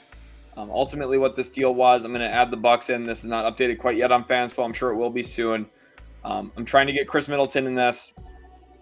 Of course, in this deal, you had Kuzma go to Milwaukee. You had also A.J. Johnson go to Milwaukee, wherever he is at. Or A.J. Johnson go to Washington, I mean. And then Patrick Baldwin Jr. go to Milwaukee. And this, obviously, the draft picks I'm not going to include. But what I'm going to try and do here is send Julius Randle to the Wizards and walk out with Khris Middleton instead. And if that costs me a far-out second-round pick, I would be okay with that. This is the kind of trade I would look at making. Now, it's going to say failed here. It's going to, because of the Wizards, this would work. Trust me. The deal works just fine. So this kind of package is one that I think could make some sense here for all teams considered. Middleton to Minnesota as kind of a better fit. This would promote Naz Reid in the starting lineup. But Casey, appreciate you a ton. I would try and get off of Julius Randle, and the one for Khris Middleton, which is, again, only a 2-year deal, makes sense to me. Paul Martin says, so what's the ideal starting five? I mean, again, like, you need, I think, a shooting big man. And I think if you can get Cam Johnson, you have, first of all, like, you go into next year with Tre, Cam Johnson, Jalen Johnson, those three guys. Dyson Daniels can come off the bench. That's fine with me. You have a center who can shoot it. Okongwu will be the backup. So if you can get like Miles Turner, who's a free agent this summer, that kind of player who stretches the floor is a special player. Like this is the thing. They should have been going after Porzingis when he was in Washington, or they should have gotten Porzingis from Dallas. Like, Atlanta just hasn't built a team. Atlanta has built at the trade deadlines where they look at and like, oh, well, we can do this or that, or, you know, like, you need to have an identity of like, this is what we want our team to look like. We want a shooting big. We want guys who are really great off the catch. When you have a player like Trae Young, which is the hardest thing to get, someone who is extremely dominant with the ball in his hands and still unable to be guarded, basically, that's the kind of ideal player like to build the team around, because it's super easy. Get guys who are good playing off the catch, who have really good rip-throughs, who shoot the ball well and can defend. Cam Johnson does that. Jalen Johnson's an awesome player. Perfect fit with Trae Young. He's developed wonderfully there. That's something I have to give Atlanta a lot of credit for. He's been perfect for them. And, you know, outside of that, like, I think if you get a shooting big man, it will make everything fit. And if you get a guard who can shoot, like, you need to upgrade on Bogdanovic, but some type of two guard who shoots 38% from three and is comfortable guarding guards. So That's, it's hard to find that. Max Christie was an example of that. Now he's in Dallas, but maybe you can go get Cam Christie from the Clippers. He should be available. Like, he was a second-round pick. So he's a lesser version of his brother, but could go after him. Ryan Cahill says, is AD playing tomorrow? Yes. That's from what I understand, at least right now. Tate wants to know, have the Bulls made any more rumors? Just a lot about possibility of trading Tre Jones, Kevin Huerter, or Zach Collins. All three of them are available. Zach Collins is definitely available. Chad Spager here says, per Jazz Nation, potentially deal is talked about. We'll keep our eyes on Utah for sure. Let's go back over to Twitter and talk about a potential trade that could make some sense, or any potential news that we have coming in. Dunk Central, here we go. Luka at Lakers practice. Here we go. Here's our first look at Luka. Of course, there he is draining half quarters like he always does. Oh, God. I'm so sad that we traded him. There's Luka. Thank you, Yobo, for tagging me. Some say Julius Randle's a poor man's Durant. Yeah, not quite. Celtics aren't doing this. That's an automatic no from the Celtics. Celtics get worse, by the way, doing this. If they did this, Celtics would get worse.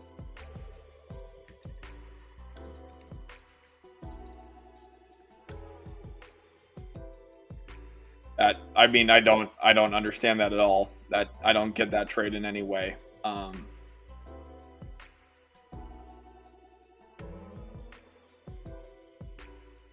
We got the Kings bad boys here. It's funny. Two-way Dev here. How far could this team go in the playoffs? I mean, if they got Lonzo and Durant, like, I don't know, playing a rookie center in the playoffs is kind of challenging and rough, but I don't know. It could be okay. Warriors should pivot. Yeah, you're not getting Steph for all that. You've got to give up everything for Steph, honestly. The Warriors are going to value him so incredible, which, I mean, they should. He's their best player in franchise history, so. Bear Gorilla says, is it wrong that I find so much joy in the Warriors' desperation? No, it's not. It is not wrong. Hopefully you guys are enjoying. Mason here says, best NBA YouTuber, been sick, so watching the whole stream, the dedication is unmatched. I appreciate you guys.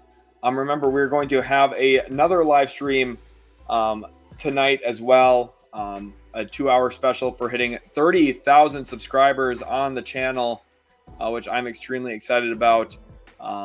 Migo here, thanks for the follow. Harry, thanks for the follow, as well as Jay with the shifts. Appreciate you a ton. Cardiac Knicks, as well as James. Appreciate you, Faustino, and Ben. Thank you guys all so much for the follows. Appreciate you too, Ant, for the follows over on Twitter. Again, you guys are absolutely killing it. We're getting really close to 3,700 followers over on Twitter. So make sure you guys go hit that follow button right now. Really do appreciate you guys a ton. Brian K here says Dyson Daniels has made improvements to his shooting and he has everything else to be very good, only 21. I mean, so here's the thing. Like, again, improvements to his shooting doesn't mean he's going to get guarded. And I don't even really know what you're talking about improvement-wise. Last 3 years, 31%. This is 3-year career. 31% from 3, 31% from 3, 32% from 3. I'm going to keep sleeping. I don't think he gets guarded in the playoffs. I really don't. I think he's a good player. I think he's a bench caliber, like high bench caliber player, because he can guard and he can handle the ball and pass a bit. Like, he does a little bit of everything really well.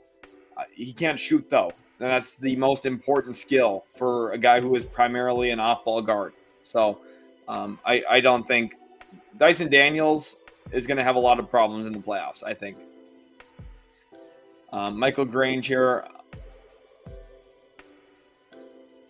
Okay, so Jordi Fernandez is stepping away as head coach of the Canadian senior men's national basketball team. Okay, pretty significant thing there. Caleb here, thanks for the follow. Caleb, appreciate you guys all a ton. Again, we hit 30K subs today on YouTube, which is absolutely epic. You guys have been nothing short of outstanding. So I appreciate you all a ton. Let's take a quick look here now. Holy cow, we're up to 30,242 subscribers. You guys have absolutely been killing it today.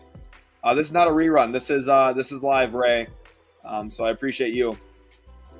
DJ says, I think this 4-teamer just makes the most sense. Butler, Phoenix, Kevin Durant, Philly, Paul George to Golden State, Wiggins and filler and picks to Miami. I don't know about Philly. Philly has like some limitation. They have some draft picks they can do, but I don't know. The whole thing is just kind of tricky, honestly. We can do this though. Appreciate everyone who's hitting that subscribe button right now. I'm going to hop back over, but in a minute, I'm going to go back to that screen. So if that number jumps, I'm going to know it was you. So I appreciate you guys. Let's talk through this possible 4-team trade here. Again, it would be Butler to Phoenix. So we got to get the Heat in here. We got to get the Suns in here. What a crazy day, huh, guys? Absolutely insane live streaming day. Again, I hope you guys really are enjoying. We're going to get the 76ers in, and we're going to get the Warriors in. So again, I don't think this is the most likely outcome because I do think Philly's already done their work, but we could trade Paul George to the Warriors. There is some reported interest there. Durant goes to the Sixers in this situation, which would put them over the first apron again, which is something they do not want, or over the tax here. So that's something that would be important for us to keep in mind. Jimmy Butler to the Suns. And then from Golden State, we're going to send Wiggins to Miami, Schroeder to Miami. And then financially here, we're looking for about $8 million more. We're going to send Hield to the Heat in this deal as well. So now I don't think Philly's going to give up, or I don't think Golden State would give up Kuminga for Paul George. But all in all, I think this is a package that could work. In theory, we're going to send this first-round pick to Miami. We're going to send this first-round pick to Phoenix. We're going to have the Heat give up a 2031 first to Phoenix and a 2030 swap option to the Phoenix Suns as well in this overall conglomeration. And then Philly is going to actually, hold on, we're not going to do that for this. We're going to do these picks. So this is going to go to Phoenix, and then we're going to do this 2031 to Phoenix, and then we're going to also throw in some second rounders as well. So all in all, it's a big deal. Financially, it's going to say it doesn't work. That's right. We have to fix the Sixers. That's all it was. So, and the Sixers, they still have KJ Martin here too. So this is partially why, but what we're going to do to fix this is we're just going to throw Utah into the deal. Okay. We're going to route a second rounder to Utah, and from Philly, we're going to give up a minimum salary. So in this case, Reggie Jackson is fine. That'll work. So something like this financially will work. Now, again, it's going to continue saying it's not going to work because of Golden State, which is, again, frustrating, but we can just jump in here with Golden State too and fix that really quick. Again, these 5-team, 4-team, 5-team trades get really complicated really quickly, but something like this does work. You just have to make sure you get all the right pieces in there, and every time you go to all these apron teams, everything is screwed up, and the site's a little bit behind too. The Nogs here says, I don't see Luka signing an extension with the Lakers. Nogs, thank you for the super chat. Appreciate you. Let's get some W's in the chat for the super chatters today, especially Nogs here. Appreciate you guys a lot. I think Luka will extend. I think he's going to sign a 2+1 deal, and then he'll sign a 5-year, $400 million supermax in like 3 years. So, Elizabeth Allen, you're funny here for that.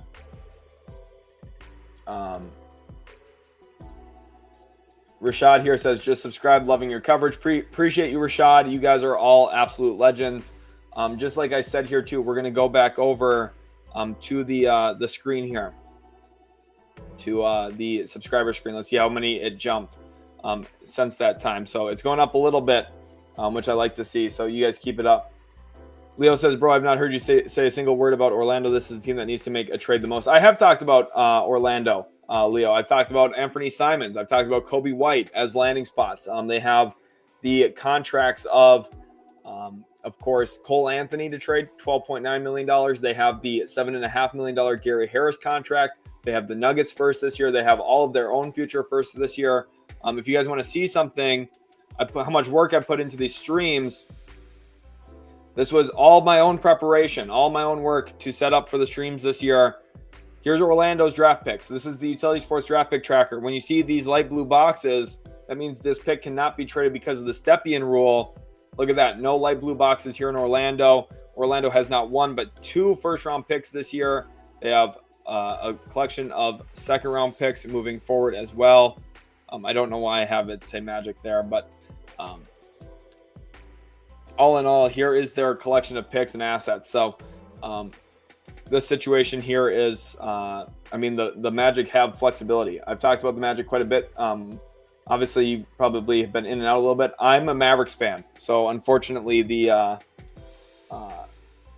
Luka Doncic trade directly affected me and my fandom. But Super Bowl says Utility Sports the GOAT at this. Appreciate you a ton, guys. You are all super awesome. Carter Lavelle, hopefully you were able to see that last Kevin Durant trade when we walked through some possibilities. Less than 23 hours left. We are in the final stretch here. We are in the final stretch. Hopefully you guys are all enjoying. Everything is going really well here on my end. I'm having a ton of fun.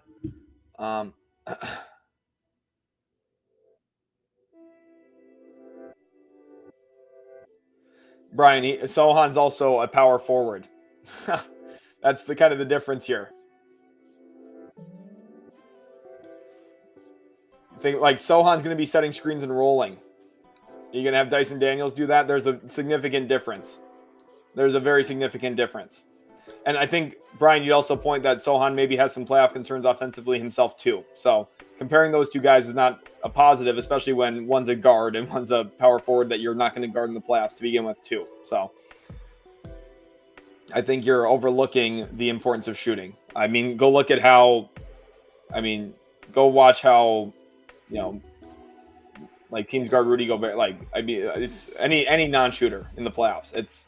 We'll go watch how teams guard Terance Mann. That's what's going to happen. Do the Warriors really think Podcast P is the answer? No. TJ Collins says, I just subscribed, got to go, but I'll check you out again. You know your stuff. Salute to you, bro. Appreciate you, TJ. Thanks a ton. Cody with a K says, why not go for Tre Young to the Warriors? Warriors are not going to make that. Boss takes charge here, says 100K subscribers by this time next year. We're pushing there. We're going to try and get there at some point in time. You guys have been awesome in your support.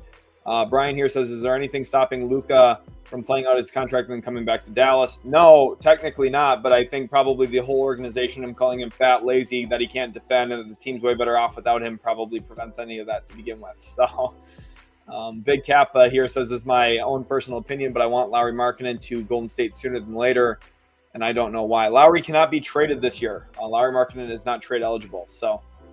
Boss here says, everyone hit that heart emoji. You guys heard him. Paul Martin says, what's the total so far for your Dallas trip? I think we're at 111 out of 200. So we are pushing in that direction. DJ says, why is Daryl Morey sleeping? He can get in for KD or Jimmy right now. Send Paul George to the Warriors. I think it would be a complicated trade if he got it done. We'll see. Sean here says, who do the Knicks end up with? I want Clarkson and Valanciunas. Valanciunas would be okay for the Knicks, although I just think, I don't know. Clarkson, I don't think Clarkson would be good for the Knicks at all. Stepien rule is a good thing. Stepien rule is a really good thing. Max here says, Sheldon, do you think Golden State Warriors would realistically trade for Jeremy Grant out of desperation, and what would the Blazers get? The Warriors should not trade for Jeremy Grant. I'll be really disappointed in Golden State if they trade for Jeremy Grant. If the Warriors' big acquisition is Jeremy Grant, Steph Curry should think about finishing his career somewhere else. Kind of kidding, kind of not. Like, Jeremy Grant's not going to solve anything there. I mean, anything for Golden State. Adrian here says, hey, man, the spot track trade machine is way better. I mean, I like the Fanspo one. So, I don't know. And I know all the cap stuff rules myself, so I'm not really worried about that. Zach here says, check Shams, KD got traded. That's not true. Don't put in fake news, please.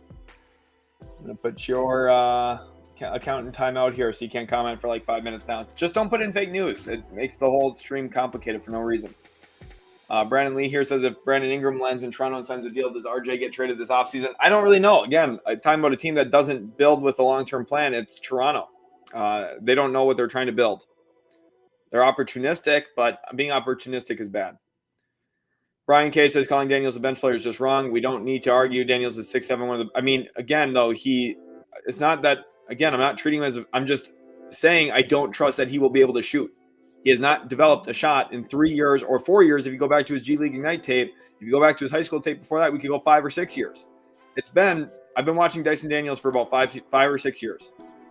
Like, he is not a player who can shoot the ball. And that is going to be a problem in the playoffs. Luckily for him, we haven't seen him in the playoffs yet. He has not made the playoffs or has not played in the playoffs really at this point. So Diamond King here with the 5 says, thoughts on the Spurs making one last trade before the deadline. Diamond King, appreciate you a ton. I think for the Spurs here, Cam Johnson would be the player to watch for. I think Cam Johnson would be a tremendous fit in a variety of different cities. Would have been great in Sacramento. Will be great in Atlanta if they get him. Will be great in San Antonio if they get him. Would be fantastic in a lot of places. Would be great in Indiana. Cam Johnson's awesome. Cam Johnson's really good. Plays off of movement.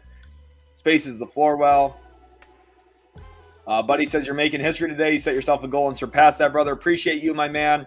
Let's go check how these subs are doing over on that little YouTube counter here again. Take a quick look over there. We are growing and growing pretty quick here. Over 30,270 subscribers, which is absolutely incredible. You guys all deserve a lot of love for that too. We are pushing, and you guys are doing a great job with this. Sean Johnson says, who do the Knicks end up with? I want Clarkson and Valanciunas. We talked about that already. Suns insider Gambo reported that the Katie Warriors trade had a lot of momentum and would have gone through if Katie was willing to go back. Butler to Suns would have been in that as well. Obviously, a very fascinating situation. We'll keep our eyes on all of that. We're going to go head back over to Twitter here now and see what other news there is. So, again, here's that Gambo situation. His reporting here, John Gambadaro. If Kevin Durant didn't say no to the Warriors, the 3-team trade, including the Suns and Heat, likely would have gone through per Gambo. Phoenix was set to receive Jimmy Butler and a lot of other assets, thanks to Golden State doing whatever it takes to make it happen. Golden State, again, seems desperate. They're at a spot where they can't walk away from the table, really. They are pushing their chips in. So I appreciate you guys a ton.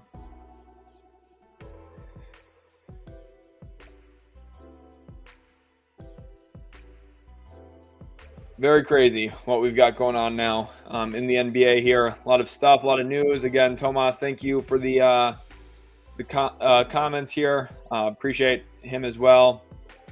A lot of crazy stuff going on right now over on Twitter. Just hit 3,700 followers as well. Huge W's from you guys. Brian,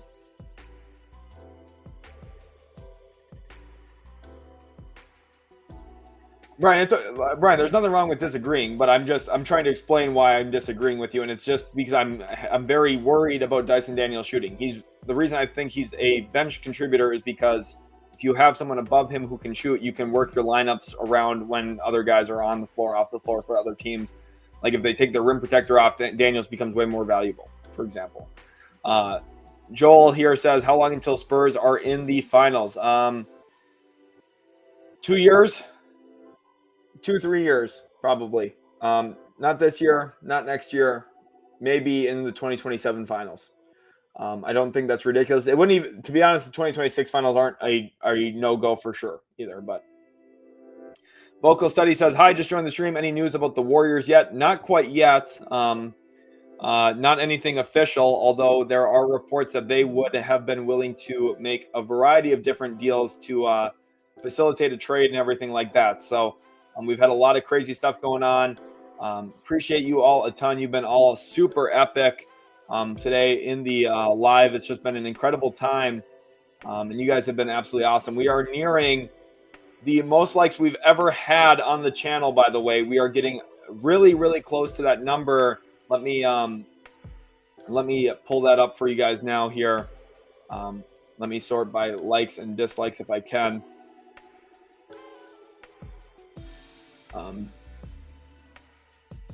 I will not let me do that. But the most likes I think we've ever had, let me scroll quick and check. The most likes ever is 2,500 likes on one stream in the past. And right now we are at about 1,700 likes on the stream. So if you guys all smash that like button right now, it's possible we could break that like record. Right now we are at 1,730 likes. We need to get about 800 more to surpass that like record. So everyone smash that like button. Right now, Bray here says Sheldon Shirley, the Rockets trade one of Tate Landale Adams contracts, right? Also Jeff Green, another expiring there, $8 million.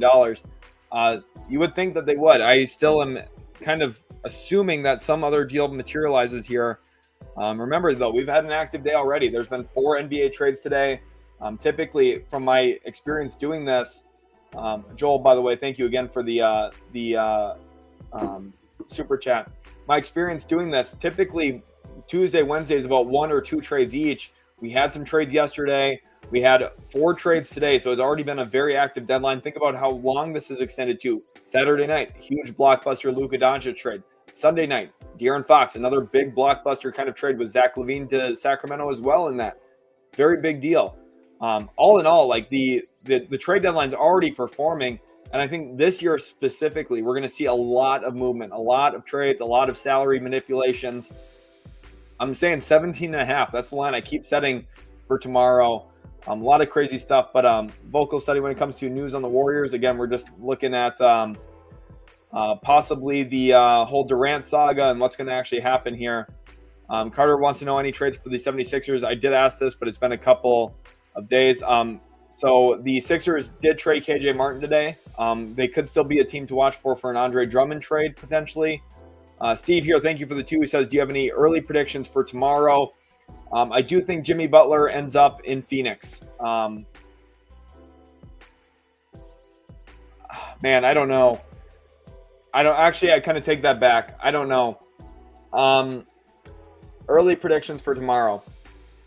I think Golden State does something big. I think that's just the obvious thing right now. The Warriors are going to do something that is going to blow us away, probably. I could be wrong. I'm just kind of going on a limb and saying they do something, they figure something out. Whether it's Paul George, whether it's Paul George or whoever it is, they're going to do something, and we're going to say, "Whoa!" Okay, it could be Durant. They won't do the Durant thing now, probably, but Jimmy, they'll do something. We're going to say, "Whoa!" Kafir here says, yo, Magic fan here, just tuned in. Do you think the Orlando Magic will make a trade? And who do you think would be the best option for them? Kafir, great question. I do think Orlando will make a trade. I think Kobe White would be a great option for them, or Anthony Simons. Now, Simons defensively is quite a bit challenged on that end of the floor, but I think there are some real flaws with the way that he defends, but I think all in all, Orlando has the infrastructure to surround him and at least hide him defensively in a positive or better way than Portland has historically. Kiki here says, what could the Lakers offer the Knicks for Sims? It would have to be a second-round pick, and then they have a second-round pick this year, and then like the Knicks have a second-round pick back. It'd basically be like a second-round pick draft pick improvement, almost like a second-round swap. Icy Demp here says, congrats on 30K, Sheldon. Real One's been here since early. Icy Demp's been watching for a long time. Let's get some W's in the chat for Icy Demp. He's been in so many live streams in the past, so I really do appreciate him a ton. Clifford, welcome to the stream. Nothing definitive on Orlando yet, but again, we are watching for anything that comes in here news-wise. I really do appreciate you guys. A lot of crazy stuff that could potentially happen here.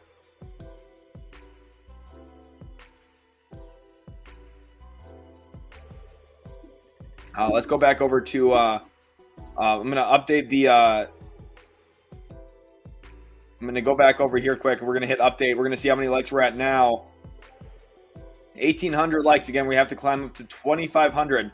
I want to get to that 2,500 number ASAP. Let's go over here now to Twitter, and we're going to try and keep up on all the news that's going on. So, again, a lot of stuff going on.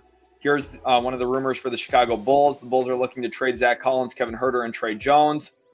Steinline here reporting Warriors have now shifted their trade focus to acquiring Jimmy Butler. Steinline has learned after abandoning the pursuit of Kevin Durant. Warriors willing to risk it in pursuit of a big name. We'll see how the Jimmy Butler thing goes. I do think Jimmy Butler is a good on-court fit in what they need. So here is a tweet from Tim Reynolds, who is an AP NBA writer. Utah and Chicago are in talks, we're told. So evidently the did MJ push off in 1998 beef has been pushed aside for the time being. We'll see if a trade materializes between Utah and Chicago. Those are two interesting teams to watch for a trade.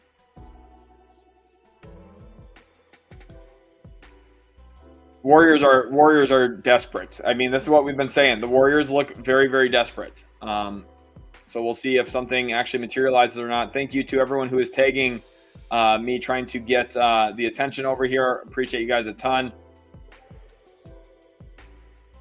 Thank you for that. A lot of craziness going on, of course, in the NBA right now. Today's been insane already. Tristan, thank you for the follow. Find the Sneaks, thank you for the follow. Manny, as well as Joe, thank you guys for the follows. Gary, appreciate you a ton. And then Charles, thank you for the follow, as well as Caleb again. Appreciate you guys all so much. You've been absolutely awesome, as we are over 3,700 followers on Twitter. It's funny, last year I got so many followers in one day that Twitter banned my account for an hour because they thought that I was botting people. And I was like, no, just deadline stream. Please give me my account back. So luckily that hasn't been a problem yet. But we've gained about 900 followers in the last week and a half or so, last 2 weeks. So make sure you guys go hit that like button and follow as well over there. So appreciate you guys a ton. Thanks for everyone who is in here right now. Ricardo says, what do you think about the Thunder's trade? Getting the draft pick. It's not surprising. If we go back over to the Utility Sports draft pick tracker, which again is completely handmade, tracking every single NBA team's draft picks. We go down to Oklahoma City. It's about balancing. It's about look at how many picks they have here in 2025. Look at how many picks they have in 26, 27. They were trying to balance. So their trades that they've made so far, they got an extra pick in 2030. This Nuggets one.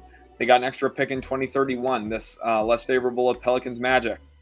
What they've been doing is adding in assets, adding in a collection of pieces that puts them in a position here to succeed not only now, but maintain their trade flexibility long term, continue adding talented pieces on their roster around their core nucleus of players. So hopefully you guys have been enjoying the stream so far.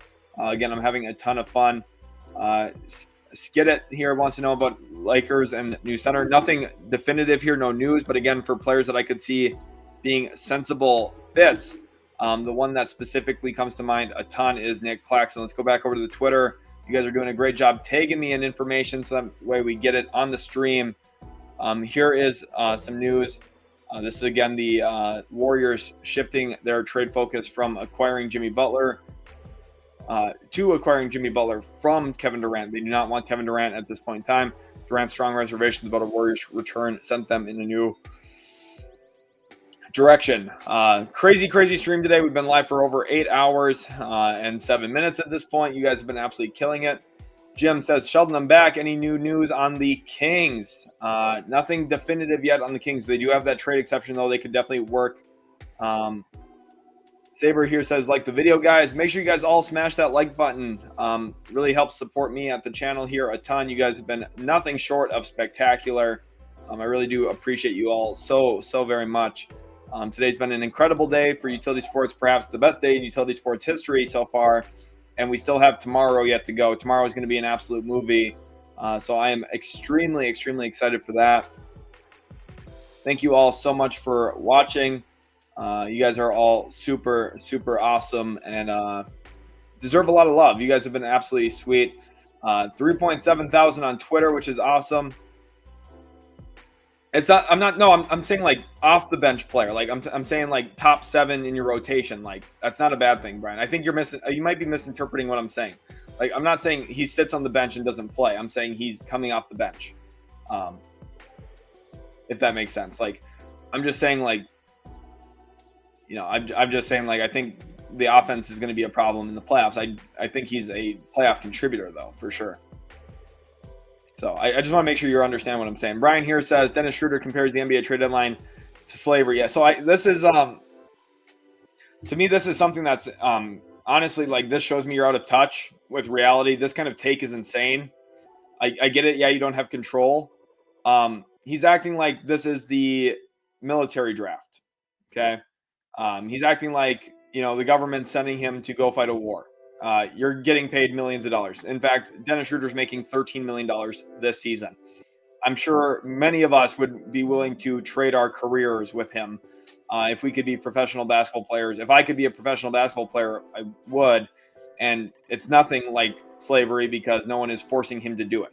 Okay, like he could retire today if he wanted to. No one is forcing him to play. So that's just my thoughts on that. Like, this is the thing, like, again, getting told where you're going to go to work is not the same thing as what he was comparing it to at all. So it's honestly insane. Like, we saw the Mark Stein tweet. Again, thank you guys for all tagging me over there and everything.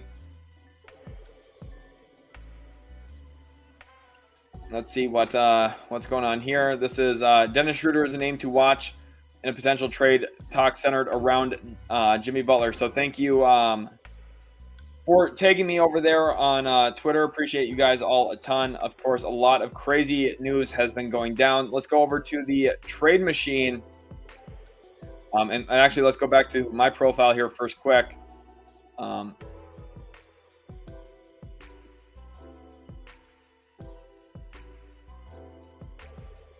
This is what I tweeted. Now it's essentially where we're at. Right, massive news. I tweeted this over an hour ago, and it's kind of where we are now.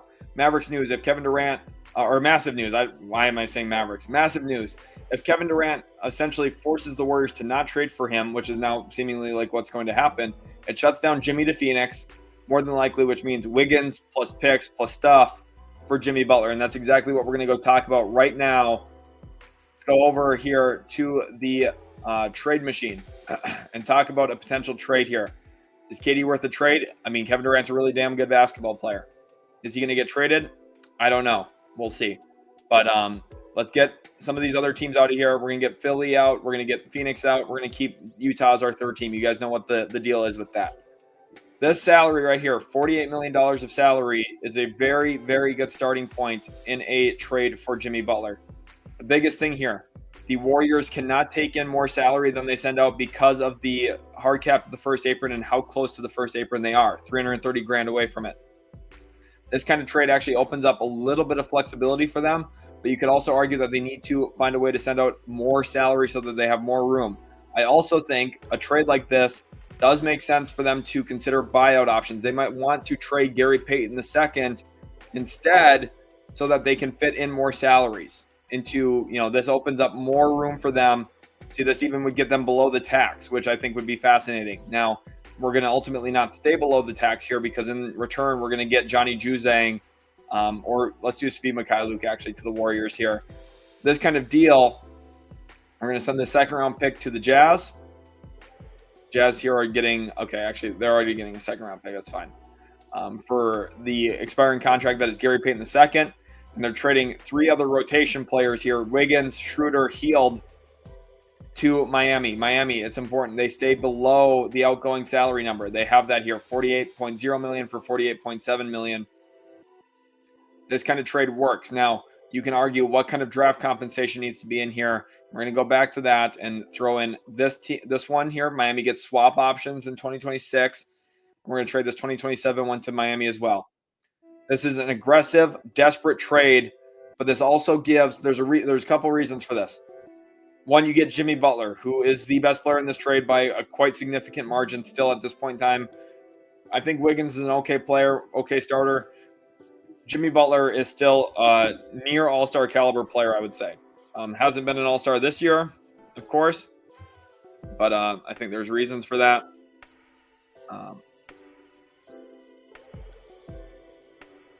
I think the biggest thing here, though, for Golden State, too, in addition to this, while, yes, you are trading out 2 players, this leaves you with only 12 standard contracts. You do need to fill in 2 more.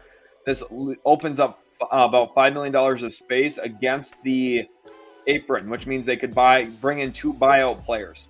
Ben Simmons potentially could be a guy. Now, yeah, and Ben Simmons is going to have his flaws. Everyone knows that.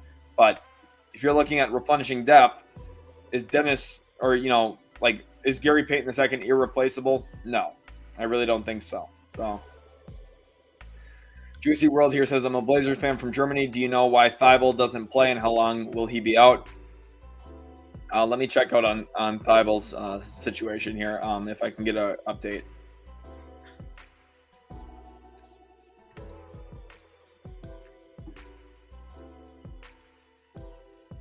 He's just been out with right knee recovery.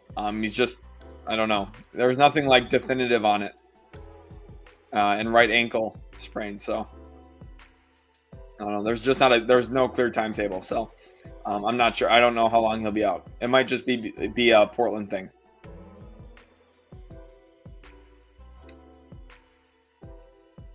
Matt Graves here says Jimmy and Green's personality would make for a crazy locker room.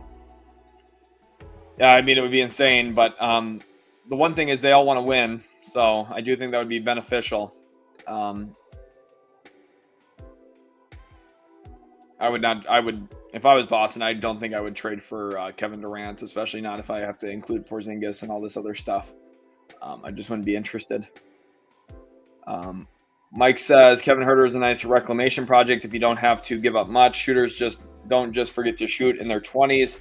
I think Hurt, it's a confidence thing, part of it. And the other thing is the way he gets defended. Like, teams are running him off the 3-point line. Like, having a shooter, even if he's not making shots, is better than a non-shooter who maybe makes shots, even in a lot of ways. Brian, appreciate you a ton. Says time to head to bed. Have a good night. Be back tomorrow. Appreciate you, Brian. Reminder, everyone, I will be live tomorrow at, early in the morning for the entire live stream for the trade deadline. Steven here says, new subscriber just got here and off of work. Are the Spurs making any more moves? Possibly Cam Johnson. Give me 1 second, guys. I'll be right back in a minute.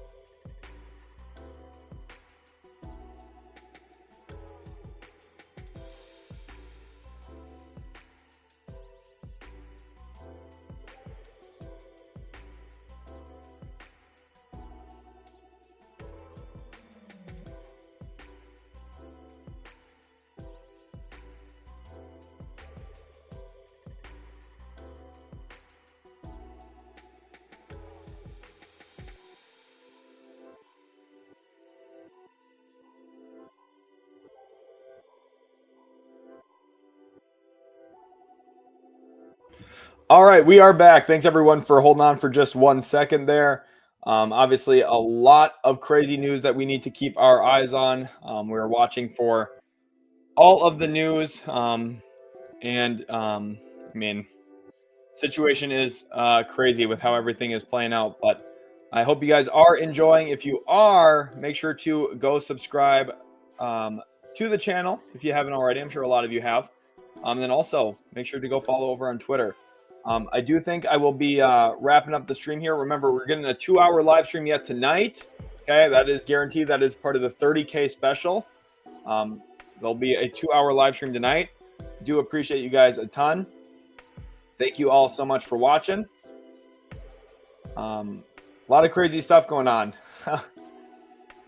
Jerome says I need to go get some food and water. I have not eaten all day today. I've been live for 8.5 hours and have not had any food. I've not eaten since dinner last night. So it's been about 24 hours since I've eaten. So I do appreciate you guys a ton for watching. I hope you're enjoying the content here. Matthew here says Gambadaro reported the Suns only listened to any KD offers to see if there was one that blew them away and one they couldn't refuse. Norin here says, I'm impressed, had a lot to do, and was a little bummed because I thought I missed the stream, but you're here 8+ hours later, still at it. Sheldon, you're killing it, so anything I miss important. There was a few trades today. If you guys check the description, there's plenty in the description that you guys can go do. First of all, join the Discord. Go become a free subscriber on the Substack.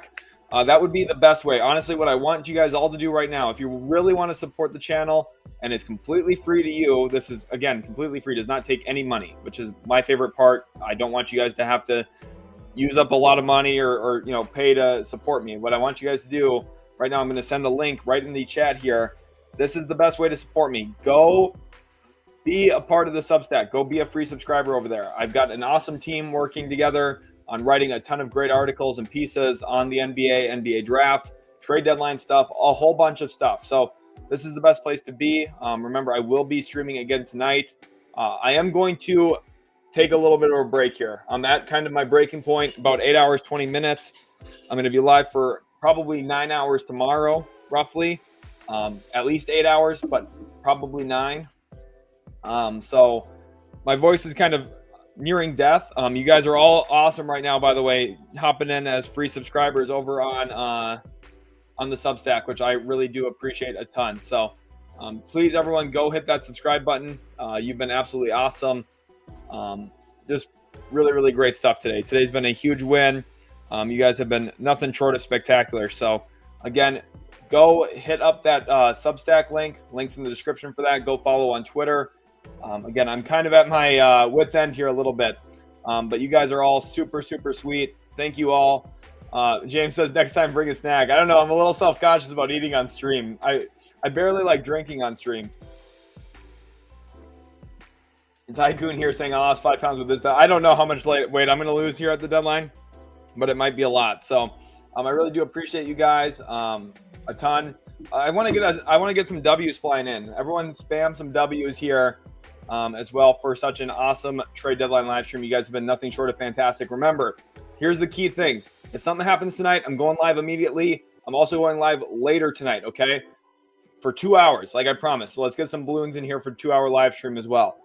Guaranteed, okay? Those are the guarantees. Those are the promises.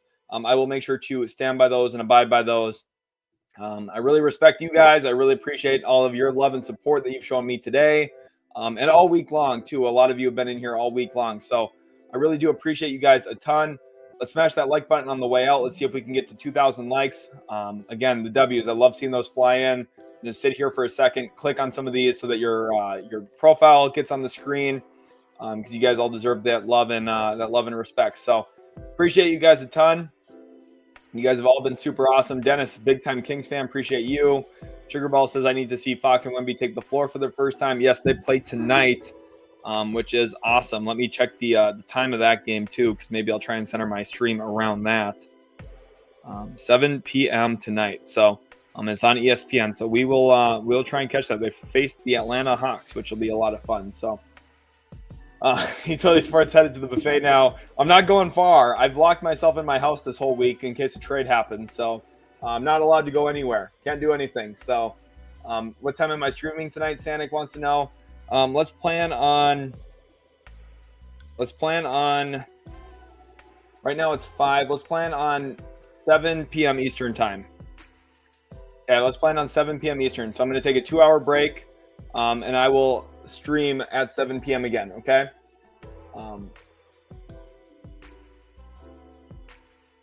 I'm going to be up early tomorrow, so I'm not going to do after the games because after the games I'll be trying to sleep so that I can be up early tomorrow to stream again. So, but I will be live again at 7 p.m. Eastern. Thank you all so much. Again, smash that like button on your way out. Hopefully you guys did enjoy. Make sure to subscribe if you really did.